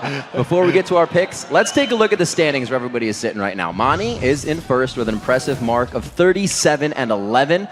With the casters, Crepo, and the viewers just 1 point behind. And finally, sitting at the end of the standings and the end of the desk is our Doublelift. I'm the best. Doublelift, so even though you're 3 games behind your coach right now, because of the 2 semifinals coming up here are going to be worth more, as long as you pick a different team than Monty, by the end of the night, you could be tied. So there's a little bit of logic. Or behind. Or behind. I'm going to win, dude. I'm going to win. All right, gentlemen, it's time to lock in your picks. SK Telecom T1 or Najin Black Sword. Which one of these 2 teams will be playing for the Summoners Cup next week? Freak? For me, it's SKT. I think they come through with a bit more experience. They've been doing sort of better overall. And I think as long as they can get by some early deficits, if that even happens, then they'll just close out the games. Okay. Yeah, I'm taking SK Telecom T1 as well. But it's worth remembering that in their last 3 best-of-5s, they have consistently dropped either the first or the first 2 games. And so I expect it to be a 3-1 with Naja and Sword taking the first one. They're a team of adjustments. They can lose a game, they don't go on tilt, they come back, adjust their strategy, and then sweep their opponents. So they're a very strong team. We've all seen it, but I think Naja and Sword probably has a few tricks tonight. That's funny. It's because it's almost the mentality that TPA had coming in last year. If we lose game 1, we'll definitely get the next ones knowing what they can bring out. You know, moving down the line, double Yeah, lift. and I agree with Monty. I think SKT was going to take this because they've ramped up this entire tournament. You saw them early in the group stage. They lost to OMG. They adapt immediately. The next time they play OMG, they take a 13-minute inhibitor. Then they play against Gamma Bears. The first game's kind of slow. The next game's a complete stomp. These guys know how to download their opponents and play accordingly. They have great coordination, great play calling. They're just a really strong team. Well, I agree with both these master level analysts. What about me? And Freak. And I think yeah, SKT has an edge over Sword, especially if you look at the early game. They've been improving their 3v1 dives. They've been improving their early mistakes. And once mid game hits, if Uzi isn't too fed, or if their bot lane isn't Prey and Kane aren't too fed rather, then I definitely see SKT taking it. All right, with the analyst desk trending towards SKT, it's now your chance, the viewers, to turn and try and take back the top spot in the standings. Head over to lolesports.com and vote for the team you think will win this semifinal series. And once you're at lolesports.com, click on Schedule, hit the Semifinals tab, and vote away. And now with the picks in our pockets, here is the Twitter question of the day. We want to know, how has the World Championship influenced the way you play League of Legends? You can hit us up at LOL Esports and be sure to use the hashtag Worlds if you want Riv to read your answer on air. And now we're happy to announce that in celebration of the epic battles waged during Season 3, Championship Thresh arrives next Friday, October 4th. Yeah, equipped with Ornate. I'm going to wait for you guys to cheer for that one. Equipped with Ornate Battle Armor and emblazoned with the sigil of Season 3, get a Thresh start for the next season with this new championship skin. I'm starting early. Nice one. All right, Thanks. everybody, we have to take a quick break, but when we return, Faker and SK Telecom T1 battle Najin, Black Sword, and Prey for a spot in the Season 3 finals. But first, since winning Korea's champion Winter earlier this year, Najin Black Sword has gone through a lot of changes. And even though they lost their leader, they haven't lost focus on their ultimate goal, the Summoners Cup. 일단 저희 팀 탑 미드가 바뀌었는데요. 나그네 선수가 들어온 지 그렇게 오래되지가 않았는데 저희 한 달 정도 맞춰보니까 좀 많이 너무 손발이 잘 맞아서 그렇게 오랜 시간이 소요되지 않았고요. 일단 소드 형들이 그러니까 새로 들어온 멤버 치고는 너무 잘해주시고 그러니까 친근하게 다가와 주셔서 좀 적응하는 데는 거의 한 달도 걸리지 않았다고 봐요. 처음에는 저도 되게 나가고 싶어 했고 되게 자신도 있었는데 지금 흘러가는 추세를 좀 현실적으로 바라보면 좀 저보다는 나그네 선수가 지금 메타에 되게 맞는 선수고요. 나그네 선수 같은 경우에는 송 선수랑 이렇게 다루는 챔피언 폭이 거의 아예 정반대인데 반면에 요즘 좀 떠오르는 메타에 맞는 챔프들 많이 잘해서 저희가 나그네 선수를 미드로 계속 쓰고 있고요. 네, 결과가 계속 좋게 나오고 있는 것 같아서 좋습니다. 막는 선수가 이제 팀을 나가게 된 후에 사실 연락은 많이 못했어요. 왜냐면 서로 다른 팀에 소속되어 있으면서 시즌 준비하느라 바쁘고 저희가 처음에는 엑스펜션 선수가 들어오고 그닥 좋은 성적은 아니었어요. 탑라인이 혼자서 자생한다 뭐 이런 식으로 몇 달간은 했는데 그게 솔직히 되게 힘든 일이잖아요. 정글 없이 한다는 게. 근데 그 상황에서 좀 맞춰졌다가 이건 도저히 아닌 것 같다고 다시 바꾸고 나서부터는 그렇게 적응 기간이 오래 걸리진 않았어요. 일단 탑과 정글이 호흡이 잘 맞아야 하기 때문에 처음에는 쭉 하훈이랑 해왔었으니까 하훈이의 장점은 일단 좀 더 공격적이고 상대 탑라인을 조금 정글러가 풀어주게 된다면 아예 그냥 찌고 누르는 그런 스타일이었다면 엑스페션 선수는 그와는 조금은 더 안정적인 선수거든요. 그래서 그런 스타일의 차이가 있었고 다른 라인들을 풀어주게끔 게임의 흐름을 잘 이을 줄 아는 탑라이너라서 저도 어떻게 보면 실드에서 원맨 팀으로 막 팀이 밀어주고 그랬는데 이제 소드로 오니까 그게 아니잖아요. 그러니까 그거에 대해서 배분을 하는 게 힘들었던 거지 적응하진 않은 건 아니었어요. 차츰 저희가 호흡을 맞춰가면서 완벽해지는 모습을 보고 저는 실력적으로는 좀 인정받고 있다는 생각으로 이렇게 부담감 처음엔 있었는데 그렇게 심하게는 많이 부딪히진 않은 것 같아요. 제 성적이 어떻게 나오냐에 따라 다르겠지만 그래도 좋은 선수인 건 맞아요. 그 막는 선수 같은 경우에는 저희가 뭐 같은 길을 못 걷게 됐지만 막는 선수가 타 프로그램에 나와서 네, 저희 팀 많이 응원해준다고 또 하더라고요. 네, 그래서 정말 기분이 좋습니다.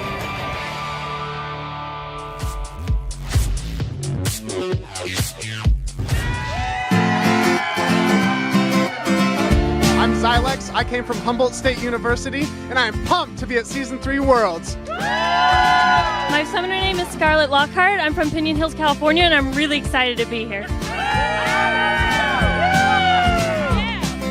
I'm Pomiest. I'm incredibly excited about League of Legends semifinals.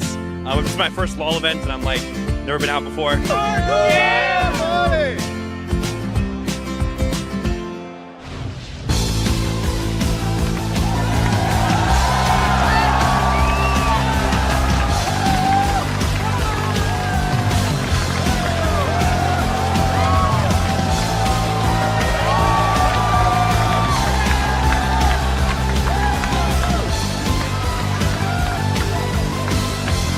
Welcome back to the Season 3 World Championship, coming to you live from the Galen Center. It's time for our first game in tonight's semi-final matchup, a best-of-5 series between the two Korean powerhouses, SK Telecom T1 and Najin Black Sword.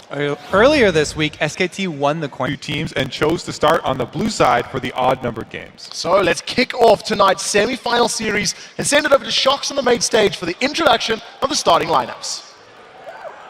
Thank you very much. To meet the teams for tonight's best-of-5 semifinal series between SK Telecom T1 and Najin Black Sword. Starting on the blue side for Game 1, it's SK Telecom T1.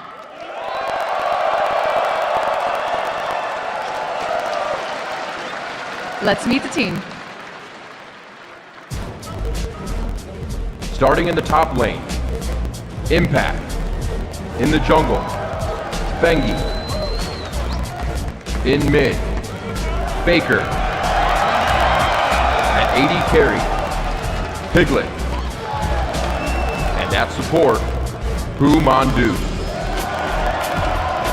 They are SK Telecom T1.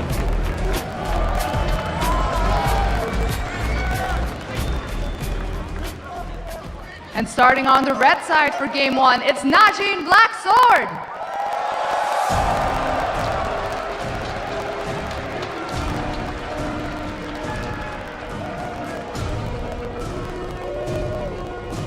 Starting in the top lane, Expression. In the jungle, Watch. In mid, Nagne. At AD carry, Prey. And at support, Kane. They are Najin Black Sword.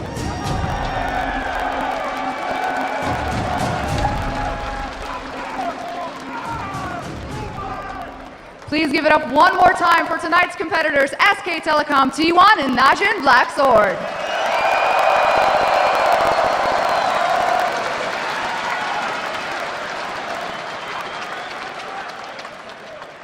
Gentlemen, please take your positions. Good luck and have fun. And now let's send it back over to the guys at the caster desk for more on tonight's matchup. Thanks a lot, Shox. And listening to those lineups, you really get a sense of quite how loaded with talent those two teams are, Quickshot. Yeah, this match features one of the best AD carries in the world, Prey, and the best mid laner, if not the best player in the world, Faker. Now, this is only the third time these teams have played each other, and neither Faker or Prey put up exceptional numbers against each other. Najin and SKT met way back in Champion Spring, and they split the two matches, one apiece. Yeah, they also took 2 of the 3 Korean OGN champion seasons. Najin Black Sword won all the way back in winter, while SKT won the most recent in summer. And even though SKT and Najin Black Sword haven't really faced off in a while, because they watched each other's play throughout Season 3, both teams know exactly what they're up against and what it's going to take to win this semi-final best-of-5 series. SK를 이기려면은 저희가 실수를 하는 부분이 하나도 없어야 된다 생각하고 그렇게 하면 이길 수 있다 생각해요. 팀이 전체적으로 전부 다 강한 거. 운영이 일단 좀 깔끔한 느낌 많이 들어요. 경기 최근에 한 게 없어가지고 너무 숨기는 게 많지 않을까 그것 때문에 걱정돼요. SKT T1이 사실 저희 이제 한국 서킷 포인트에서 저희를 롤드컵으로 이제 보내줬거든요. 이번에는 저희가 집에 보내드릴 차례라고 생각을 하고요. 저희는 이제 집으로, 그리운 집으로. Some big words coming out there from both teams. Really can't wait to get this one underway. But first, I'd like to welcome Curse's top laner Voyboy here to the caster desk. He's going to be helping us break down champion select throughout tonight's semi-final series. Welcome to the caster desk, Voyboy. First of all, let's get straight in there. What are we expecting here from these two teams in this first game? I mean, these are the top two teams from Korea. They're here fighting for their spot in the finals of the World Championships, so you definitely know they're going to be bringing out their all. This is going to be an amazing match, and I'm just really excited to see what they're going to whip out. Me too. I mean, everybody's looking at the mid lane here. Pretty much everyone giving it to Faker already, even though Song is pretty confident. What are you feeling about that? The one thing I definitely want to keep my eyes on in this matchup is how Prey and Kane are going to affect it. Because we've seen how they dismantled Gambit. And, you know, games 2 and 3, it was completely about them in that bottom lane. And if they can do the same to Piglet and Pumandu, maybe they can get in there. I mean, all the analysts are saying that this is heavily in favor of Najin Sword, this bottom lane here. But remember, Piglet and Pumandu, they've been receiving a lot of praise from teams like Royal, who have Uzi in the bottom lane. If you get praise from Uzi as an AD carry, I think you guys might be able to hold your own, especially if SKT go after that Thresh for Kane. I think that was a huge part of Najin Sword's bottom lane there. Well, you saw into the future a little bit there. We see Twitch and Thresh, the two first bands coming out here for SKT, going quickly with a Vi and a Z band out from Najin Sword. Yeah, I mean, SKT, obviously, they're feeling the same as all the analysts, targeting that bottom lane 100% with all of their bans. Yeah, I mean, Twitch, Thresh, Sonar, right out of the gate, it's gone. Thresh was picked every single game for Kane, so they just want to get rid of it. Vi, Zed, and Fizz were all banned out by Najin's Sword. They are showing a lot of fear for Faker and a lot of respect as well. They took out his 2 prime assassins and they got rid of Bengi's Vi, so they cannot just completely dominate that mid lane with that aggression. Exactly. This is pretty much what we thought from both of these teams. Bottom lane, the target here from Najin Sword, and the middle, the target from SKT. But that meant that they get the Shen as their opening pick, which definitely changes the game. They have that global presence up top. They can jump to the fight pretty quickly. Yeah, for sure. I mean, Najin Sword as a team has been known to give up Shen. When they played versus Gambit, Darien is a very renowned Shen player, but they gave it to him twice in that series. So we know that Expression is very confident in playing against Shen. He definitely has some counter picks in his belt, such as that Diana. Picking up Corki and Elise, very standard picks. We were a little bit worried about Watch picking up that Nunu again, but it seems he's gone for that very standard meta Elise pick. I'm actually very happy to see that. Yeah, I feel like Watch is kind of the hidden weapon here for Najin Sword because they had him on Nunu 2 times against Gambit. Oh! The lock-in for the carry top laner here. I love that pick. Expression is renowned for his Jax. Back when he was like, when Mac Nunu would tout him as like the best top laner that nobody knows about, everyone knew Expression Jax was amazing. And Jax versus Shen, if you can make that early game, if you can get your trifecta of items, you can make it to late game and you will just destroy Shen in the 1v1. Oh. Not to mention you can cancel his TP with your E. Faker picking up the R8. What do you think about that? Faker does get one of the assassins that he's very much at home on. He'll be rushing that Deathfire Grass and then looking to kill supports. But the support he's going to go after here, Leona, extremely tanky. What do you think about the bottom lane now for Najin Sword? Now that they have a Leona, will they be looking for that 1 versus 2 situation, or would they rather go for that kill lane in the 2 versus 2 heads up? I think going off of their momentum from their series versus Gambit, Najin Sword is not going to be afraid to go into that 2v2. Corki Leona is a very high damage, high kill potential lane. Corki's E can instantly re-proc Leona's passive and just get massive damage off if she can land a stun. So I really expect them to just be going into that lane head on and just trying to make plays to carry the game like they did before. Kind of a classic matchup here. Corki and Leona go together so well. And that's going to mean that they're going to look for Jax versus Shen in lane. How do the first few levels match up versus that? So basically, Jax versus Shen. Shen will just poke you for free early game. Jax can't really go aggressive because Shen can just taunt him and fight inside the creep wave and come out ahead. All Jax really has to do is make it through the early game, get to level 6, and reach that sweet spot where he can just start bullying Shen up, and that's all he needs. And with both junglers on early game play-making junglers, I expect some good action up in that top lane. It's going to be a good one, guys. That's for sure. Okay, guys, while the team's loading to that first game of this best of 5, let's see you guys at home were thinking are going to win this series. I can tell you now, according to lolesports.com, 72% of you think that SKT T1 will be playing for the Summoners Cup next week at the Staples Center. Our analysts all said the same as well. Everybody's really believing in SKT after seeing how they performed in the group stages and in the quarterfinals. It's hard to fault them. Well, before we get into the game, I'd like to say thank you to Voyboy for joining us here. He'll be back a little bit later on between the games to break down all those picks again. So thank you very much, Voyboy. Voyboy, we'll see you a little bit later. But for us now, we're going to jump into the game. It is game number 1 here between SK Telecom T1 and Najin Black Sword. This is for a spot for the championship game. First semi-final, first game, a lot on the line here between these two teams. I can't look past the fact that Faker somehow managed to get Ari again, though, Kobe. I have to say, 4 wins out of 4 for him on that so far. He's been incredible. I think that means the early game for this duo, Corki and Leona, is going to be even more important. Because if Leona can actually get some HP and be tanky, that's one less target for Faker to try and pick out. Something else we definitely have to keep our eyes on is this dual lane of Prey and Kane. It's the Corki Leona that we actually seen Fnatic pull out during the group stages here at Worlds, and it worked very well for them. SKT, with a very deep invade, they're going to be doing that sort of traditional red buff warding exposition, I don't know, going on a whole hike, and it's working out for them. Sword, on the other hand, getting a very deep ward. They'll try to find those lane matchups, like Voyboy was talking about, potentially going for those 2v2s very early on. Yeah, right. We'll have to see. A little bit of a pause here at the start of things. Well, that should get sorted here in just a moment, and we can get back underway. It gives it a little bit more time to break down exactly what we're going to be seeing at this stage of the game. As you said, a lot of champions in there. I mean, SKT only lost 1 game so far, so it's easy to call out the one that he's lost almost, which funnily enough was on a Gragas, which is seen on the other side.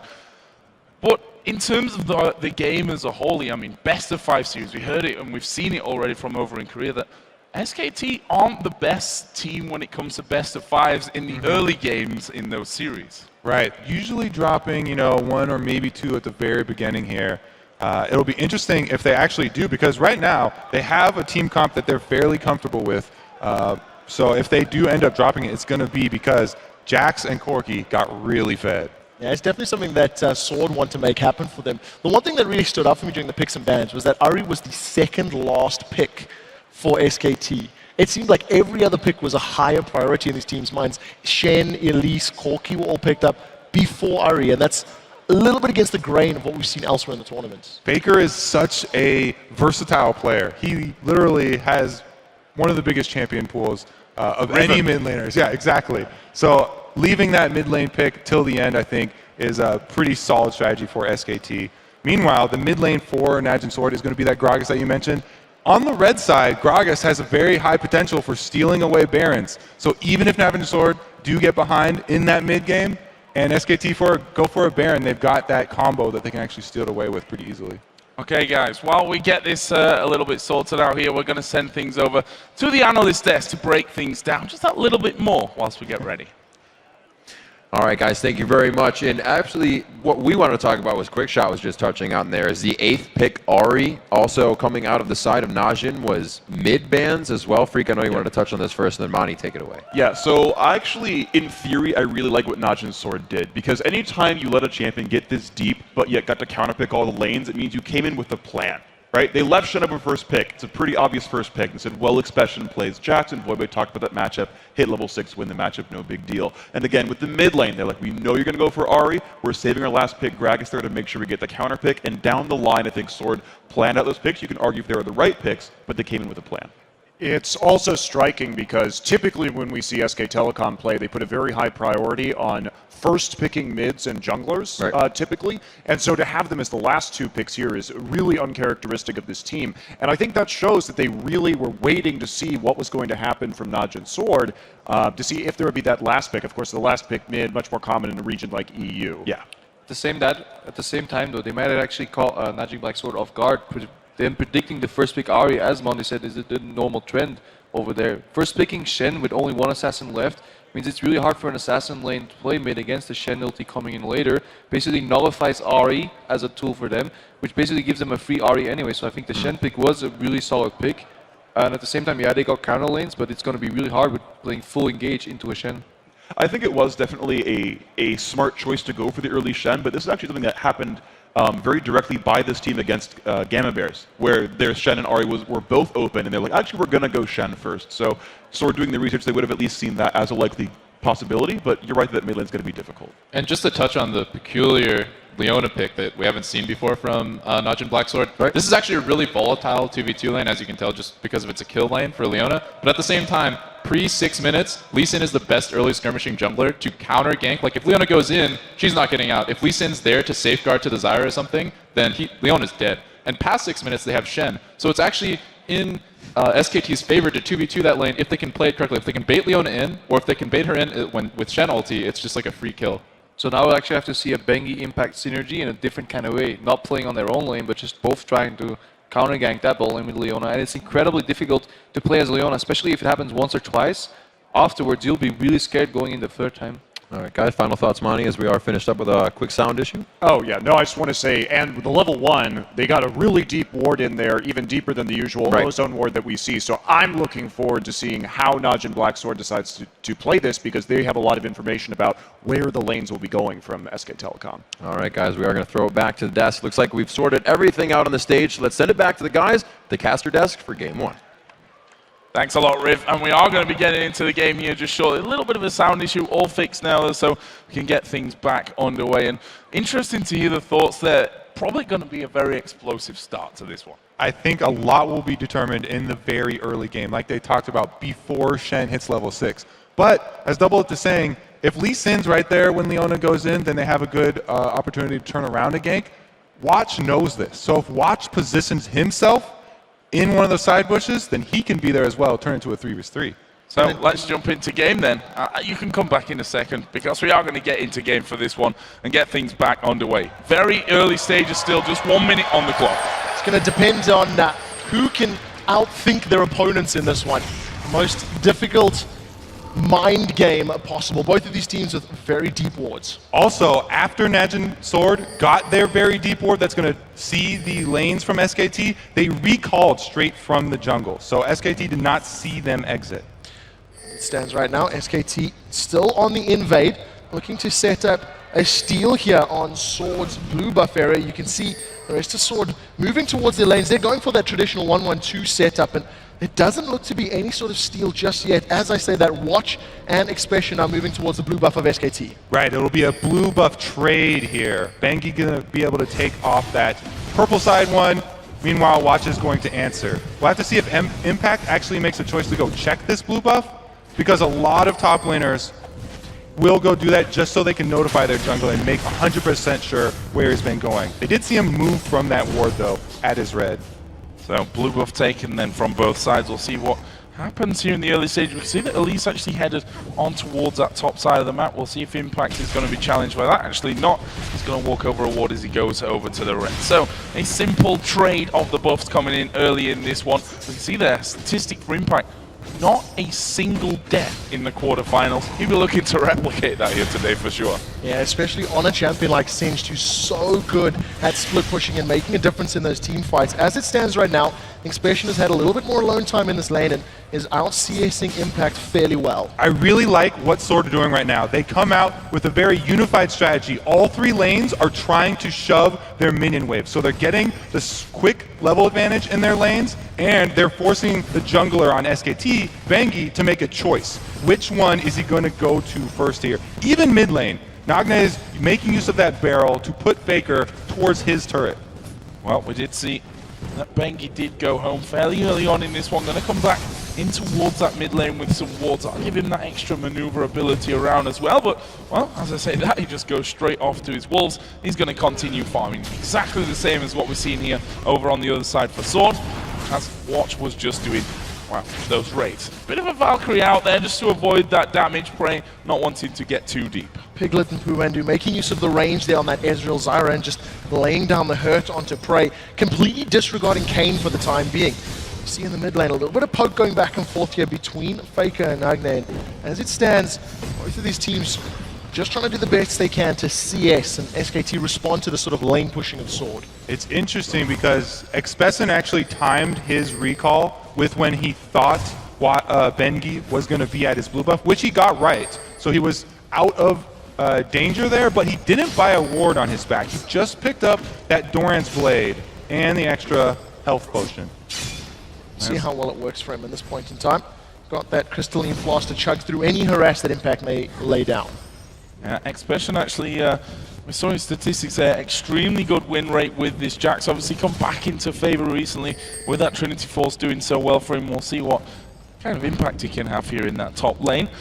Watch is waiting around the mid, but honestly, we see that Faker's pretty much stuck on his own turret at this stage, so I'm not sure there's much of an opening there unless he can get around the back. Yeah, both of the junglers looking to make something happen. Watch was sticking that mid lane. Bengi actually moved himself into the bottom, bushes, but as you could see, the lane was pushed heavily against Sword. Now, all of a sudden, Watch is coming down into the river. He's going to walk straight over a ward and may be able to get it. No, their pink ward's timed out, and that ward is going to stay standing. That is a massive swing there.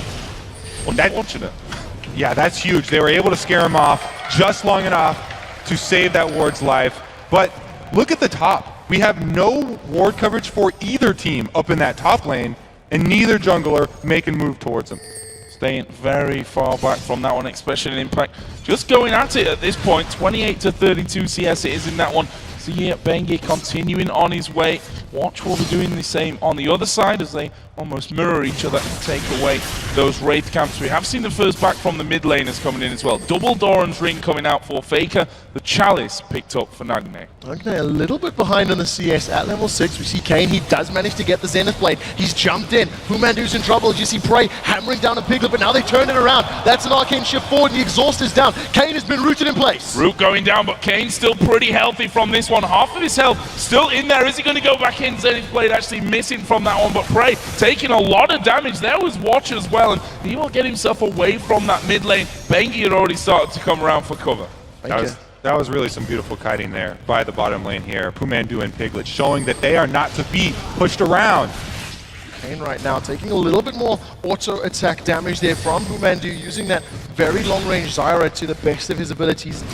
No summer spells, but they managed to catch Piglet. Prey's getting in. Barrier has been popped. Now Kayn is in trouble. Piglet's out of mana though, and they trade back and forth. Barrier down for Prey. Piglet still both summoners up.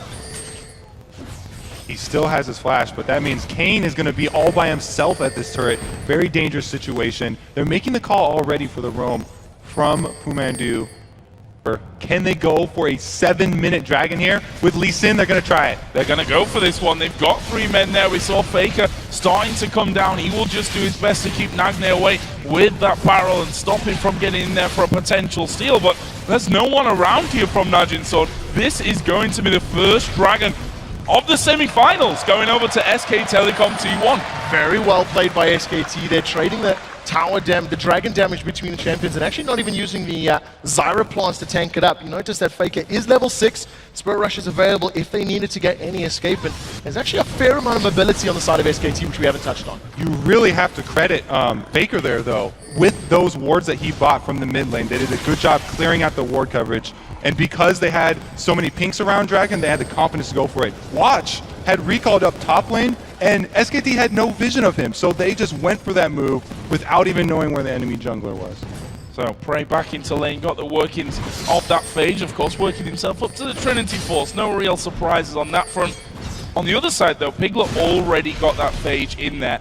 Nice little start for him. It's slightly behind in CS there, but it's so very early. Both of them in the lane. That's going to stay even as we go forward. Well, Phage just completed the second you're talking about it. Joke Prey is going to come back to lane with very similar items. However, is that Sapphire Crystal down? So we're going to be seeing once again these two Trinity Force champions in the bottom lane. And I have to just mention that over the course of Worlds, Doublelift has been quite outspoken about Ezreal Triforce as opposed to Corki. He feels that Corki is a little bit stronger and has been mentioning it. We'll see how it works out for both of these AD carries. So we have hop back to mid lane. Faker does not have blue buff. Yeah, a lot of damage actually dropped down there from Faker on towards Nagne. You'll just back away from that. Got that Crystalline Flask. He's able to chug straight on through. This top lane, again, no real visits from the junglers. Staying pretty quiet overall. Speaking of Trinity Forces, you know, Jax is going to be working towards his very quickly here. And he's past that level 6 mark that Voyboy was talking about. That also means, though, that Shen has his stand united. And if he's able to get the distance away from Expessen, to be able to use that, then he can turn something around in that bottom lane next time they go aggressive. Well, watch right now up in this top lane. He does have that red buff available, still has not hit level 6. Expression has that option to land a stun, but Impact has got a massive amount of HP. Giant's Belt is up. He's going to get stunned in place as Expression continues to poke him down and harass him out. Can he pull Impact out? That's the question. Watch is still hanging around in those top bushes. He was waiting for that one melee minion to be killed by Expression there to just be able to walk into the side lane bush. He's been undetected so far. Oh, the cocoon does land. They've jumped on Impact. Yeah, Impact having to flash away, but they're going to go in for this one. Impact's going to go down. First blood goes over to Najin Sword and Expression. Meanwhile, bottom lane, Bengi's been setting up a good bush kick of his own. There's the ultimate coming down. Mandu bursts down to almost nothing, but Bengi right on top. There's the kickback. Prey dies, but he takes one with him. And he's done well to get out of that in the way that he has. It's not over. Kane might not have the same. He's going to fall. Bengi picks up another one. Oh, Kane sticking around there. He goes down now in the mid lane. Faker lands a charm. That one won't end up in a kill, though. Now we're at 2-2. If it hadn't been for Kane sticking around and going down there as well, I would have called that one in Najin Sword's favor. But they were able to shove the top lane. SKT coming out ahead in the bottom. Both teams going to lose out on those minions. And the one thing you have to highlight from all 4 of those kills is that in Najin's Sword, it went to the AD carry and the top laner, whereas for SKT, it was the jungler and the support. So arguably better goal to be in the hands of the Sword players. Now, in the past, when Bengi has been landing the last hits for these early kills, he goes straight into mobility boots and goes heavy vision. He spends a lot of his money on early oracles, early wards. He's doing pretty much the exact same thing here. He's already got those mobility boots, plus a sight stone and an extra vision.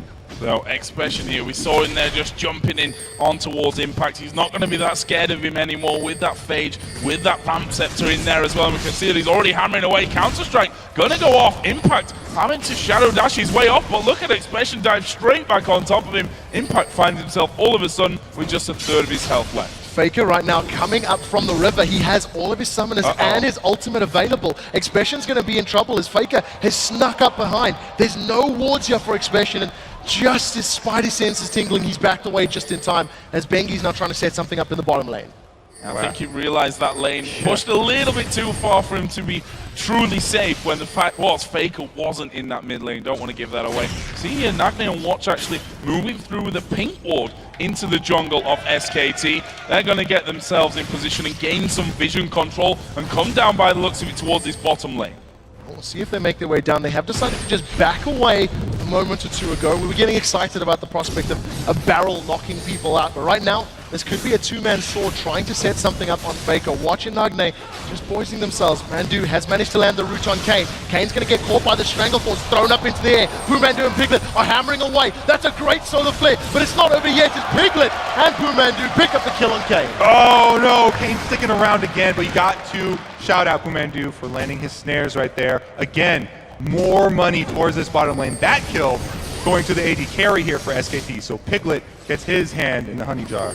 1-0-2 now. Piglet is 1-1-2 on the other side for Mandu. So let's see how that one works out. Expression still bullying impacting this top side. Impact knows he can't really stand and bang with him at this point. Got the workings of that Sunfire cape, but not quite up there, as we are going to see Expression coming in, but Bengi moving around the side. Here comes Watch as well. Cocoon lands on towards Bengi, and from what was a big scenario, turns into a little bit of damage and not much else. Now, the one thing I definitely think that SKT need to keep their eyes on is the fact that Expression has basically 1v1 Impact several times over the last couple of minutes. And we'll have to see how SKT decide to respond to this. A Jax that gets farmed and is able to completely control his lane can become a monstrous split pusher in the mid to late game. I think that's a really good point. Everyone thought the carry potential for Najin Sword was going to come all from this bottom lane, but Expression has himself in a very good spot. That being said, we're already 13 minutes in, and all the analysts were saying that Najin Sword had to make their moves very early.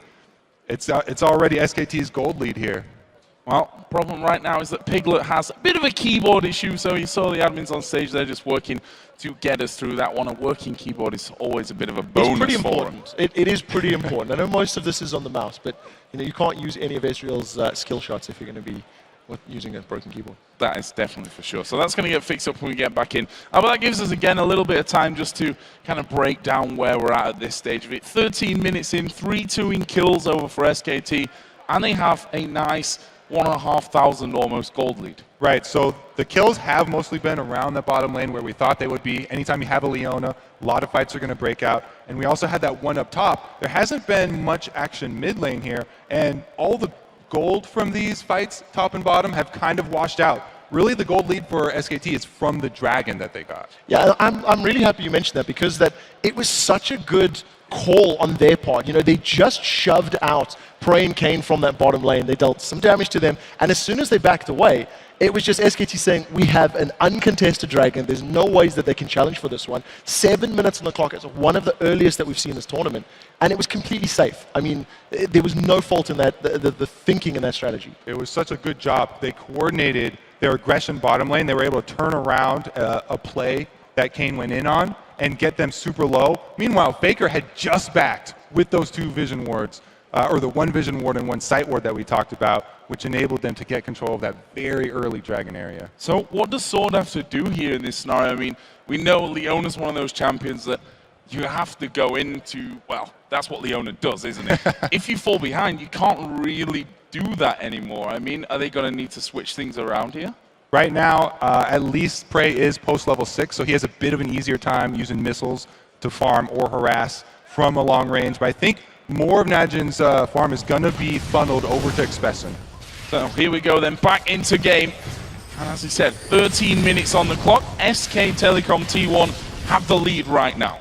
Well, Expression is the man of the moment, I feel, for Sword. If he's able to really get rolling on the Grandmaster at Arms Jackson, maybe that could be their way back into this game. They are only 1,000 gold down, which is not a massive number right now, especially when you consider how well the entire Sword team scales. It looks like they're making the call to put more of their attention with Expression up in that top lane too, because Watch has gone up there once again, even though Faker by himself taking that mid lane turret. Yeah, first turret of the game going down there after almost 14 minutes of the game.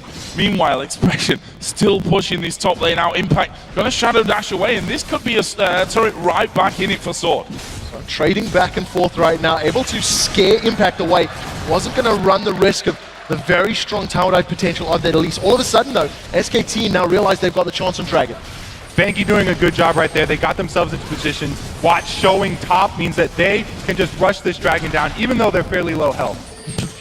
A little bit of a miss on the smite there, but when it's safe and there's no one around, top lane, so when there's no one around, but Expression and Watch haven't left the top lane. Expression's going to start hammering away on this tower. He's going to take a couple of turret hits, I think, actually. Didn't have landed yet. Now Impact is in trouble. They've leapt on him. Ignite's ticking. Expression picks up his second kill of the game. Piglet's going to secure a trade at least with a tower on the bottom. That's a huge kill for Expression because that's the one that they want to get rolling, but you're right, they answer here with the turret. So another objective for SKT, which is also going to open up this entire blue side, and we'll look for SKT to start warding up this golem jungle of Najin Sword so they can then control the blue buff, keep that away from Nagne, and that will just increase the lead that Faker's got over him right now. Yeah, we just saw that blue being given over there to Faker. Nagne does have his running in there as well. This body slams away from most of the damage from Faker. One hit from his W landed. He's got that Athene's Unholy Grail now. Faker almost done with that DFG. He's probably got enough money for it right now even, and that's where he's going to get real scary. We definitely see kind of a difference in styles here. Faker's known for just building and masteries and using his runes as well, all for offense. And he does not build too many defensive items very often. Already, he just finished his Deathfire Grasp. The cocoon does land here. Oh, they've caught him out. The barrel throws backwards. Boomandu forced to flash out. The Solar Flare comes down. Stand United is going to keep Boomandu alive as they turn the pressure back onto Watch. Now Watch is doing the best he can to get away. He manages to repel away from the taunt, but here comes Faker. Kane is dead in this one. He's not going to be able to escape it. Are they going to keep going for it though? Expression going to dive in. Here comes Prey from the side. And all of a sudden, he gets the first kill on towards Faker. Impact and begging. Oh, Nagne going deep. He's going to die from the tower. Piglet picks that one up in the end. A crazy fight. Ends in 3 for 2. Mandu just waited way too long. Way too close right there. But Faker uses his ultimate going in to answer so he can get another support kill. And that opened up Faker for counterplay right there. Really good job by Najin Sword pushing the objective after they get the one-man advantage. Definitely having the numbers advantage. Here's a replay. Talk us through it, Cody. All right, so the ultimate was already been used by Nagne. At this point, Mandu needs to leave. His life has been saved, and Shen is just going to feel really bad right now. Oh, I saved you with my ulti, and now you walk back in to die. But Faker comes to answer. 2 uses of Spirit Rush right there already used up, so he only has 1 left, and actually doesn't use it.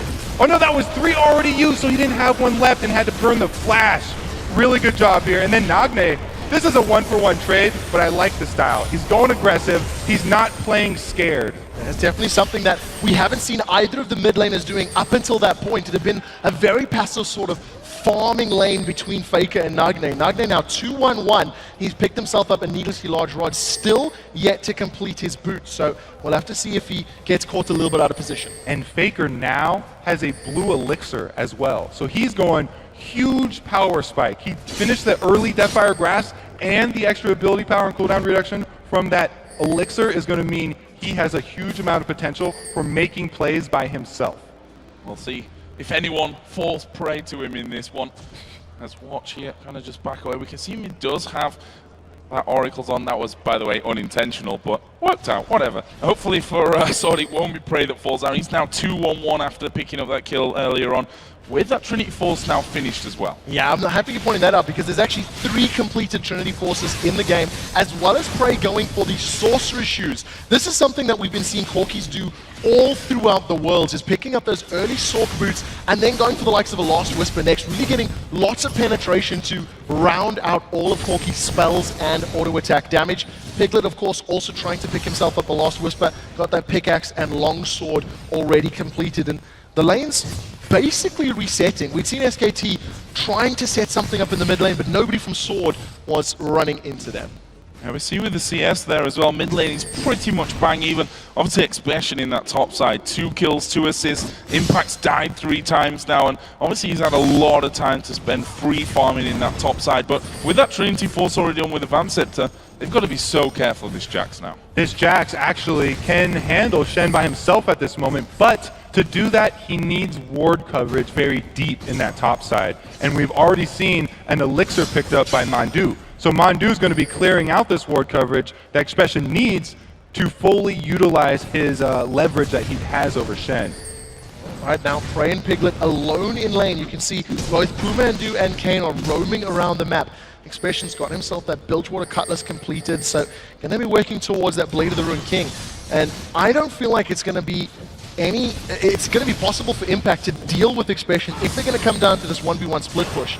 So if SKT can pick fights and get that Stand United while Expression's not there, that could be one way to bring themselves back into this game. Sword, only 700 gold down, as Dragon will be respawning in about 40 seconds. See Watch there, just making sure that they've got the pinks in position as well. Of course, he can move around and take down wards of his own, but with 2 pinks now around this Dragon, they can hold it that little bit easier. And for SK Telecom T1, they need to get down there if they're going to contest for this next Dragon. 20 seconds to go until that one spawns. We see that Expression is starting to come down. Impact does have Stand United available, and Sword get ready to start off the Dragon on its spot. Well, 10 seconds left before that goes up. This is the first time Sword are going to be in range to even challenge for a dragon. You can definitely see that they were just waiting for some time to ramp up, waiting for Jax and Corki to become impactful. However, because Expression has to run down to the lane, it's going to allow Impact to split push that top lane uncontested. SKT have grouped up as a 4-man on the bottom of this river. Dragon already secured. SKT thinking about going in, but they're going to have to commit deep if they want to, and they decide against it. Now that the Dragon's down, they really do not want to pick that fight. All they want to do is try and slow Najin Sword down so that they can buy Shen time to try and answer up in that top lane, but he's not getting any work done on this turret, and the whole squad for Najin Sword is headed up there. Yeah, we saw he was trying to get rid of those minions, didn't really have many of his own to deal with there while that dragon was being taken out, and once he realizes that the rest of the team probably coming up here from Sword, he will recall back off to base. So that turret staying alive, that dragon going unanswered, and we can see that the gold from that has really evened itself up now. Just about 150 the difference between them. Yeah, very, very tense game between these two teams. Only a single kill separating them, a couple hundred gold, which is basically already spent in wards. And the only real difference, I think, between these two teams is in the top laners, and that Expression is just further ahead of Impact right now and is going to have a much larger effect on these team fights as and when they break out, especially when you consider the damage threats from SKT. There's a lot of pressure on Faker and Piglet to win the team fights basically on their shoulders. Bengi can clean up, but Impact's a tank. If we even do get to team fights, because both of these teams have really high potential for picking people off in just small skirmishes. They've got Leona and Gragas over on Najin Sword side who can make plays from very long range. Meanwhile, SKT has Faker, so the ward coverage is going to do a huge part here, and whichever team can get that pick first is going to be the one dictating the next few minutes. We can see that the teams know that. Look how many wards are down there. SKT got a complete line on the edge of their jungle on that bottom side of the river. See Sword just setting things up there. Leona, Elise, Gragas. A 3-man team that you don't want to face check again. I also like how they've got Watch buying the Oracles here because Leona didn't do that great in lane. She needs her money. Oh, here comes Faker. Solar Flare lands down. Expression's going to stun him up. They've turned it around. Watch it survive. Now they turn on to Pumandu, but he flashes away from the cast.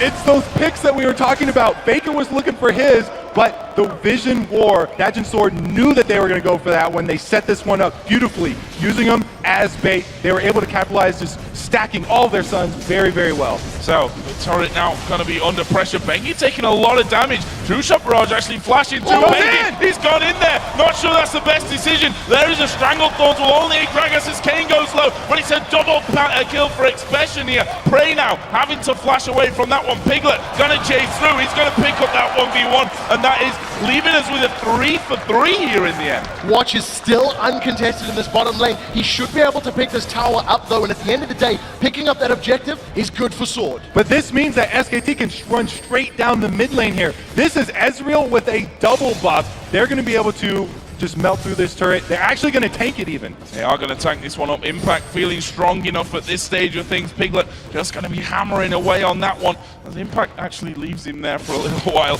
Minions do come back around and they've got something to tank that one up with. They need to be careful because Nagne is coming around the backside and sort of started to spawn it. Nagne does have his ultimate, but he has to wait for the rest of his team to make his move, and SKT able to finish off the turret just before Najin Sword revive and get out to defend. So Faker and the rest of SKT able to secure the blue buff steal there from Sword. And what we've seen from the two big team fights is that the first one, and Sword had enough members reinitiating as the team fight wore on that allowed them to pick up the victory. And in this fight, it was the reverse. SKT had more numbers coming in from the back line, and that allowed them to pick up those extra kills and that extra tower at the end of it. That was some really decisive play from SKT after the fight, I have to say. Taking both of those objectives, just the difference of a matter of seconds would mean that Najin Sword could either defend the mid turret or the blue buff there, but SKT came out with both of those.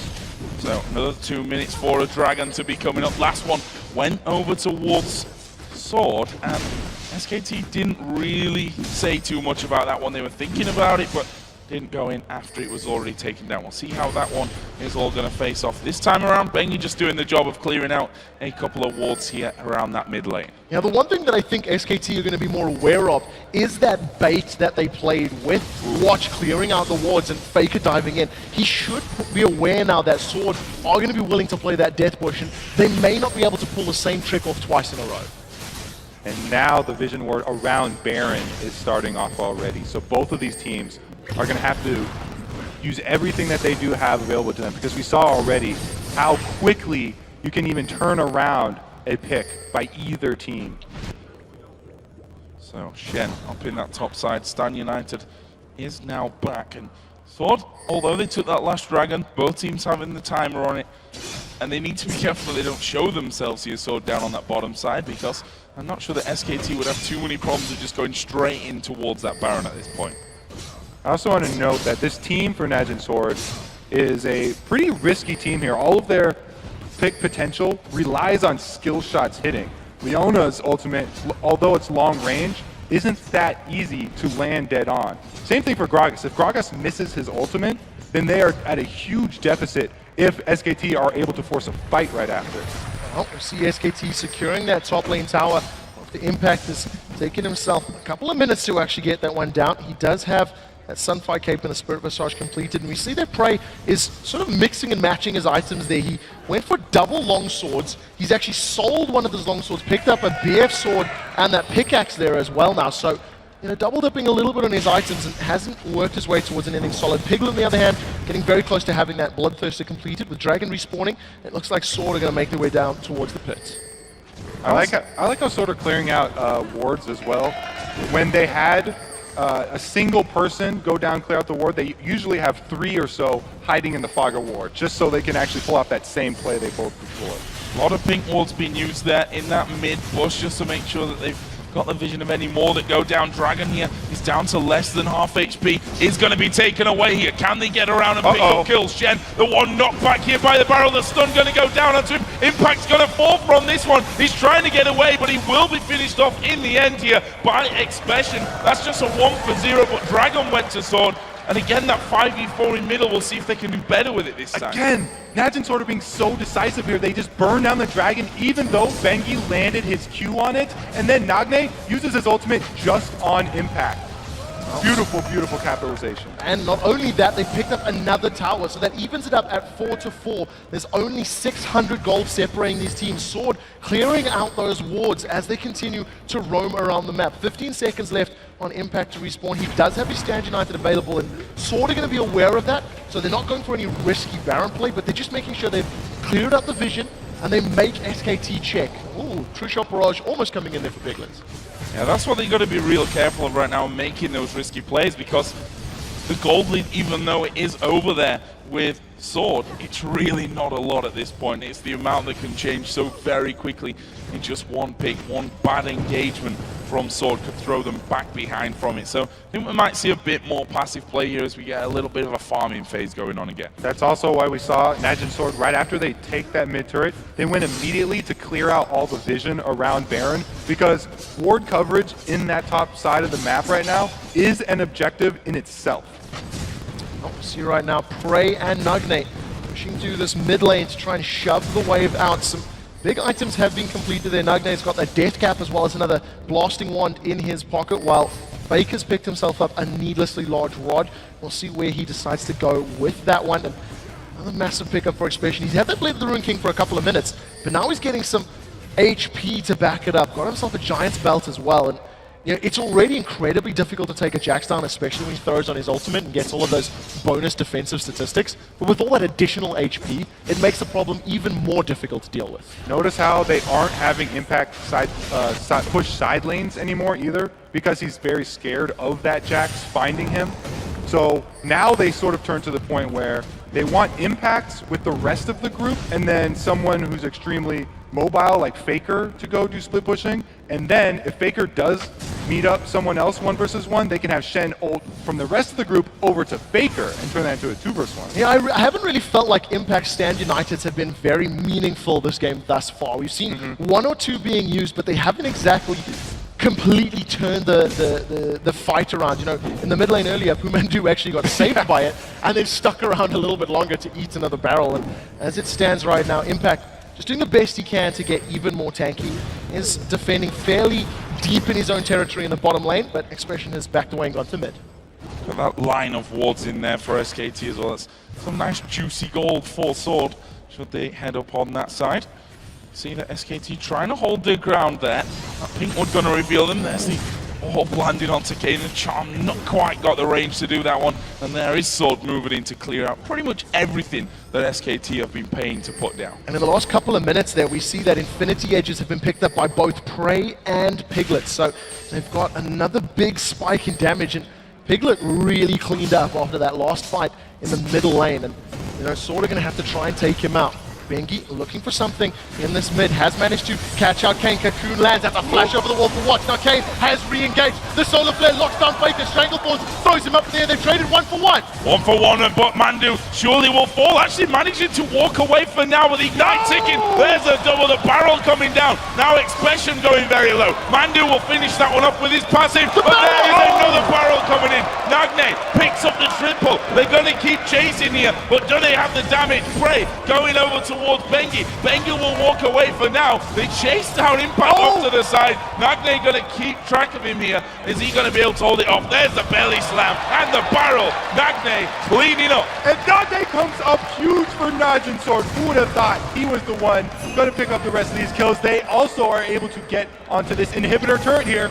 I'll take a look at this. They're bashing away. Nagne with that bonus AD from the Drunken Rangers. Surely going to be able to pick us up. Bengi wants to play with Prey. There's no mana here for him. The barrel's going to knock Bengi backwards. The tower still standing, and Bengi sneaks away. He saves the tower even though it's on low HP. Some good pressure put down from him there to keep that one safe, but SKT are going to be losing their blue. Let's have a look at that fight again. All right, so right here, we're going to see Kane go right back in and engage. He lands the double stun onto Faker into the Nagne ultimate to just explode Faker. Kumandu, once again, he walks back into another barrel. This is just tough break for him. But again, the stun here comes out from Expression. They're able to get the tanks away from Piglet, and another barrel from Nagne. He is just on point that entire fight. He actually gets one more after that as well. So amazing here from Nagne. We heard in that video before the game, you know, a lot of changes being made here for Sword. Looking very, very good for them right now, though. Nagne currently sat at 6-1-3 on this Gregos. Yeah, you've seen Bengi there moving towards that Baron Pit, dropping a whole bunch of pink wards as they move along. And look how many pink wards there are in the inventories of both of these teams. It's definitely something to keep notes of. 33 minutes on the clock, and with that mid-inhibitor turret sitting so incredibly low, Sword see a juicy target. Most of the ultimates are available. In fact, all of them are here for Sword, and they're looking to siege up this lane, especially with Prey having blue buff. That's going to be missiles for days. Also, a really interesting point about Corki nowadays is that cooldown reduction helps him out so much. His missile spam actually gets the attack animation of it. The spell animation is quicker, and the recharge is quicker when he has cooldown reduction. So not only the mana regen, but that CDR from blue buff really helps him out. We'll see if they can push through this line of defense that SKT are trying to set up from this one. And in the end, Sword start to back away. They've gone over towards Baron. Are they going to be able to lure SKT in? Yeah, and something you've got to remember about Baron is that with Jax on the side, if you've got 1 or 2 more people in there, it's very easy. We do see in the mid lane, they have caught up Bengi. The barrel throws him back with that jump shot. He flashes over the wall, Stand United on his background, but that is the ultimate down. Impact is not going to be able to impact the fight later without Stand United. Stand United's a much longer cooldown than the Gragas ultimate here from Nagne. So that's a great trade for them. They got a huge win right there, and they can continue to force SKT into a dangerous situation because Kane still has his spells all available. Oh, this is a dangerous time for SKT. Just one jump over the wall, which pretty much everyone can do on that team as well. That's the danger of that one. Prey just coming around the side as well. There are a few pink wards being put down now to clear out here for SKT. There's a Cocoon landing though. He will Shadow Dash away. Expression decides not to keep going. Ooh, that was very, very scary. No other CC followed up from the Cocoon, and Impact manages to get away with his life. About a third of that Stand United has come available as the Dragon has respawned. Sword aren't necessarily in a position to try and force a fight around it. The focus on both of these teams is definitely on the northern part of the map around the Baron Pit. It is very dangerous for either team to go for that Dragon. Neither one actually has vision right now though, so they could burn it down very quickly. Moved into more the Baron side of things in this point of the game, that's for sure. We can see once Bengi leaves there and his icon moves, exactly how many pink wards are down on that top side of the map. That's a lot of cash spent here for SKT to hold on to that vision of their own side of the map. So Sword are going to start off this Dragon, and one thing that we can highlight is how the CS numbers have stayed very, very even as we've hit this 35-minute mark. There is still that 35 deficit in the top lane, but it's been 35 for the majority of this matchup. Mid lane, 20 CS difference. AD carries Piglet is doing better on finding some of that CS. It's given him a 2,000 gold lead, and it's just getting him a little bit further ahead, but these two teams are still incredibly, incredibly close at the 36-minute mark. So, again, things slow down somewhat as both sides looking for a pick here towards that next objective. As finally, Sword come back in with a pink ward of their own and start to clear a little bit more out. They know that SKT have had that time here to get the wards down of their own, and they don't want that to last for too long. Kane running that Oracle will be moving around with the rest of his team to try and sweep those out and get some gold back. Randian's Omen now picked up in Expression's back pocket, so if he dives in there with that Leaf Strike, he's got the ability to slow everybody else down and just lets the rest of Sword land all of their crucial abilities. Faker's sitting at about 2/3 HP, so he's got to be a little careful if a fight were to break out. Nagne waiting in the wings, see if they can pull a Faker and pull Faker in. Yeah, the vision ward right now is really key because Najin and Sword have shown that they will not hesitate to all in on whatever champion they catch. Even if they catch out Shen, all the members are ready right now to use all of their damage on that tank and burst him down immediately. So as long as they can get any member caught out away from the rest of SKT, they're going to go for it. Just using those plants there was Mandu to make sure that there was no one hiding inside of those bushes to start things off onto that blue buff. Here going to be pulled right around the corner so that Faker doesn't have that one stolen away. He will get himself a hold of that. And Expression now showing himself on this bottom side of the map.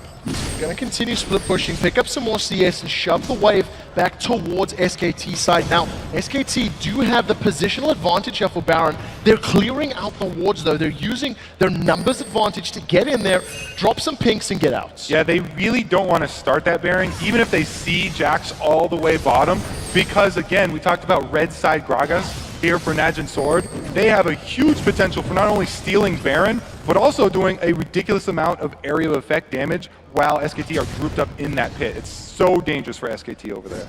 So a bit of a push back down middle, and then a retreat back off towards Baron. This ward clearing expedition that's gone back and forth for, well, a good 10 minutes at least now of this game, just showing how tense this one really is. And talk about best of series all the time, and a best of 5 very crucial as the barrel goes over the top there, but not really doing that much to SKT. Ooh, Faker just used his ulti. Spirit Rush used from Faker, and that's massive, although both Spirit Rush and that explosive cast, not the longest of cooldowns, and will be back up and available in the not too distant future. I want to mention that Faker now with another needlessly large rod, he's decided to just go only for the needlessly large rod item. He's going to work himself most likely towards that Zhonya's Hourglass, and over the other side, Void Staff, almost Hourglass, Death Cap. That is very, very scary damage from Nagne's Gragas. And we just saw Nagne right there, again, not hesitating to use his ultimate on just the potential of catching someone out. Humandu had gotten bursted down to about 30-40% right there, so Nagne immediately chucks over his barrel. Look at this. Very sneaky Baron over the back. So sort of started this one out. We talked about it earlier that with that Jax on your team, you have such good potential at taking it down. Oh, they're going to get it. It's coming in. They've secured it. They're rooted in place, but Sword with the Baron buff, completely sneaking it from SKT. The long vision battles lulled SKT to sleep right there. And the small amount of time that they lapse, and Najin Sword just jump on it. Really good job getting over the back of that wall, using Jax's ability as well as Corki's to hop it. Timing that one to perfection. It's increased their gold lead now to 3,000, which is definitely still not a lot between these two teams. Could still change very, very quickly. And unless I'm mistaken, that's the largest gold lead we've seen for either team during the course of this 40 minutes. That's without the added statistics that that Baron buff is going to give you. The question is, what do Sword want to do? This is a very cheeky move, as every single member of SKT that can hop has hopped into the tri-bush. They're waiting to see which member of Sword is going to come down and deal with this wave. They're playing this very, very patiently. Piglet and Pumandu still hanging around on the river, and it does look like they want to jump onto Expression. Here comes Piglet. Shen standing behind it is available too. Expression's going to be jumped on here. He's throwing down Grandmaster's Might. He's in trouble. That is the counter-strike. Will he be able to get away? No, brilliant top from Impact. Kane comes along. He's going to be the sacrificial lamb. Impact will pick that one up, but that's now 5v4. Despite the Baron, SKT are pushing. Now we'll see how they can do with this numbers advantage. And even though Sword do have that Baron, they don't have the CC of Leona, which is so crucial to their comp. They're deciding to not defend this bottom lane inner turret. It gets dropped, and SKT back away. Great death push. SKT, they counter the wall jumping of Najin Sword with some wall jumping of their own, and they pick off not only taking down one of the Baron buffs, but they also were able to get the turret after that, grabbing the objective, and then walking right down into blue buff. A huge win for SKT while Najin are wearing Baron.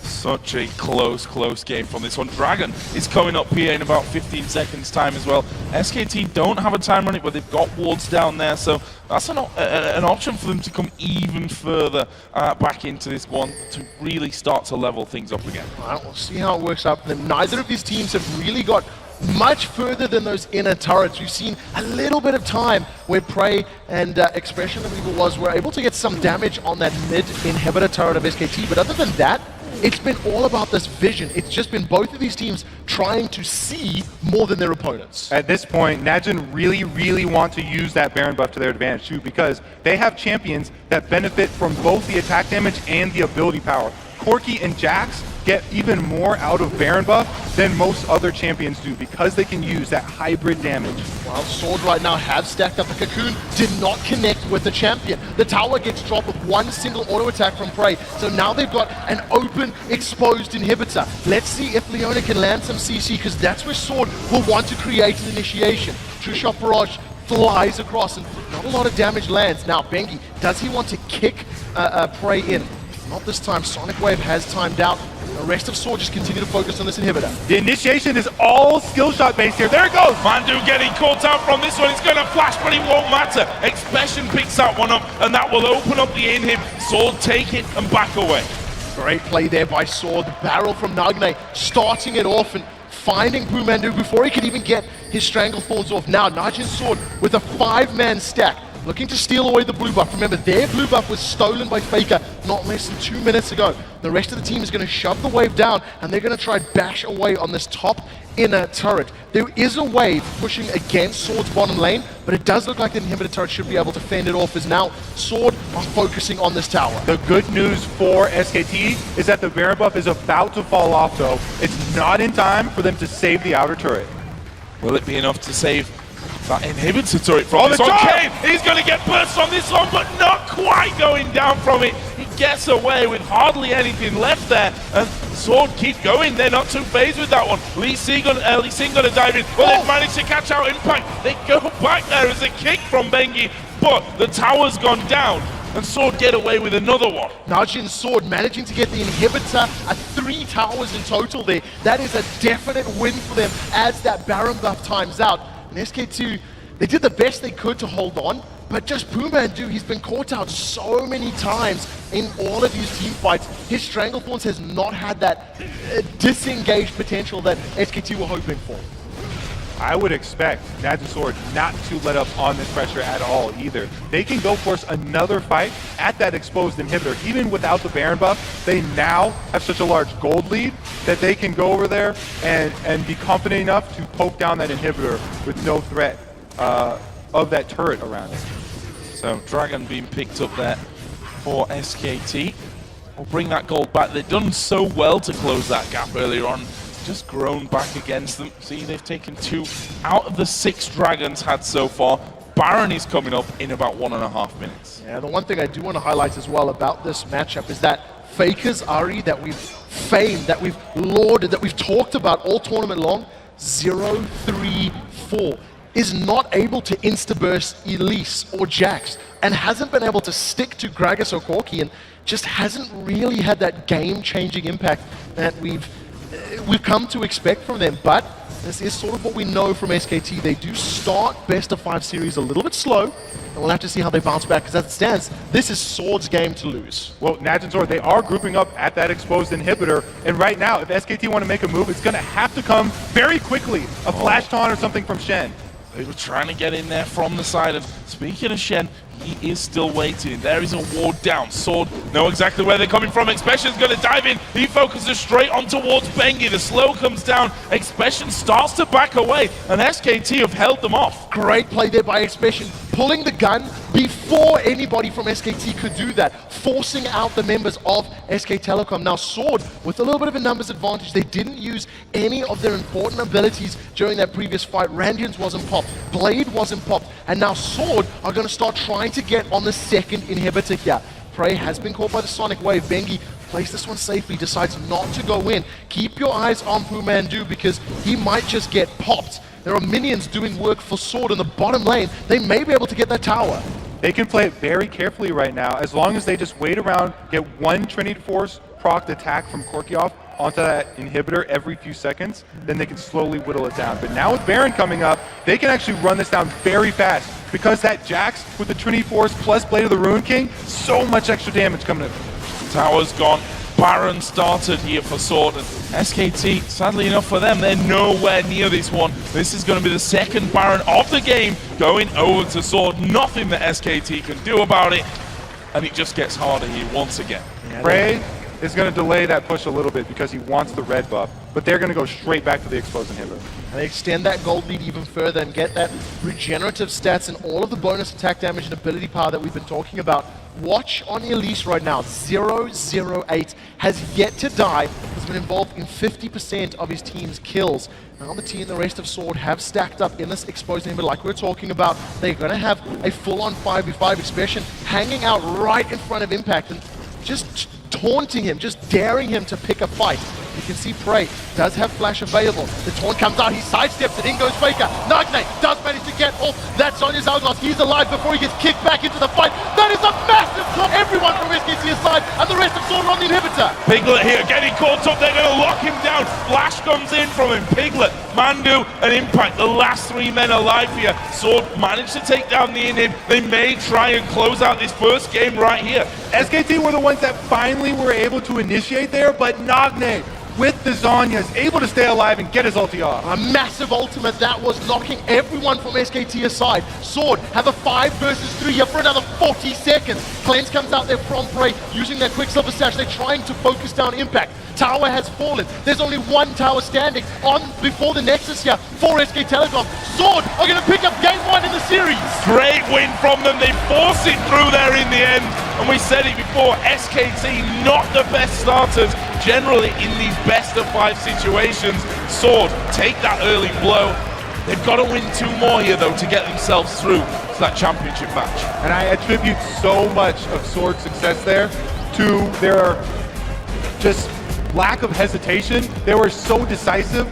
Even though sometimes Nagne would throw out his ult and not get the target that he wanted, so they'd have to wait the cooldown, they still, the times that it mattered, they were able to burst down their target. They continually got the picks. And the one thing I also want to highlight on top of that, not only did they instantly pull that trigger, they played so patiently outside of that. They waited for the moments. They hid in the bushes. They set up the ring of vision.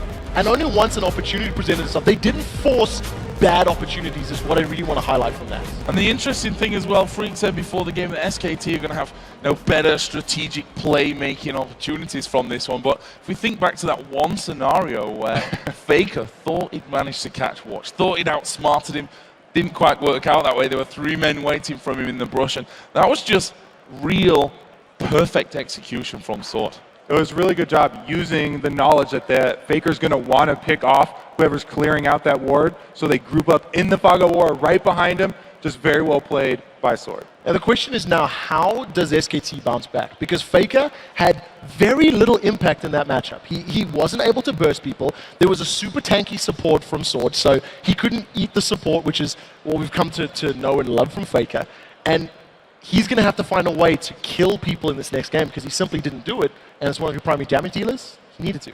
Well, best of 5, game 1 taken here by Sword. We're going to send it over to Riv and the gang for a breakdown of that fantastic Game 1 win. Thank you very much, Joe. And I know Freak absolutely enjoyed that game because 3 Triforces were built and used effectively. Also, right out of picks and bans, we kind of talked about it a little bit before as we went into the pause that the Shen was huge and the Ahri was open. Mani, I know you want to get in on this. I'm actually really excited about the picks and bans here because I think this was a really good coup by Sword, and we can see how it played out as well. Basically, Sword had the superior 5v5 as well as the superior split push. You got to say they baited that Shen right now, because even if Shen and Jax had gone even in that lane, Jax would have come in. Now, what this did was it made SK Telecom's composition very one-dimensional. They needed picks. And we saw Faker getting the early home guard much earlier than he normally buys it on Ahri because he had to be there to make the picks. And then we saw that trap get laid for him, and that put him even further behind because he had to spend the money on home guard. And they really just read SK Telecom beautifully here, and a great comp coming out of Sword. Before we jump into those fights, I definitely want to get the early game. Crepo, lead us through what happened in that early portion of the game. Yeah, what actually really impressed me is how SKT1 controls the pace. Basically, Leona and Corgi got to bot lane first, so they should have a huge advantage. That's actually, I wasn't as impressed by Kane's Leona in the small skirmishes. He played his teamfights really well, but their lane handling wasn't the best. That allowed SKT1 to get back into bot lane. They later transitioned that into a little advantage, allowed Bengi to get a Drake off that. Bengi got stronger, counter-gang bot lane again. So this is the flow and the pace of the game that SKT controls so well, up until a point that we'll cover later, where actually Sword comes back in a really good team fight. So their fights were better, but individual small skirmishes, especially bot lane, it seemed that Piglet was doing a really good job of getting back into the game. Yeah, and people will probably wonder, like, why did SKT get all those dragons? The first 2, actually. And the big reason for that is that Watch camped top lane and killed Impact and actually took Impact's tower. But on the flip side, you see Bengi camping bottom lane, killing Leona over and over again, and that's why, because the jungler for SKT is on the bottom side of the map, they're easily able to capitalize on that with the dragon. And what may have been missed as well, too, is that Faker was doing an excellent job of shoving mid, and he got some really good tower chip in, and that allowed both the mid and bottom turrets, because of what happened in the bottom lane, to go down in favor of SK Telecom.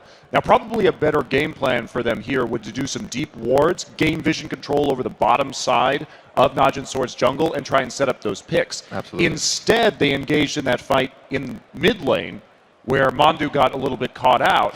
And what that caused to happen was their own mid turret to get destroyed, and then with that went the possibility. So if they hadn't gotten caught out a little bit in mid, they would have been able to aggressively ward and pick better in the mid game. And a lot of this game actually felt a little bit like deja vu for SKT in their first couple of semifinal games against Ozone back in Champions Summer, because the actual same ward bait was used in Game 1 there, where Dandy sets up a pink ward and says, Faker, you're going to kill this ward, with Elise, mind you, and kills him there. And the exact same ward happens here, which at the very least tells me that Sword's smart, but also that they probably watched that series like, well, they took 2 games.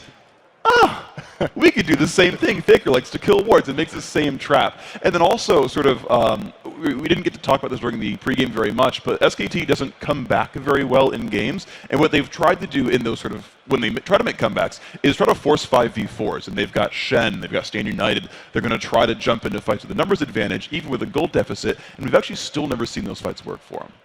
Yeah, and Faker was never able to actually get back in the game because there's nobody on Sword to pick. There's Elise and Jax who have ways to like make themselves invulnerable. Gragas and Corki are extremely safe, and normally he beats off supports. There's a Leona on the enemy team. She's so dangerous, and she's actually so hard to kill that Faker, after he made a misstep twice, overextending and dying in teamfights, he was never able to get back into the game. And actually, let's pull that replay up on your screen, and I will kind of see where Najin Sword took these advantages, how they kept themselves up top, and really just got the best of SKT in each one of these fights. As we pull this up on your screen, Crepo, take it away. Yeah, this basically what happens is Mandu will get caught here, which actually is a recurring phenomenon during the game. So that's where Sword does a good job. Then SKT tries to counter, gets really aggressive. We can roll the clip already and see what happens. So Mandu gets caught, gets Stand United, makes it out alive. He'll eventually walk back into a barrel. He does good Zyro ult, a good disengage. Watch does another really good repel. This is what Kane does good in fights. Disengages, gets the aggro, exhaust on Faker, forces Faker to use everything. But here they get too aggressive, and this is where Expression comes in. You see 2-man stun, Corki comes in, no hesitation. And this is what I really like. Gragas will now E into the fight and then flash to carry on the E impact, which basically shows he's playing with no hesitation. Ezreal barely manages to kill him afterwards, but it just shows that how well Sword plays with no hesitation, good synergy. We saw at least, I think, 3 of them E flashes from Gragas. Nagne playing so much better than his previous match. Yeah, and you look at what happened in that fight as well, is both Expression and Prey were not in the fight for the very beginning. So there were only 3 members of Sword there, and they had to run across the map. And, you know, the early pick happened, nice pick and whatnot, and then the rest of Sword backed off, despite the numbers advantage for SKT, right? Chenault comes in, numbers advantage, and Sword backs off till the reinforcements arrive. And then these guys re-engage with, once more, the numbers lead here. And that kind of team fight dictating was really good. And I wanted to talk about Expression a lot, because Triforce. His Jax was banned all 3 games against Gambit, and I guess they know why now. Right, and we had to pause the beginning of the game, and I'm like, guys, Sword planned this pick and ban. We saw SKT first pick Shen against Gambit Bears, and they're like, you didn't ban Jax. Please first pick Shen. I dare you to first pick Shen, so that Expression could have a field day. And he managed to build a CS lead over a global teleport. Mind you, Expression ran Ignite. He has to walk back and forth across the map, still managed to take down minions, still managed to get into fights. And end of the game, 8-2-4. Expression did amazing that game. And this comes back into the story we've been telling about Najin Sword. This is a fantastic patch for this team. Prey has always been one of the strongest Trinity Force AD carries in Korea, and of course, Expression really known for his ability to carry out of that top lane. So it's all coming together now. They look like they've shaken some of the rust off, and I am so excited for the rest of the games in this series. At the same time, we were talking about this Shen and Jax interaction. I just think Nagne is a really key piece into this, because Shen first pick forces you into actually not being able to pick Ahri, because it's really hard to play an assassin into a middle laner like Faker, supported by a Shen ulti. So basically that means Nagne is saying, hey, we're getting him Shen, but I'll have to play against Faker's Ahri, which is really hard. And he played Gragas, and he did really well. He played really impressive in the mid lane. Yeah, I agree. This game was really dictated by the solo lanes, because you see Nagne, people say like, oh my god, Faker's going to crush this guy. He played a safe farming champion like Gragas. He actually did really well. And then you see Expression, he counter-picked Shen. I feel like SKT's game plan coming into the next game needs to be throw their bottom lane under the bus, early pick their bot lane and jungle, and just let their solo lanes counter-pick Sword, or else it's going to just be a repeat of the first game. Final thoughts, Monty Freak? Yeah, and going back to the Gragas pick as well, Nagne did a great job throughout the game of when he saw Stand United coming in, using his ult to disrupt, and therefore it eliminated a lot of the potential for a Shen engage right there. I just want to really point out that the way they siege as well, Barrel at one side forces them to group out at another side, and then Expression can go in, pop his E, AoE stun, really good siege power, and Sword play that really well. Yeah, and all I really want to say is that Doublelift, I think your analysis is right on the money, where you're right, Faker's crazy, he's going to kill you, and so the safe farming pick, I was actually going to say that myself if you hadn't, where he's like, yeah, I'm going to go Chalice Gragas, I'm going to get a Flask as well, and I'll just clear minion waves, clear minion waves, clear minion waves, and so now actually coming into the next game, you almost need to completely switch your ban strategy as SKT and let Faker make plays, remove some of the safe farmers. We'll see what they do. We'll see if the Faker mind games continue. Right now we have to take a quick break, but when we return, we'll see if Najin Black Sword can make it 2 in a row against SKT. Plus, Dignitas' jungler Crumbs will join us to dissect tonight's semifinals. The Season 3 World Championship. We'll be right back.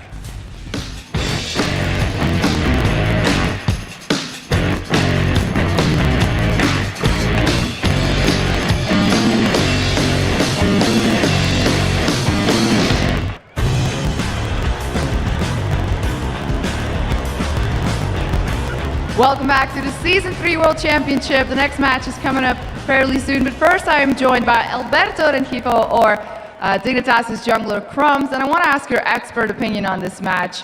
SKT won heavy favorites, yet they dropped the first game. Thank you, F. the Portrait. Now, going into this match, I feel like many people predicted SKT to perhaps even 3-0 sweep Najin Black Sword, and I really like seeing how Najin pulled out their strategies. They're really comfortable with the top lane Jax, and they completely steamrolled with it. They played their strategy, played their game, and SKT didn't seem to have an answer to it. They got shut down in the Shen lane, and Faker didn't make any plays that he's sort of expected to, and they won the game off that, and I'm really looking forward to the next games now. You can't count out SKT, though. They've done it in the past. They've lost first game. They've even lost the second game on the best of 5 and won 3 games in a row. So this game is still anybody's game. Absolutely. Now we've seen Bengi and Watch in action. Is there anything in the tournament that you've picked up as a jungler or that has really impressed you? I think what's impressed me the most in this tournament is how selfless some of these junglers are, you'd see they make these plays and item choices that are completely for the team. They don't think about themselves at all. They'll buy first item sight stones, they'll buy oracles very early on, so they're really just looking forward to increase their pressure and their overall what the goal as a team they have, not in increasing their own personal strength. So for instance, in North America, you'd see many junglers, their first item buy would be Doran's Blade, just because they want to be themselves stronger. But these styles are so different, and I really like seeing how they play against each other, especially in matches against junglers that are selfless. As a jungler myself, that's something I really enjoy watching. Maybe going on that, learning a lot from this tournament, maybe, because what has the off-season been like for you guys? Off-season happened for us as soon as PAX is over, and it's mostly been a lot of vacation. As soon as it's over, you know, you're very disappointed. We didn't make it to Worlds, but then you got to look on the bright side. Bright side is we get break, so we get to just go relax, visit family, visit friends, visit a loved one, and it's really enjoyable for me. And then you can just sit back and watch the game, and for once, instead of watching it as a professional player, you can just watch it as a fan. And it turns out a lot of us are big fans of the actual game, even if we weren't a part of it. So that's something that I really enjoy. Thank you very much, and enjoy the rest of your time here. As for us, we're going to be going over to the boys at the caster desk. Thanks a lot, Shox, and it is time for Game 2 in this best-of-5 semi-final series between Najin Blacksword and SK Telecom T1. And like Monty and the analysts predicted, Game 1 went over to Najin Blacksword. Yeah, the one thing I really want to highlight about that game was the Nagne versus Faker matchup. Round 1 went heavily in favor of Nagne. His Gragas, 6-1-4, and he was in complete and utter control of that matchup. I was particularly impressed by his explosive casks. We'll see if he can pick as a winner in the next one. Oh, wow. The other solo laner, I want to give credit to Expression. He got his favorite champ, the signature Jax there, and he was able to make it effective in the late game. He didn't have any problems early against that Shen. Really, really nicely played. Well, we're going to be moving here into picks and bans for game number 2. Voyboy joining us once again. Voyboy, what were your takes, first of all, on game number 1 and how that all went down? I was really impressed with Expression and Nagne in particular. The solo laners of Najin's Sword were kind of, I guess, not disrespected, but people just like, oh, obviously Faker's just going to do so well, he's just going to carry the game. And they actually came out really strong for their team, while the opposite actually occurred for their bot lane. Kayn and Prey didn't really show up. They kind of lost lane a bit. A lot of pressure from Bengi going out there, but people kind of expected the opposite to happen. So I was really impressed by Expression just stepping up and being able to carry his team to a victory. But you actually have to give props to Watch for that first stun through the creeps that picked up the first what onto the Shen and just snowballed the rest of the game. That's what I was going to talk about. The junglers here came up big. We didn't see the Watch Nunu. I don't think we're going to see the Watch Nunu again. With the success that they have already had with him on Elise, I think he'll probably return to that. Well, let's have a look then. Bit into the bans and the picks here for game number 2. They come quickly here, so let's skip over them. For Sword, Fight, Caitlyn, Fizz banned out. For the other side, Twitch, Zed, Shen. Interesting. So again, they ban out the Vi and the Fizz so that SKT don't have that combo in the mid, but they leave up the Ahri. Yeah, very surprising. Nagne, while he had a bit of a rough start to this tournament, I think he really became comfortable very soon, and I really would not be surprised to see an Ahri pick coming out. I think he's just testing us with the Jax, but I wouldn't be surprised to see a first pick. Oh my god, he went for it. All right. That's confidence right there. Yeah, so again, we're going to have Expression on his signature champion here, but you're right about the Ahri, because that's when, you know, what Nagne has gone to over and over again. However, he played so well on Gragas. I think that they're fine with him having on that as a playmaking champion. Yeah, for sure. I mean, right now we see them considering picking up Thresh. Thresh would actually be a really good pick versus Najin's Sword. It was banned out in the last game, but Kayn has been known to pick it continuously when it is up. He picked it all 3 games in the series versus Gambit, and he made a lot of plays picking up kills on Voidal and just being able to snowball their bot lane to victory. So I would not be surprised to see SKT taking that away from them.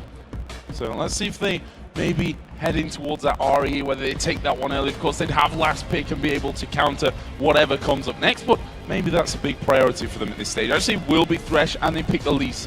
All right. I want to return to the Jax just a little bit, though, because we have Voidboy here, the top laner. If you first pick a Jax, what kind of counter picks are going through your mind when you're looking at what SKT are going to go for next? Really looking at Impact's champion pool, I would not be surprised to see maybe a Renekton come out. Renekton has been really the unsung hero of this tournament. He's gotten picked and banned continuously, and Renekton can beat Jack's early game, which is what I really think SKT has to do to take home the game versus Najin's Sword. If they can't find that groundbreaking just kill after kill early, I really think they might struggle later on. So I would not be surprised to see that come out. All right, so Najin do lock in 2 champions that they've used already. The Elise again for Watch. That's going to be huge. Early game potential very high on that champion. He also got, he was able to get first blood for his team when they played versus Gambit as well. So he's had very good success on that. And Nagne, we can't say enough about that Gragas. He was able to hold off Faker's lane phase and then make really good picks in the late game. Yeah, for sure. I mean, what we see here is Najin Sword just going for the picks that worked out for them in the last game. They picked up Jax, Elise, and Gragas. All 3 picks going phenomenally. They still have their bot lane available to counterpick whatever SKT picks up, and there we do see their Renekton coming out as expected. Yeah, and Expression actually obviously has played a lot of Renekton himself, but on the other side, Impact also has a 100% win ratio with that Renekton at this point. 3 wins out of 3 for that. What are we going to see coming up here, though? Ooh. Faker looking like he might end up taking out that Orianna this time around. So this time around, he passes up the Assassin. This is one of the very few times in any recent history of League of Legends where Ahri's left up and not picked by either team. But Faker also going to go with a little bit more utility-oriented here, more teamfight-oriented with the Orianna. Yeah, for sure. Orianna has really good counter-engage potential. So right here we see Jax, Gragas, and Elise, 3 champions that want to get in the mix, get in the fight, and Faker's just looking to counter-engage, be able to group them up, and make the AoE happen for his team to follow up on. I'm pretty expected to see the Orianna pick. She's pretty much the safest mid laner you can go for. All 3 of his main assassins have been banned out. I mean, Ahri is still up, but it did not work that well in the last game for them, so I'm not surprised to see him go for that. Wow, so Najin Sword looked like they're going to go with pretty much the same strategy here. And that classic combo, we already talked about how well these 2 champions work together because the Leona passive can be triggered by Corki. He changes it up on the last second. I mean, of course, take the words right out of my mouth. Zyra definitely more safe, though, than Leona. He doesn't, that takes off a lot of the early game pressure that they were facing. Yeah, for sure. I mean, Zyra is actually a really good pick here. SKT has picked up Renekton and Lee Sin, 2 champions that want to dive into your backline and just create as much disruption as possible. And by picking the Zyra, being able to throw out that Stranglethorns and just prevent them from getting onto their carries and doing anything is going to be really, really powerful for Najin's Sword. They've last picked the Vayne. Piglet going towards his comfort champion. When in doubt, you go for the Vayne, trying to hard carry. Very interesting pick. Corki and Zyra, I think, can do fairly well versus Vayne and Thresh, so I would not be surprised to see them go for a 2v1. Renekton is a very, very good 2v1er. He's very hard to dive. Just can basically farm it out. But I think they might go for the 1v1s just because I think that Renekton pick is aimed at shutting down the Jax early game. So that's probably what they're going to aim for. And if they do aim for that, then that means the bottom lanes matching up against each other. Piglet still holding on to that cleanse, so that is not as effective as the barrier is in those level 2 skirmishes down bottom. And the early edge is probably going to go to that Corki lane there, running barrier. We talked about the fact that SKT are not the best team in the first or maybe second game as well of a best of 5. But if you run the same comp, at least almost the same comp against them, surely that's the best way to let them figure you out. Najin Sword, I mean, really, they're the ones with the success first, so they're going to stick with what worked. But you're right. If SKT are so good at adapting, they need to win this game. If they don't win this game, then it looks really, really bad for them.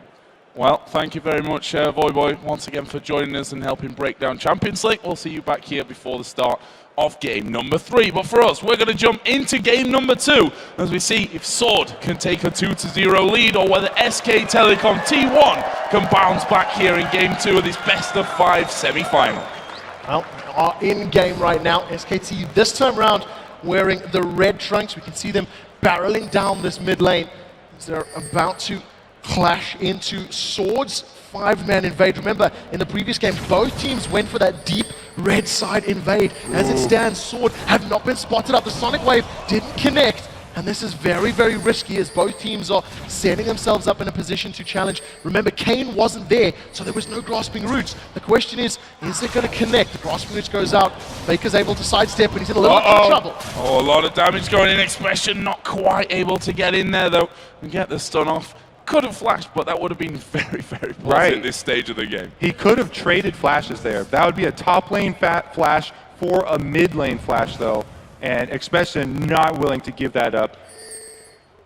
Well, that definitely could have been different if Kane had been in a position to land that route as SKT were moving in. Instead, he was setting up some wards down on the bottom half of his jungle. You can see some fairly deep wards now from the side of Sword. Once again, outranging SKT's wards. Sword are going to be well aware of where those solo and duo lanes are going to go. We'll see if Piglet can avoid stepping into that vision. We've seen these Korean teams sort of skirting the walls to try and dodge as many wards as possible. SKT starting off here on that bottom side, going to be a 3-man team kicking off with that blue buff. Looks like a similar thing over on the other side there. You can see the pings from SKT ping the exact position where those wards were put down. I also want to point out that Piglet and Pumandu stayed by their first turret there for a very long time, delaying the information that Sword can get with that deep ward until the minions are out, and then they make the run for the top lane. Well, they are going to get their way up there. The rest of Sword rather are still hanging around in that mid lane. It does look like Expression is hanging out by the Wolf camp, and you'll see the duo lane trying to get to this bottom lane as quickly as possible to challenge off against Impact. You do see that Watch is now going to start off his red buff, as this Corki and Zyra are very far behind. They actually haven't got any CS at all right now. Impact has had quite a lot of time in that lane completely alone. Definitely. The duo here running all the way from the top side of the map down bottom meant that Impact got a nice little boost of experience there with the first free minions in his lane. And even so, the minion wave's still going to be pushing against his turret, so he won't be zoned out. Well, let's talk a little bit about these 2v1s here. I mean, Jax and Renekton, the two unlucky ones, I guess we could say, for both sides in these 2v1 scenarios. Who's going to have the better time of this? Or is it really dependent on those junglers as we see Watch up there now? It really is dependent on the junglers, but we also saw Jax doing that wolf camp first, so he actually came out ahead. Even though Impact was down there with the minions early and got some first minion kills, the whole wolf camp for Expression actually gave him more experience, and he's starting this one out a lot better. So Expression right now hanging around in this top lane. Piglet getting some auto attacks down onto that tower, and you see Pumandu lashing Expression's back with those Thresh auto attacks. We did see Watch hanging around the top lane, but has decided to back away and is going to move towards this mid lane to see if he can get in behind Faker. Does look like that ward is just timed up, but Faker would have seen Watch entering, so he's going to realize that he's been spotted, and the gank's not going to work this time. Yeah, just before it timed out, there actually came in on that one. Is Bengi going to go aggressive here on towards Prey? Just head straight back off in towards Impact, and doesn't really lose any health from that one, but good damage put down. He's going to stick around with this one. This is something we see from these sort of early ganking junglers with Elise and Lee Sin. They have the kill potential. He's sticking around here. If he can land that Sonic Wave onto Prey, may work out, but does get spotted by that little seedling of Zyra, and you see Bengi getting out cleanly. Now we actually had Elise going for another camp before coming to aid Jax in his lane and make it a 2 vs 2. So even though Lee Sin, a lot of minion kills. Going up towards Piglet from this one, he will actually make his way away from that one with the flash, and Expression took a lot of damage in the meantime. This bottom lane has also had some more pressure put down, but in the end, both duos staying safe. So no flash though, nor an exhaust for that Piglet, and the top lane right now, Prey and Kane have been jumped. Impact's gone in, Ignite's ticking, first blood's been secured. Now Impact's been hit by the tower shot, true damage left. Flash from Prey, Impact gets out, that's a second kill for SKT. Bengi and Impact over the moon. And the bottom lane gets destroyed here for Najin Sword. Oh, now Faker's under attack in mid as well. He's managed to dodge that cocoon though, just sidestepping that one cleverly, and that went disastrously wrong. Prey thought he had the damage there to finish off Impact, and well, you sometimes think you have it, but you don't in the end, and that's the real down. Expression is going to get hooked and flung back there a little. There's a knockback from Piglet, but Expression's safe there. Fantastic counter-strike, locking up Pumandu under the turret. He's going to get out. Now remember, Pumandu does not have his exhaust available, so if Watch is able to get in there, and Expression and him can get onto a target, it could work out. Faker now, landing those auto attacks onto Nagne, having a better work of it right now. They trade Ignite for Ignite. Nagne's down to a high speed, he flashes. Faker takes a tower hit, does get out, and both mid laners stay alive. Ooh, Nagne there. very, very confident. He goes back in on to leave with trading summoners. So actually came out pretty well with that. Crazy, crazy stuff there in that mid lane. But look at this. Bengi's on the hunt. He's blind, but he can sniff blood here as he lands it on towards Nagne. He was stood stationary there around the corner, and Bengi landing everything that he needed to, and they've got time here for some tower damage as well. Oh, we do see right now, Faker's decided to back away, gonna allow the minions to die to that tower. And this is an early 3-0 lead here for SKT. 2-0-1 on that Bengi Lee Sin. He's already got a double Doran's Blade start, so it's a slightly different item build than we've seen from the previous game. He is going to make his way down to this bottom lane, has his Dragon Range available. Impact does get rooted up. Bengi is looking for Prey. Can he catch him? Does land the Sonic Wave. Prey at half HP. There's Impact slicing him once again. The stun not quite holding him up very long enough. That's a great grasping route. SKT not able to follow through. I'm very curious why Bengi's deviating from his normal build here, where he rushes those Moby boots and puts so much emphasis into that vision. You're right about that double Doran's Blade start. He's really going to have to make an impact in these early fights. Well, it does seem like his roaming has been working out right now. Almost able to secure the 4th kill there for SKT. Prey was forced to use that Valkyrie over the wall. Did manage to get out with the aid of Kane's roots. Now, after a little bit of passiveness in this game, we do see that there's a CS advantage in the mid lane. 20 CS for Faker over Nagne. In the bottom lane, as far as the AD carries are concerned, I mean, Piglet is ahead of Prey as well. Prey finally returning to lane. So all things looking very good for SKT, a 2,000 gold lead. Very rosy indeed. That 2,000 gold definitely different to what we saw in that last game, isn't it? It took us a while to see first turrets, first blood coming in there, and certainly a long time until one team really started to pull ahead. Here is a blue buff pass over on towards Nagne, who took his eye off the ball a little bit earlier on, was taken down by Bengi. Can't afford to let that one happen here again. Looks like this time around, Magic are going to put a lot of their emphasis again onto Expression. But because they were 2 versus 1 lanes, both of the solo laners very low farm. It's going to take Jackson a long time to get to the point where he can carry the team. Well, we do see that Watchers moving up to this top lane, trying to set something up on Umandu and Piglet.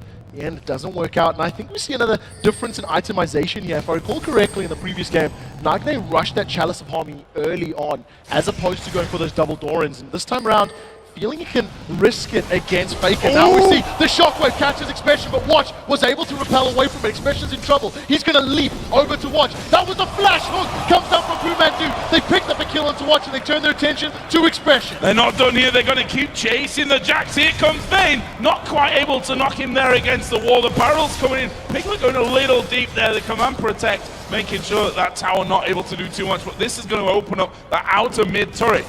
They're going to dash away on this one. They've got a numbers advantage. Expression just out of sight there from SKT. This will be the first tower of the game as SKT sets up a great rope. There's some pretty good damage there from Nagne, but it's not going to be enough to save this tower. In fact, it is, as he cleared the minion wave. Now let's look back. That was all set up by this very deep ward up top, this pink ward from SKT, which saw the invade from Watch and Expression. And the lanes did exactly what you need to do when you get that amount of intel, and without Najin swords, knowing that they did a great job collapsing, able to come out with the kill and the extra pressure on the mid turret. Look down that scoreboard right now, and specifically at the creep score, 46-27 in the top lane. Similar coming out of the jungle, similar lead there in that mid lane. The bottom as well, Piglet has that lead over Prey. It's going extremely well on pretty much every single front here for SKTT1. They're approaching that 3,000 gold lead 10 minutes only into this game. Yeah, Piglet already got that Bilgewater Cutlass completed. He's returned himself to lane. There's so many more wards in SKT's inventory right now than there is in the side of Sword. Sword just doing the best that they can to hold on right now. We do see Impact and Expression now going toe-to-toe. Hangs out on this end. Impact's thrown down the Dominus. He's chasing down. Expression is going to stun him up. Here comes Bengi from the side. Can he land any abilities? That's the question. Grandmaster comes on from Expression. He sidesteps a Sonic Wave, and at the end of the day, Impact and Bengi make it easy as they run him down. This is going to be very difficult for Najin Sword to come back. Not only did their mid laner get killed and their bottom lane, but also that ill-fated invade up in the topside jungle really cost them. The jungle pressure from Najin Sword isn't going to be there either. very difficult always to invade on the dual lane side. Now it's Prey and Kane that are under attack. Faker's got his shockwave available. We'll see who decides to go in first. The death sentence doesn't land. Here comes Faker from the side. He's got the attack down. Oh, but Prey and Kane still sit there behind them. Sorry, there goes a shockwave. Prey tried to flash it. Box goes down. Good disengage there. Pumandu tanking up the turret. He's actually going to fall, but it will be a 2-for-1 in the end. Great roam by Faker up top. Nagne way far behind him. Now going to come in, try and clean up some minion kills. But now every single lane here going very well for SKT. This is a completely different story from last game. Now the first kill of the board for Sword, and it goes to Kane's support. You know, in the previous game, it was the carries that were able to get that advantage. This time round, it's the support securing it. Now Expression, a very different game. He's sitting on the makings of a Phage, not yet completed, and he's trying to challenge Impact Sunfire Cape. We do see Impact once again chasing Expression down. Expression's just going to leap away, but he cannot trade with Impact. He cannot pick fights with him. It's not going in his favor at all. Yeah, not at all. That was the right statement for it as well. I mean, we saw Expression coming once again, has a leap strike away from it. The fact is Impact didn't have his ultimate there. Could have been even different if he'd have sticked the suck around with that ultimate available. Right now, though, SKT going in for Dragon. Sword not going to give this one up for free. They're coming around the back. There come the Gragas barrels, but it's picked up by SKT. They're pushing in. Kane's going to go down. The Lantern bring Piglet through into the action, but they walk away. The Sword back off. And Nads and Sword being this far behind, they can't play the team comp the same way that they played it last game. Last game, they could use all of their cooldowns on just catching one person out and have the confidence that they had the damage to back up that pick with an absolute kill. But since they're so far behind this time, they actually don't have the damage to follow through on one of those, and they need to stall it out. SKT right now, running away with this game. Pumandu's thresh hooks have been phenomenal. Right now, Prey is in a little bit of trouble. Fake is coming up from behind, and Bengi is over to his right. Prey does have Valkyrie, but nothing else. Can he get away? He's going to Valkyrie over the wall. Sonic Wave does miss as he sidesteps away. That's a lot of traded damage back as Expression is now going to get caught up by Piglet and Pumandu, but thanks to the aid of the tower, he's going to survive. Here comes Watch from the side. The Cocoon doesn't land! Cocoon missing from that one. Pumandu is going to thrash them back, but Piglet popping his ulti. He's going to knock them away. Mandu will go down, but will Piglet be able to survive this one? He's going to be forced to flash over the top to the safety of the Lee Sin.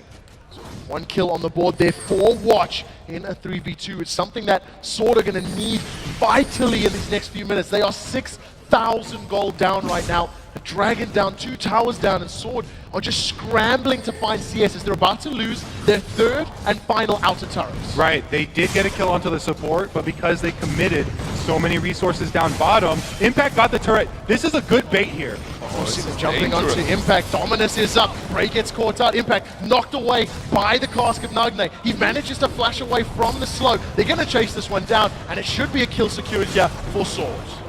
Brilliantly done there. Just a case of a nice bait coming in, but will SKT be able to push something for this one as well? They're on that middle turret. We will see Watch coming around the side. That should stay safe, but he's taken almost half damage.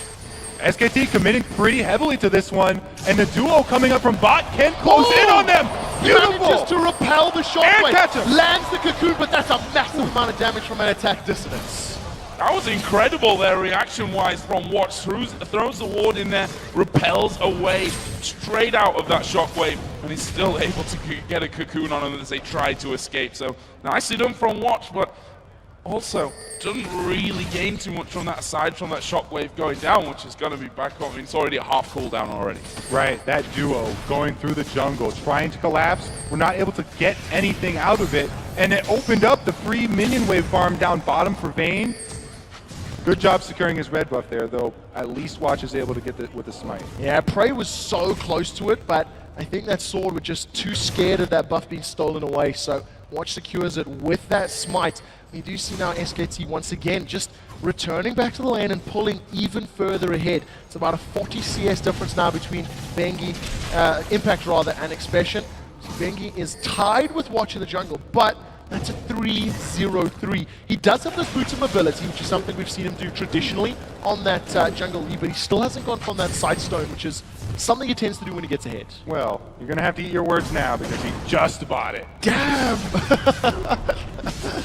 Going in for that one this time around. And Expression again coming up to this top side against Impact. You can see that Impact is not scared of having to go at him from this one. Almost half of Expression's health being taken away. Impact moving in. The stun's going to actually pull Impact here underneath the turret, but it's still Expression losing more health overall. You can see Impact much happier to be on Renekton, a character that can handle Jax 1v1, but it's making him very, very confident. Piglet comes in, stuns.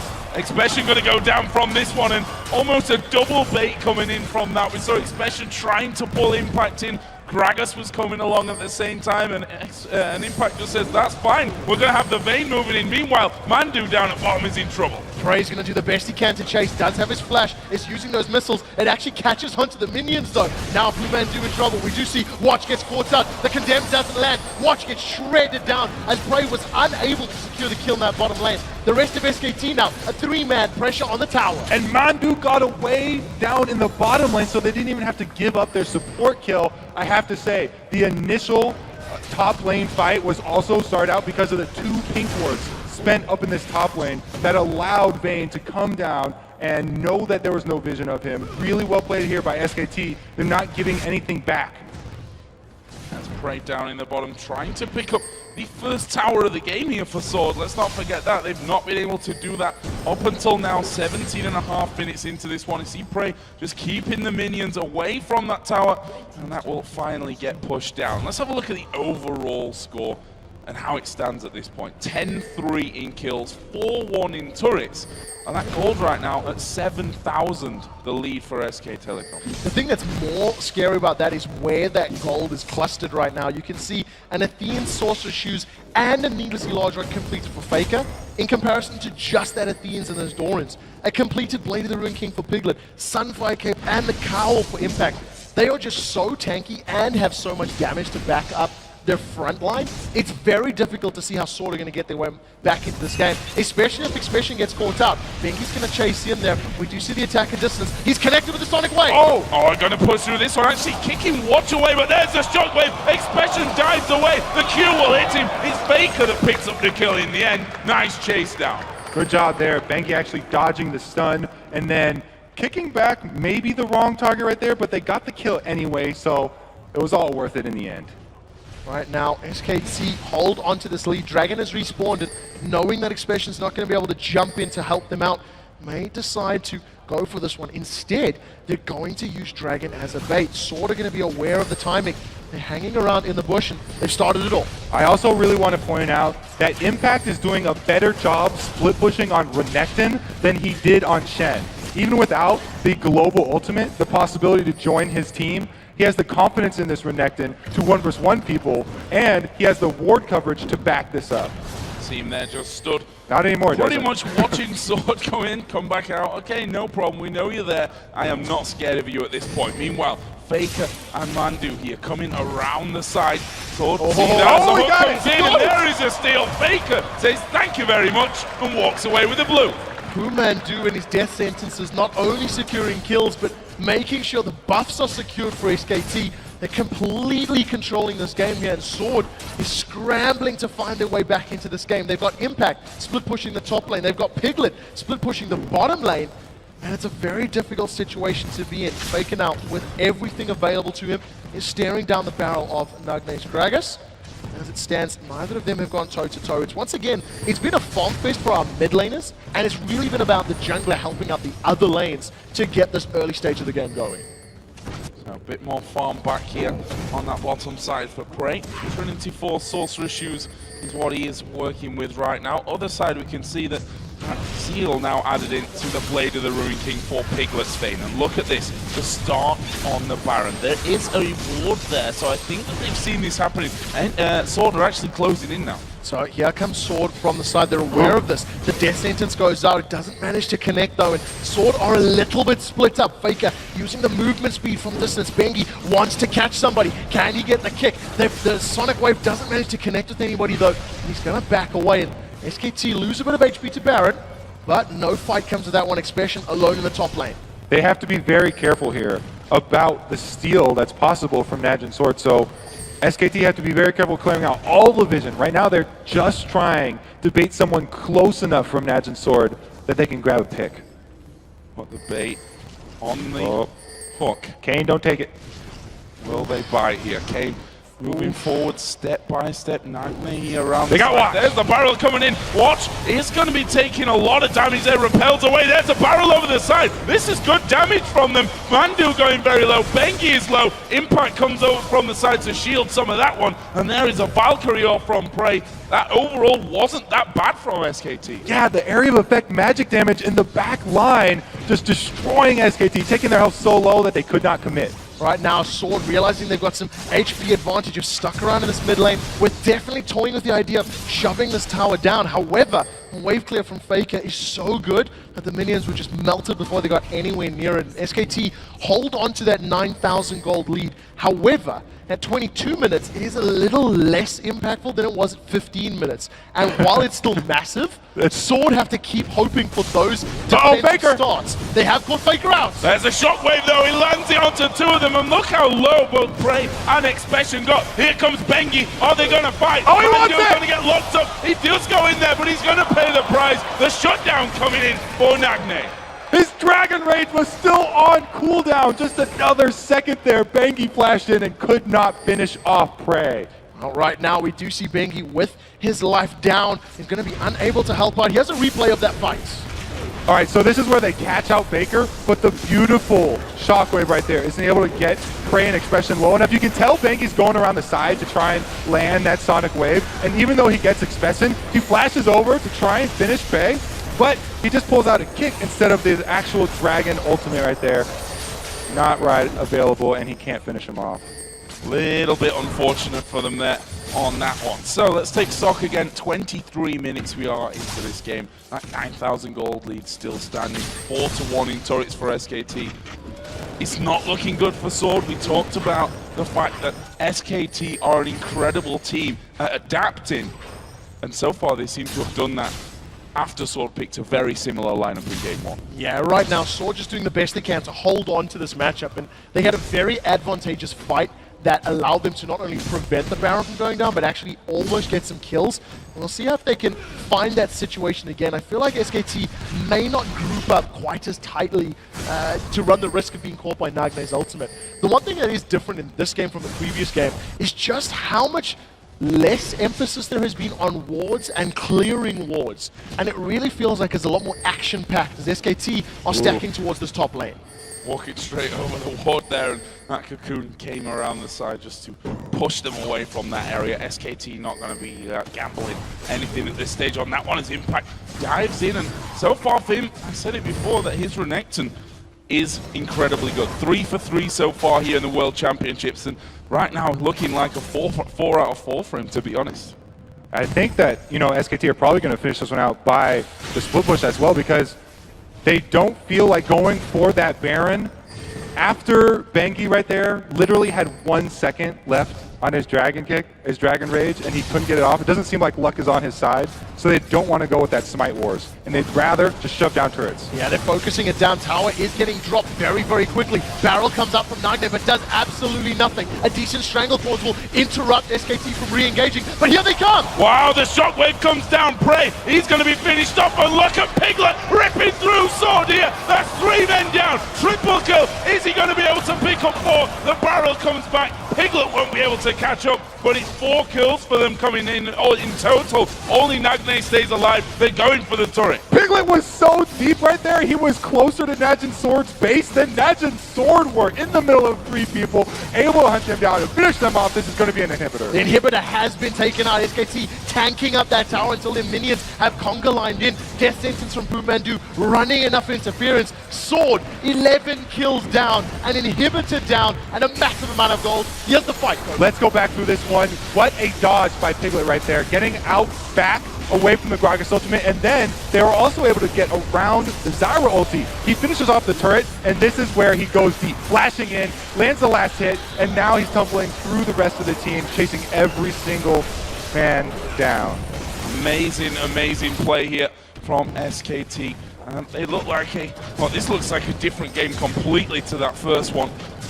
One-sided affair so far here for SKT. We'll see though how they're able to close this one out. We've got Dragon up here, Baron, of course, is still available for the taking. A slightly different itemization here from Piglet as well. After picking up that Phantom Dancer, he's grabbed himself a Hex Drinker, and I guess against the immense amount of burst that comes from Sword, as well as every single member doing magic damage, that makes perfect sense. Now, with the super minions on the bottom lane, SKT are going to pick themselves up a Baron. They've got great control of vision, and this is completely uncontestable by Sword. All right, so they will take the Baron when they have total vision, not only of Baron Pit, but also all the paths leading to Baron Pit.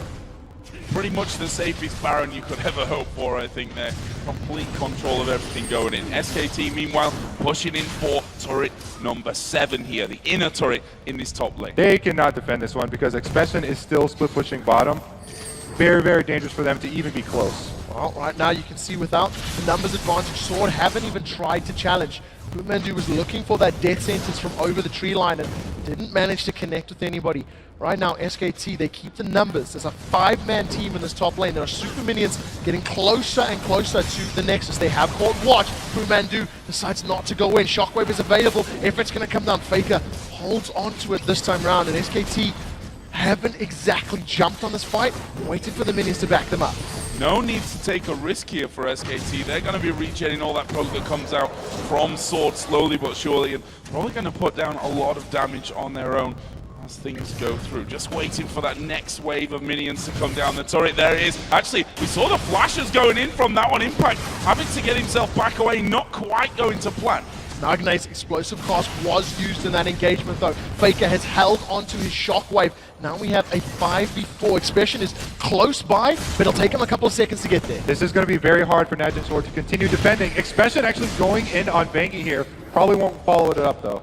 Pumandu almost connecting with that death sentence. Not managing to grab a target just yet. Expression and Watch toying with Impact, but that's definitely not something that'll work in their favor. Piglet once again landing a couple auto attacks onto the tower. Sonic Wave connects, but no follow-up. Watch once again repels the Shockwave. He comes back down, almost gets caught by the death sentence. And Pumandu once again applying so much presence around these towers. And they've been able to defend until Nagne's ultimate comes back up. So he's only got 4 more seconds left on that one. The Gragas will be available. If Najin Sword want to make a play, it's going to have to be with that barrel landing in a perfect position so they can follow up with their skill shot CC and chain it. Look at this here from SKT. Going to the top, bit of damage. Mid tower, top tower, mid tower, top tower. Tower exchanging themselves between the two there as those minion waves streaming on both sides of things. And again, they push on towards that mid. There is Expression jumping in. Going to get a good stun up there. There is a barrel as well. Strangled Thorns will knock on Mandu. The hookers landed on towards Prey. But SKT going a little bit low from this. Looks like they want to back away. There's the damage onto Watch. He's coming straight down onto Piglet going to pick that one up. He's now dominated. Now right now, Sword doing the best they can to hold on with 4 members. They've held off for the most part, but Impact untouched. They've got Prey. Prey's down. Here comes Piglet. He manages to cleanse off the root, manages to pick himself up a kill, and he focuses the rest of the damage to clear out the minions. SKT hammer down the 8th tower of the game and their 2nd inhibitor. Impact is so ridiculously tanky on Renekton. Don't think Najin Sword can ever take him down. Now they're going on Nexus turrets. Now look at the shield there onto Piglet coming out from Faker. They are going to take down that first Nexus turret. Nagne on the top side here with Gragas is going to get jumped on. Expression comes out. There's a barrel flinging him off towards a fountain, which won't make that much difference. Nagne moves off to the top side. Second Nexus turret goes down. Nagne just pick up the kill on Bengi, but they're pushing in for the finish here. They're trying to take down the Nexus, and they will take down the Nexus. SK Telecom T1 pick up game number 2 here and bring us all square at 1-1. And compare the way SKT used the Baron to how Sword used the Baron in the previous game. Sword waited until the last 30 or 40 seconds of Baron to try to force those objectives, try to force the towers. SKT planted themselves as a team in front of those top and mid lane inhibitors and refused to be budged. They just kept waiting for minions, get some auto attacks down, rotate, auto attacks, rotate, over and over until they found the opening they wanted. SKT looked like they were not going to wait for anything all game long. They kept on taking objective after objective. Really quick start for them. And Najin Sword, basically, they showed them the exact same plan coming into the game. SKT did make their adaptations, and they definitely answered big, bringing it to 1-1 already. This is an exciting matchup. Does that mean that we're going to see a complete switch of ideals and strategies coming out, do you think, this time from Sword? I think now it's definitely on Sword to make the changes here. I mean, they came out with the first strategy, worked great the first time, but we've seen that it's not going to be reliable. I'm trying to test my mind here and think back to any other series where a team has run basically the exact same comp 2 games back to back. And I can't think of an example in a very long time, if any. And more importantly, that would work. If you lose to a composition at this level of play, and you know what it was that you lost, where the mistakes were, you're not going to play the same going into game 2. So I've got to question the decision-making from Sword here, running 4/5 of exactly the same comp and playing it in the same manner. And I think a big part of why it was successful the first time is because they were able to bait SKT. They got them to pick that first pick Shen, which is basically how Jax got to the late game, and they got the super fed Jax. They had no chance of getting that super fed Jax this time. Going into the 2v1 lanes, he never got there. Well, we're going to send it over to Riv and his crew for a look at SKT's dominating Game 2 victory.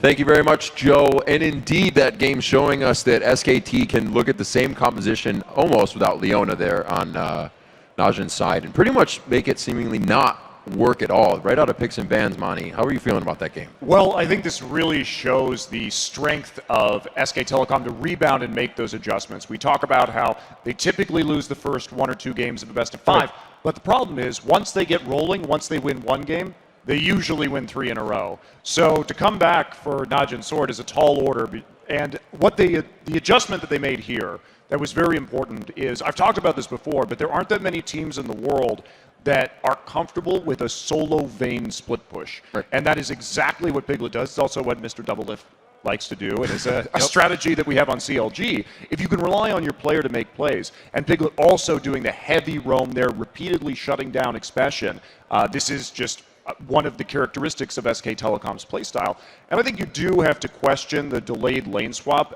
Sword intentionally switched into those lanes, got behind early, and I know some of the fellow analysts here have some pretty strong feelings about that. Yeah, one of the reasons that Sword couldn't react to the lane swap properly is because their duo lane was losing. They actually died in the 2v2. Both of them, both Prey and Kane died to Lee Sin Renekton, which is a really devastating 2v2 jungle top lane combo. And it's no coincidence also that Sword has lost every game that they've gotten 2v1. In the Gambit series, the Gambit 2v1 them in the first game, they came back every time Sword 2v2s the enemy duo lane, they win. And that's because Prey is such a big part of Sword's play style. He needs to get fed, he needs to get ahead, and he can't really get ahead if he's 2v1ing. That means he's splitting even with the enemy AD. Yeah, and actually one thing that played out there as well was you talked about Prey, but also Expression here, who's stuck in a 1v2 and had a really, really rough time of it. Didn't get much jungle support. And the one thing that stood out to me was that SKT, I mean, granted Lee Sin, actually, yeah, in either case, they sent the Lee Sin to go gank for the Renekton, to have a 2 versus 2 matchup there. Instead of 3v1 diving and killing the turret off and breaking the lanes apart, they extended the laning phase. He supported his dying turret, got a kill, kept the lanes in a 1v2, and Expression got farther and farther and farther behind Impact. See, I think this game came down to play and not to compositions, because I think both teams had the means to deal with each other, depending if they just played it right. We could see when SKT struggled a tiny bit getting that Nashor once they actually dropped the split pushing, and you could see that Sword's comp was actually pretty decent at dealing with them. I just think they completely got outplayed, and I really want to give props to Bengi here, because the way he plays his Lee Sin, gets an early lead, transition that in mobility boots, goes around the map, keeps ganking. There's a lot of vision control coming out from the entire SKT1 team. Basically, that's what SKT1 does. You give them a lead and they will strangle you to death with perfect vision control, really heavy roaming by the jungle, just snowballing the lanes one by one, and then just, yeah, good mechanics to top it off. Bengi has been playing so well. He's part of SKT's first 5 kills. And even though he did that derp where he flashed into the enemy team and died because he thought he had a kick up, I mean, he's just been playing so well. He's been setting up these amazing insect plays where he kicks the enemy carry back in. I mean, you got to hand it to this guy. He makes SKT snowball the other game, gets every dragon. And I actually want to give some credit to Najin Sword, because I know at the beginning of the series we talked about how the mid-game decision-making was going to be so much better for SKT, but we saw a mid-game victory in Game 1, and here I actually wanted to commend how Sword played the Baron dance at around 20 minutes or so, because fully blacked out vision, no one face-checked a Thresh Hook, and Sword actually chunked SKT off the Baron. A really good Gragas ultimate into Prey on the side, landing a bunch of poke damage as well, and took over map control on a unwarded Baron attempt, and it's like, wow, that's really, really good mid-game play, good play calling.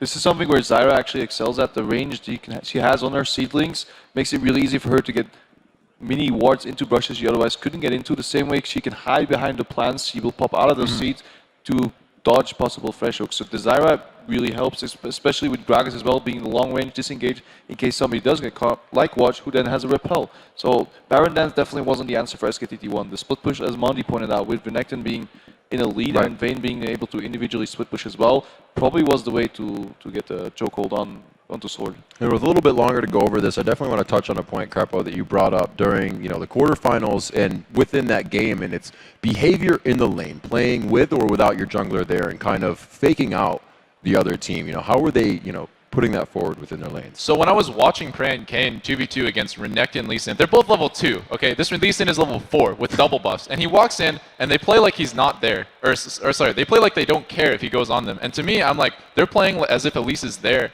And I don't really have the replay to pull up, but they played so disrespectful of him that he actually didn't go in on the Zyra. He's like, oh my god, Elise is here, they're trying to bait me. And it's like this next level mind game that they played. In the end, I was like, actually, they're actually playing kind of dumb. And they both died because they played so far up. But yeah, there's a lot of like lane behavior things that trigger like, oh, the jungler is here, they're playing aggressively, I shouldn't do this. All right, well, we'll see if the mind games continue as well with the baits and everything else that goes along with it. Right now, while the teams take a breather before Game 3, it's the perfect time to check out the best responses to tonight's Twitter question. Earlier, we asked you, all of you, how has the World Championship influenced the way you play League of Legends and why? And here's what you guys had to say. WarX Pro says, it's shown me that confidence and trust in yourself and your team is absolutely fundamental to winning. And I think from the beginning of broadcasting, any team would have told you that, and it's huge. It really is, and we saw that actually especially from SKT's games, both in their group stage win over OMG, that final game, as well as this match here, is ruthlessness. Is we caught someone, everyone go win, we'll capitalize, don't worry about it. And being on the same page and starting those fights has worked really well in a lot of cases. Yeah, you say ruthlessness, and I kind of translate that into, like, these teams have no hesitation. When I look at SKTT1, they have no hesitation to make plays. It's because they trust that they have the ability to make this play, and they trust that their teammates will follow up accordingly. And everyone's on the same page. The second this happens, I'm going to react with this.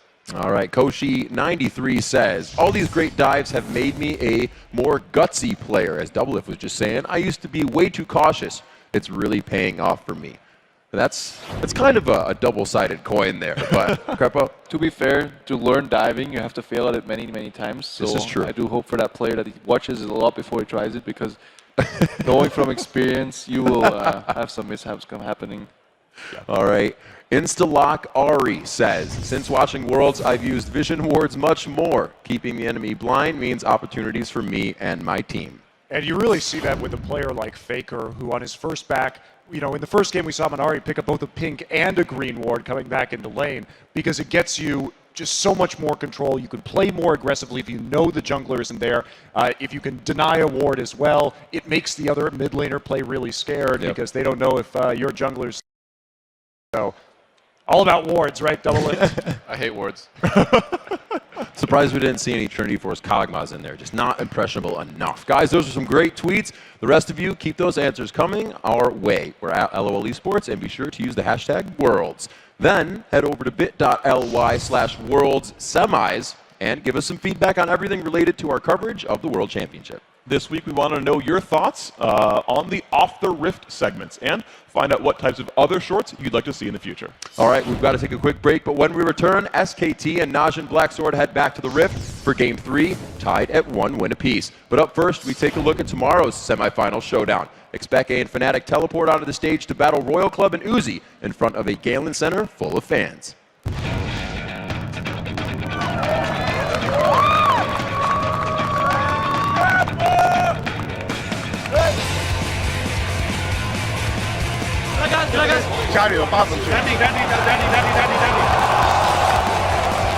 It's really crazy when you can look and see people everywhere cheering and going crazy. 当你赢的时候，台下的观众一起欢呼你，或者是欢呼一个团队的时候，那种感觉是最好的。I think it can work more to our advantage than theirs because we are really used to playing in big stages and having a lot of pressure. And yeah, I don't know if they're all really used to it.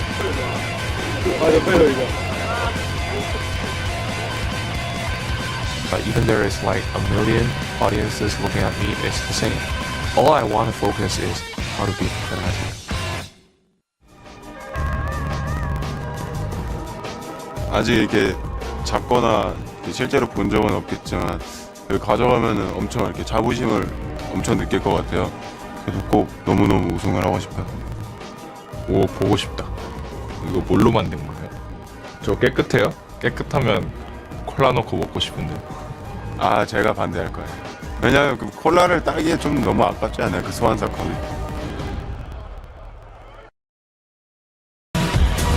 Welcome back to the Season 3 World Championship. It's time for Game 3 in the semi-final series between SK Telecom T1 and Najin Black Sword. And tied at 1 apiece now, the teams will look to make the adjustments necessary to pick up a second win in the series. Yeah, one of the things I want to highlight from the previous game is that Faker made a big adjustment to his game. He didn't pick an assassin. Ari was left untouched during the course of that game. He picked out Orianna to deal with Gragas, who was drinking from his cup, as some of the teams are saying. And I think Orianna on Faker in that game played a lot better because they had all of the utility to offer, because Ari's burst just didn't kill anybody in game 1. In the bottom lane, too, I really got to shout out Piglet, because everyone was kind of writing him off, talking about, you know, how good Prey is. But man, on that vein, he got so strong, he could split push, and then he was ending team fights deep in the enemy team at the front of his, and he got out with 0 deaths. So we have Voyboy with us once again for this one.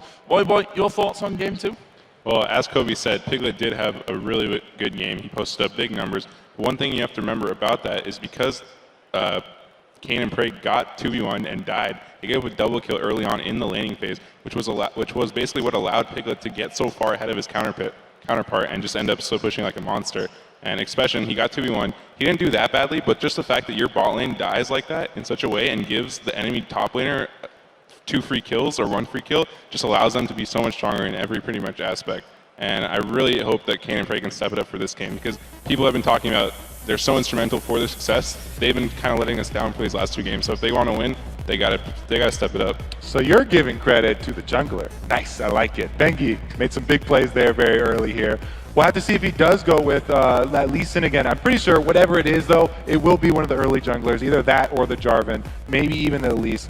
Ban's coming out so quick here, though. Yeah, Twitch, Thresh, Jax all banned out here, not wanting Expression together. Jax again on the other side, not that much of a change really. Zed, Vi, and the final one was, of course, Fizz. So immediately we see Shen picked up right away.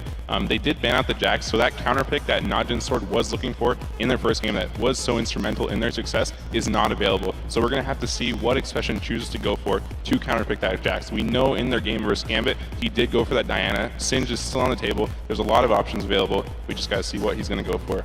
The Diana game definitely comes to mind. In that one, I believe he was 2 versus 1 as well, though. So really the importance is in those deep wards. And if they can get the deep wards, so that SKT actually walk into them. We've seen SKT pull a lot of tricks as well.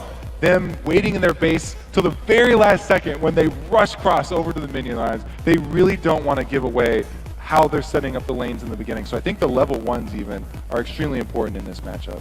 So we see there for Sword the Sona and that Lee Sin. We're going to see Watch on the Lee Sin, something that, of course, Bengi has done so well with in the last couple of games. Yeah, for sure. I mean, I think taking Lee Sin away from Bengi when he's posted up such big results is a really smart move. Bengi has been picking it right away if it is available. I think that's a really smart move on him. He's just been playing really well. Even in the first game when he lost, he got their bot lane, he got them ahead, and he's just been making play after play. So Watch, we haven't seen him play it in this tournament yet, but no doubt he's going to be able to post up some results as well. Oh, so Bengi hovering over that Aatrox, which is another jungler that's very strong early if he has his passive available, though. That's someone with a lot of counterplay. When you're jungling Aatrox, you feel really strong when you have your passive up, but very weak when you have it down. And with these junglers at this level, the whole team can take advantage of you if they know that your passive is not up, and they can all just come in, invade your jungle, and really shut you down. Yeah, for sure. I mean, Faker still has his Ahri on the table, so I would not be surprised to see him pick it up. Ahri plus Aatrox is a really powerful 2v2 combination, so I would not be surprised for them to put a lot of pressure onto Nagde and try to take advantage of the less experienced player on Najin's Sword. So we see the Ahri coming out there as the final pick anyway, so kind of expecting that one while it's still on the table for Faker. Other side, just to step back a little bit, the Renekton coming out in there for the top laner Expression plus the Corki as well. It's really interesting that that SKT team, they've got a lot of split pushing potential. Not only do they have the Shen, but also, as mentioned before, Piglet on Vayne gets to the point where he can split push himself, and then Faker, as always, he's confident in his 1v1 abilities. Yeah, for sure. I'm not surprised at all to see the Renekton and Gragas picks picked up. Renekton has been huge this tournament. It's just Impact and Expression's go-to champion. When you want someone who's just going to consistently do well in their lane, push out and put pressure, and allow the rest of the team to carry, Renekton is your go-to. And Nagne picking up that Gragas, it worked phenomenally for him in the first game versus Faker Zarya. He's just looking to repeat that success once again, so let's see how that goes. And this time around, there's no Bengi Lee Sin that's going to come around behind his turret and snipe him. So hopefully he'll be able to hold on to his life a little bit longer. Well, there is the Aatrox that could come behind his turret and snipe him off. We'll have to see how that one goes. But, you know, the question again that I have to ask is, can they adapt here to things? I mean, they did adapt, let's be honest, for game number 2. It was a very one-sided affair, that SKT win. Is this composition different enough now from Sword? I mean, I like the change, especially taking away that Lee Sin, because he was the one who got it rolling, especially down in that bottom lane. You know, if they won't adapt their in-lane play, then taking away that champion's huge. But Aatrox is something I'm really a fan of, and I like this substitution here. Bengi going to that one next. Yeah, no doubt. They gave Corki to Prey again. He's picked it basically every time it's been up. We've seen Corki huge in this tournament. Triforce, of course, a big factor in all of that. He hasn't had that much success on Corki in the last 2 games, so I'm actually really surprised that they chose to go for it again. But I mean, obviously, that's just showing confidence. I definitely think they're going to step it up for this game. So. Also, that dual lane, Sona was banned out in the first game. So SKT, they know that that's a high priority for this bottom lane. We'll have to see if they can execute with it. Well, thanks again once again, Voyboy, for joining us for the picks and bans on this one. We'll see you again before Game 4. However, we are going to move into Game number 3 right now as SK Telecom T1 take on Najin Black Sword. The scoreline, we're tied at 1-1 here in this best-of-5 game. And we'll see how well Sword can do in this matchup. In the very last game, we see them actually stealing away 2 picks here from SKT. That Lee Sin and that Renekton, locking them in for Sword, and we'll see if Sword can have the same level of success. As it stands, SKT with a heavy 5-man push down this mid lane already. All right, so SKT also coming out with the 4 Doran start here. 2 blades, the ring, and the shield. They've pretty much got the whole set here, and I like the fact that they've got Shen with the Doran shield. He can go very easily into a 2-versus-1 situation if they are able to get the ward coverage down to find that out. And Aatrox as well. Jungle Aatrox always starts with a Doran's Blade because he doesn't need any sustain from items. He won't buy a lot of potions. His W will sustain him up easily throughout the jungle. Whenever he gets below 50% HP, it triples the heal. So look at this here. Sword did exactly pretty much the same as we saw from them at level 1 in game 1, where they headed down towards that bottom side by the red buff. Not quite getting the same wards in there. They've got one by the red, but not one a little bit deeper. And we saw that SKT set up this trap, but Sword not going to walk through. Sword right now, they're stacking up towards their own blue buff area. Hang around, play a little defensively. This is the first game that we've seen Sword not getting those very, very deep wards down on the SKT jungle. And this time around, they're just going to have to do a little bit of guesswork as to where those lane matchups are going to go. Nagne playing his Gragas once again, coming up against Faker Zarya. It went very well for him in game number 1. He'll be hoping to repeat the success here in game number 3. Well, blue buff start for Watch. He's going to be helped out by Expression, who will be taking this 2v1. As I say that, 2v1, he's moving down into the bottom lane, and it's looking like it will be a 1v1 as Impact is moving over. This is an interesting start from SKT. So both of the solo laners shared blue buff experience with the jungler, but actually it's going to be Expression down to the lane first, so he's going to have the experience lead on Shen in this situation. And both of the junglers are looking to steal away red, so it's going to be a red trade for each of them. Well, Bengi has already secured that red buff, still looking very, very healthy from this early start. Watch will secure the red buff a couple of seconds later, going to clear out the last stragglers of that camp, and you see Bengi continues to stick around in Sword's jungle. He's now gone into that Wraith camp and will be stealing that one away. It looks like Watch will most likely be doing similar as he's moving up to the Wraith camp, and both of these junglers reading their opponents and copying their plays. I also want to shout out that Bengi is going 6% lifesteal, so 3 lifesteal quints on his jungle Aatrox, whereas the European Aatrox, a lot of them just like to run straight flat damage on him, and he might even make use of his passive very early here. Aatrox loves diving turrets because he can just revive in the tower algo reset. Looks like they make the call for him to just back off, though, as the good ward coverage for Najin Sword. So it does recall there after stealing away the golems, the Wraith Camp, and the red buff. You can see that Watch once again still sticking around in the jungle here of SKT. Going to pick himself up those double golems. Piglet and Pumandu have been pushing Prey and Kane extensively in this top lane. Every time we flicked up, Piglet and Mandu have been against Sword's tower, but Prey is doing well to CS, just a couple behind, and he does have that full wave in front of him. Yeah, someone forgot to tell Watch that they've switched sides from this one around because he's taking everything on that bottom side of the jungle here. We just saw Bengi actually going over to the Wraith to see that there wasn't anything there. Of course, nothing on the red buff, and when he jumps over that side, he'll see that the big golem is gone as well. Bengi sulking a little bit as Watch has cleared out most of the large objectives. Watch going to return to his jungle, going to clear out that golem camp as well.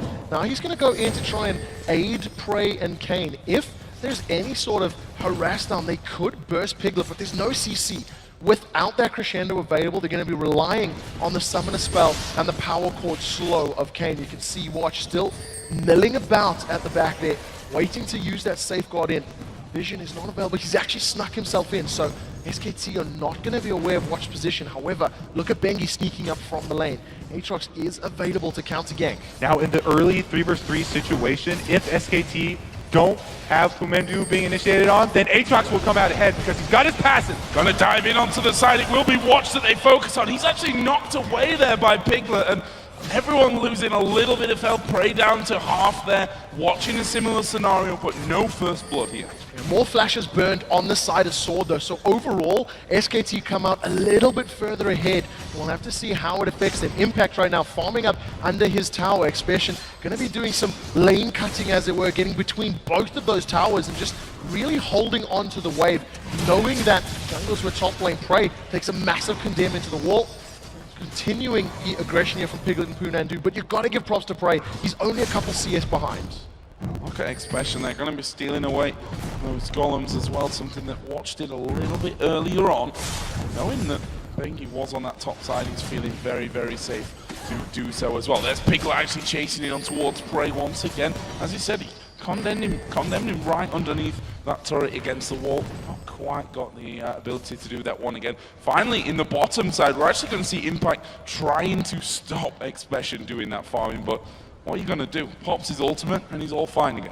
And there's nothing in the jungle for him to steal away either, so he's not going to get that much out of the ultimate. Meanwhile, when Impact does hit level 6 and he gets his Stand United, then he will actually be able to turn around something like this top lane gank that's about to go off. Will he get level 6 in time, though? They know that Lee Sin's coming through there from that one. Impact does hit level 6, but the fact that Watch hadn't committed there. Right, they wanted to bait it in, but since he wasn't quite level 6, don't want to take any chances. Well, we do see Impact and Expression still trading blows on this bottom lane. Expression playing confidently, but hasn't built himself up a lead. Remember, he stole this pick away from Impact. Impact does have Stand United, as you can see. Watch moving towards the top lane. Bengi is very close by. Watch has committed, lands the Sonic Wave. They've jumped onto Piglet. He manages to get over to the ward. First blood is going to potentially be picked up here by SKT. Here comes Shen. He may have been interrupted. I don't think he landed. I think he Renekton got in the way. Now Prey still alive. Bengi continues to focus him down. Gets the auto attack. Here comes Nagne. They pop Bengi's passive. The Bloodwell's going to come back up, and that's going to be another kill for Sword. Great win for Sword right there.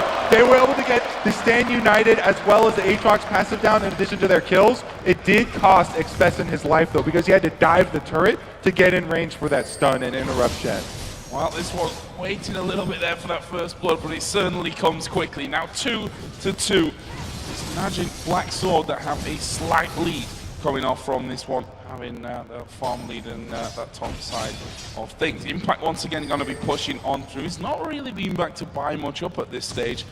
See his opponent Expression, who did go down just a little earlier, has now got that giant spell added into a Doran's Blade and shield coming into this bottom lane again. So Faker once again, after hitting level 7, got some good wards. Watch is just going to get melted. Faker's got another Spur Rush, is going to get forward, picks himself up a kill, just melts Watch in the jungle.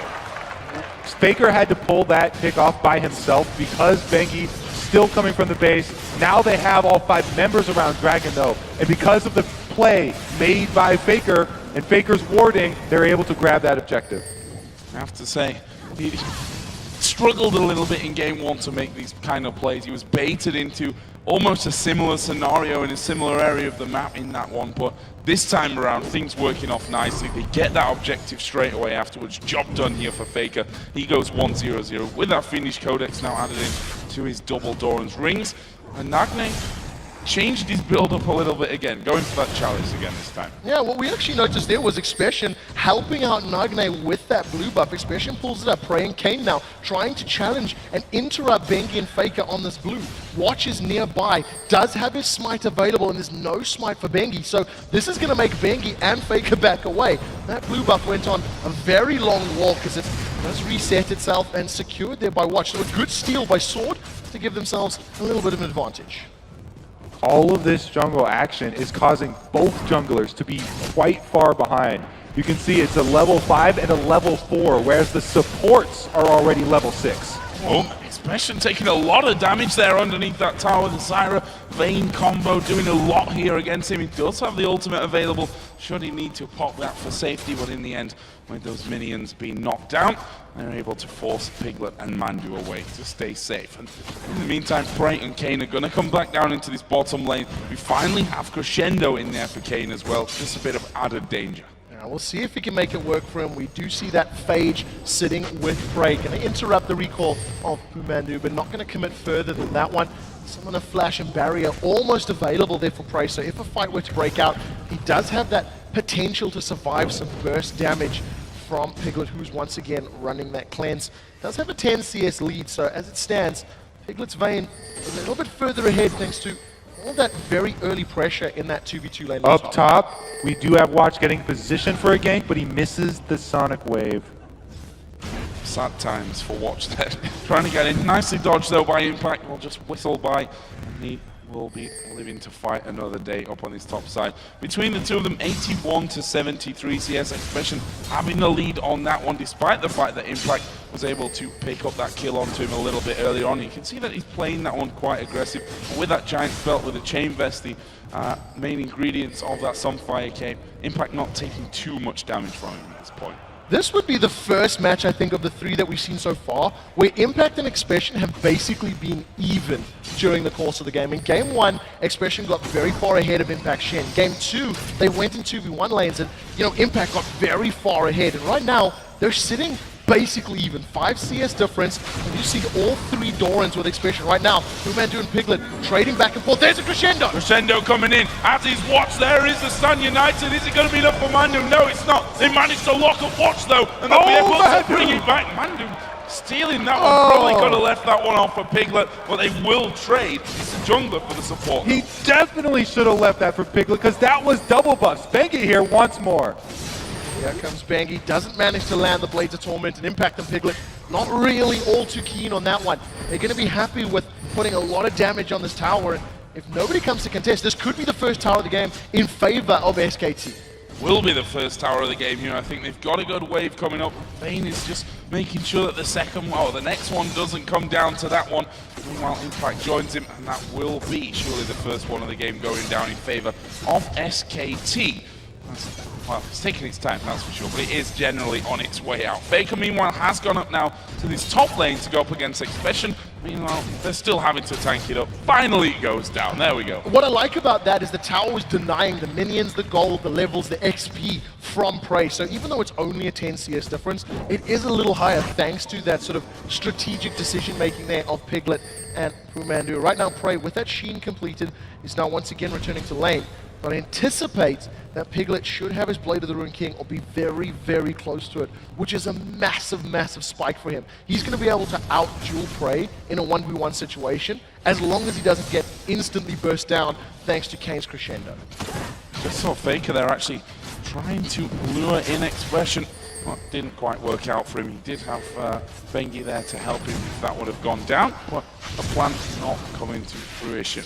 However, in this bottom lane, it is once again 2 versus 2.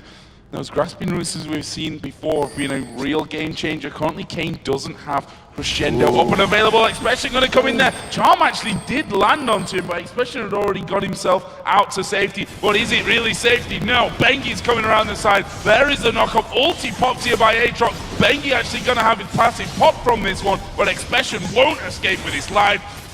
It's Faker that picks up the kill. Expression staying there because he wanted to pop that. Oh, here we go down bottom. Strangleforce comes down, throws Kane. No, he flashes over it. Now Piglet, tablet forward. Oh, he got hit. Catches him just with a tip. He manages to flash away. Now Prey, way up front, secures a kill onto Piglet. Throws down the barrier. Piglet is alive in the background, or rather, the tower drops in the middle there for Sword. A very good fight going in favor of Prey and Kane. It's not over, as here comes Watch. If the Sonic Wave lands, Piglet's in trouble. He connects. Barrel comes out a little wasted. He gets the Sonic Wave to land even as the Condemn comes out. Really good confidence right there, and a little bit of overconfidence from Mandu going continuing to try and fight that. Actually cost him his life, so that's the bottom turret as well being traded for this top. So that brings the gold. We should probably wait a minute because SKT are pushing that middle outer turret as well. Do see Nagman coming around the side just to stop that one from happening as the minions get wiped out as well. And funnily enough, that does leave us level here. 2-2 in turrets, 5-5 in kills, exactly the same gold count. Game 1, Sword were able to maintain this level game up until the 35-minute mark where the Vision and the Baron dance went in their favor. And we'll see if they can continue to do that again here. Of the 5 kills in Sword, 4 of them are with Watch's Lee Sin. There's only that single kill on Praise Porky. Dragon is up, they've started this one off, and you can see SKT looking to challenge. There's no Faker though, and Piglet's pretty far away as well. Oh, Impact's actually going in for that one, but it was already taken down. Smited nicely by Watch.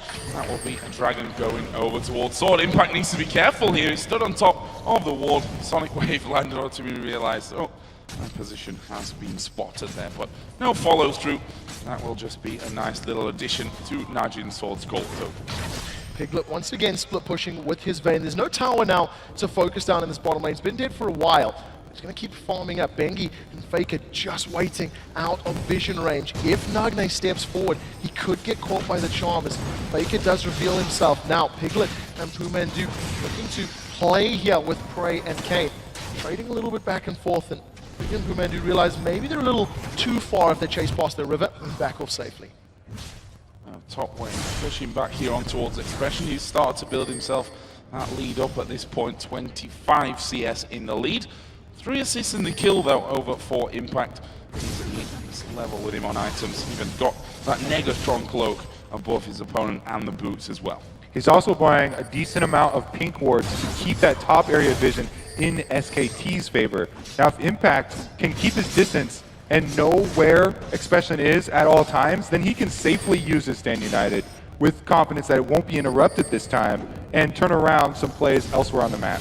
Well, you see Nagne being collapsed on here by 3 members of SKT. Bengi has got himself a Vampiric Scepter to go with all that additional lifesteal. He's going to knock Bengi backwards, doesn't connect with the slow, but Watch kicks him backwards. A great dark flight over the wall is going to allow Bengi to get out cleanly, but it's not going to be enough to get past the Ignite. Now Expression is jumping onto Impact. Impact here down to half, but Expression not got the damage to finish things off, and Impact able to stay alive there in that top side of things. Bengi a little bit unlucky, managed to jump away before taking that deathly damage, but the Ignite was still running on him as he went over the top of the wall. Nagne picked up that one. Yeah, Impact was caught up in the fight that he was having with Renekton. Even if he had gotten off the shield from Stand United, would have saved Bengi's life.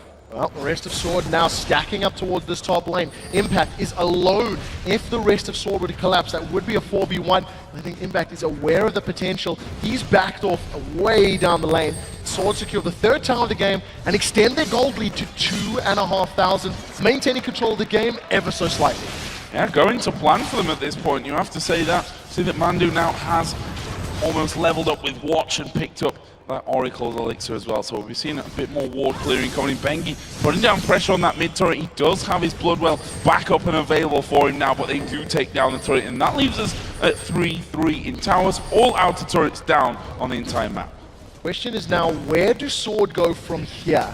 We've seen this sort of back and forth play from both of these teams, securing objectives when their opponents were not there to defend them. We haven't seen sieges or picks leading to these things, so we'll have to see how both of these teams play this one. Vision is the step that happened in game 1, and you can see a multitude of wards across all of these players. Nagne now looking to play at Bumandu. He flashes over the wall. Bumandu's seen this movie before, and it didn't end well for him.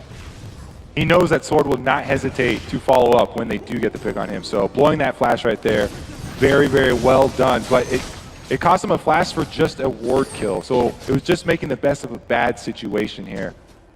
A couple of times too many, maybe we could say, that Mandu's been caught out so far in this game, and he wasn't going to let that happen to him again. Flashing away, stay safe. But look at this, Bengi in the jungle off Sword right now, and maybe a little bit too deep. He's going to have Piglet coming up there with that Vayne to support him. In the end, just jumps away from it. We also see Impact pushing that top lane right out. He's going to try and steal a goal as well. He does have Watch coming in behind him, though.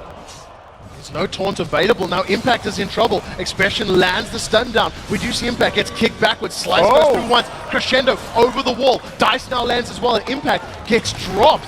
Sword commits a fair amount to that, but they do get the kill. Impact was spending so much money on these pink wards, but there's a small path through the jungle that Watch took, getting through the vision, able to get behind him, and they take out the global at the source. Really well played there from Sword. Piglet making sure that that bottom lane is not going to go too far and too dangerous on towards that inner turret on the bottom lane. So he's just down there picking himself up some much needed farm, keeping that tower safe at the same time. He's got that Blade of the Ruin King now finished in. If we look over the other side, Prey adding into that Trinity Force and Sorcery Shoes now with a pickaxe. Well, we'll see how quickly he can get that Last Whisper completed. Prey once again going with that. I'm going to start calling a traditional Corki build right now, because we've seen Sorcerer Shoes as almost the standard boots on this patch version of Corki with a Trinity Force, and a lot of people, not deviating from it. Right now, Faker's going to secure that blue buff for himself, and if we go all the way back to just before Impact died, when Bengi and Watch were battling in the jungle, I felt that Watch came out way ahead as far as damage was concerned, and he's built more tanky. I mean, Bengi has gone glass cannon basically. Yeah, he's got a single ruby crystal as his tank item to back up his lifesteal Quince and his Bilgewater Cutlass. Yeah, going for the Bilgewater Cutlass, he's looking to be able to pick people off there and have another slow in his kit, but it did cost him in those jungle trades. Lee Sin has a very strong kit for those trades. He can slow the attack speed of Aatrox, which is really where Aatrox is shining, and it mitigates a lot of his damage, especially if Aatrox does not hit his 2 spell combos that are hard to hit at long range. Just over 10 seconds for Dragon to come up there, as we saw Sword move down to that Dragon Pit. In the end, it was SKT who started to push up through that mid lane, and he forced Sword to back away from the Dragon takedown. And now they're headed up top with Shen pushing that one through. SKT might be able to pick that one up or even make a play on mid. Look how clever they are right now. Yeah, great play by SKT, playing the map perfectly. They've got a stack in the mid lane, they've got the split pusher up top, and we always talk about when you've got that global, the best way to do it is shut down the source of the global, then go for the rest of the team. And as it stands, Sword, they saw a big juicy dragon, and almost got pulled into it. Now Stand United is available, and you can see Expression going to challenge Impact, but if a fight breaks out, it's going to be SKT with the advantage that they can pull him down there. Expression has to keep vision of Impact this time. That's why you can see him chasing Shen to the ends of the earth right now. The rest of his team cannot engage unless he has vision on Shen, or else it's going to be a 5 versus 4. Oh, risky play here coming in, the barrel He lost thrown down. They've done a lot of damage in there. It's Stand United coming in, the flash over from Bengi. They're going to get involved in this one. Where is the taunt from Impact? Everyone There backs it is. off! They're flashing away. They have pulled away. Dragon picked up here by SKT. Are they just going to back away through that bottom side? Yes, it looks like it. The charm did land there onto Lee Sin. They followed through Impact. Prey picks up the kill, and they're going to keep going. It's not over yet. There's a flash over the wall from Kane. Expression has his dominance running. He stuns up Piglet. That's been cleared. The resonating strike follows through. Crescendo catches Bengi over the wall, but it's not going to be enough. And the Ignite is survived thanks to Watch's safeguard.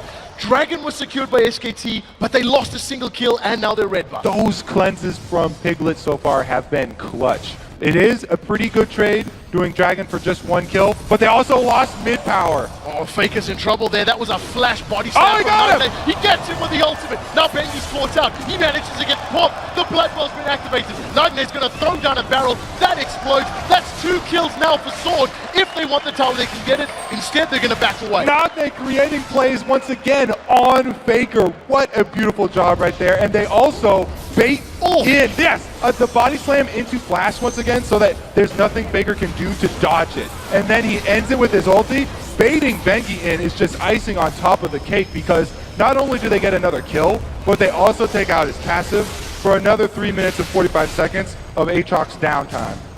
Yeah, Faker's flash up there. He actually flashed at the exact same time there and didn't quite get away from it. Not the ideal play coming out, but it's another kill over towards Sword.